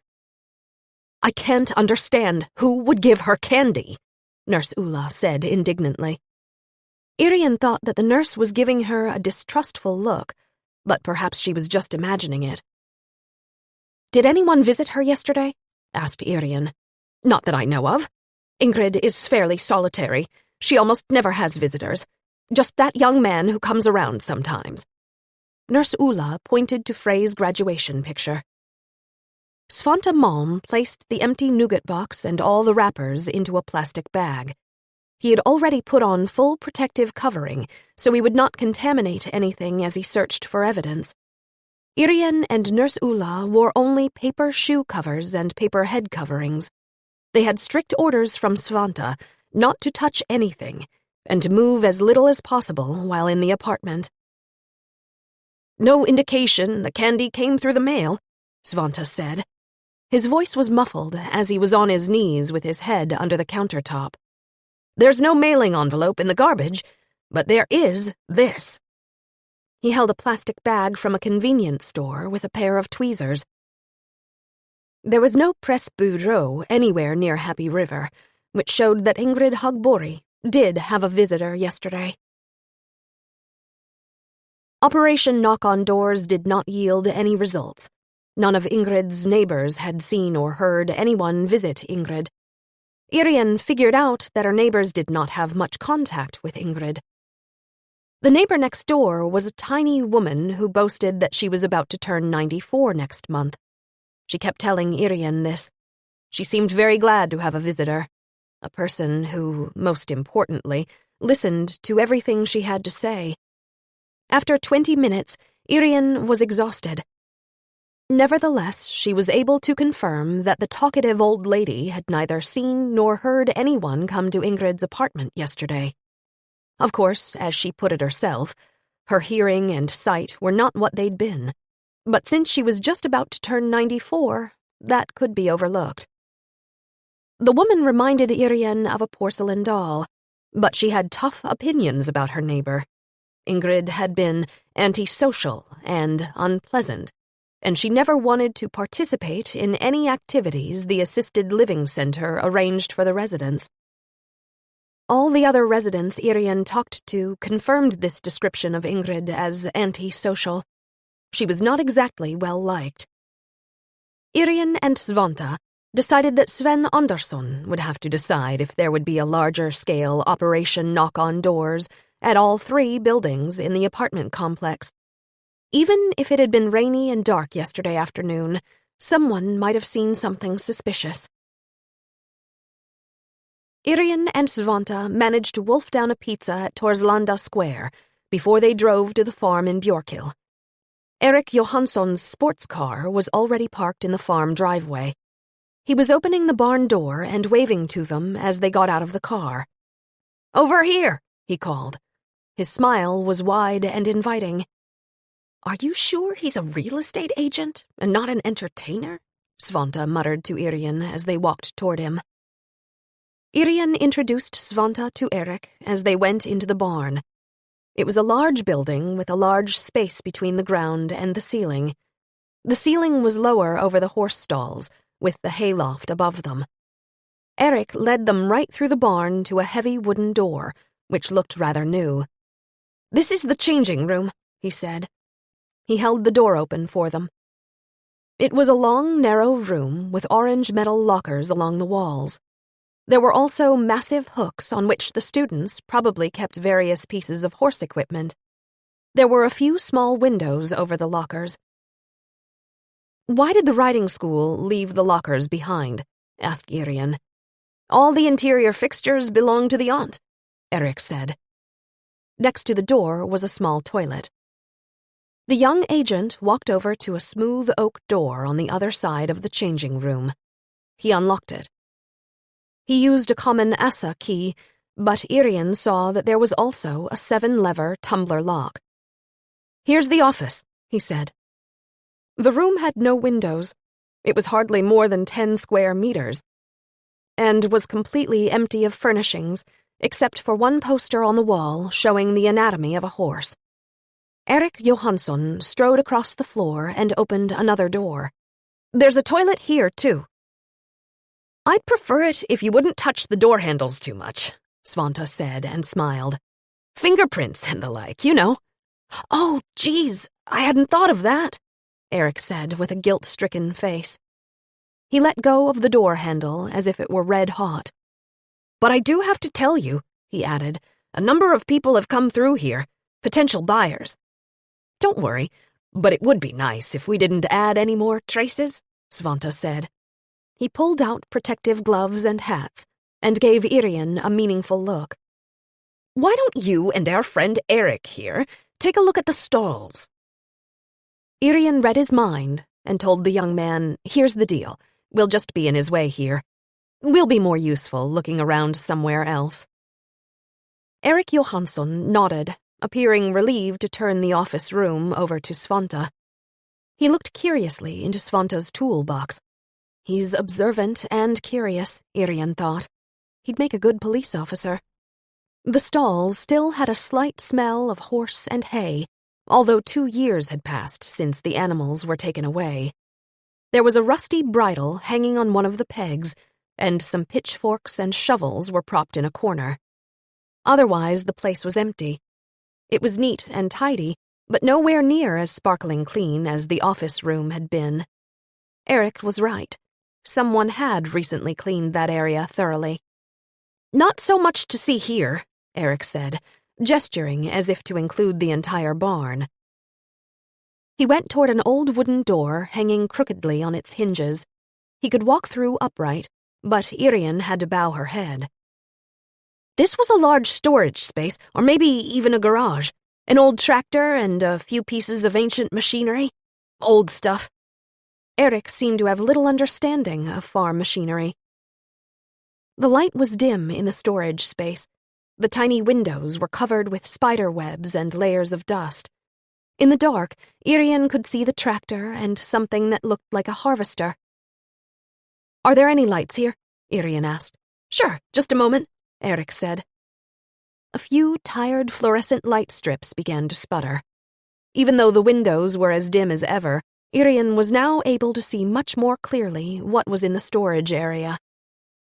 "Why don't you start over by the door, and I'll start from this end," Irene said. "If you see anything interesting, don't touch it." "Aye, aye, Chief Inspector," Eric replied, and gave a perfect military salute.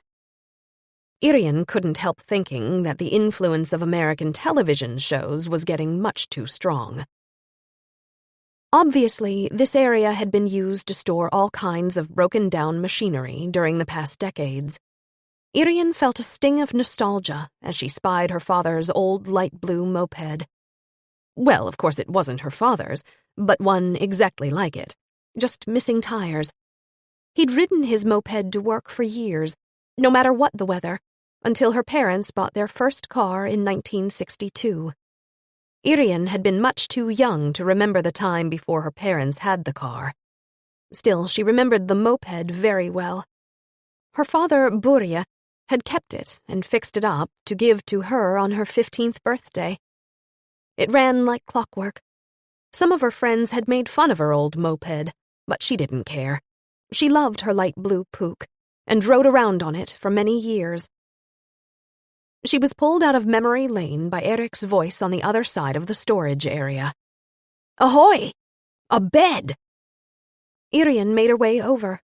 He was pointing to an area where stairs went to the hayloft.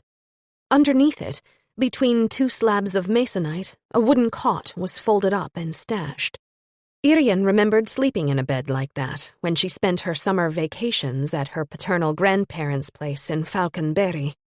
The edges of the bed were heavy wood, and there was a metal hinge in the middle. It had links on the bottom that rattled whenever the bed was unfolded or folded back up. "It's not as filthy as the other stuff," Eric pointed out. He couldn't hide his excitement. Police work often had that effect on people, as long as they were not feeling threatened themselves. "You're right.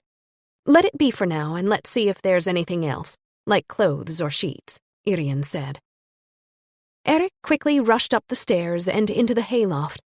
He didn't seem to mind that his light blue pants and his mocha jacket were not suited to mucking around in a filthy old barn. Irene heard his footsteps above her head. I hope he doesn't fall through the floor, she thought. She hoped that his real estate insurance would cover any accidents in the course of a workday. But is he actually doing real estate work now? They'd have to say he was if anything happened to him. Irene poked around the junk without finding anything else of interest. Yet the bed is a good find, she thought. Eric came back down from the hayloft and reported that up there were just rotten hay and an impressive number of rats. Without thinking, he wiped his hands on his light blue pants, which was unfortunate. Palm prints now ran down both sides. He looked even worse when he rubbed his hand on his forehead. It looked like he was putting on camouflage. "You'll have to go home and wash up before you meet your clients this afternoon," Irene said, laughing. "Oh, it's not so bad. I'll have time to change. My next showing is at 4:30, he said happily. Svante Malm thought the bed was an interesting item. Irene also put on protective gear, and together they managed to wrap the heavy bed in plastic. "No bedclothes?" asked Svante. No, but she was on a mattress when she died in the fire, and fragments of the fabric used to set the fire indicated a cotton like the kind used in sheets. And there was a woolen blanket, Irene reminded him. At her words, Eric turned a little pale. It had dawned on him that this was no game. They had gone on a scavenger hunt to find anything relevant to Sophia's murder, and she had not been much older than Eric.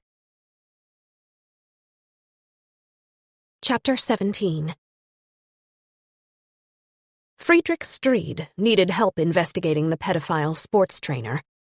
As they went through the man's computers, both his home computer and the one he used at the office of the sports club, they found thousands of pictures of child pornography.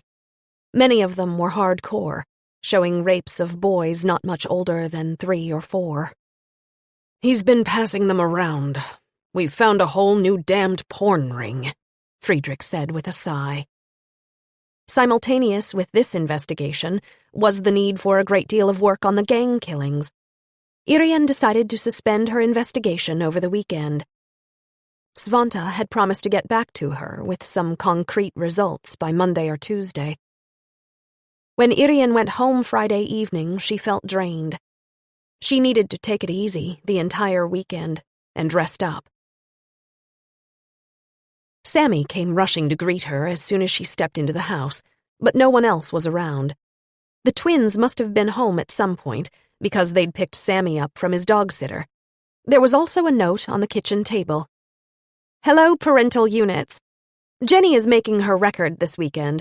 The studio changed the day because they had something else come up for next weekend. She's on the way to Skara with her band, and they won't be home until Sunday evening. I'm going to capoeira, and Felipe and I will be going out afterward. Love, Katerina." So only Irene and Christer would be home that evening. That would be nice and relaxing. Just what she needed in her exhausted state. Still, she felt a twinge of missing her girls. Of course, the twins were much more independent at their age, and had their own activities and friends. Irene missed her Friday night family time, tubs of hot popcorn and good movies on television. But most importantly, she missed the sense of security as the 4 of them cuddled on the sofa. Other evenings they'd play games, although things could get hot when one of the girls lost her temper. Both girls hated to lose. For the sake of peace in the home, the girls often would play on the same team and were often allowed to win. Irene went into the kitchen to prepare Sammy's food. Sammy was now lying in the hallway, watching to make sure the process was done correctly. He could hear the sound of dry food dropping into the bowl. Then there were leftover bits of Varmland sausage from Wednesday's dinner. Warm water was spread over all of it. When Irene put the bowl on the floor, Sammy flung himself at it with enthusiasm. He began to chew loudly, content. At least one being on this planet appreciated Irene's food preparation abilities. What were the humans going to eat this evening? Irene had no idea, but trusted that her husband was going to see to this part of the program. Christer always finished at 4 p.m. on Fridays when he had the weekend off. He'd often go to Saluhallen, the food market, and shop before he headed home. For the past few months, the family had 2 cars. They still had their Saab, now 13 years old, and they'd also taken over the Volvo that had once belonged to Christer's father. Both cars still ran well, though the Volvo was fairly old as well. According to Christer, they'd last for another few years. He'd given them names to boot: Old Betty and Bosse. Their cars were the oldest ones in the townhouse parking lot. Irene felt it was a touch too luxurious to have 2 cars in the family, but it made things so much easier, especially since she and Christer had odd work schedules. It was 6:15 and Christer still hadn't come home. Irene tried to reach him on his cell phone, but only got the message that this number cannot be reached now. She called Gladys's corner and asked for him, but found out that he'd left the restaurant at the normal time. A dull apprehension churned in her stomach, but she told herself that there was nothing to worry about yet. Perhaps Christer had run into a friend and they had decided to have a cup of coffee together. Or perhaps he'd remembered an important errand. Or what? Irene glanced at the clock and saw it was now 6:30. Why had Christer turned off his cell phone? Sammy began to whine and circle in front of the door. What goes in must come out. The dog had to be walked. Irene snapped on Sammy's leash and threw on her coat. They took a brisk walk through the wind and rain without running into any other humans or dogs. The other houses looked warm and inviting. Everyone was enjoying their Friday evening except her. She knew this was an illusion. As a police officer, she knew what was often hidden behind respectable house facades. For instance, the man suspected of child abuse lived in a brand-new house in Askim, with a wife and 2 young children. He'd been an elite athlete in the past and had a degree in sports psychology. When he was arrested, he'd just gone to pick up a brand-new BMW 530i. He had certainly kept up appearances. Every 10 minutes, Irene called Christer's cell phone number. Still no answer.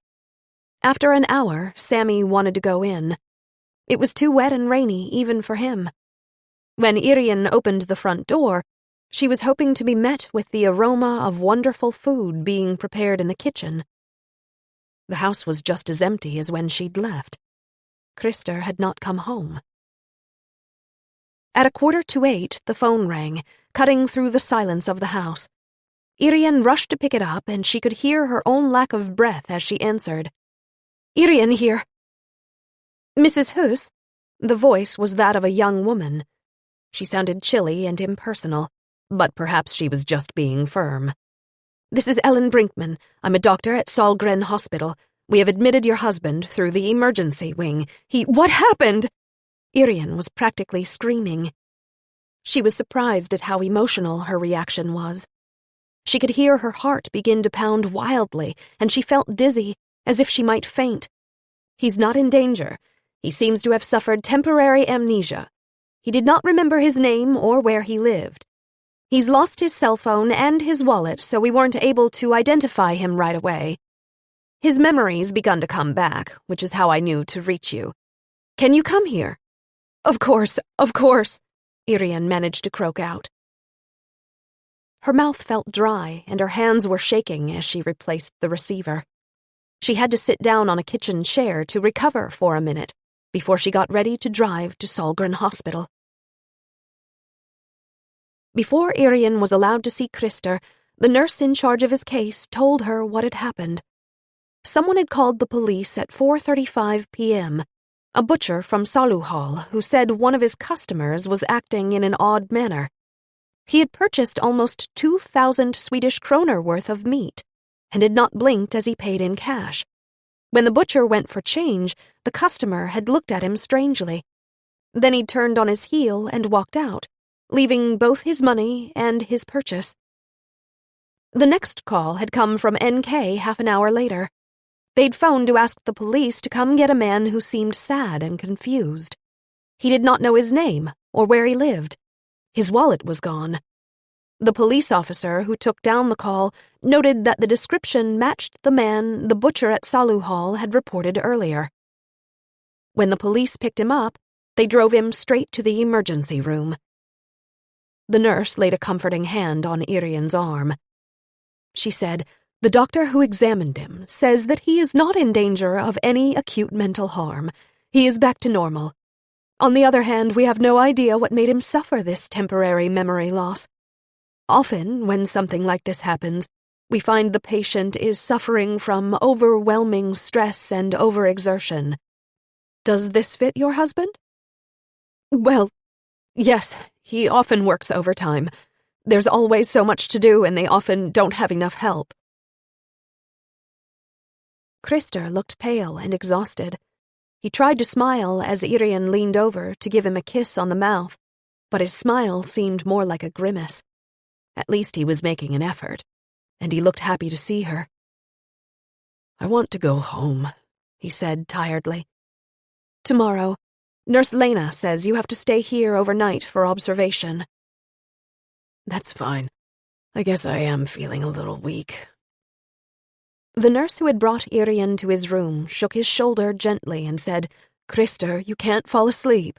Right now I need to check your pulse and blood pressure and look at the size of your pupils." She glanced up at Irene and smiled. "Just routine. We are going to do an ACT in about an hour. There is a small risk that there is some intracranial bleeding, so we always check, just to make sure." The nurse performed the examination quickly and efficiently. Then she jotted the results on his chart on the nightstand next to a stethoscope and a blood pressure cuff. She was middle-aged, slightly plump and rather short, but somehow she gave Irene a sense of comfort. She seemed competent and had a friendly, motherly way about her, which was just what Irene needed that moment. Irene picked up her courage to ask, "What does intracranial bleeding mean?" "We don't know why Krister lost his memory. We have to rule out a stroke or a blood clot. These things can be seen on an X-ray." The nurse glanced at Krister, and Irene knew she didn't want to worry him. She felt worry gnaw at her own heart. How sick is Krister really? What is going to happen to him? What will it mean if the doctors find something on the X-ray? What will it mean if they don't? Mostly to calm her own fearful thoughts, Irene asked, "Have the police been here yet? It seems someone took his cell phone and wallet." Since Krister had trouble with his memory, the police decided to wait until tomorrow morning to question him. "Perhaps everything will be clearer then," Nurse Lena replied. She gave Krister an encouraging smile. The police had probably made a good call, but Irene still felt frustrated. Her husband was likely the victim of a crime, and she wanted her colleagues to get right to work. At the same time, she knew it was Friday night in a big city. Parties were just getting started. There'd be many more thefts, fights and assaults before the night was through. Perhaps even a murder. The police department's resources were already stretched thin, so if they could put off questioning someone until the following morning when things were calmer, they would do so. Irene was suddenly overwhelmed by exhaustion. All her strength was gone, and all she wanted to do was cry. She couldn't upset Krister by giving in to that impulse. She'd have to keep her spirits up. She took his hand and gave it a squeeze. "Do you remember anything at all about what happened?" she asked. Krister turned his head to look at her. He wet his dry lips with his tongue before he replied. "I parked my car at the usual spot. It's on the top floor of the parking garage. I remember walking over Kungsportsplatsen and into the Salu Hall. Then nothing. Everything went black. The next thing I remember is lying here in this hospital bed."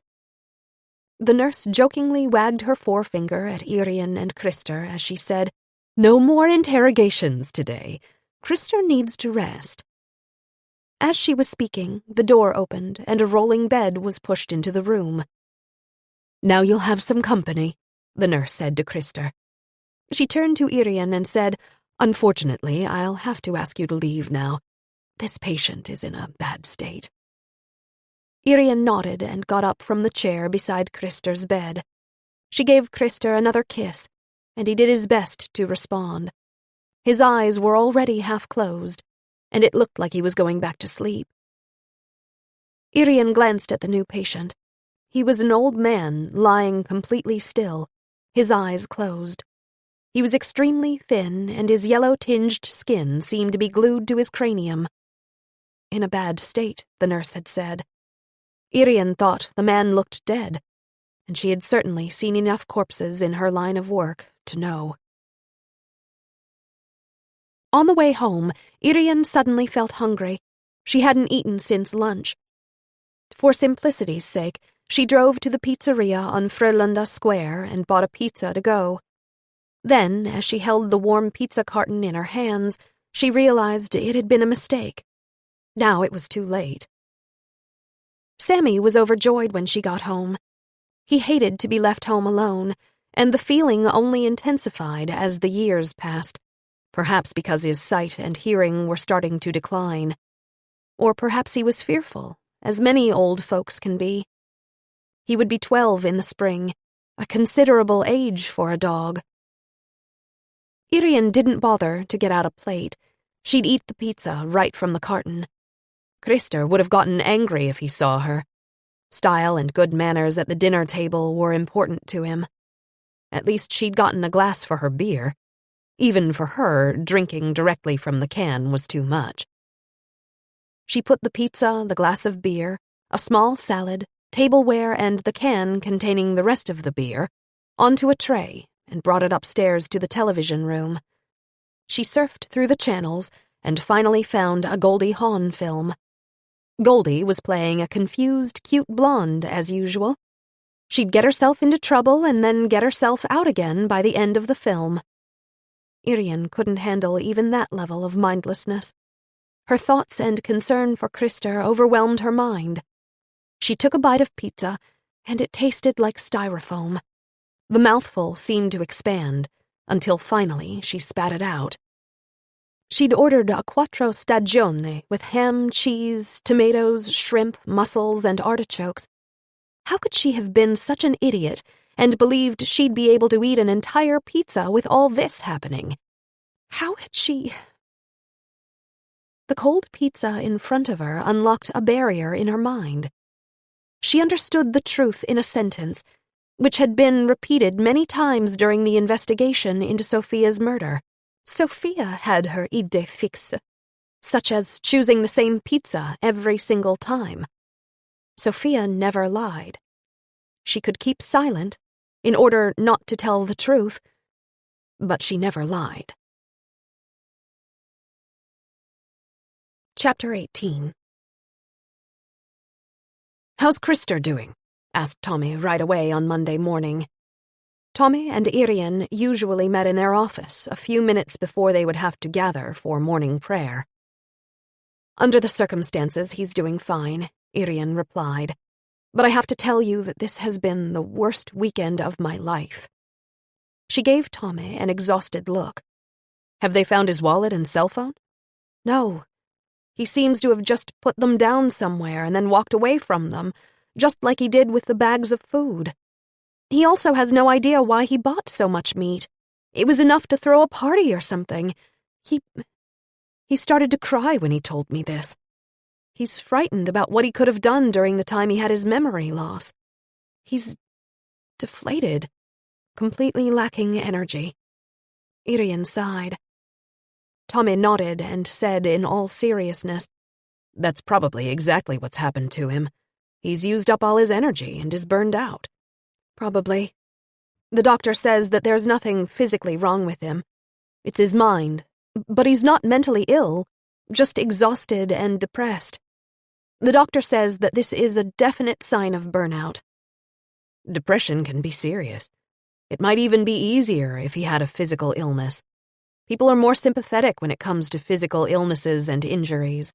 People can't see something invisible. They don't understand." "I know.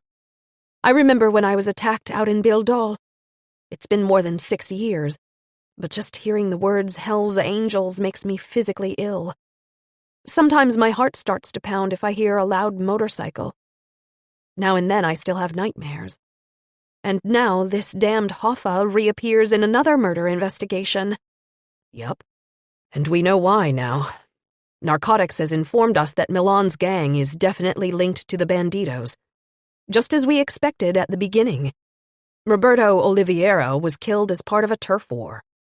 Hell's Angels was following Milan. When Milan knifed Roberto, it was a gift from heaven as far as Hoffa and his gang were concerned. Even those small players, the Pumas, suffered a blow when their leader was killed." "Are all the guys in Roberto's gang from Latin America?" "The ones I've questioned were. Most of them are. The local police tell us that there are some Swedish guys, too, as well as 2 guys from Kosovo. They're not united by race or background. They are all part of the underclass." "Any girls involved?" "Nope.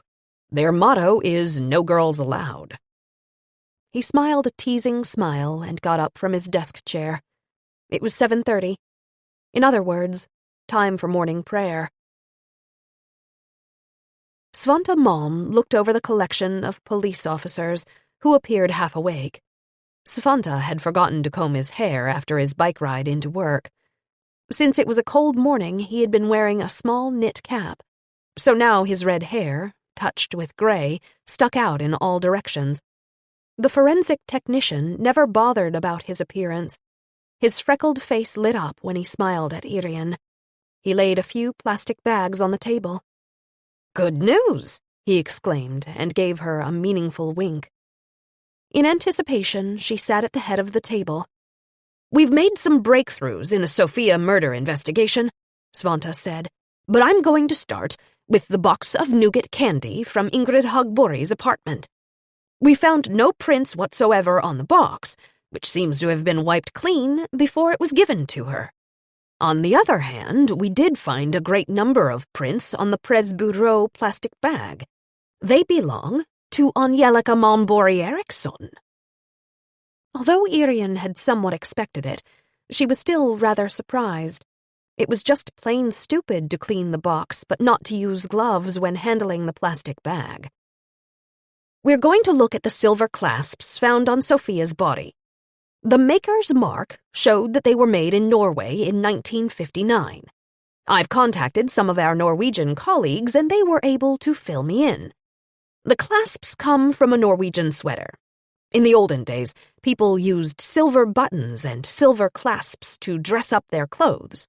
They were part of folk costume. The more wealthy people used more silver on their sweaters. Today, the use of real silver is rare. These days, they use tin. It's our good luck that these were made of silver, because tin would have melted at this temperature." Svante held up the plastic bags with the beautiful silver clasps. Then he placed them back in the small red plastic box and reached for a new bag, which he also held up. It looked empty. "Inside this bag, we have 2 strands of hair. They were caught in the hinges from an old fold-up bed we found in the stable at Björkhill, the farm owned by Ingrid Hogborg. The hair belongs to Sofia." There was silence in the room as his words sank in. Svante was pleased with their reaction. He continued, "There are no fingerprints on the bed frame. It had been wiped down, actually thoroughly cleaned. We found traces of cleaning fluid on it." "She must have been lying on top of the mattress," said Birgitta. "So how the heck did her hair get on the underside of the bed?"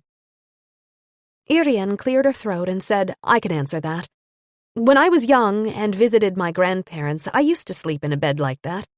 Whenever I wanted to retrieve something that had fallen under the bed, I would get my hair caught on those hinges underneath. It hurt because it was hard to get my hair loose again." "Most likely that is how it happened. I also found Sofia's hair in the bathroom, right next to the office, where we now believe Sofia was kept prisoner. Both the bathroom and the office had been thoroughly cleaned. Quite a bit of cleaning fluid was used, too," Svante said. "How do we know that the hair belongs to Sofia?" protested Johnny. "The top half of her body was burned completely up. We secured hair from her hairbrush. There's more than enough hair in her bedroom at the Anggården mansion." Svante paused for dramatic effect. He looked out over the collection of police officers to make sure they were paying attention. "The most valuable piece of concrete evidence is that we have found one of her palm prints on the wall above the toilet." Irene looked at her boss, Superintendent Andersson, and said, "We have proof that Sofia was kept prisoner in Björkhill. Our suspicions are now directed toward a specific subject. Frey, her half-brother. He had access to the farm during his aunt's absence. Ingrid Hogborg was... Oh my God! The Norwegian sweater!" Her colleagues looked at her in surprise. Johnny Blom whispered theatrically to Hanu, "There she goes again." Irene ignored Johnny and eagerly began to explain. "Those silver clasps came from a Norwegian sweater, and I know where I've seen it before." She glared at Johnny, who was circling his finger against his temple while rolling his eyes. When he stopped, she continued, I talked to Ingrid Hugbori 15 years ago when I investigated the fire at Bjorkhill, the one where Magnus Eriksson died. It was a cold winter day in February, and Ingrid was wearing a beautiful sweater in various shades of blue. I'm absolutely certain that this was the same sweater Sophia was wearing when she died. She was probably freezing cold in that stable, even with a heater. You spoke to Ingrid Hugbori back then? Sven Andersson demanded, lifting an eyebrow. Just a short conversation, Irene said, trying for nonchalance and avoiding Andersson's gaze. In order to direct her boss's thoughts elsewhere, she said, Last Friday I was having a pizza, and I realized that Sophia had already told us what happened 15 years ago. She never lied. She could be silent, but she never lied. Irene took another 20 minutes to explain her train of thought to her colleagues. An additional 5 minutes went by while she tried to convince her boss that she was on the right track. Grudgingly, he agreed to let Irene and Tommy finish up Sophia's murder investigation. One justification for his decision was that their workload lightened when the narcotics division had been brought into the gang killings. If all went well, they'd soon be bringing in the entire bunch. Nurse Ulla opened the door for them and smiled warmly at Tommy, so much so that Irene took note of it. The nurse had never given her a smile so filled with sunshine. I'll go with you, she twittered, with a new smile toward Tommy. Ingrid is still weak from her latest episode. Irene thought it was odd how many women thought Tommy was attractive. In her eyes, he was just average-looking. His brown hair was always cut short. His brown eyes matched his hair. He was just a few inches taller than she was, and he wasn't in good shape since he didn't exercise. A slight beer belly was beginning to form too, and Irene had teased him about it. He didn't let her get to him. Women like love handles. Can't lose, Tommy would reply, and smile mischievously. Nurse Ulla seemed to conform to his assertion. She swung her hips as she walked in front of them toward the elevator. As they rode up, she said, The truth is, Ingrid is a bit confused right now, more mixed up than before, and she's often sad. The doctors are going to come take a look at her tomorrow. The mechanical voice informed them they'd reached the 4th floor. The elevator came to a smooth stop. The nurse went to Ingrid's apartment door and unlocked it. Hello, Ingrid. It's me, Ulla. I have 2 people who want to talk to you, she called out into the apartment. They could hear soft whimpering in the bedroom. Nurse Ulla led the way. The room had only room for the bed, a small nightstand, and a small dresser. With 3 grown people, the room felt like a streetcar during rush hour. They stood rigidly upright, close to each other. I'll head back out, Tommy said, and walked out to the living room. Ingrid looked ashen-faced and still very ill. It was clear she'd gone through an extreme medical crisis. The scars on her forehead shone bright red against her pale hairline. Ingrid, this is Irene Huss. Do you remember her? Asked the nurse. Ingrid's thin eyelids fluttered. She opened them halfway and began to look around. When her gaze fastened on Irene, she said, The policewoman. Her voice was thin and shaking, but her sour tone could not be mistaken. She closed her eyes again to shut out the unwelcome guest. Irene cleared her throat and said, I hope you will be able to answer a few questions for me. I know nothing about the girl. I never saw her after. Ingrid began angrily, but she didn't have the energy to complete her sentence. I know. You never saw her again after the fire 15 years ago, but that is the fire I want to talk to you about. Too long ago. I don't want to, Ingrid grumbled. She seems clear in her head right now, at any rate, Irene thought. How confused was she really?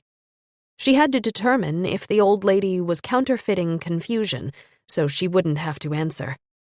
Considering the secret she'd been carrying all those years, she must be a great actress. Before Sophia died, she wrote down exactly what happened the night the cottage at Bjorkhill burned down. It took us a while to figure it out because she wrote it in ballet language. Now, however, we understand her description of the course of events. Irene paused so that what she'd told the old woman had a chance to sink in. At the same time, Irene thought again about the ballet performance she'd seen. The fire dance contained the truth. The party guests began to yawn, lie down, and fall asleep. The light diminished and the scene had a twilight feel. Only the prince was still awake.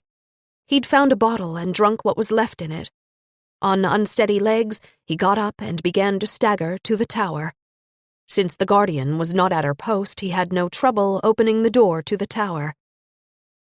You told me yourself that you picked up Frey at the bus that afternoon.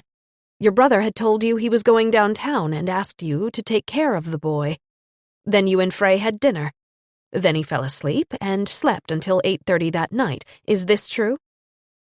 Not a single muscle twitched in Ingrid's haggard face, but Irene felt that she was listening intently. Calmly, Irene continued, Sophia's story is different. According to her version, she came home at the usual time in order to get ready and pick up her ballet things. Frey was already in the house. He was tipsy. He had found one of his father's bottles, and he'd drunk quite a bit. It doesn't take much to make an 8-year-old drunk. It wasn't Frey who'd fallen asleep after dinner. It was you. Sophia probably called you because she didn't know what to do. She didn't want to miss her ride because then she would also miss ballet class, the most important thing in Sophia's life. So she called you before she biked away to the convenience store. There was a time gap between when she left and when you arrived. Let's say 10 to 15 minutes. During that time, Frey began to play with fire. When you arrived, "Go away!" Ingrid began to scream. "Go away! Get out of here!" Her shriek was the most heartrending thing Irene had heard. Nurse Ulla came rushing through the bedroom door. Irene had not even noticed she'd left, presumably to spend more time with Tommy in the living room. "What are you trying to do? Are you trying to be the death of poor Ingrid?" Irene stretched to her full height and held up a warning finger toward the red, indignant face of the nurse. "If poor Ingrid had told the truth 15 years ago, an innocent young girl would not have had to suffer so terribly. Perhaps she might not have been murdered," Irene snapped at the nurse. Right away, Irene regretted saying it, but it shut the nurse up. Ingrid had also fallen silent, and lay there with her eyes closed and her lips firmly pressed together. Irene would get nothing more from her. Sophia had told the truth. The guardian had existed in real life. Chapter 19. Angelica had just finished her last class for the day when they reached her by phone at the House of Dance. Very unwillingly, she agreed to go directly to the police station to meet Tommy and Irene. The first thing she did when she arrived was apologize for not having taken a shower and changed. She'd have to wait until she got home, she'd said, while giving Tommy a coquettish look. She still wore her leotard underneath her coat. From her body came the scent of perfume, which was not at all unpleasant. The aroma gave her a strong, sensual attraction. She again ignored Irene completely. Apparently, Angelica never noticed any woman if there was a man in the room. She found her affirmation solely from men. Tommy appeared to give her all the attention she needed. In reciprocation, Angelica flirted with giggles and suggestive glances. Tommy's head was being turned. Irene felt like a piece of furniture, an ugly, clunky piece badly placed. Certainly not something deserving attention. Irene was tired of playing the role of third wheel. She decided to begin her questioning, with no help coming from Tommy. "Perhaps you're wanting to know why we asked you here," Irene began.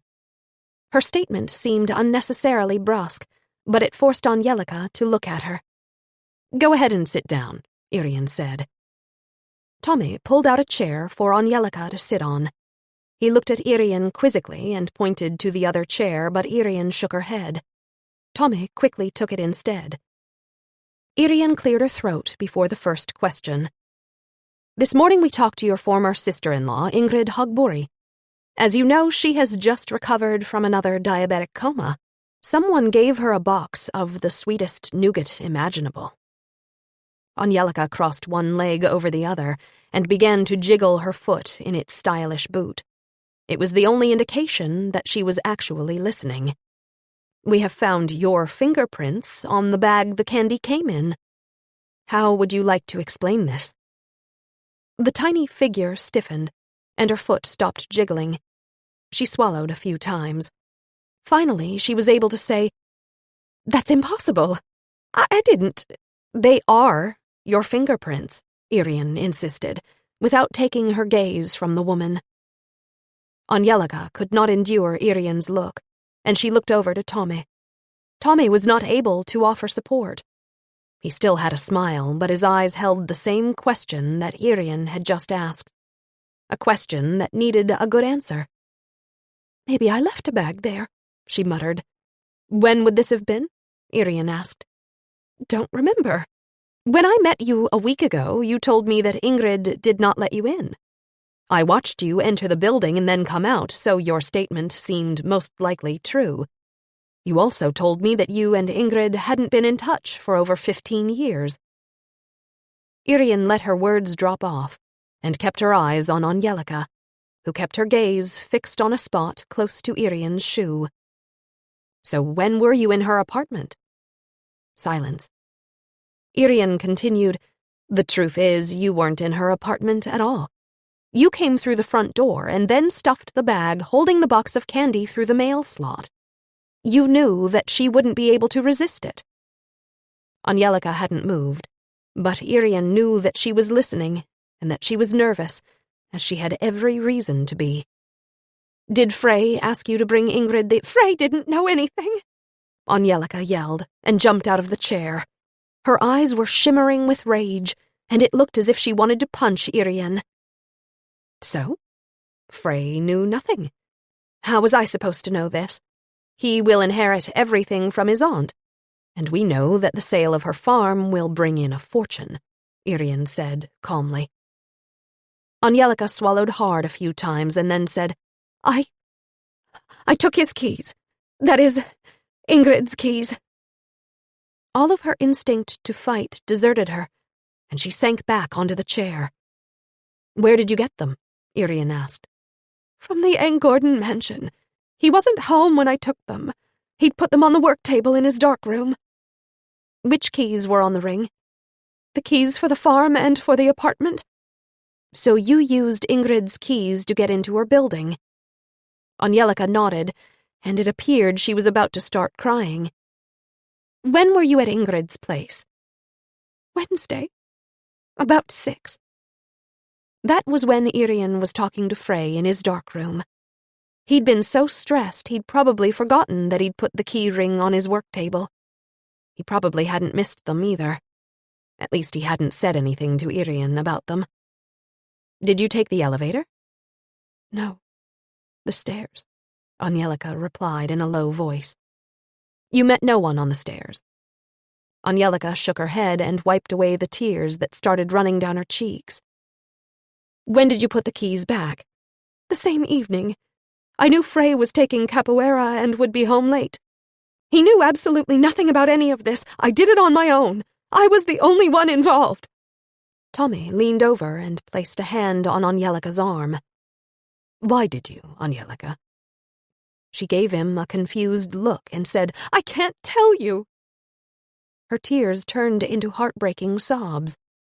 Tommy took a box of paper tissues and handed it to her. When she had calmed slightly, Irene said, Angelica, I attended the premiere of the fire dance. I remember your face as you ran from the building. You looked scared to death, as if you'd seen a ghost. You certainly knew enough about dance to interpret the story Sophia had put in her creation. Irene paused for effect.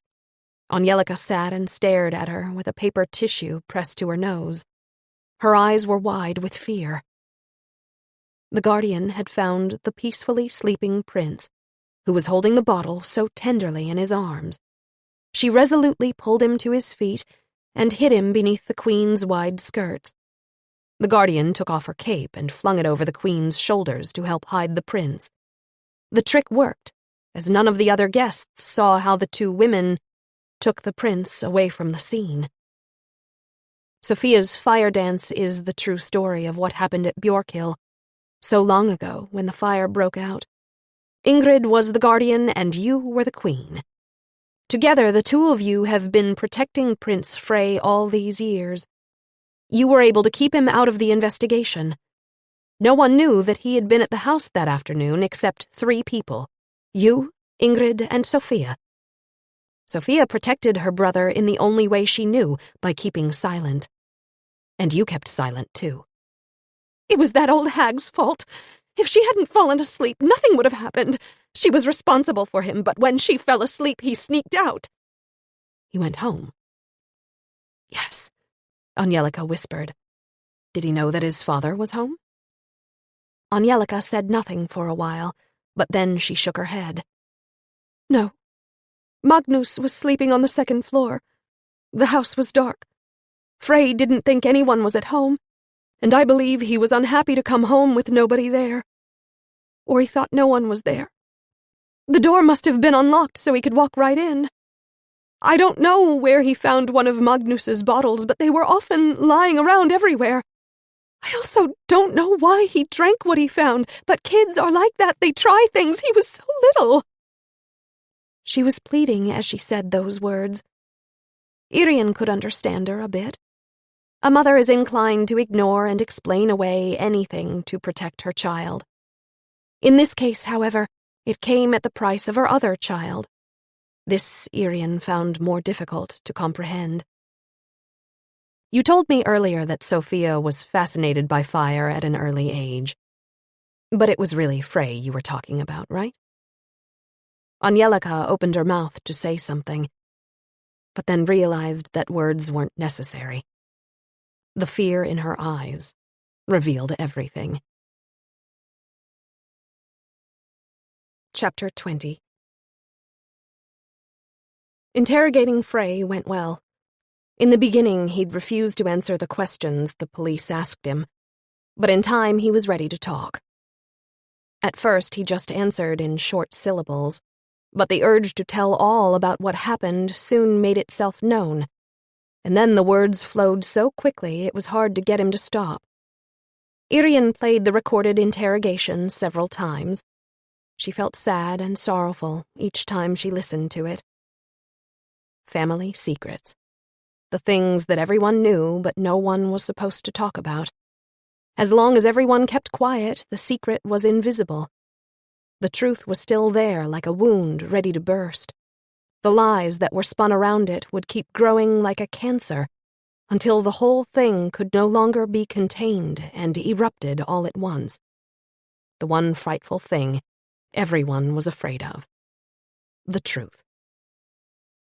Angelica, Ingrid, and Sophia had all conspired to protect Frey. Had their silence actually helped him? Or did it make his guilt grow along with their own? Irene kept starting the tape where Frey revealed what happened on the night of September 24th, when Sophia disappeared from the Park Avenue Hotel. Frey. We had, like, a code. When we saw a fire truck, or if we saw something good, something to set fire to. That is, Sophia wanted photographs, of course. So we texted fire, and then we would meet at a predetermined place. That night I saw a really old shed, and I thought it was time to set it on fire, out at Skrabro. Each time I'd drive over to Ingrid's place, I'd see it. It was just 50 meters from the road. I knew it was going to be torn down. They were going to build a shopping center. So I sent my text, and she got it while she was going up the stairs at the hotel. They were supposed to have an after-party at that old man's suite, the one she's related to, that author. There's another staircase at the back of the hotel, and she just went right back down. I'd parked my car behind the hotel. There's a parking lot there. We drove out to Bjorlandsvägen and out to Skrabro. The shed was there. It was already falling down, and they were going to get rid of it anyway. So we, poured on some lighter fluid and lit it up. Then things went wrong because an old guy from a house down the road came running and started to yell at us. That son of a bitch had a rifle and started to shoot at us. Sophia was terrified and began to run to the car. She fell into a ditch. She didn't notice right away that she'd hurt her arm. We threw ourselves into the car and drove off as fast as we could. Sophia yelled, "We have to hide. He's going to call the police and they're going to set up roadblocks." I believed her. At least then. So we drove to Bjorkhill because I had the keys to Ingrid's farm. We drove the car straight into the stable so that it wouldn't be seen. Sophia was out of her mind with hysteria. I've never seen her like that. She just lost it completely. She wanted to hide in the office in the stable so that no one would think we were like burglars or something and start shooting at us. She went on and on about that guy. She was completely out of it. And she'd been smoking pot. Irene, did Sophie often take drugs? Frey, no, she didn't do drugs, just some pot. Not too often. But it made her weird. Still, she liked to use it. Irene, okay. Go on. Frey, I went into the house and got the spare bed and 2 mattresses. I took them to the office. Also, sheets. Everything we needed was in the house. Ingrid doesn't throw anything away, so we just slept in the office. In the morning, I wanted to go home, but Sophia refused. She wanted to stay hidden. She thought that if we were gone, Marcello would start to miss her. So I made some food for us, and then I went home and acted like nothing happened. On Saturday, my mom said Sophia was missing. And then things just kept going on from there. Sophia didn't want to come out. She thought it was exciting that people were out looking for her and no one knew where she was. The police were involved. Mom was out of her mind with worry. And Sophia still thought that Marcello would be missing her. Irene remembered that Frey stopped at this point to give her a meaningful, crooked smile. They both knew that Marcello would never miss any woman. Frey, but Sophia hurt her arm when she was running to the car. It really started to hurt, and a few days later it was swollen like you wouldn't believe.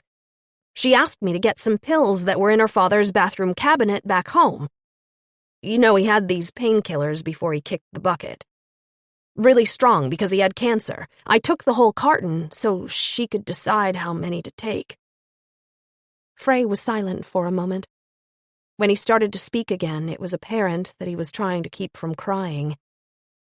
Frey, I thought she took too much.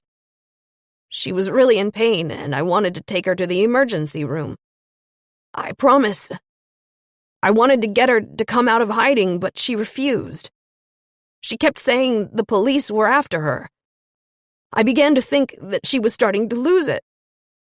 I wanted to talk with my mom about it, but when I came back to the stable that last night, she was lying dead on the bed. At this point, Frey began to cry. A few minutes later, he was able to calm down enough to continue his story. Frey, I tried to wake her up, but I couldn't. She was dead. I swear. I wanted to call my mom or an ambulance, but then I started to think that the whole thing looked really sick. It didn't sound right that Sophia wanted to stay in hiding. No one would believe me. I mean, people would think I killed her. His blue eyes looked pleadingly into Irene's. Irene, why did you bring her to the shed at Högsbo and then set fire to it? A long silence with muffled weeping. Frey, I didn't know what I was supposed to do. I wrapped her in a blanket and brought her to the car. I threw a rug over her so no one could see her. I put the mattress into the trunk and all the sheets and stuff. They were disgusting. She'd vomited and before she died. Again, a long silence. Frey, Sophia and I talked about it a lot. When a person dies, he should be burned. Because fire purifies. She repeated that all the time. I knew that she wanted to disappear in a fire, so I drove to that shed and put her on the mattress and I put the rug over her, like a cover. And then I set her on fire. She would have wanted that. He was still crying. Irene, how did you know about the old shed? Frey, we saw it last summer. There was another building that burned down in the area. I saw it then. Irene, were you and Sophia the people who set fire to the other building? Frey did not answer, and pressed his lips closed. Irene, there were many old buildings that were set on fire in that area. All of them were scheduled to be demolished, and there were some container fires too. Were you and Sophia the people who started those fires? Frey said nothing for a while, but finally said something that sounded like a maybe. Irene, could you speak louder so it could be heard on the recording? He shook his head and refused to answer. Irene, it is now 15:32, and this interrogation is finished for the day. Irene took the tape out of the recorder. She contemplated putting in the recording from the interrogation session regarding the Bjorkhill fire, but then decided not to listen to it. It was not all that informative. Frey had insisted that he did not remember anything because he was so young. He had been shocked by the death of his father and probably repressed everything that had happened. Irene had the feeling that he remembered more than he let on. The only breakthrough was that he did not deny that he'd sneaked home when his aunt had fallen asleep after dinner. The forensic psychologist was going to talk to Frey later that day. He would then make a determination if Frey was capable of standing trial. They had checked into Frey's story about the arson at the old shed in Skrabru. The incident had been reported to the police. The old man backed up Frey's story and even admitted to firing his rifle. He said that he didn't aim for the young people, but shot the rifle straight into the air. No, he hadn't put in the police report that he'd fired his rifle. He'd forgotten to mention it. Chapter 21. The forensic psychologist, Torny Volane, peered at Sven Andersson and Irene from over his reading glasses. He was the same age as the superintendent, and the two of them knew each other well after the 20 years they'd both spent on the force. Torny Volane folded his sausage-like fingers over his round stomach and then sat back in his chair. It was right after lunch, and he needed to make room for his Thursday pea soup and pancakes. He began the conversation in his pleasant Sconian accent. I've ordered a more extensive psychological evaluation for Frey. It's going to take longer than a week. As far as I can determine so far, he seems to be telling the truth about his sister's last weeks of life. She appears to have been psychologically damaged, but that's another story. It could be that both of them were part of a folie à deux, where one psychologically damaged person has such a strong influence over the other that they both fall ill. As far as Sophia is concerned, her pot-smoking could have contributed to a psychosis, especially when combined with the trauma around the unsuccessful arson attempt. She seems to have had a neuropsychological handicap as well. So do you believe she became mentally ill shortly before her death? Asked Irene. Her actions just before her death indicate some kind of paranoia. Could Frey have become infected as well? No, that's not how it works. It's a complicated process. Frey seems to have had a strong, dependent relationship with his sister. Perhaps he has had some kind of guilt complex because his sister had to bear the suspicion for the arson he'd started.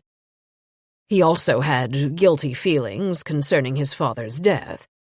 These are heavy things to deal with at such a young age. The boy should have had help 15 years ago. Do you think he will be sent to a mental health institution instead of jail? Asked Andersson. I can't say right now.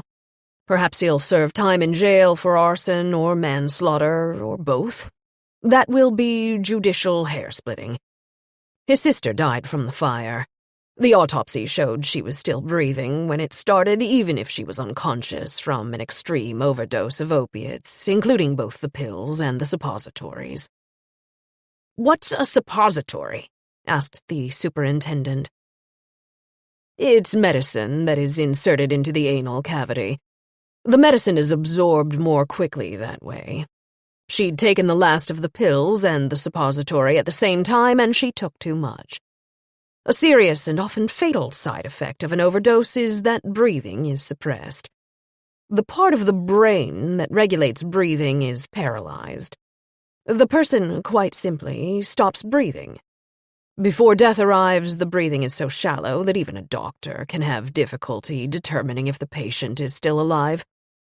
Sophia had a high concentration of opiates in her body, and she would have probably died of the overdose before the fire took her life.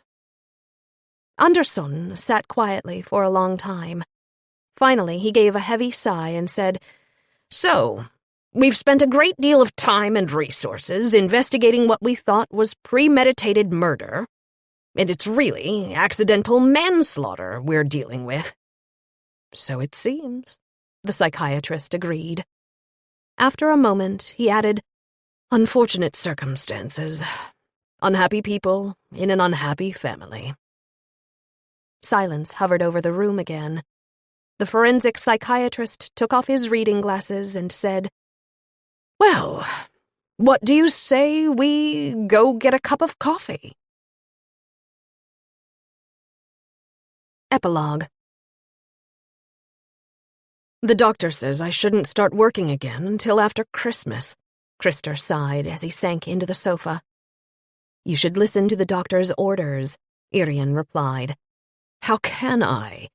Last weekend we had the first Christmas smorgasbord. It'll be fully packed between now and New Year's Eve. I have to be at my station. You often tell me that no one is irreplaceable. As she said that, she realized it was the wrong thing to say. Krister's face darkened, as if he were angry enough to hit her. You're one to talk. You're never home. He jumped up from the sofa and headed to the bedroom, slamming the door behind him. Irene sat helplessly on the sofa. What had happened to her kind husband, who was almost never angry? He'd rarely raised his voice and hardly complained at all. What happened to the man who loved his family and his job? Krister decided to go ahead and take the medicine the doctor had prescribed. He didn't like it. He finally began to realize that he really did need to rest. He'd been working much too hard all through the fall. To tell the truth, he'd been working much too much for the past few years. He'd been under too much stress. He still did not remember what had happened during the hours he'd suffered amnesia.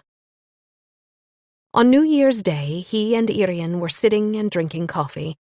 Krister was dipping the last saffron bun of the season into his coffee and eating it with great enjoyment. Irene had already been outside with Sammy and was warming her hands over her coffee cup. Both jumped when the phone rang, disturbing their holiday peace. Krister said, Don't get up. I'll get it. He walked into the hallway. After a few minutes, Irene realized he was talking to his cousin Inga-Maja from Arvika. They talked for a long time. Irene could hear Krister say the words burned out over and over. When Krister returned to the kitchen, he was chuckling to himself. That was Inga-Maja. She was telling me about two of her colleagues from work who had been hospitalized because they were burned out from working too much. Apparently, I'm not the only person who suffers from it. But you know what the people from Arvika call it? They don't say burned out. Do you know what they say? He started to chortle again and looked teasingly at Irene. She shook her head. No. What do they say in Arvika? Krister spoke in a broad Värmland accent as he said, There are many folks these days who have all burned up." Irene smiled, although she realized that she and her husband were thinking of different things. In her mind, she saw the heart-shaped face of a young girl, whose deep brown eyes were looking right into hers. Around the girl's serious mouth, a smile began to play, and her eyes began to shine. Then the picture began to fade. Irene understood that it would be the last time she saw it. "All burned up," she said. This concludes the reading of The Fire Dance by Helene Tursten. Copyright 2005 by Helene Tursten. English translation copyright 2014 by Laura A. Weidberg. This book was read by Tavia Gilbert. This unabridged recording was produced in partnership with Soho Press and was produced in 2014 by Blackstone Audio Inc., which holds the copyright. Neither this recording nor any portion of it may be reproduced or used for any purpose without prior written authorization from Blackstone Audio Inc. If you would like to obtain a monthly update telling you about new releases, call 1-800-SAY-BOOK. That's 1-800-729-2665. For a complete listing of our titles, visit our website at www.downpour.com. Thank you.